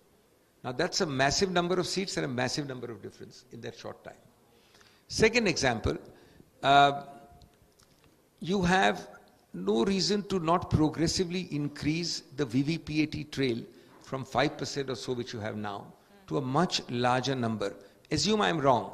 Your job is to evoke confidence in the system. The average person must have much more confidence. So why don't you start dealing with the paper trail in, let's say, each year increase 10% and reach 50%. 5% is not a valid sample size. Number 3, that paper falls straight into a untouchable kind of box. You need some system by which contemporaneously, a day or two later, that paper can be checked. Do it only in maybe 25% cases and then 35% cases, and maybe you could put a cap of 40% cases. Do you know that the total time extra taken to declare the result, if you start doing a physical verification of this kind, is not more than 36 to 48 hours. Now 48 hours addition to a 7-week election cycle is not oont ke muh mein jeera also. It's nothing. So if you are able to give confidence to the electorate by a 48-hour delay in declaring results, but doing a paper trail examination, I don't think it's any great thing to say that, look, it will delay the election results. You've already taken 7 weeks. And there are many more nuances. So my point is, I'm not saying EVM hatao, EVM galat hai. These are the things which the Election Commission, and I am sorry to say, the Election Commission on such queries has not always acquitted itself creditably. Well, that is a debate I will leave for the Parliament. But another hot topic is this one nation, one election. I mean, I know where your party stands, but again, since you're speaking in an individual capacity. One nation, one election is a very, very warming, attractive, prima facie, extremely attractive concept, especially to drawing room classes. It's a wonderful sense of uniformity, discipline, organized. सब चीज time पे होती है, एक साथ होती है, सही होती है. In practice, apart from a serious doubt on constitutionality, I don't think it can work. If it works naturally, no doubt. It worked naturally from 1947 to 67 or 66. Now the moment you have a democratic will changing, and you have a hiatus in not 1 but 5 states, you need a law to say that despite the democratic will changing, by whatever, withdrawal of support, defections, whatever, changing fickle loyalties, a law says that you shall continue to the nearest date, which you are now currently suggesting is a midway mark. Now, how constitutional it is to artificially prop up something without the numbers. I agree, you can have a reset button. You can start the whole system once. But subsequently, again, if you have a 1967 and a 1990s situation, to always keep on a mandatory legal reset button means that you have become a minority government, but you shall continue till the next reset button. It's unattractive, it's an implausible and an unworkable concept. The main thing nobody answers of the proponents is how it will work. And the report which has come is riddled with such general blanket statements which have lots of infirmities. Does it impinge on the principles of federalism also? That's the other aspect. Of course it does. Regional parties today rule more of India than either national parties like Congress or BJP, in population terms and in geographical terms. Regional parties rule much more. Now, regional parties have different cycles of electoral politics. You are actually affecting that, and federalism will be an issue. These are all constitutional challenges possible. It has a great sense of order and a great sense of good uniformity. But it's actually, if you examine it deep down, it's only appealing to our sense of, orderly conduct. There are a lot of ways in which you can insulate the disruptive cycle of elections, but I don't think one nation, one election, just because you may be a government who wants one language, one dress, one habit, one approach, one religion, one prime minister. Can't be one. No, I won't say that. I am nuanced in my response, but you can't have one. The whole thing we celebrate in this country is diversity. I always say it has to be unity in diversity, not uniformity upon diversity. You can't have uniformity upon diversity. Also, you wear many hats. You're a lawyer, you're an MP, you're also a national spokesperson for the party. I've seen you argue the same thing in 3 different ways. You do it in a press conference, you come and make the same case in court, then you come to the parliament. So are there different ways of communicating? It may be interesting for you, but it's a great learning process for me. I believe that it's extraordinarily learning. It's not good for health, and I don't do it as much as I used to do in my younger days. But it's extraordinarily interesting learning process, because you'll be surprised if you pick a theoretical topic X. I mean, I'm not saying what the topic is. You can pick a theoretical topic X and make a frame in the morning, 2 hours arguing 3-4 cases on it. The approach, the idiom, the style is cold, logical, pointed, volume X, page Y, and then the judge decides something.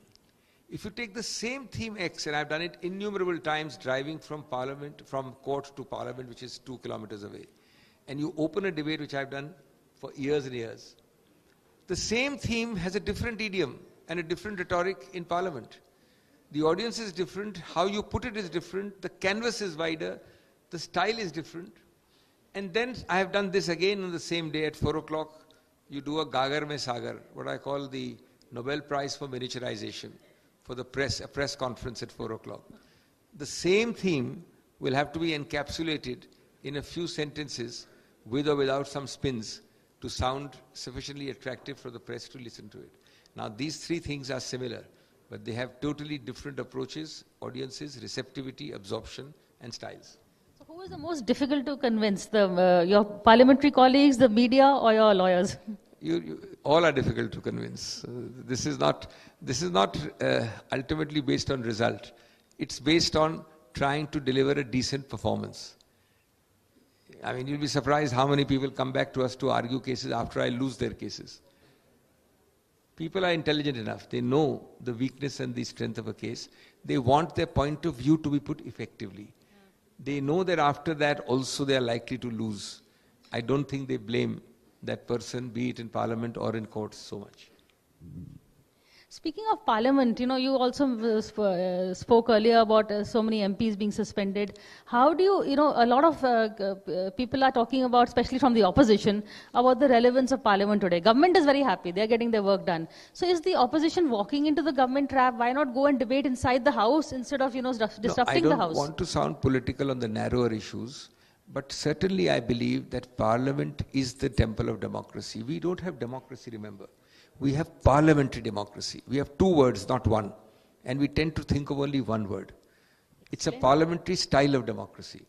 And if you diminish or dilute parliament, you diminish democracy. Parliament is the grand inquest of the nation. Grand inquest means it's the place to raise issues. It's the place to seek answers. And it's not a place to get results. It's a place where you can just raise everything for the attention. That's why I call the grand inquest. Now, you must have violently differing views. This is the heart of Voltaire's saying, what parliament represents in a British system. Not so much in the Senate and the reps, because there's a different system there. There's a third entity, a veto. But in parliament, you are supposed to have the principle of Voltaire that I disagree totally with what you are saying, but I will defend to death your right to disagree with me. If you imbibe that, then you have healthy parliamentary democracy. Now, that means you give time.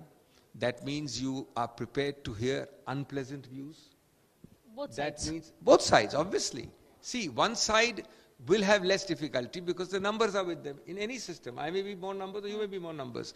But the majority, it is actually a place where you have to show largesse to the minority, to the opposition. And I think once you do it, we've had examples. I mean, the person who liked to abuse was the ultimate Democrat in this respect. He said, give extra time. Do you know, it's very interesting. I just read yesterday, I'm not talking about any current context. When the first impeachment motion was moved against a person like Mavalankar, there's been no impeachment motion in the Rajya Sabha till now, but there has been impeachment motion against the speakers, way back in the 60s. Nehru said that this is a frivolous, false one. Right. But you must give extra time to the opposition because they raised such a huge issue. This is on record. I'm not talking about Nehru, I'm giving an example of the spirit of parliamentary democracy. Take Central Hall, for example. The new building you have is fantastic. I mean, you know, it's luxurious. But Central Hall in the old building is something where a Vajpayee would sit there, a Singhvi would sit here, a Rajnath Singh would sit there, a Sharad Pawar would sit there. And the rule in Central Hall is that everything you say is off the record unless you say it's on the record. And the oldies in your field, the journalists know that. And you would have everything free and fair. Now the two ladies in Bangladesh can't sit in their Central Hall. The Nawaz Sharifs and the Ziaul Haqs of Pakistan have no Central Hall. So Central Hall is not a space, it's a concept. That's the heart of parliamentary democracy. Unfortunately, this time by a physical space change, we don't have a Central Hall. I have to walk half a kilometer to sit in the lounge of the Lok Sabha, and they have to walk half a kilometer here. We both have a canteen, luxurious no doubt, but we don't have a Central Hall concept. Or you can come here and meet everybody. No, there is a move afoot of across parties, not one party, even the ruling party, to approach the Honorable Prime Minister and say that, look, create a Central Hall kind of space for us. Because you have no idea of the spirit of democracy which is there in Central Hall. The freedom, the openness, the lack of fear, the cross-fertilization of ideas with no fear of being misreported. Okay, my last question is, there is also a move to increase the number of MPs. You think that will create more chaos or have more structured debate? Will it improve the quality of debate, representation? That's an issue which impinges on something else. That's an issue of population. And the real issue there is not about acrimony or not. The delimitation, if it suggests, as it is likely to, a huge increase in population, then you are devaluing one man, one woman, one vote. By saying that despite an increase in population, this table has the same number of seats. This table is now 10. It got 2 seats earlier when it was only 5. Now it is 10. Right. The counter argument is that those states which have controlled population get diminished. So that's a vexed issue. But I think you will have to have a middle path. You'll have to increase Lok Sabha, and possibly the new building is now able to hold 700, 800 people. I mean, the new chamber. Our chamber is more or less the same, but their chamber is increased. For that eventuality. Now, where you will put a line, I don't know. That will have to be done with some acrimony, and a middle line between those states who have been successful in population control versus those states where population is increased. Because one man, one vote, one woman, one vote is the fundamental heart of a level playing field for elections, and that is the heart of democracy. Okay. Last question. I wanted to remember, if you can recall the 3 debates that you felt really, made you proud to be in Parliament. It doesn't have to be from your side, but just 3 debates that really, I have had the privilege of being asked to open from the Treasury benches virtually every major debate from 2006 to 2012-13. One which stood out was the Lokpal debate, because I was chair of the Standing Committee on Law. And in 4 months, we reported on a very, very disruptive, vexed issue, the Lokpal bill. You'll be surprised how vexed it was. And we had everyone except Anna Hazare coming and giving evidence before a committee of which I was a chair. And we had stalwarts on my committee, from the Lalu Prasads to the Paswans. Arun was there for a while, Arun Jaitley, Mr. Jethmalani Senior, so many, every party on that committee. And these people came and gave. Prashant Bhushan came, Arvind Kejriwal came and they gave a report. And I wrote the report personally opening Parliament's annexee on 4 or 5 Saturdays and Sundays. And that report has had minimum dissensions. It's a report you must see. But what happened thereafter was all hell broke loose when we went to Parliament. Because inside the committee, real work is done. Cameras are not there. Confidentiality is there. So there were hardly 2-3 dissents. But in the House, things broke. But the debate which followed, they asked me to open, which is not normally done for the chairman of a committee which is opined on the subject. But they asked me to open. And we had a wonderful debate. And Arun for the other side opened. As you know, the respondent opens in Parliament, not the petitioner, not the ruling party. And he cited the footnote which I had put in the report about how the Lokpal had travelled a full circle 38 years from the time when Nehru had asked a young member of Parliament in 1962, to which zoo does this animal belong, when my father, as a 30-year-old Lok Sabha member, used the word ombudsman. And then my father invented and coined the words Lokpal and Lokayukt. That's on record. Yeah. So that's how the debate started. And the amount of cross-party support and spirit it generated, it was a very strange coincidence that 5 failed bills of Lokpal finally found fruition 35 years later under a committee of which I was chairman. So that's how sometimes things happen. But there have been other very interesting debates, and I've done a lot of them, which is always memorable. When Parliament functions, you have gems, you have great debates. But sometimes it doesn't. Sometimes it doesn't. So last thing, are you a better politician or a better lawyer? That's a difficult one. I think I'm bad at both. But law has always been my first love. And I actually genuinely don't like the word politics. So I like to say that I'm a professional who's in public life. So public life is a better word than politics, because politics, which is not a bad word at all at one time, has become very demeaned and diminished. So I enjoy multiple roles. I mean, the third role is that of the media with which I started. As I said, multitasking is the bane of my life. It's also the joy of my life. So I don't know what will happen if I leave the bane of my life or the joy of my life. Well, last word goes to you-know-who. Thank you so much for this conversation.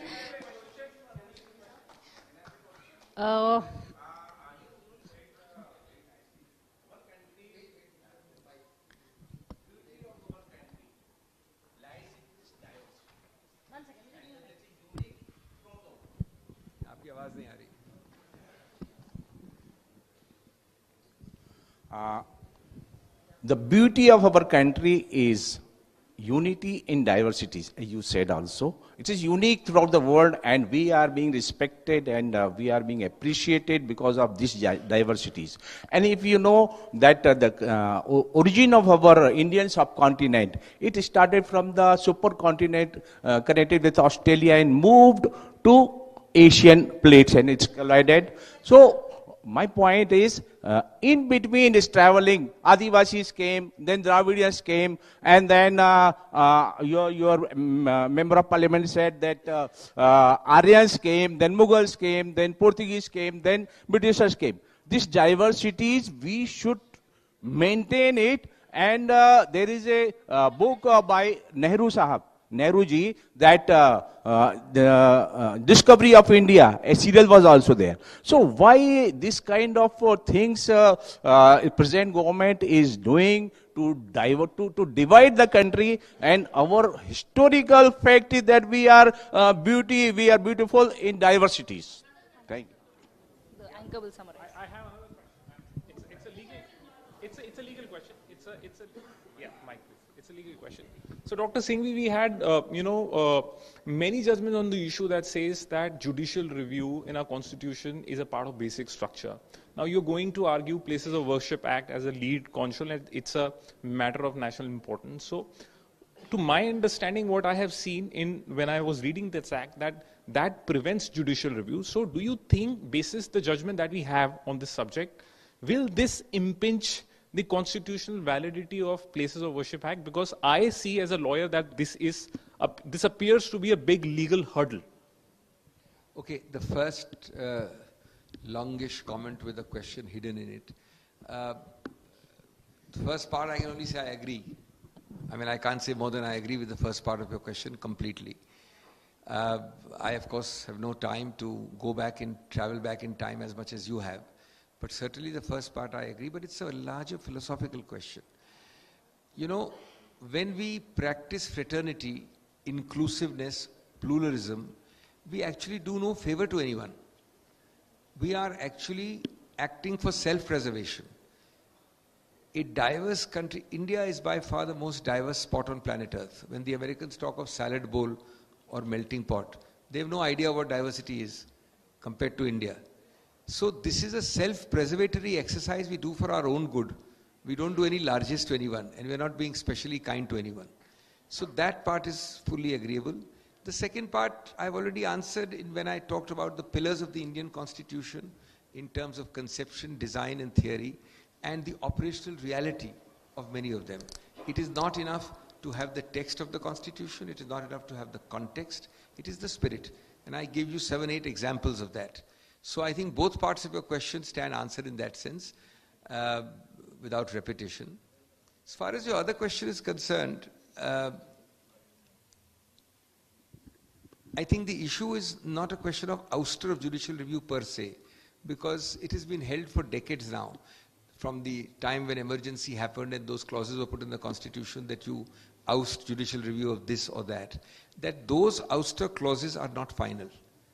Ultimately, the court, and especially the Supreme Court, will always have the residual power of doing judicial review, despite a specific clause saying no civil court should look into it. Those clauses only oust civil suits of the kind going on now. And the real issue there is only going to be A, is this act valid? B, is the drawing of the line valid? And C, is it in any other sense, for lack of legislative competence, which is the third ground raised, invalid? I don't think judicial review is an issue in that one, because Constitutional Court's judicial review is admittedly alive and kicking, despite such clauses which are intended to bar only civil courts starting to go behind the act. Right. Dr. Singhvi. Of course, that is why it is looking into the validity of the act. That's how it's looking into the validity of the act. It's actively, just yesterday, the matter started. Thank you very much, Dr. Singhvi, for this conversation and to celebrate 75 years of the Constitution. Thank you so much. Thank you so much, Dr. Abhishek Manu Singhvi, for joining us. I request Shri Kartikeya Sharma, Member of Parliament, Rajya Sabha, to please join us on stage and present a small token of our appreciation to Dr. Abhishek Manu Singhvi. He's been presented with a copy of the original Constitution. So this is also a very special photograph of the first Constituent Assembly session.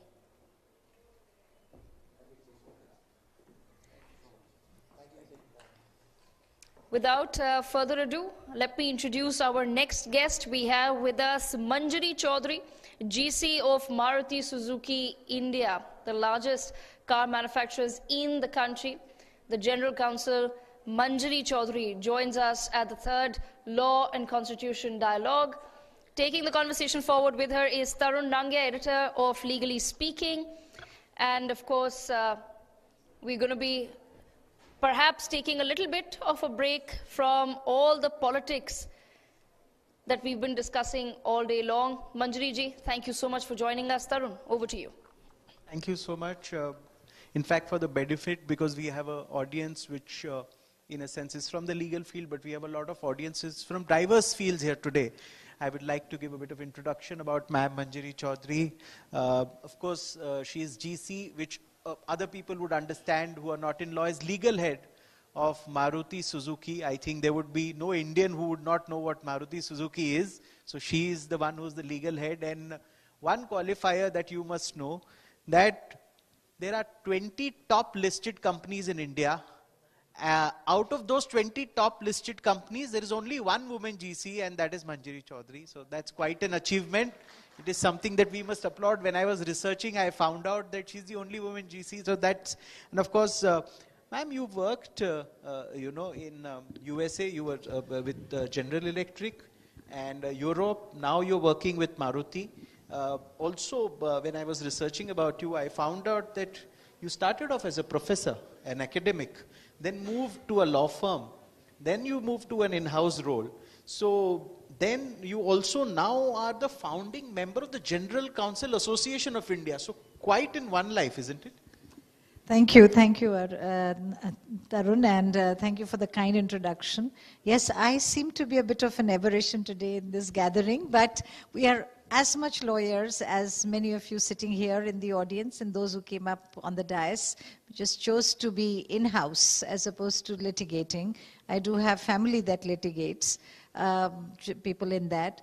So yes, it's been quite a journey and very diverse from academics to law. But a very fulfilling and very satisfying journey. In-house councils play a very huge role today as opposed to what we were usually, used to seeing. Companies having a little legal cell where there was a lawyer sitting who was always used only to do litigation. And, if there's some matter, we go to court, take his support, help, usually would report to a CFO as opposed to the managing director of the company.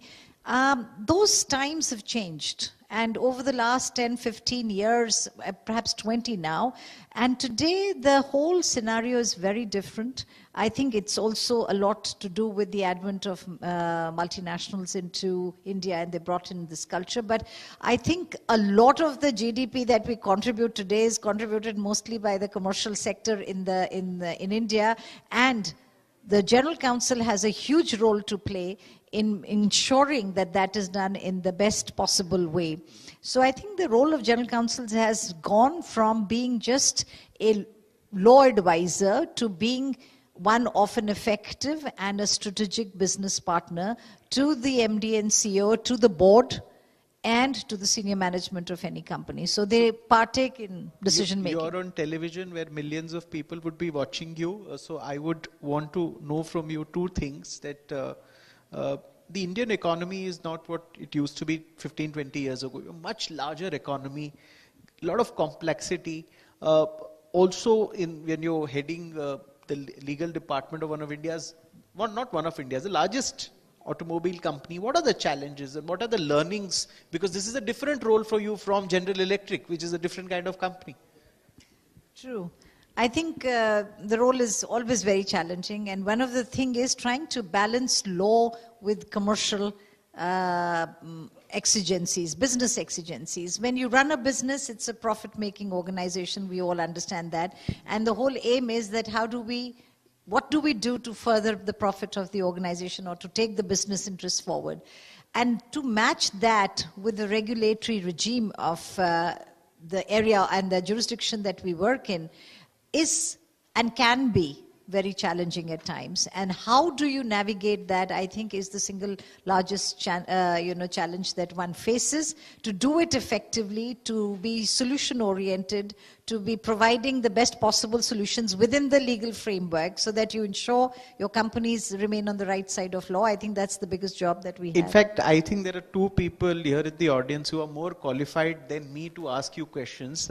We have Professor Rajkumar, Vice Chancellor of Jindal Global University, and Senior Advocate Aman Lekhi, who I think if they ask you a question each, I think that would entail good, interesting responses. May I request both of you to ask a question each to Ma'am Manjari Chaudhary. Can we get a mic for Professor Rajkumar and Senior Advocate Aman Lekhi?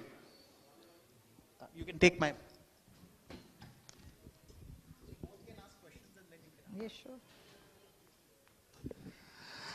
Thank you so much, Tarun, and thank you for being part of this really thoughtful conversation.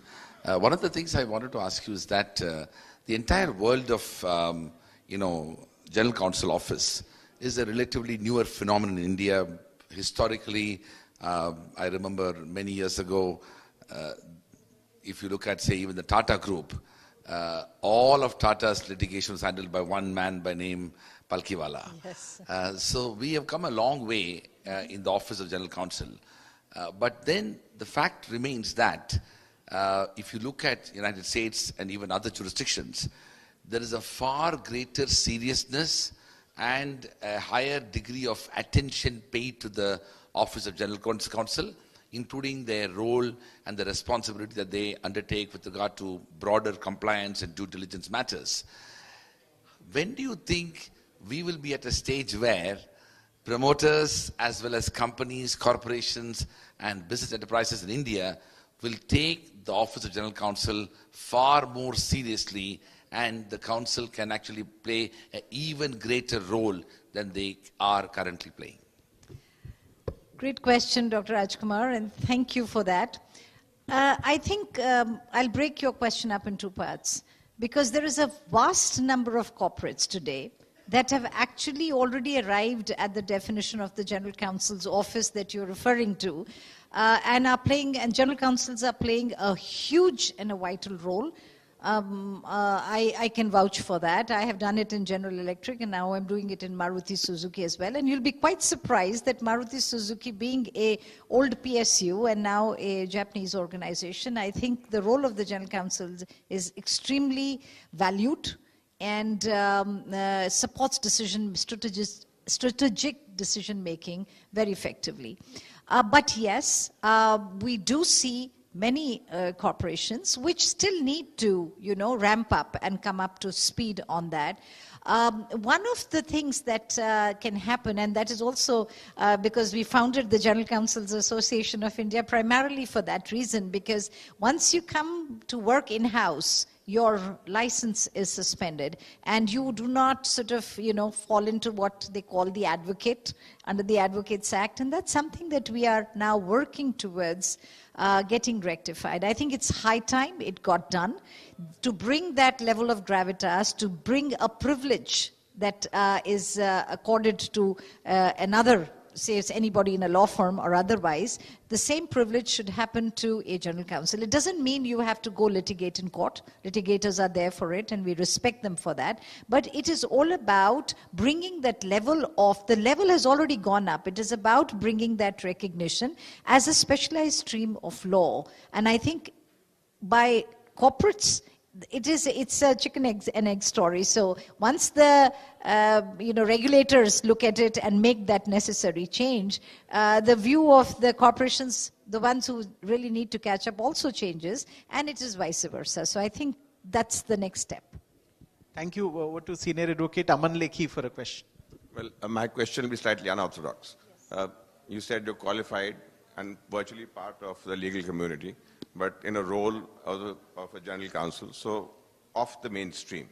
And the myriad legal issues which are generally clouding news today and are part of the spectrum of news available, when you see or read about them and familiarize yourself with the controversy surrounding, do you at any point of time regret that you are off the mainstream and as the general counsel not in a position to actively contribute to the development of those legal issues which may, to some extent, also have a bearing on the role which you play?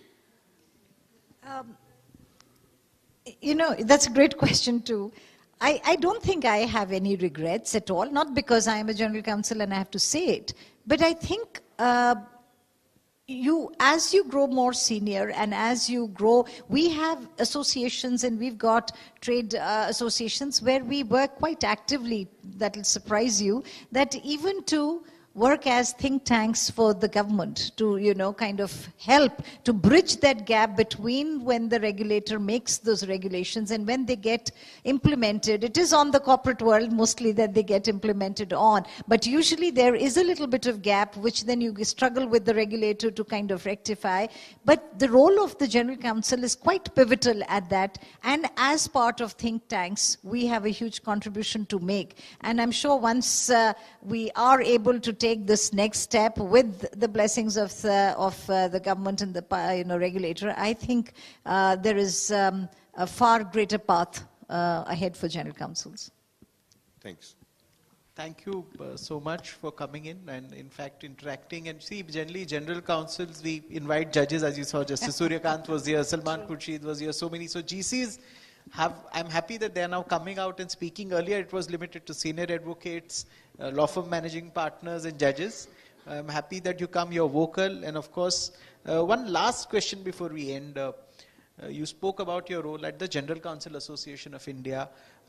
Could you say what you, in a sense, do there in about 30 seconds? What is your goal via that organization? We just have primarily, we have 5 different goals, but the most prominent and significant one, the reason why we set this up, a few of us who are like-minded, was to bring about recognition to the role of the General Counsel as a specialized stream of law where we need to be at par with any other advocates, which we were when we started off. We had our license. And, the way we look at chartered accountants or company secretaries, they don't lose their licenses. So it's all about bringing that level of parity, given the role has evolved over a passage of time. That's our first and most important goal. Thank you so much for joining us. So, ladies and gentlemen, that was Manjari Chaudhary, General Counsel, Maruti Suzuki India Limited. Thank you. Thank you, Tarun. Thank you very much for having me here. Thank you.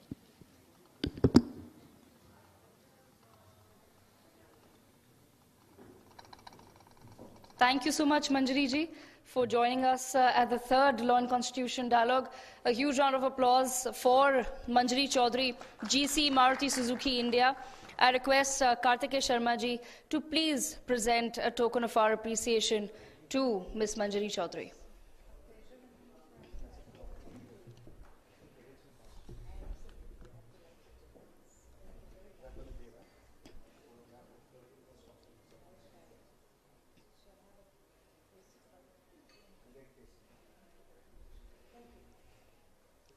And with that, we move on to our next session. Joining us is Shri Manish Tiwari, member of Lok Sabha from the Congress. He will be moderated by Priya Sehgal, editorial director of NewsX, and they will be discussing the key successes and failures of the Indian Constitution. What a pertinent time to be having this particular conversation. Manish ji, thank you so much for joining us. Priya ji, over to you. Thank you, Devika. And I welcome Manish, former Union Minister, National Spokesperson, and of course, one of the most articulate voices of the Congress in Parliament. But Manish, today it's really, we are rising above really party politics, and I really want you to take a look at the Constitution, because we are also celebrating 75 years. And, what would you say are the successes and the key successes and failures of the Constitution? I know it's too vast of this thing, but if you can just narrow it down into a few points. Well, Priya, first of all, thank you very much for having me here. 75 years down the line, when we look at the Indian constitutional experiment, it can be said without any ambiguity that this experiment has been a success. Way back in 1946, even before India attained independence, when the Constituent Assembly met, some of India's finest minds, they did not get into the act of tearing down buildings and building new buildings. They actually sat down, the best of them, for over 3 years, and created a document, a ground norm, which would guide India's destiny over the next decades. And there are many countries in the world where constitutions have been scrapped, constitutions have been rewritten, where republics were founded, republics got extinguished. But in India, the Constitution has not only endured, but it has thrived. And to a very, very large extent, the credit goes to the Supreme Court, because in 1973, when the Supreme Court, by a sliver of a majority of 7:6, put the basic structure doctrine into place, that actually, if I may say, saved the Constitution from being amended in a manner whereby its originality would have been lost. And so therefore, if you look back, there have been jurisprudential milestones on that journey which have only served to strengthen the Indian constitutional experiment. But we've also had, this conflict between the Parliament and the Judiciary, in terms of even where the basic structure is concerned. So can you, walk us through some of those milestones? Well, one second. Can we have no silence at the back, please? Well, that stress is natural in a democracy, because obviously between parliament which represents the sovereign will of the people, and the Supreme Court or the Judiciary, which is the final arbiter of the Indian constitutional scheme, if there wouldn't be tension, it would have been unnatural. So therefore, the fact that there is tension and at times there is even conflict serves to balance out various interests. And if you go back to the founding years of the Indian Republic, you had a very conservative court, and you had a progressive parliament which wanted to fulfill the commitments that it had made. And so therefore, many of the original constitutional amendments, the creation of the ninth schedule in order to make that immune from judicial challenge, were some of the innovations which Parliament had evolved in order to insulate and firewall scrutiny, judicial scrutiny on each and every action. But the court has been equally progressive and proactive, and it has stripped off or stripped down, each of those so-called firewalls which Parliament had built, and has actually made everything amenable to judicial review, which in any democracy is really a very good thing to do. That is because you're on this side of the fence. When you were in government, were you so happy with judicial review? Well, judicial review is a functionality which the courts must exercise, because after all, Parliament is also a creation of the Constitution. Parliament is a creature of the Constitution. The judiciary is also a creature of the Constitution, and the whole doctrine of separation of powers is really predicated upon the executive, the legislature, and the judiciary balancing each other out. But unfortunately, in a Westminster-style democracy, when the executive and the legislature fuse together, so therefore, and then you have what I call whip-driven tyranny, which runs the proceedings of the legislature, then who really acts as a check or as an arbiter on the excesses of the executive? And that is only the judiciary. And they do it through the process of judicial review. We've had, the recent Places of Worship Act. We've had the court stepping in. So your take on the debate, and also was the act open to review, the 91 Act? Look, if you go back to the very writing of the Constitution of India, even though the word secular may have been included by the 42nd Amendment in 1976, but the Indian constitutional design per se was extremely pluralistic in nature. And therefore, if you look at the fundamental rights, the kind of protection which has been given to both your right to profess, propagate, and follow your faith in the manner in which you think it is appropriate, the protection which has been given to the minorities, were all a part of the basic design of the Constitution.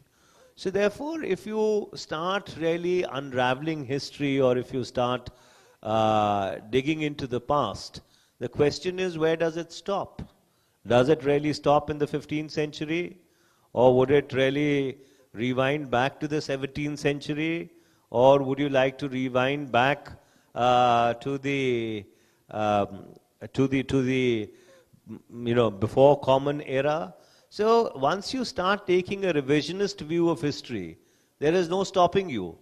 Because you may then want to draw the line here, but then somebody will come and draw the line further to the right. So under those circumstances, I don't think it serves us either as a republic or as a society if we keep taking these revisionist views, because you are essentially then trying to look at the destiny of India through a rear view mirror rather than moving forward. But there is also this whole debate around the word secular, that it was added later, and should we now drop it? And they're saying the review of the Places of Worship Act is also against the principles of secularism, the act itself. Well, the fact is that the Constitution of India, or its preamble as it stands, does talk about a sovereign, democratic, socialist, secular republic. So therefore, that is what we are. Now, whether it was added later or it was there at the inception is neither here or there, for the simple reason the Constitution of India, as it stands today, is after almost 100 or so amendments. Then are you going to say that, oh, this amendment is correct, but that amendment which does not suit us is incorrect? So those who talk about the purest theory of the Constitution forget the fact that it is a living document. And it's a living document which has been adapted to the changes which have come about in the polity and society over a period of time. So this cherry picking that this amendment suits my political predilections and that amendment does not agree with my ideology or philosophy is frankly a non sequitur of an argument. Which in your view is the biggest failure of our constitution? Well, that's an interesting question. And if you actually go back to the debates of the Constituent Assembly, the Indian constitutional scheme as it was conceived was supposed to have powerful states and a weaker center. But when the partition of India was agreed upon in the June of 1947, the 6th of June 1947, if I'm not mistaken, the pendulum swung 180 degrees. So the Union Powers Committee, which was a part of the one of the committees of the Constituent Assembly, then decided to have a stronger center and relatively weaker states. And therefore, the whole mechanism of the concurrent list and a lot of powers being put into the concurrent list in order to give both states and center the right to be able to legislate on them, in my opinion, represents a failure of our constitutional scheme for the simple reason that the balance between the states and the center somewhere got lost in the process. Because if you go to Article 1 of the Constitution, it says that India is a union of states. And it does not say that the states are constituents of the Indian Union. Right? So therefore, there is a very deliberate formulation which has been used in the very first article of the Indian Constitution. And therefore, that's why from the early 50s itself, you've had this raging debate on federalism with the states, irrespective of whatever shade of politics or political hue they were represented by at various points in time, have always been clamoring that the states require greater flexibility, a greater amount of autonomy, greater legislative space. And therefore, I think in the founding years of the Indian Republic, given the manner in which the Republic came into existence, did end up skewing the balance in favor of the center and against the states. And that's a balance which, unfortunately, for reasons best known to our subsequent generations of parliamentarians, we decided not to correct.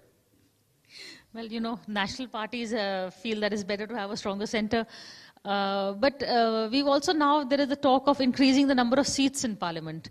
The southern states are saying that, we are going to be penalized for, our policies on population. So where is the way out? Because the government is very adamant on going ahead with this.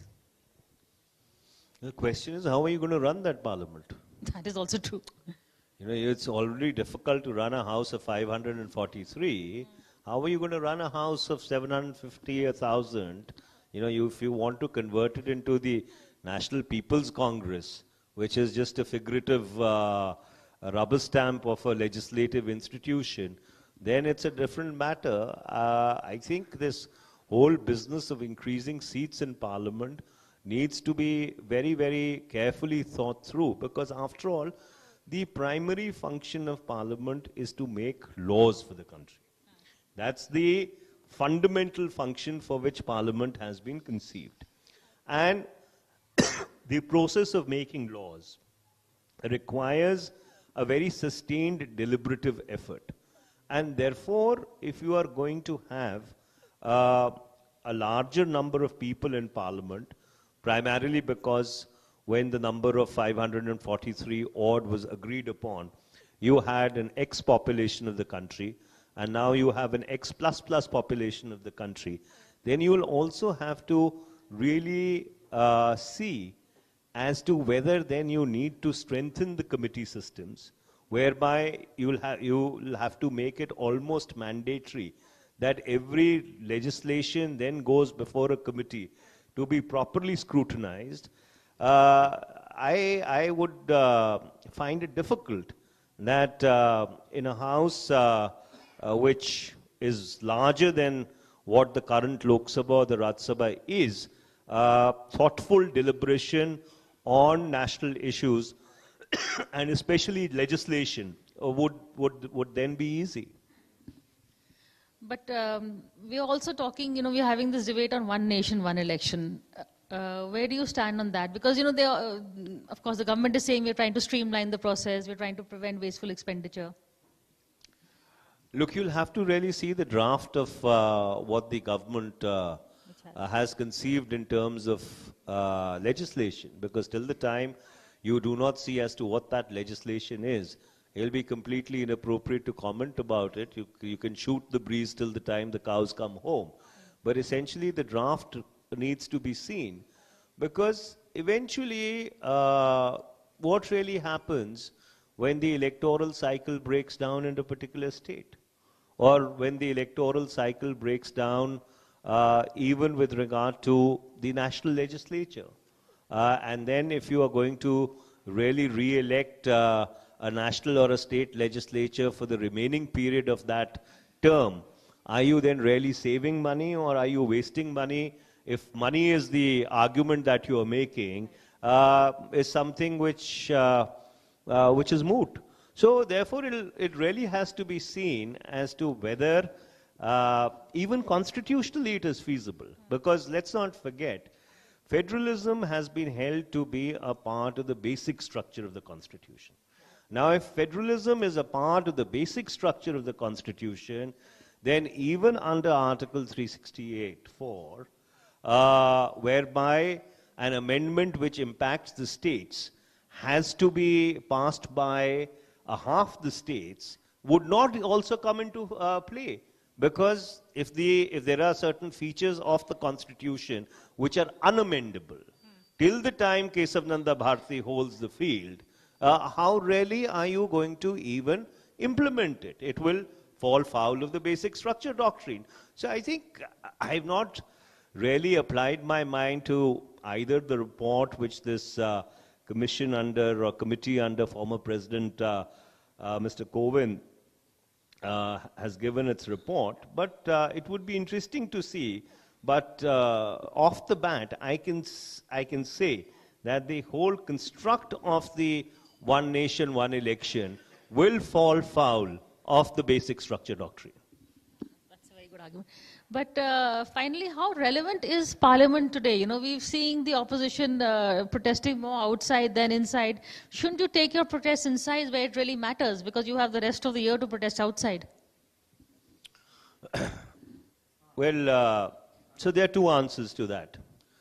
The first answer is that Parliament will have to very, very seriously look at the 10th schedule. Because while the anti-defection law has failed in its principal objective of curbing defections, it has sucked democracy out of Parliament.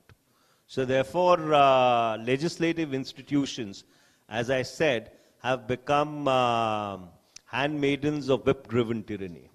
Number two, Parliament is for whom? is Parliament only the preserve or the prerogative of the government of the day? Or does the opposition, in terms of raising issues of people, is an equal stakeholder in the parliamentary process? And that's a question which unfortunately has never been answered. In fact, I had suggested it to one of the presiding officers in an informal conversation that if you want to keep Parliament in play without disruption, all that you need to do is between 6 and 9 in the evening, twice or thrice a week, have a Rule 193 discussion on a subject, agreed to by the joint opposition. So therefore, you will have Parliament functioning very smoothly, because ultimately the logjam is the opposition wants certain issues to be discussed. The government is diffident about that. It leads to an unnecessary logjam. And so therefore, government has to show flexibility and magnanimity. And if, let's suppose, you're able to find a modus vivendi whereby the concerns of the government and the concerns of the opposition are both accommodated, Parliament will run very smoothly. Okay, finally, Manish, which is the debate that you really enjoyed, as an MP, so taking part in over the years? You've been an MP for 15 years, right? Well, I think the quality of debate in Parliament, and I say this with all respect, was much, much better before the anti-defection law came in. Because when you had to walk the extra mile to actually build a consensus, not with the opposition alone, but within your ranks also. And there was actually a premium on everybody's vote. The propensity to participate in parliamentary proceedings was far, far greater, because you knew that you could actually contribute to making a law or a policy better. But unfortunately, at 2 o'clock in the afternoon, when Parliament meets for its principal business, that is legislation, the House is empty, more or less. And there's an unwritten understanding between the Treasury and the opposition benches that the quorum call will not be made. Because if a quorum call is made, Parliament would get adjourned. That is true. Finally, we've seen Parliament debates and primetime television debates. The functioning of the media and the Parliament. Do you see that the media is actually, as a more disruptive force or as a more positive force? Because we are raising issues that are not being debated in Parliament, at least being debated outside. Well, I think what used to be called new media about 20 years back, which is television, I think is old and fossilized media today. And so therefore the entire pattern of media consumption has completely and absolutely changed. The plate has become the mobile phone, really. And there are far, far more diverse and active platforms which have become the primary sources of media consumption. So under those circumstances, how really relevant do they consider Parliament to their lives, is a moot question. But eventually, if Parliament keeps itself in play, Parliament keeps functioning, and people see it as an institution which is prone to working and not disruption, I think even the quality of media debates would also get much better. Otherwise, I think Twitter is now, social media is becoming the new Parliament, and influencers are the new MPs, I think, by the end of it. Well, I think Twitter or X has also become old media, because if you talk to younger people, they say that Twitter or X or Facebook is for the 40 or the 50 plus. That's what I'm saying, that the whole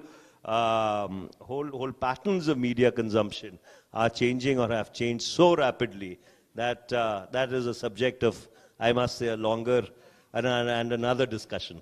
But whenever we interview Manish Tiwari, sorry? Exceptions always here, sitting right here. But with Manish Tiwari, one must always have a dictionary in hand whenever I used to interview him. But, have you also changed your language and simplified it for the Twitter X generation? Well, my language is what it is. And if somebody cannot figure it out, I think if they go and consult a dictionary, they learn a few additional words also. Educated husband. Thank you so much, Manish, for this conversation. Thank you. Thank you so much, Manish ji, for joining us. I request Karti Sharma ji to please join us on stage to present a token of our appreciation to Shri Manish Tiwari, Member of Lok Sabha of the Congress and Senior Advocate.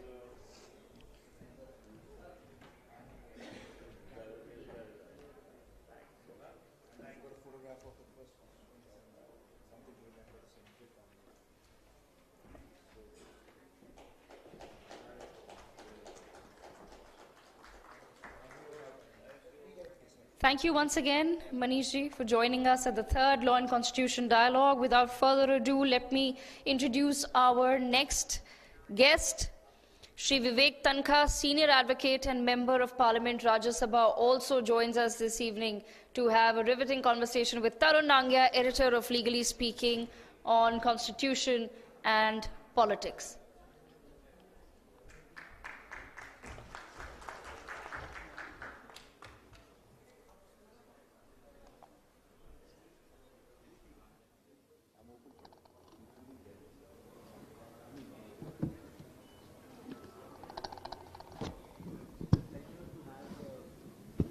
It's a pleasure to have Mr. Tankha on this event today. And of course, there are a lot of non-lawyers here, so I must also give an introduction.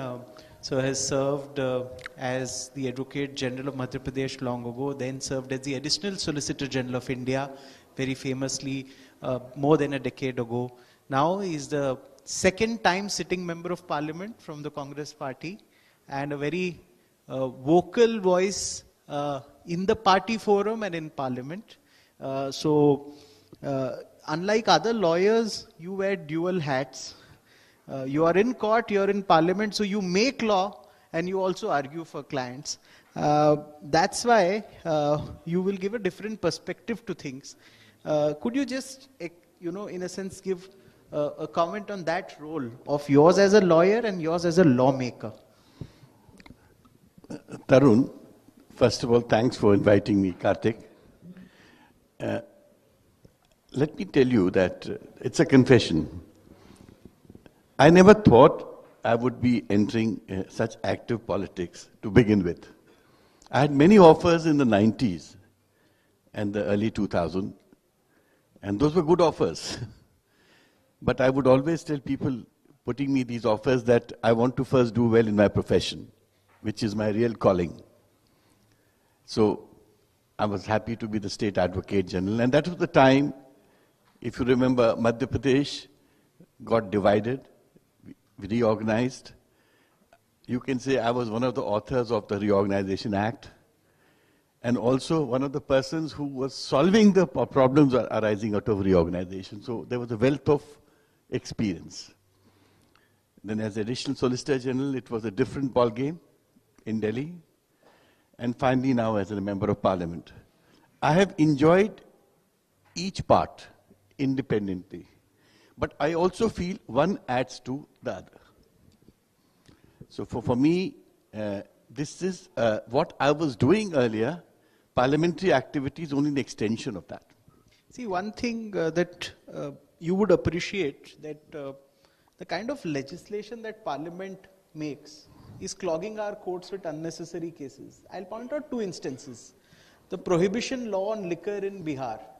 Now the courts are clogged with these matters, so they don't get time to adjudicate on matters which, concern people, and, disposals are necessary.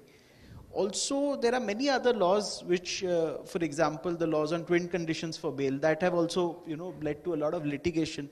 Do you think the parliaments fall short on, maybe discussing better so that, we could have laws that would not clog the courts with litigation?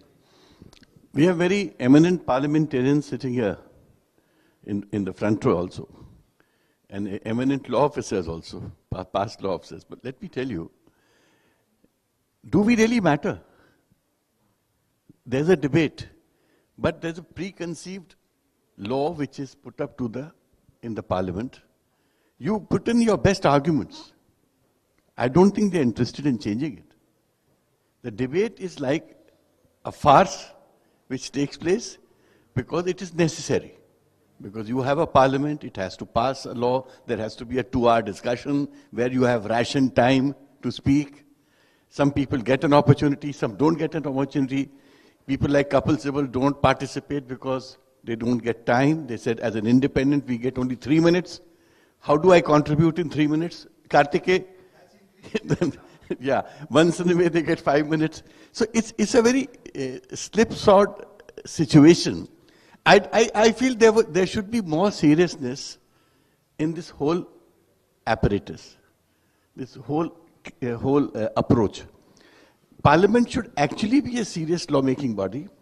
If I was now in a constituent assembly, and if we were remaking our Indian constitution, I would have separated the executive from the legislature. The fact that you have ministers responsible to the parliament, the ball game changes. Make parliament only for lawmaking, like you have in America. More of a presidential system. Many times parliamentarians, much like you, when they talk to us privately, they say, Tarun, much work gets done in parliamentary committees. There is a free and frank discussion that leads to the evolution of good laws. But going by the past many years, it doesn't seem that that is happening. What needs to improve? No, parliamentary committees is a good step forward. In fact, if we have contributed in lawmaking, it's more through the committees. I have been part of many JPCs. I'm still a member of that Law, Justice and DOPT Standing Committee.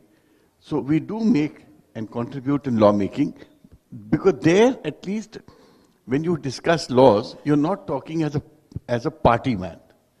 You're contributing as a member. In a standing committee, it's not so much of party. It's more as a lawmaker. But when we're debating in parliament, we are debating as a party man. There's a difference. Kartike would know, Manish would know. If I'm wrong, they would say that. But that is the difference I've seen. One thing that I would want to know from you that about the central hall. A lot of MPs are talking about the new parliament not having a central hall. How did it enrich conversation? Does it really matter if the central hall is not there in new parliament? I completely endorse what majority of parliamentarians say, and I am part of that there should have been a central hall. You can't have an effective parliament and a communication system without a central hall. Today when I finish, if I'm not sitting in the house, I have to go and go to the cafeteria or go home. Earlier times, if I would get up for a while, I would walk into the central hall. Parliamentarians from Lok Sabha, Rajya Sabha, they all would sit there. We would chit chat. Today I don't know who's in the Lok Sabha. And the Lok Sabha people don't know who's in the Rajya Sabha. Even ex-parliamentarians, ex-ministers would come into the central hall. Even journalists, accredited journalists used to be there. So I don't know why this new system was evoked. And frankly speaking, in my opinion, there should have been a better consultative process about doing away with a central hall when the parliament was new parliament was being established. I am sure it should not be left to whims and fancies of a few individuals to decide whether we should have a central hall or we should not have a central hall. It's the country which should decide, not the whims and fancies of few people.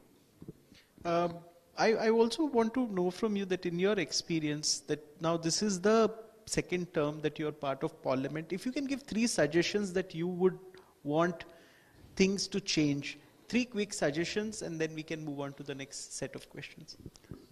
Number 1, I hate parliament proceedings being disrupted. If we are in parliament, parliament must work. I checked with my friends in US and UK, my parliamentary friends in these 2 places. They said there's no question of parliament being disrupted. There could be a noise or a shore for 5-10 minutes, and then again the parliament starts. How could you not have parliament for the whole day? It doesn't matter which party is in power. BJP was doing it earlier. We and others are doing it now. And maybe for valid reasons. But this whole concept of parliament not working, and maybe this is also because of the kind of engagement today the ruling party has with the opposition. You don't want to engage yourself with the opposition in the parliamentary agenda.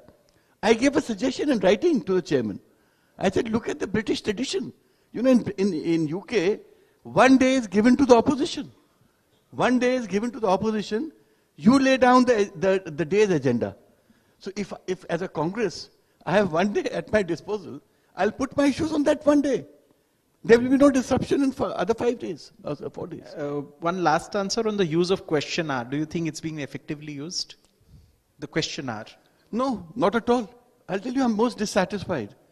You get a very vague answer, and when you get that vague answer, you put a couple of supplementaries. Half the time, people who are answering you are ill-informed or less informed. And then, if you want to ask more, you'll be told that you can use other provisions of the rules to take it forward. I feel it's not as effective as it should be. This was a short but a really engaging conversation with you on Parliament. Some interesting points you made, and we would now like to invite one more panelist to join you to continue the discussion. Sure. Mr. Tanka, some pertinent points there raised, and we will of course be taking that forward with Shri Aman Lekhi, former ASG and senior advocate, who also joins us at the third Law and Constitution Dialogue. Tarun was just having a conversation about whether parliamentarians are doing a good enough job of drafting the laws which seem to be clogging up our courts. So, Tarun, taking that conversation forward, we will of course be discussing the 3 new laws that have been introduced. Are they addressing the deficiencies of the past? Tarun, over to you. Thank you, thank you. So we continue our conversation. Of course, we have the benefit of having senior advocate Aman Lekhi, who has defended the government as the Additional Solicitor General of India for many years, and so we will get both sides from the prosecution side as well as from somebody who defends people in court on a day-to-day basis, MP and also senior advocate. Your first comment on the 3 new criminal laws, and then we'll go to senior advocate Aman Lekhi. On the 3 criminal laws. Frankly speaking, what was the need to change? I mean, today, everybody is trying to find out which law now I have to apply in this case, because the numbers have changed. What was the need to change numbers? Why are you making things difficult for the entire legal law fraternity, judges, students, policemen, everybody? I mean, frankly speaking, you've changed things for the state. I'm always a votary. I welcome change. Change always must be for betterment, for good. Now, if you are going to amend 6 or 7 or 8 sections of Evidence Act, and you repeal the entire act and bring in a new law, 80% of the old sections are only renumbered. What is this change you're talking about? This is not a change. Only thing is you make things difficult for everybody. So you mean India has not given itself a new law? That is no, you have given a new law, but the new law is actually the old law with a few changes. So you could have amended the old law. You wanted to change the name, you could have changed the name of the old law. Who stops you? So what I say is, every time to say that I'm going to bring a new thing is not an acceptable way of changing. Point very well taken. We will now take the introductory comment for senior advocate Aman Lekhi. Of course, now you are appearing, you're no more ASG, so now you're appearing in your defense counsel. Let me first clarify.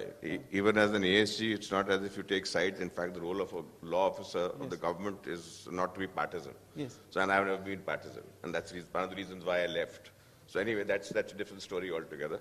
I broadly agree with Mr. Tanka, but I'll be slightly more emphatic. I personally feel that as to the criticism of the old law are concerned, it's criticism of the uninitiated in law. And it is wholly unwarranted, totally unjustified, and utterly gratuitous. What it shows is betrays ignorance of our legal system. To denounce it as colonial is utterly wrong, totally wrong.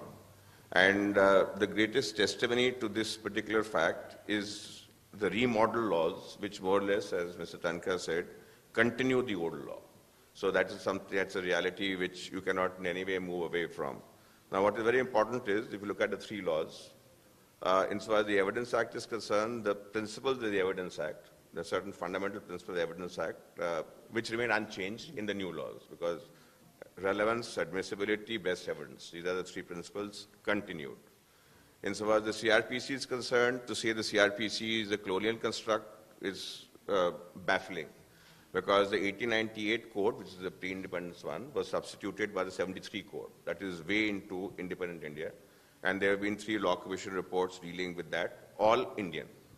Insofar as the IPC is concerned, in the 160 years, 170 years the IPC was there, there has been no major change. Even in fact, the changes that have been made in the current code, in my opinion, are not changes which are in any way in advance of what should be done, but are in some way extremely retrogressive, if not at times utterly stupid. In the sense that if you look at terrorism, terrorism is in an offense dating to harm to body. Now you cannot possibly have terrorism and harm to body. So the basic understanding of the placement of the sections, which is what is being reorganized, is utterly wrong.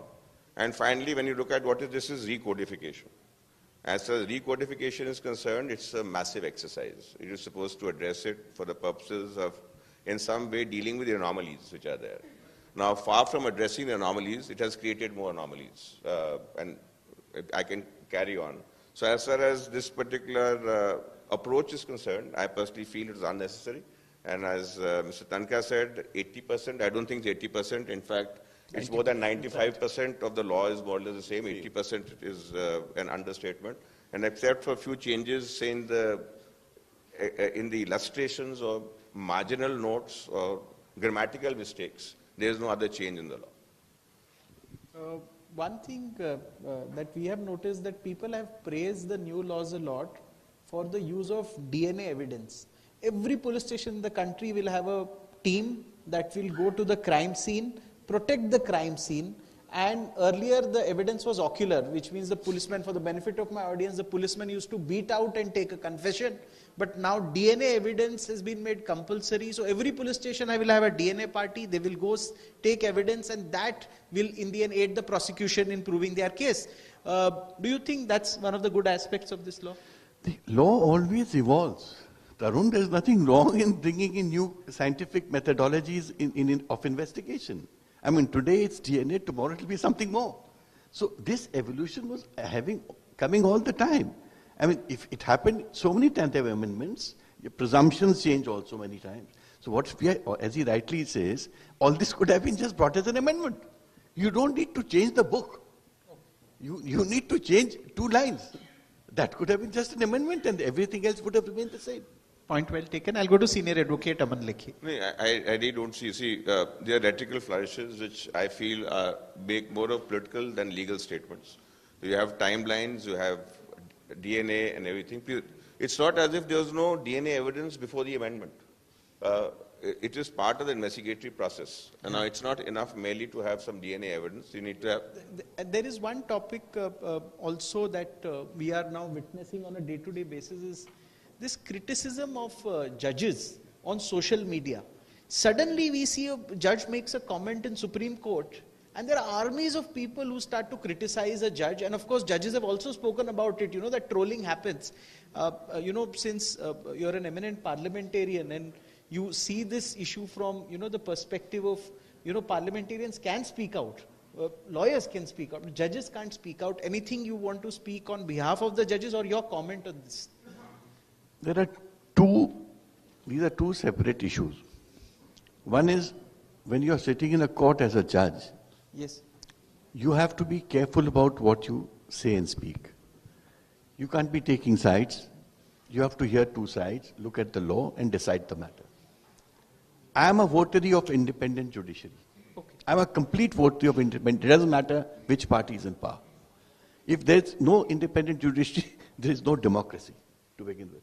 And if you want to keep our fundamental rights and our rights safe, you need independent judiciary, always. It doesn't matter whether he's practicing or I'm practicing or who's practicing. Number 2, if you are moderate in your language, nobody is going to troll you. Is it? If you come with those flourishes, and say awkward things, they get reported and people troll you. So if you are going to speak, don't be scared, then don't be concerned that people troll you. I feel that judges are open to public criticism. They should be open, they are like everybody else. In fact, I say that even the law of contempt is an archaic law. You don't have contempt law in US. If you are good, if you are correct, what you are saying or doing is correct, people will judge you. You should not be bothered if one or two people find you wrong. So my issue is that judges should not be concerned about being trolled. My thing is you should be open to criticism, and this is a public position, a public post. You are deciding rights of common man. So obviously, people have a right to speak about you. Point very taken. So on criticism of judges on the social media, Senior Advocate Aman Lekhi will say. Well, I personally feel criticism is basically euphemism for ideologically driven agendas. I personally feel that is so.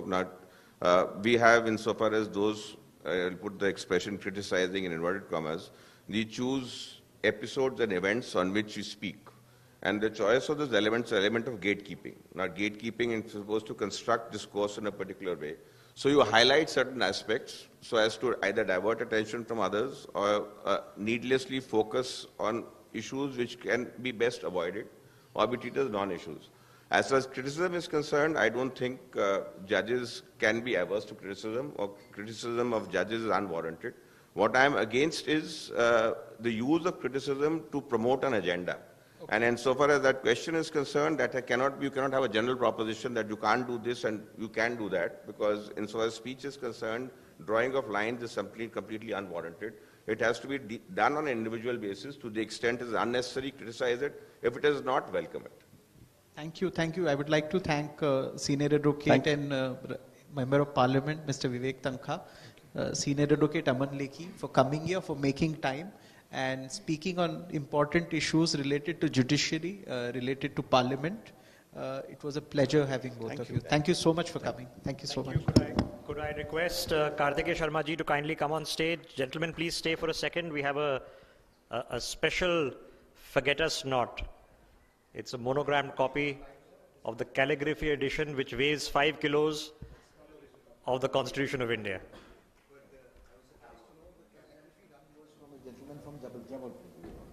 So you've heard it, the calligraphy has been done by an individual from Jabalpur, which of course is hometown for Mr. Vivek Tankha. Round of applause, please. They're also getting a framed copy of a photograph of the first Constituent Assembly meeting held in 1946. And a copy also for Senior Advocate and former Additional Solicitor General, Mr. Aman Lekhi. Sir, appreciate you taking out the time to be part of this conference, not only physically here, but of course across all the 9 news channels of ITV network, and of course so many social media verticals where this is all streaming live as we speak. With that, ladies and gentlemen, let us welcome an individual who has literally been speaking in Parliament less than half an hour ago. Lok Sabha MP of the Bharatiya Janata Party, Chairman of the Waqf Committee, Mr. Jagdambika Pal is with us. Tarun, you want to say a word? We will be having Rakesh Singh, the Managing Editor of ITV Network, along with our Senior News Editor, Devika Chopra, who will be moderating this session. Jagdambika ji, please, let's have you on stage.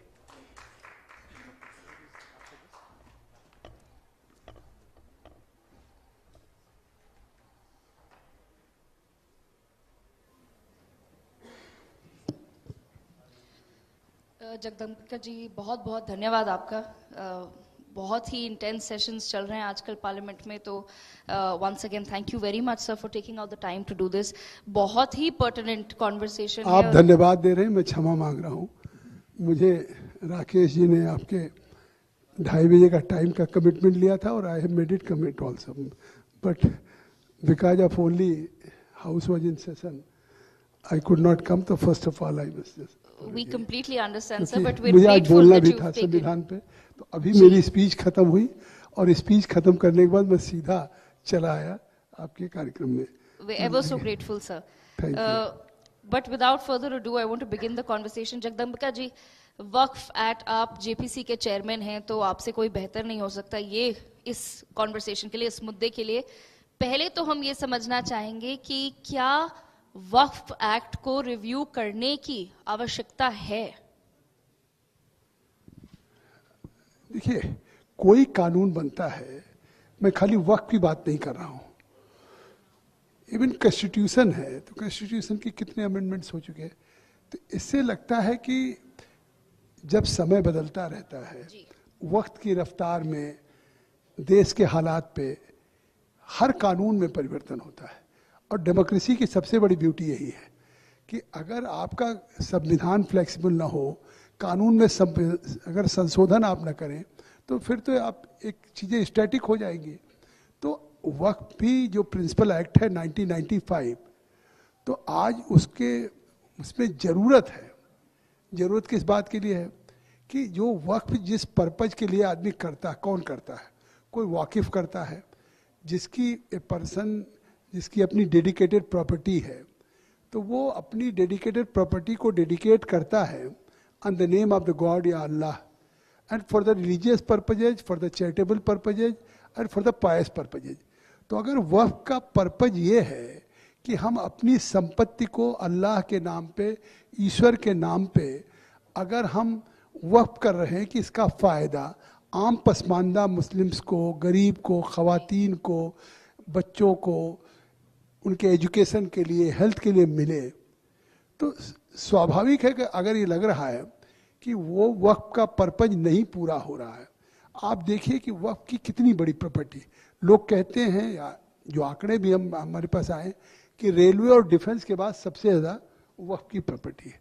करीब मतलब 9.75 लाख एकड़ और करीब 8 लाख वक्फ हैं। तो इतनी परिसंपत्तियां हैं। इसके बावजूद भी कहाँ देख रहे हैं कहीं कि कोई मेडिकल कॉलेज हो, कोई यूनिवर्सिटी हो, कोई एजुकेशन के क्षेत्र में काम हो रहा। तो इससे साफ, और आप ये भी सुनते होंगे कि वक्फ की प्रॉपर्टी को कहीं मुतवल्ली खुर्द बुर्द कर रहे हैं या कहीं उसका मिसयूज हो रहा है। तो जब ये हालात होते हैं तो वक्त के साथ फिर आज जो सरकार इस वक्त को अमेंडमेंट करने का एक बिल लेकर के आई, अगर उसे पास करना होता, जैसा एक लोगों को सवाल उठता है कि साहब ये एक्ट पास हो जाएगा तो वक्त की प्रॉपर्टी चली जाएगी, मस्जिद चली जाएगी, दरगाह चली जाएगी, खानकाह चला जाएगा, ईदगाह चला जाएगा, एक ऐसा परसेप्शन क्रिएट हो रहा है। लेकिन अगर मान लिया इस एक्ट का यही पर्पज होता तो फिर एक्ट को सरकार पास कर देती, दोनों हाउसेज में बहुमत है, मेजॉरिटी है। लेकिन इसके बावजूद खुद सरकार के संसदीय कार्य मंत्री, अल्पसंख्यक मंत्री ने कहा कि स्पीकर साहब से कि साहब हम इस पे और डिटेल डिलिब्रेशन डिस्कशन चाहते हैं कि थ्रेड एंड वेयर जितने स्टेक होल्डर्स हो, चाहे all India Muslim personal law board हो, इस्लामिक स्कॉलर हो, वाइस चांसलर्स हो, फॉर्मर जजेज हो, या हमारे हर स्टेट्स की जो वक्फ बोर्ड है, माइनॉरिटी कमीशन है, या स्टेट के जो ऑफिशियल्स हैं, इनके साथ एक डिटेल डिलिब्रेशंस हो, इसलिए इसको जेपीसी को सुपुर्द कर दिया जाए। तो खुद सरकार ने सुमोटो इसको अगर जेपीसी को सुपुर्द करने का आग्रह किया और स्पीकर साहब ने इसको जेपीसी को दे दिया और वो जिम्मेदारी मुझे मिली। तो इससे साफ तो मैं आपके माध्यम से कर देना चाहता हूँ कि सरकार का नज़रिया ये है कि अगर इस कानून में प्रपोज अमेंडमेंट्स हैं तो वो लोगों के साथ, पूरे देश के स्टेक होल्डर के साथ एक चर्चा हो, और वो भी स्टेक होल्डर से आप देखते होंगे, आपको भी रिपोर्ट्स आती होगी कि पिछले 3 महीने में हम 29 मीटिंग्स कर चुके हैं जी।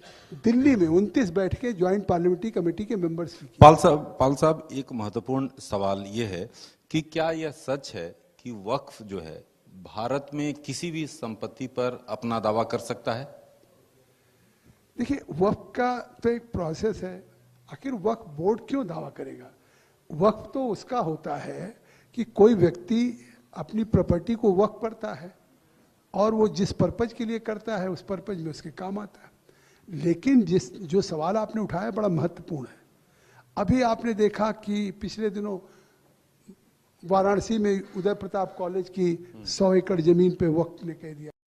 आपने एक Assam farmer member of parliament रहे हैं, उन्होंने कहा जो नई पार्लियामेंट बनी है वो भी वक्फ की प्रॉपर्टी पे है और वक्फ है। फिर समाजवादी पार्टी के मुंबई के नेता ने कहा कि साहब जो मेंबर ऑफ पार्लियामेंट्स हैं वो वक्फ की मतलब प्रॉपर्टी तो उसका किराया दे। जबकि मैं एक बात आपको बता दूं राकेश जी, 1911 में जब ब्रिटिशर्स थे तो उन्होंने कोलकाता से राजधानी, कोलकाता से दिल्ली बनाने के लिए उन्होंने यहाँ 2 मौजे का एक्विजिशन किया। पूरे लैंड का 1911 में एक्विजिशन हुआ, कंपनसेशन दिया गया और सरकार ने उसको ले लिया। 1970 में, कहाँ 1911 में जब ब्रिटिशर्स ने पूरी राजधानी के लिए कर दिया, 1970 में वक्फ बोर्ड ने कहा कि 123 प्रॉपर्टी हमारी है, जिसका कि आज भी कोर्ट में, हाई कोर्ट में स्टे है। तो आप सोचिए कि ब्रिटिशर्स ने उस समय कैपिटल के लिए इसी लुटियन जोन्स और आसपास में जो प्रॉपर्टी का कंपनसेशन दे चुके हों, उसको भी वक्त आज क्लेम कर रहा है और उसका विवाद चल रहा है। एएसआई की जो प्रॉपर्टीज हैं, जो नेशनल इंपॉर्टेंस, किसी देश में एएसआई कोई प्रॉपर्टी को ओन नहीं करता है जी। अब बहुत से हमारे लॉ के जानने वाले लोग बैठे हैं। एएसआई का काम किसी भी मुल्क में, किसी भी देश में, जो उस देश का चाहे किसी भी सेक्ट का कोई मॉन्यूमेंट हो जिसकी हिस्टोरिकल इंपॉर्टेंस हो, नेशनल इंपॉर्टेंस हो, तो उस लेवल पे बाहर से दुनिया के टूरिस्ट आते हैं, वो जाते हैं। ऐसे एएसआई के साथ भी है वक्त पे। अभी पिछले दिनों कर्नाटका में आपने सुना होगा कि कर्नाटका में मैं खुद भी गया, बेलगाम गया, बीजापुर गया, हुबली गया। जब से ये जेपीसी को सुपुर्द हुआ, खाली बीजापुर में 16,000 एकड़ जमीन किसानों का को वक्फ की नोटिसेज मिल गई हैं। अब वक्फ के किसान जो ओवर मतलब जनरेशन से वो कल्टीवेट कर रहे थे, अब और वहाँ वक्फ बोर्ड के मंत्री हैं, उन्होंने अदालतें लगानी शुरू कर दी, वक्फ अदालत, म्यूटेशन भी कराना शुरू कर दिया, दाखिल खारिज और टेम्परिंग। तो ये 38% लोगों ने बताया कि जब से आपकी कमेटी को रेफर हुआ है तो 38% नोटिसेज वक्फ बोर्ड की बढ़ गई हैं। अभी महाराष्ट्र के लातूर में आपने सुना होगा कि वहाँ किसानों की, तो ये जो चीज़ें आ रही हैं इसकी एक प्रक्रिया है, लेकिन इसके बावजूद भी उसी प्रक्रिया को दूर करने के लिए आपका बड़ा महत्वपूर्ण सवाल है कि क्या किसी भी प्रॉपर्टी को वक्फ कोई घोषित कर सकता है। तो आज इस तरह की जो एक कन्फ्यूजन है या जिस तरीके से ये डिस्प्यूट उठ रहा है, इसको पटाक्षेप करने के लिए आज ये हो रहा है कि भाई जो भी वक्फ की प्रॉपर्टी हो, वो वक्फ की प्रॉपर्टी को रजिस्टर्ड किया जाए और रजिस्टर्ड करके एक वामसी पोर्टल है, उस वामसी पोर्टल पे वक्फ की प्रॉपर्टी को रजिस्टर्ड कर दिया जाए। और अगर वामसी पोर्टल पे रजिस्टर्ड हो जाएगा जो भी वक्फ की प्रॉपर्टी, या एक्ट के पास होने के बाद भी 6 महीने तक हो जाएगा, तो वो वक्फ ही रहेगा। ये लोगों में अब क्या है, बरेली के एक मौलाना है, उन्होंने कहा सड़कों पे हम आ जाएं तो वो कांप जाएगी जी। अब आप देखते होंगे जाकिर नाइक वहाँ से बैठ करके मलेशिया से कहाँ से वो कह रहे अगर 50 लाख लोग पार्लियामेंट के पोर्टल पे इसको डिसअप्रूव कर देंगे तो ये डिसअप्रूव हो जाए। तो आप सोचिए इंडियन पार्लियामेंट्री डेमोक्रेसी में अभी तो ये कानून भी नहीं बना, और ये कानून जो विचार कर रही है अकेले कोई रूलिंग पार्टी नहीं कर रही, सभी पार्टी के 31 मेंबर ऑफ पार्लियामेंट्स हैं जिनके सामने लगातार हम बैठ के कर रहे हैं। एक बैठक कम से कम 6.5 घंटे एवरेज हमारा है, और इसके बाद स्टेट्स में भी हम जा रहे हैं। हम अब तक महाराष्ट्र हुआ है, कर्नाटका हुआ है, तमिलनाडु हुआ है, तेलंगाना हुआ है, उड़ीसा हुआ है, असम हुआ है। तो इस तरीके से आप देखते हैं कि तमाम राज्यों में जाके वहाँ के भी स्टेक होल्डर से मिले। इतनी डिटेल डिलिब्रेशन, इतनी एक्सरसाइज शायद कभी किसी जेपीसी में नहीं होगी। हमारा भी पर्पज है कि एक ऐसा फुल प्रूफ कि जो एक वाकिफ है, जो वक्त जिस पर्पज से करता है उसके पूरा ट्रांसपेरेंट ढंग से उसके उद्देश्य को पूरा किया जाए। लेकिन आज आखिर क्यों विरोध हो रहा है, जब वक्त की प्रॉपर्टी का सब रजिस्ट्रेशन हम कराने जा रहे हैं और इस कानून के प्रपोज में अच्छा कलेक्टर मान लिया इस पे होगा, तो अब उससे सारी रिकॉर्ड कीपिंग रखने का काम आज भी लैंड का होता है, या ट्रिब्यूनल में होए कि अभी तक ट्रिब्यूनल का एक डिसीजन फाइनल होता था। लेकिन आप दूसरे सिविल मामलों में अगर आप कहीं भी एग्रीव्ड हैं तो you can go to the high court, you can go to supreme court for appeal. अभी इसमें अपील का कोई प्रोविजन नहीं है। तो अगर जी सर, इसी पॉइंट पे एक बहुत और महत्वपूर्ण सवाल है। मैं अभी रिकॉर्ड्स पढ़ रही थी, गवर्नमेंट ने जो रिलीज करे हैं, 40,000 से ऊपर केसेस, 40,975 एज पर government records. Cases are currently pending in tribunals, as you've pointed out. These are against waqf claims. And इसमें से over 9,000 cases 9,000 से ऊपर केसेस मुस्लिम्स ने डाले हुए हैं against the institutions which are managing वक्फ। तो क्यों है कि कोई जुडिशियल ओवरसाइट नहीं है? क्योंकि ये भी कहा गया है कि जो मुस्लिम नेशंस हैं, Saudi, Kuwait, Oman, Pakistan, Bangladesh, तुर्की, इन सब में वक्फ comes under the laws and institutes created by the governments। तो ऐसा क्या है कि भारत में हम ये implement नहीं कर पा रहे, या ये जब conversation होती है तो ये कहीं एक anti Muslim का it becomes an anti Muslim conversation।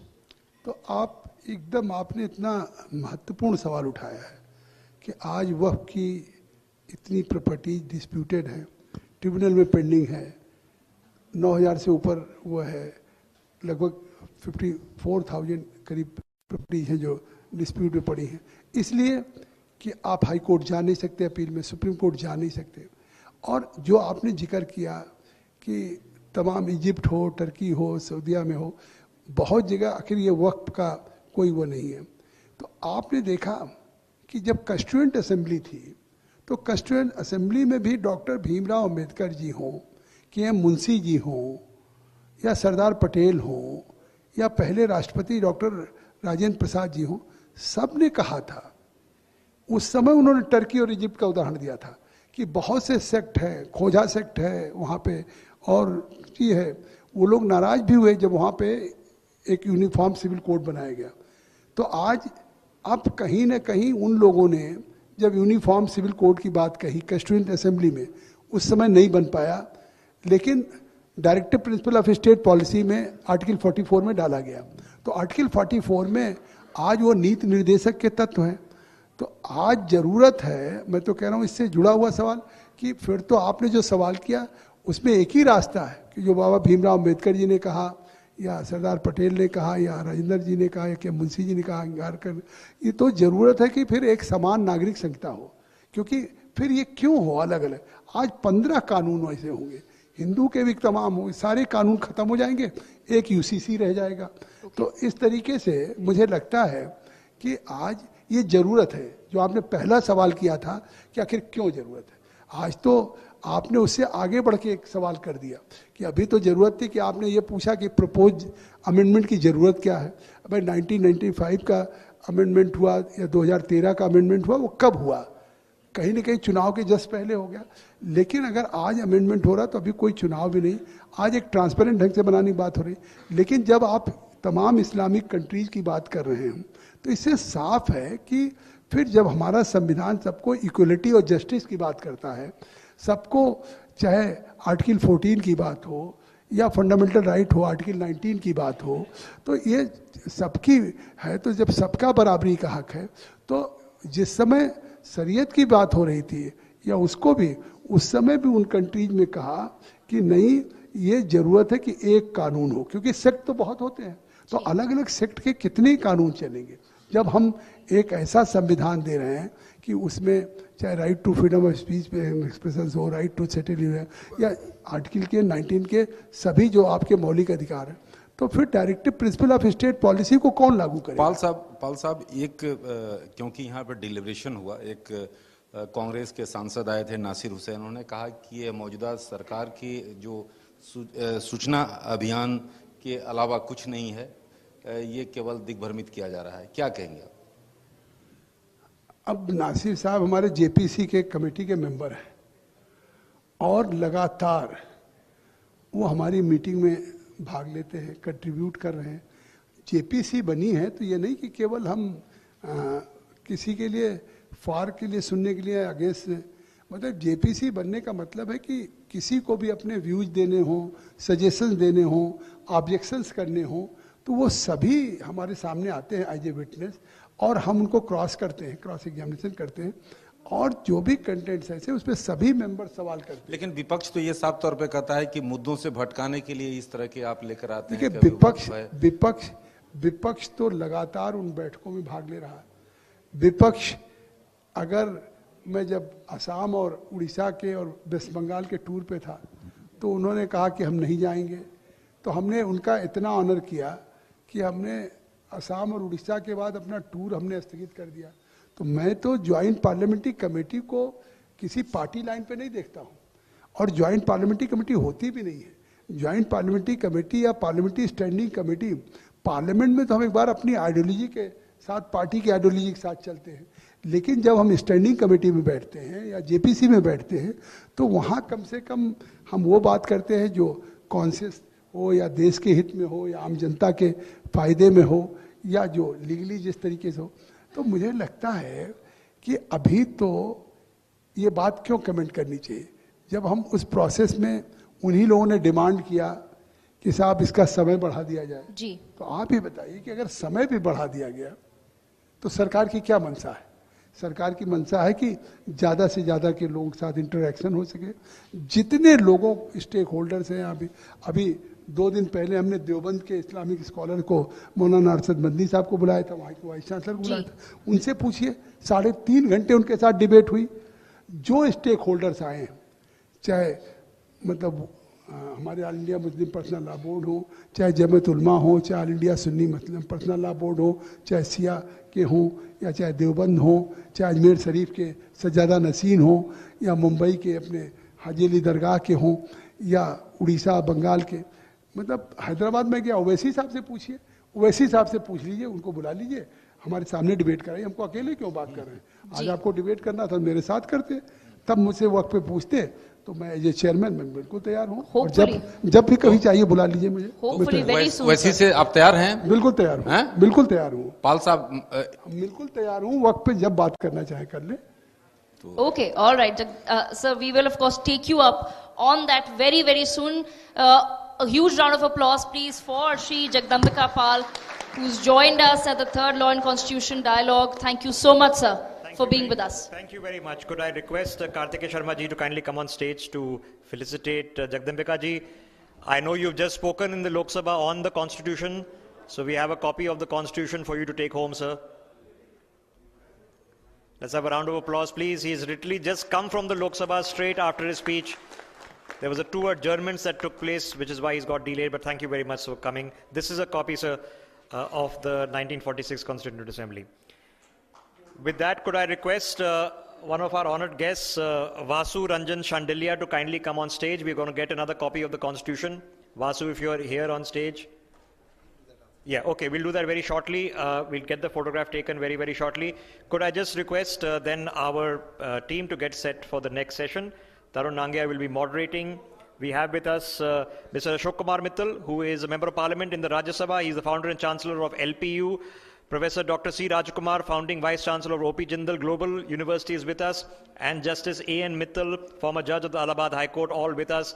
We were going to be discussing next in legal education and beyond. Let's have that conversation. Tarun, can we get you on stage, please?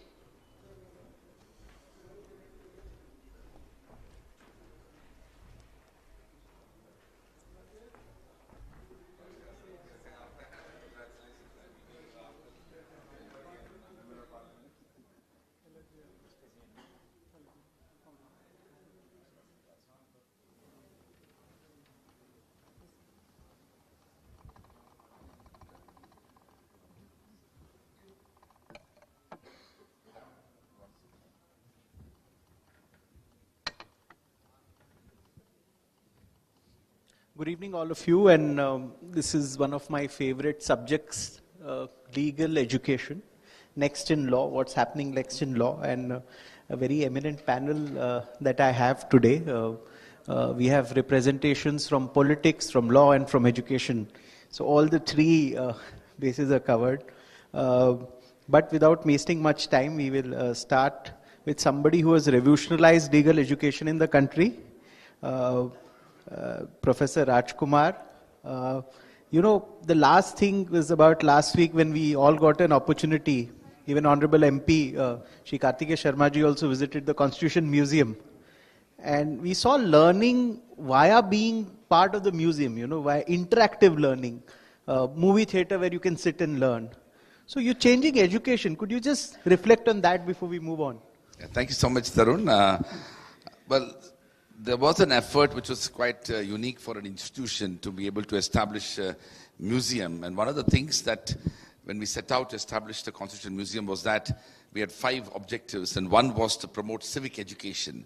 For a lot of us, the Constitution ended up becoming a tool for lawyers and judges, but it has not yet seeped into the imagination of ordinary people of India.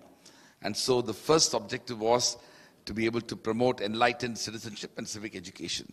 When you and I were in school, we had a subject called civics. Yes. And that subject, we got introduced to Constitution. But over the years, neither the subject exists nor the Constitution is taught in the way we had learned. In fact, I can say about all 4 of us in the panel. The second was that we were very conscious of the fact that we wanted to celebrate the members of the Constituent Assembly. If I ask many of us here, you would probably identify 10 members of the Assembly at most, maybe 15, 20. But the 300 members of the Assembly who were unsung heroes, so little were known about them, including 15 outstanding women who actively participated, so we want to pay tribute to them. The third objective was that we were very conscious of the fact that we need to make the Constitution more democratic and accessible for people.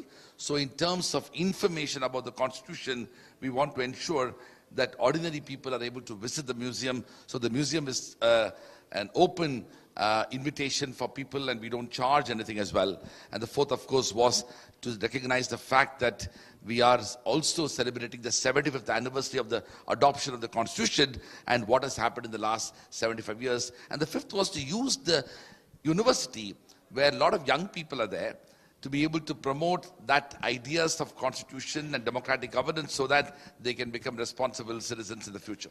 Thank you, thank you. We'll go to Professor Ashok Kumar for his opening comment on legal education and what next for legal education. India is a country where, you know, we have so many graduating and so many lawyers every year. Of course, now law has become diverse. There are lawyers practicing artificial intelligence as a stream, which the older lawyers are not. So how legal education needs to keep pace with the changing requirements of today's India? Thank you very much, Tarunji. Actually, all systems are evolving, so is education. And of course, legal education is no exception to that. And I'm happy that in India, the legal education has been seen in a different way and being evolved regularly. Like, you are talking about artificial intelligence. If a new laws come on artificial intelligence, it's bound to come. There is nothing new in that. If there is a law, there will be evolution education with that law. There used to be sale tax, then VAT came, now GST came. So we continue to evolve education. Similarly, in technical side also, if the new law comes, new technology comes, we'll have to evolve law, and that's a continuous process. But more than that, what I feel, it is said, students, while he's in college or in university, is he really learning law? Is it? Or not? That's a question. I also was a law student. So when you're in college, we do study 20, 30, 40 laws in 3 years or 5 years, not more than that. But there are thousands of laws in our country alone. Central laws, then state laws, then local laws, so many other things. So we can't study all the law. We understand the concept of law. That's one thing. Do we practice law while we are a student? Second question. No. There is internship. We do send our students to courts, 6 weeks visits, 2 months visits. But what do they do there? I was a student. He was also a student. What do they? We just go, chat, discuss, take tea and come back. We don't learn. We didn't used to visit courts. Means no learning. So how can we combat that problem? And advocates were given us good certificate that he has done a good job without being done any work in the court. So at LPU, we have evolved a process to combat that. Okay, we say that you will go for internship and will be paid for that. If you are getting money for your services being rendered to some advocate or to some organization, it means you are doing some serious work. Because when an organization or an advocate pays you money, he will make sure that you work there. And we evaluate how much money do you earn while you are under the supervision of some advocate or some other agency or some other organization. So that's our benchmark, one of the benchmarks. Of course, we do see what has he learned, what has he not learned, but that's one of the important benchmarks. And we also involve them, okay, please do some drafting, and especially when they're working some legal firms. The drafting is important there. Are you able to do drafting? And you are being paid for that drafting by that legal firm? So that kind of things we are doing. And I hope the judges usually have the last word on every segment. So I think Justice A.N. Mittal, your opening comment on this and what both the eminent chancellors said and how you see legal education progressing in this country. Thank you very much for calling me here. Certainly, as two panelists have said, that certain improvements have been done in the legal education, but still, taking into consideration the modern technologies, and everybody knows that now law is the only study, after doing it, one cannot be unemployed. He will get job as per his qualification, as per his choice, no doubt. But as far as the legal education is concerned, certainly as told that there are thousands of laws which one cannot study. I agree with that. The syllabus must be drafted in such a way. Now, everywhere the 5-year law course is being done. In 5 years course, we utilize 2 years for the either arts subject or science subject or some management subject or some other. My opinion is that instead of that 2 year, utilizing for the teaching of history, geography, whatever it is, it should be only 1 year. And next 2 years must be general studies of the law, like legal history, like jurisprudence, like Constitution of India, like other aspects, torts, and other things. Now, as I have experienced that if a person wants to go to a law firm or he is opting for the corporate law, you are giving him an education in the Indian Penal Code that is not required for him, because he will not practice in the criminal side. May be possible that he may switch over to the criminal side, but as you told that every law is not possible to be studied. So my opinion is that 1 year should be devoted to the art subject. Next 2 years must be devoted to the general subjects. And remaining 2 years, there must be specialization studies. Somebody wants to go to taxation, IPC is irrelevant for him. Somebody wants to go to Constitution for litigation, for him CPC is most relevant, drafting is most relevant, pleadings is most relevant, conveyancing is most relevant.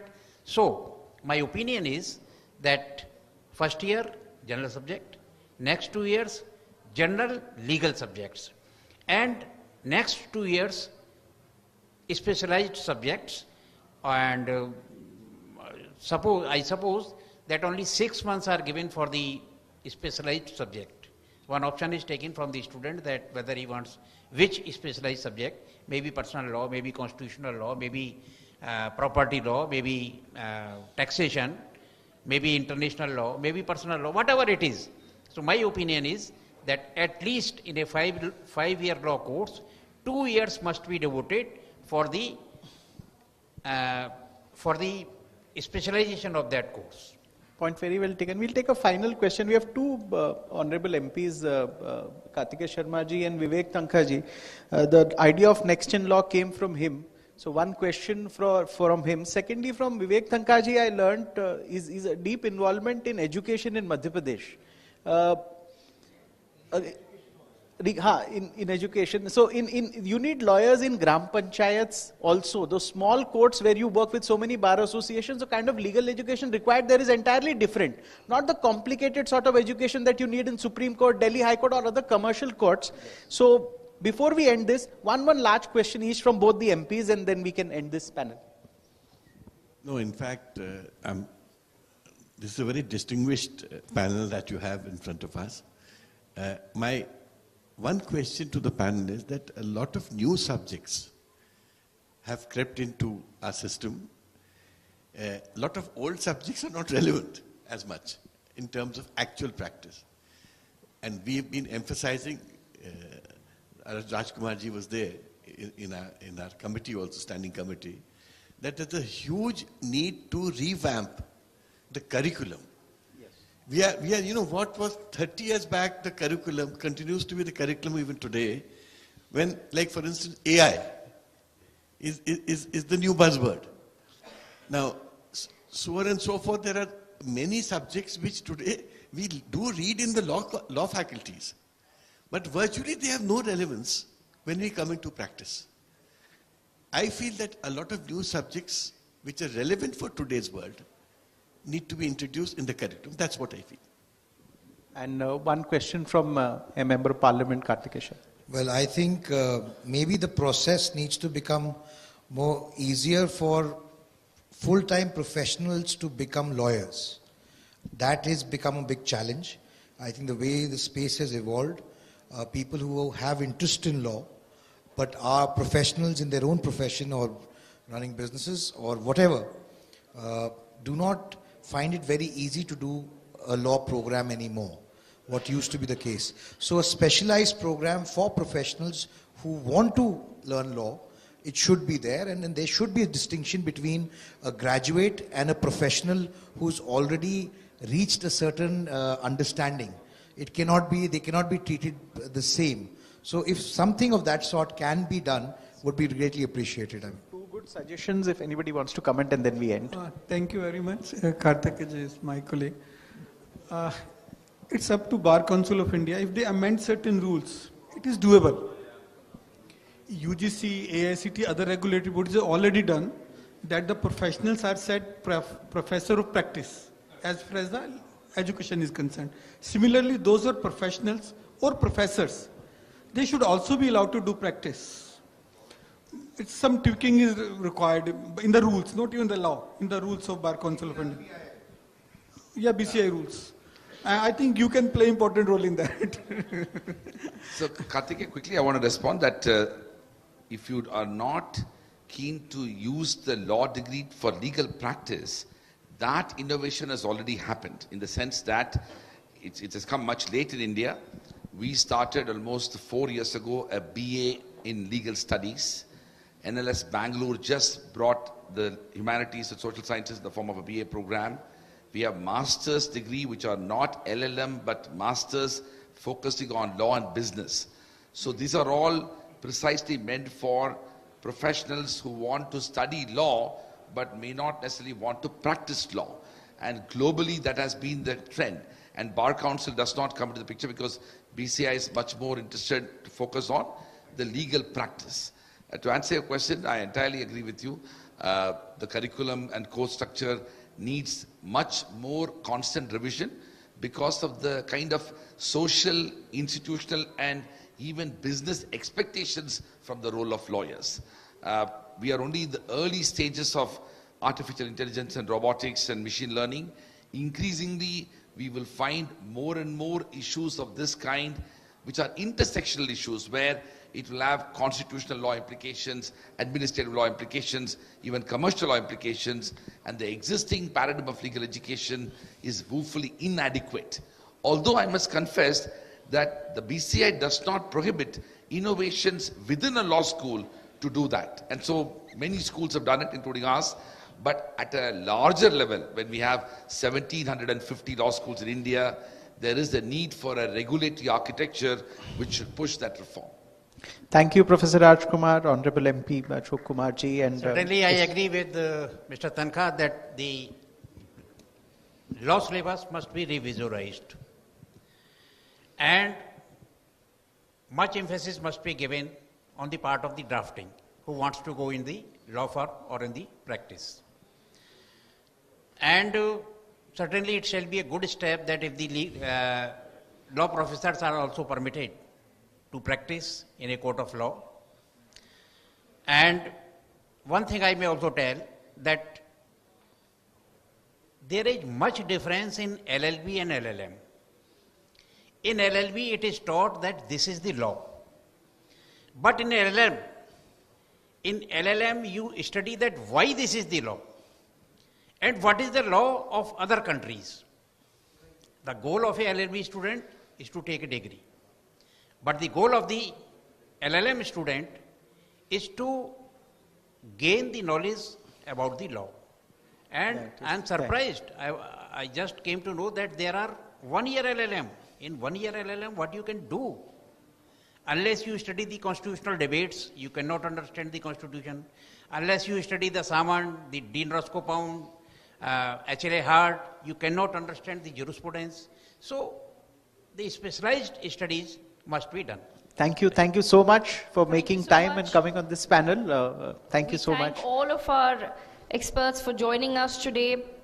And I request Karti Sharma ji to please join us on stage to present a token of our appreciation to Professor C. Rajkumar, Founding Vice Chancellor of OP Jindal Global, to Mr. Ashok Kumar Mittal, Rajya Sabha MP and Founder and Chancellor of LPU, and Justice A.N. Mittal, former judge of the Allahabad High Court. Much to take away from that conversation on Next in Law. Is legal education keeping up with the times?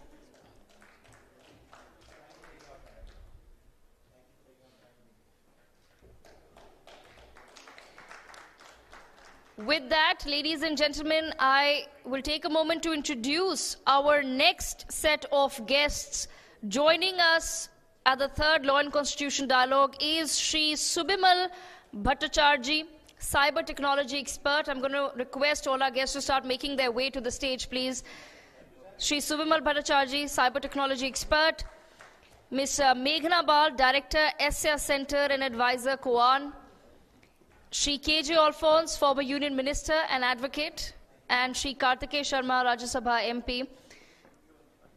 Our last conversation for the day revolves around artificial intelligence. Is it a threat to governance, politics and judiciary? It will be moderated by Mr. Rishabh Gulati, Editor-in-Chief of NewsX.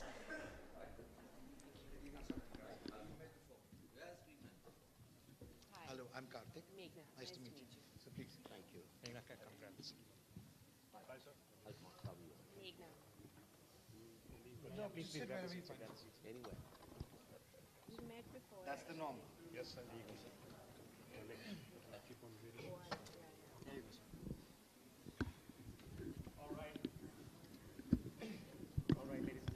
Can I get my mic working? Thank you very much. All right, it's been a marathon day. We've done 21 sessions. We've had 22 members of parliament. We've had sitting judges of the Supreme Court. We've had the law minister.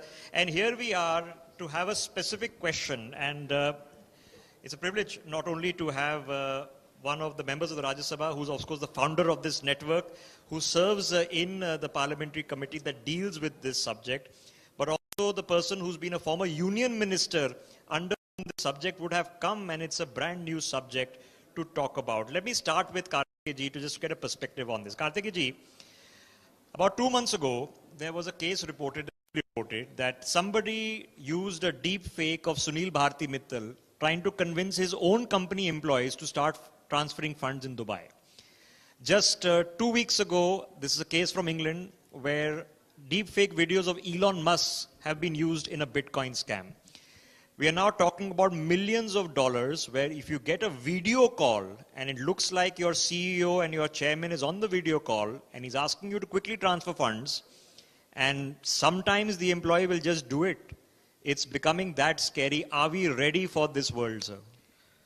Rishabh, I'd just say the genie's out of the bottle, and it's very difficult to quantify or pontify how it will evolve. I think it was at the second Law and Constitution Dialogue where Justice Suryakant spoke about the perils and the dangers of AI if it were not regulated and if the issues were not addressed exactly a year ago. So, because I sit on the IT committee and this is an issue which has come up before us, what I can definitely say is that, we really need to have a framework to address this issue. It's an evolutionary space that we are in. There has been legislation which has been made. The European Union Parliament has just recently done that. But it has not been coherent and it has not been done in the same systematic way everywhere. And because of the nature of the product and the impact it has, it is very, very difficult to understand and quantify how it will impact each and every aspect that it touches. So, a lot of discourse, discussion, debate needs to be done before we can actually start getting to that point where we can regulate and bring it into a framework. Yes, to answer your question, without regulation, we're going to face some very serious challenges. Okay, KJ informs 2017. We have an individual called Jordan Peters. He made that first Barack Obama deepfake video, which released on YouTube. And he said, listen, I can do it. It just took me a few months to do it. Today, with a simple GPU, freely available software, you can use HeyGen on the internet, taking videos from the internet. You can not only recreate the voice, you can recreate the face speaking that voice. It's already here, sir. We have to catch up. How do we catch up? I don't believe it's audible.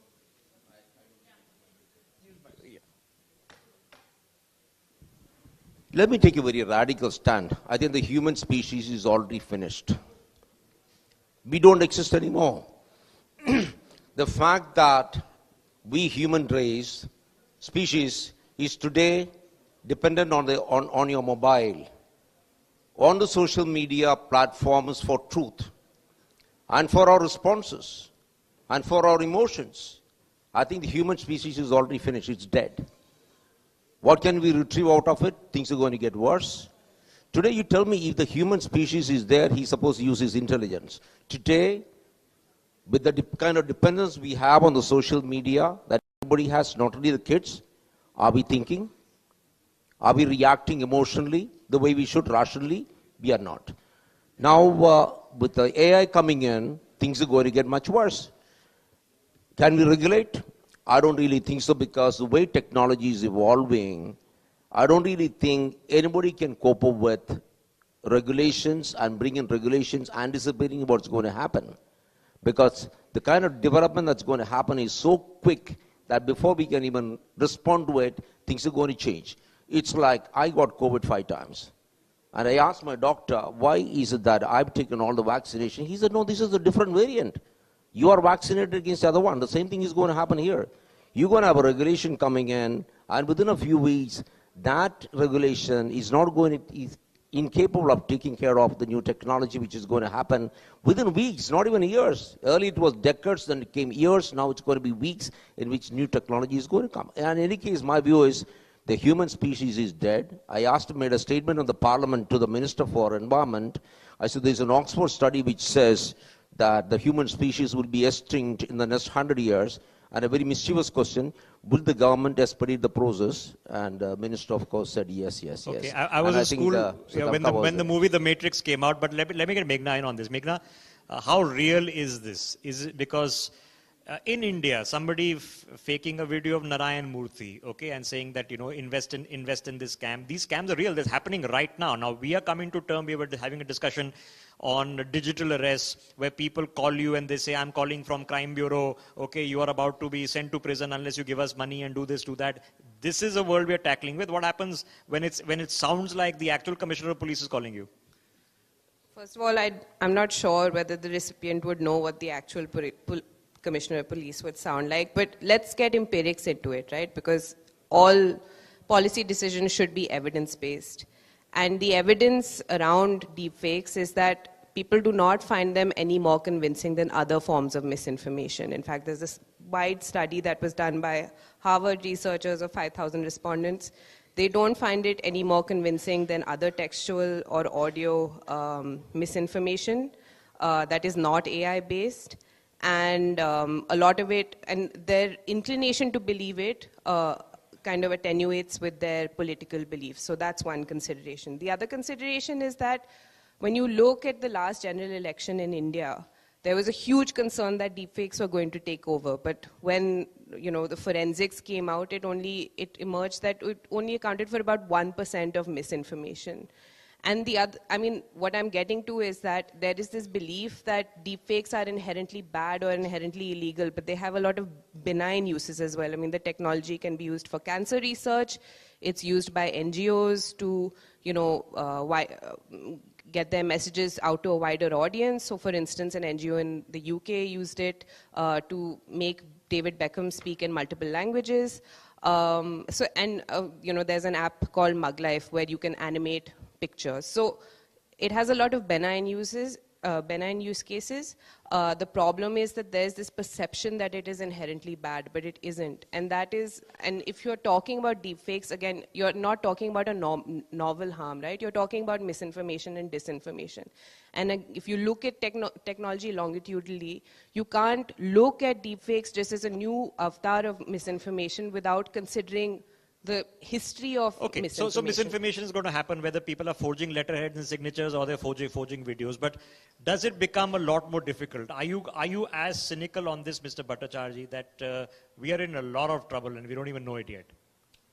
Well, we are. Is it working? Thank you. Well, we are in trouble, but we are not in that level of trouble that possibly it's made out to be. Artificial intelligence is not something that came when ChatGPT came. It was there for more than 30, 40 years. Myself, as a student of mathematics, 30 years back, I have studied artificial intelligence. The problem started when the generative AI started coming in the scenario, and it could do a lot of things that possibly we thought wouldn't be possible in the period of time that it has come in the horizon. The large language models, the huge amounts of data that we have, and the processing of the data, the algorithms, the biases that they carry, all of that have created a scenario where the scope for misuse and going to do things that possibly could challenge mankind arises. So it's a question of the time that we will have to legislate, we will have to bring the society to those levels of understanding. No, what the question then is for the people who are going to be part of the legislature, one of them is sitting with you, what is the legislation? How do we legislate? Do you say that these websites, do they have to be watermarked? What can you come up with that somebody within a couple of hours can't get around? I think there are attempts already being made, and as Mr. Sharma mentioned about the European Union's ratification by the countries is just now happening, and then it should be in place. But come more to your point, I think even if you look at India, when we don't have a specific artificial intelligence legislation, but if you look at the provisions of the Data Protection Act, or even if you go back to the IT Act of 2000, we would have ways and means to look at AI because it is fundamentally dealing with data. A large concept, if you look at it. AI is a different thing, because as we speak, one of India's largest news agencies has just sued ChatGPT for copyright infringement because it takes all their content and then spits it out without giving them credit. So that's a whole different conversation. But before I get the MPs back, let me get Meghna back in. Meghna, do I own my own face and voice once I upload videos on the internet? Does Barack Obama still own them? Does Elon Musk still own them? Can you impersonate someone? Is that legal? Yeah, so Indian courts are very clear on personality rights. And it's also, an infringement of your privacy right, on your voice, on your likeness, on the reproduction of your likeness. There was a case involving Anil Kapoor, but earlier cases as well on this. So it's very clear that personality rights are a no-go area. And if you go on ChatGPT and you ask it to generate an image of a public personality, it refuses to do so. You were talking about regulation, so let's talk about it from a standpoint of watermarking, which is something the European Union has put out. Watermarking is extremely ineffective when it comes to deepfakes because it can be manipulated really easily. Detection is the other kind of technological solution. Again, not very future-proof because it's becomes harder and harder. Basically how deepfakes work is that there is a generator and a detector, and the whole point of the deepfake is to fool the detectors. You have a technology that where detection is, I mean, basically set up to fail. So the point is that I don't think we should hard code these things, because the European Union has come out with an act that is both lacks proportionality as well as granularity. There are a lot of loopholes in it. At the same time, it over-regulates. I think what we need to do is we need to continue to prompt larger companies to think innovatively about how they can mitigate the harms of their products.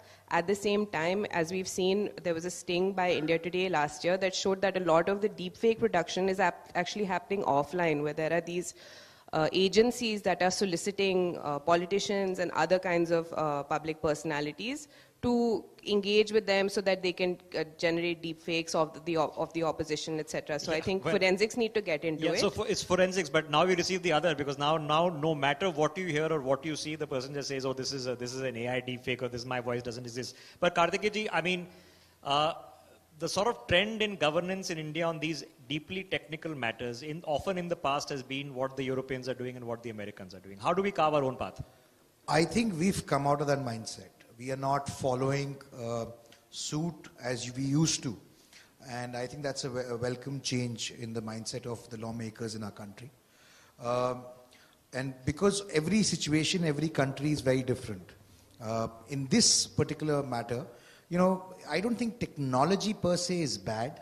The intent to use it is bad or good. So for instance, you can use AI in medicine for development and betterment of medicine, and you can also use it for biological terrorism. Now, what do you put it to use at? That is the question, because AI, to me as a layman, unlike the others on this panel, for me it's the power, the computing power, coupled with categorized and readable data. When you merge the two, anything is possible. Now, where do you stop? The problem is, so as a regulation has to basically play the role of what not to do and what is bad for us, or what could possibly or plausibly be bad for us. That is what we need to focus on. And if we can, and there's no right or wrong answer for it, it's work in progress. And we have to evolve as we go along. As a matter of fact, as an independent member of parliament, I have written, you know, and I'm actually putting together a small proposal where I think we should institute a committee of future affairs in this country, because that's something that we are, you know, we are at the same disadvantage. This would be a parliamentary committee of future affairs. Absolutely, why not? I mean, that's what the need of the hour is, because we are confronted with the problems that the rest of the world is also seeing at the same time. They don't have any tacit advantage over us.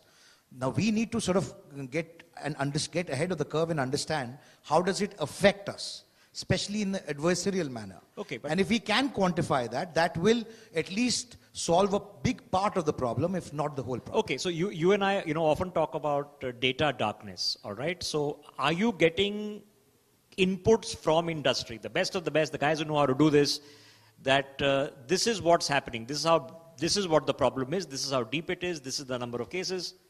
So, Rishabh, no one controls AI and its evolution, and no one can. It's impossible to do so. So you have to get ahead of it and curate it. That's your best shot at being able to try and get the regulation in which will not adversely affect people, their fundamental rights, and any transgression that happens. So, I mean, we have to understand there's no right or wrong, black or white. We have to just try and understand how the medium is evolving, get ahead of the curve, and try and safeguard the fundamental rights and the fundamental premise that the law and our constitution grants to each and every individual. Okay, let me be less dystopian, Mr. Alphonse, because the same was said when the hydrogen bomb was built, that, you know, that's the end of humanity. We went through when we first got connected to the internet and viruses became smarter than antivirus software. We've sort of gotten past that. We have survived it. We are more interconnected. All of us have a device in our pocket that's permanently connected. Who's listening to it all the time, whether it is the big tech companies or worse, we don't know. But is it necessarily a doomsday scenario? Yeah, no, let me come to the positive part. Being a former IAS officer, If I had this AI technology or generative technology when I was the district collector of Kottayam, and incidentally Kottayam is the only zero poverty district in the country, I was the district collector there for 4 years, I could have done much bigger miracles as a district collector. And later, I was Commissioner of Delhi Development Authority. I would have done function much more effectively if I had these present tools of the AI. Forget about generative AI, just AI, what exists today. I could have done a much better job of demolishing. You know, I was a demolition man. As a member of parliament, as an independent MLA, I quit IAS, became an independent MLA. I could have used the tools so much more effectively to deliver health care, education, so many things in my constituency if I had these tools when I was the MLA, just about 15 years back. As tourism minister of India, I could have just sold India so much better if I had these tools. So there is so much of positivism in this, but the problem really is the human race is destructive. Our mind is an anarchy, it's in our DNA, it's in we are a wicked species. There is no other species on the face of the earth. So are the machines taking over then? Pardon? Will the machines take over then? Of course the machine is taken over, that's what I was saying. It's taken over, it's going to get worse. Today, every decision that we take basically depends on the social media and your self-esteem, what you think you are. Can you talk to young people about dreams, about what they want to do with their life? They say, what is a dream? You are living in some other world? I've just written a book saying the winning formula. No, and people are going to say, you are crazy, you're talking about dreams and making a difference with your life. These things don't come on my social media anymore. You know, the biggest social media guy today, I think, YouTube guy, is a chap called Beast. Yeah. Beast has got 70 million followers. Oh, it's 100 million plus now, sir. What does the Beast convey? I really think, and a whole lot of people with 50 million, 100 million followers, it's all trash. And this is what okay, but we've heard this before. I'm sorry, but just to extend what sir is saying, we've not been able to regulate social media. It's been around for a while, and you're talking about AI. So it's not as simple as that. And you know, I mean, one of the jobs that will be in danger is also of journalists. Yeah, true that. I mean, I can make a deep fake of myself and then go home. There will be somebody else anchoring right now. May I say which one will more look word? like me. I think we're just going to have complete anarchy. What's going to happen? You think our bank accounts are safe? We read every day 100 million passwords being stolen, and tomorrow it's going to be so much easier to steal anything under the sun. Okay, but nothing. You will know nothing. Okay, so the question is, we have to navigate this. I've seen these conversations that you know, when we were young, we were told don't watch too much television. Now kids are doing doomsday scrolling. They just keep scrolling. So it's a different kind of problem. But let me take it to the root level, Mr. Bhattacharya. When you go to the police and you have one of these scams on which now Netflix series are being made, that these guys do fishing expeditions, and if they make 1,000 calls, somebody will give them their OTP, or somebody will let them download an app that lets them take over their phone and do banking transactions. It's a zero priority for the police. They don't take it seriously. They make a note of it and hope maybe your bank reimburses you. It's not a policing priority. It doesn't seem to be a legislative priority because this is a well-known problem before we get into the deep fakes. My phone was lost day for us today. Sir. My iPhone stolen. With all the IDs and everything, cops say when he switches it on, someday we will track it down. Yeah, it's a truism, yes. Well, what happens is, Rishabh, the police community across the country are already overwhelmed with the number of cases that come and the nature of the cases that come. And that is a much bigger worry. If you see the national portal for cybercrime reporting, 1930 and cybercrime.gov.in, on an average they got about 60 to 70,000 calls daily. So that would be possibly 1/10 of what actually is happening, because people don't report generally such kind of cyber crimes out of various reasons. Now, police themselves per se, as you said, you know, they try to avoid or keep you away, and then they are already overwhelmed with the kind of things that are coming. So I think there is a massive But has awareness. the cybercrime become easier? Because earlier, okay, if the guy had to sit and dial 100 numbers, now he has a bot, okay, that tells you I'm TRAI and I'm about to block your phone. Absolutely. Press this button. Absolutely. AI has become a force multiplier for cyber attacks and on the modules with which you do the kind of cyber attacks that are happening. So definitely that is there. But I think, you know, we still don't have a doomsday scenario. I think it's a question of optimal management. We need to track when we go to the regulatory part, the computing speed at which things are going, where one day the machines might take over the speed at a high, at which the human brain processes, and two, all the different apps and possibilities that happen because your algorithms are getting so much more faster and sophisticated, Yes, and but all of trust that. me, as a journalist, I live by YouTube algorithm and I fear it. This on technology. Sorry, the human mind functions much lower speed than... All right. I have limited time because I have to let you guys go home and have dinner. Fraud chat 4.0. Yes, absolutely. So, but Meghna, as a person who literally researches this and works in this and deals with the stakeholders, how do you then educate those who have to eventually legislate? What do you provide them? So I think Mr. Alphonse kind of touched on it. One is that there need to be widespread sensitization and awareness campaigns with the public.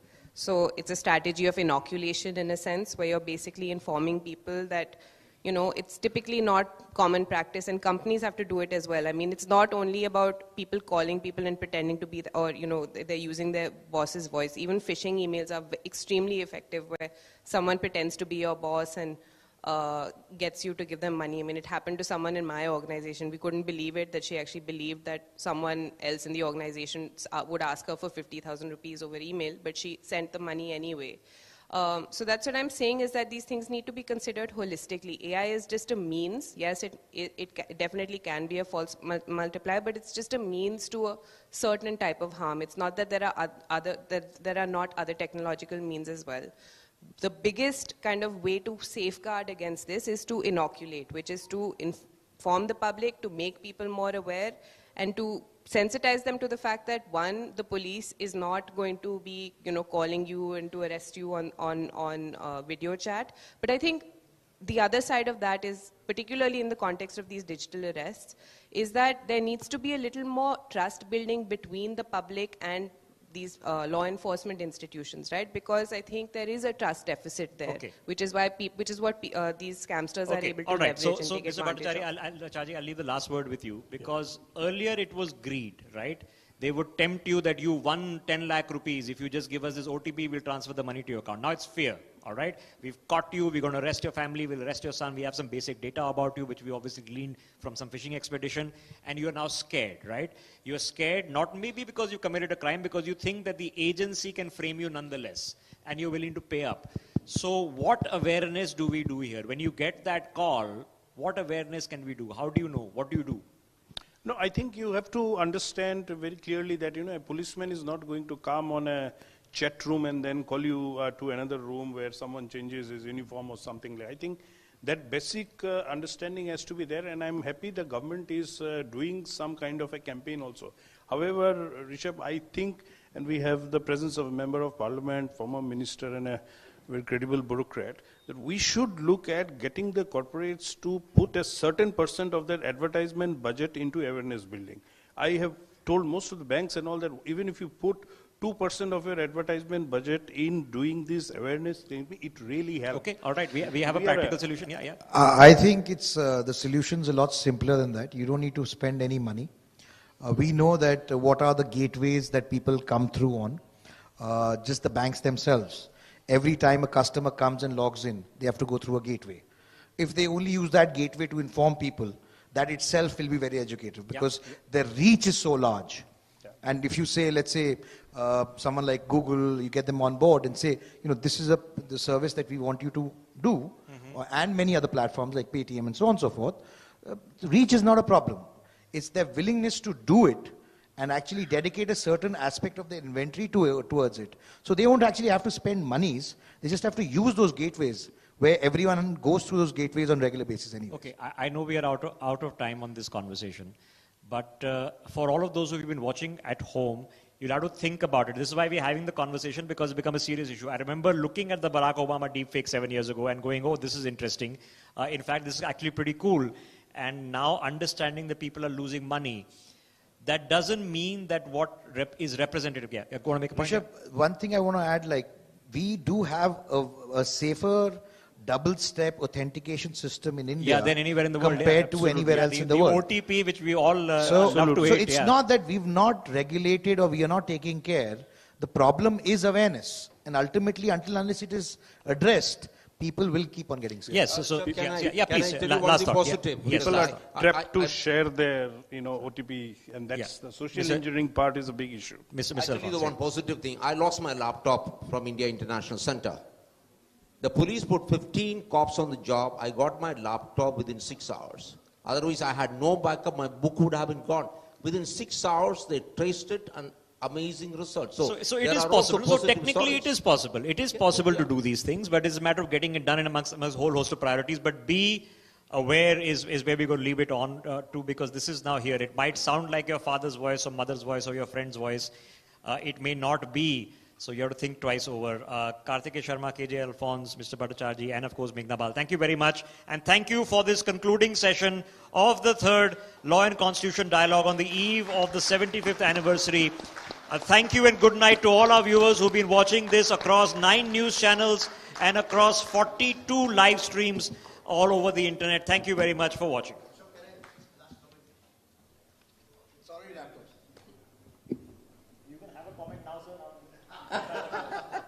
Stage is yours. Never say never. Dr. Gupta has his own viral moment because he's the one who was fascinated so much. I used to come to the studio with I know Noida. Absolutely. There's a video of somebody giving 60 cards. That's it. So this is for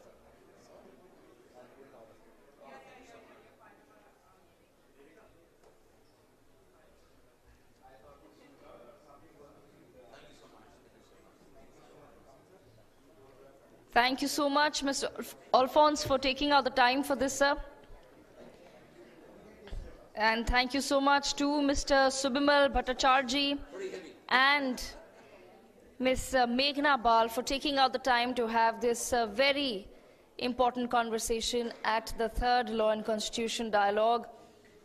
Extremely pressing matters of the modern world have been discussed, and hopefully our viewers, our live audience, have a lot to take back from the day that we've had. I'd also like to inform everyone that you'll be able to find all sessions on NewsX YouTube so that you can go back, watch something that you've perhaps missed.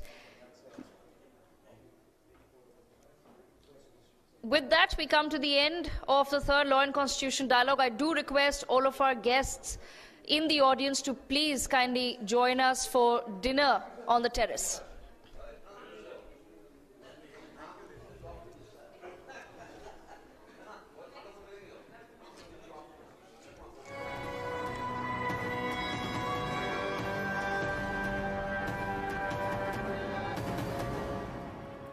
We are the mainstream media's dedicated platform to serve India's legal community.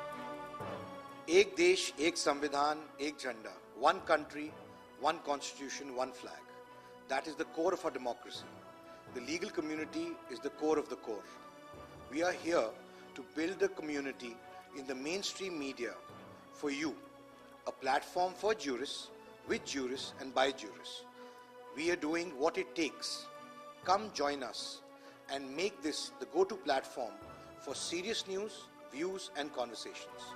100 episodes of Legally Speaking have aired on NewsX, India's first and only primetime national television news show dedicated to the legal community.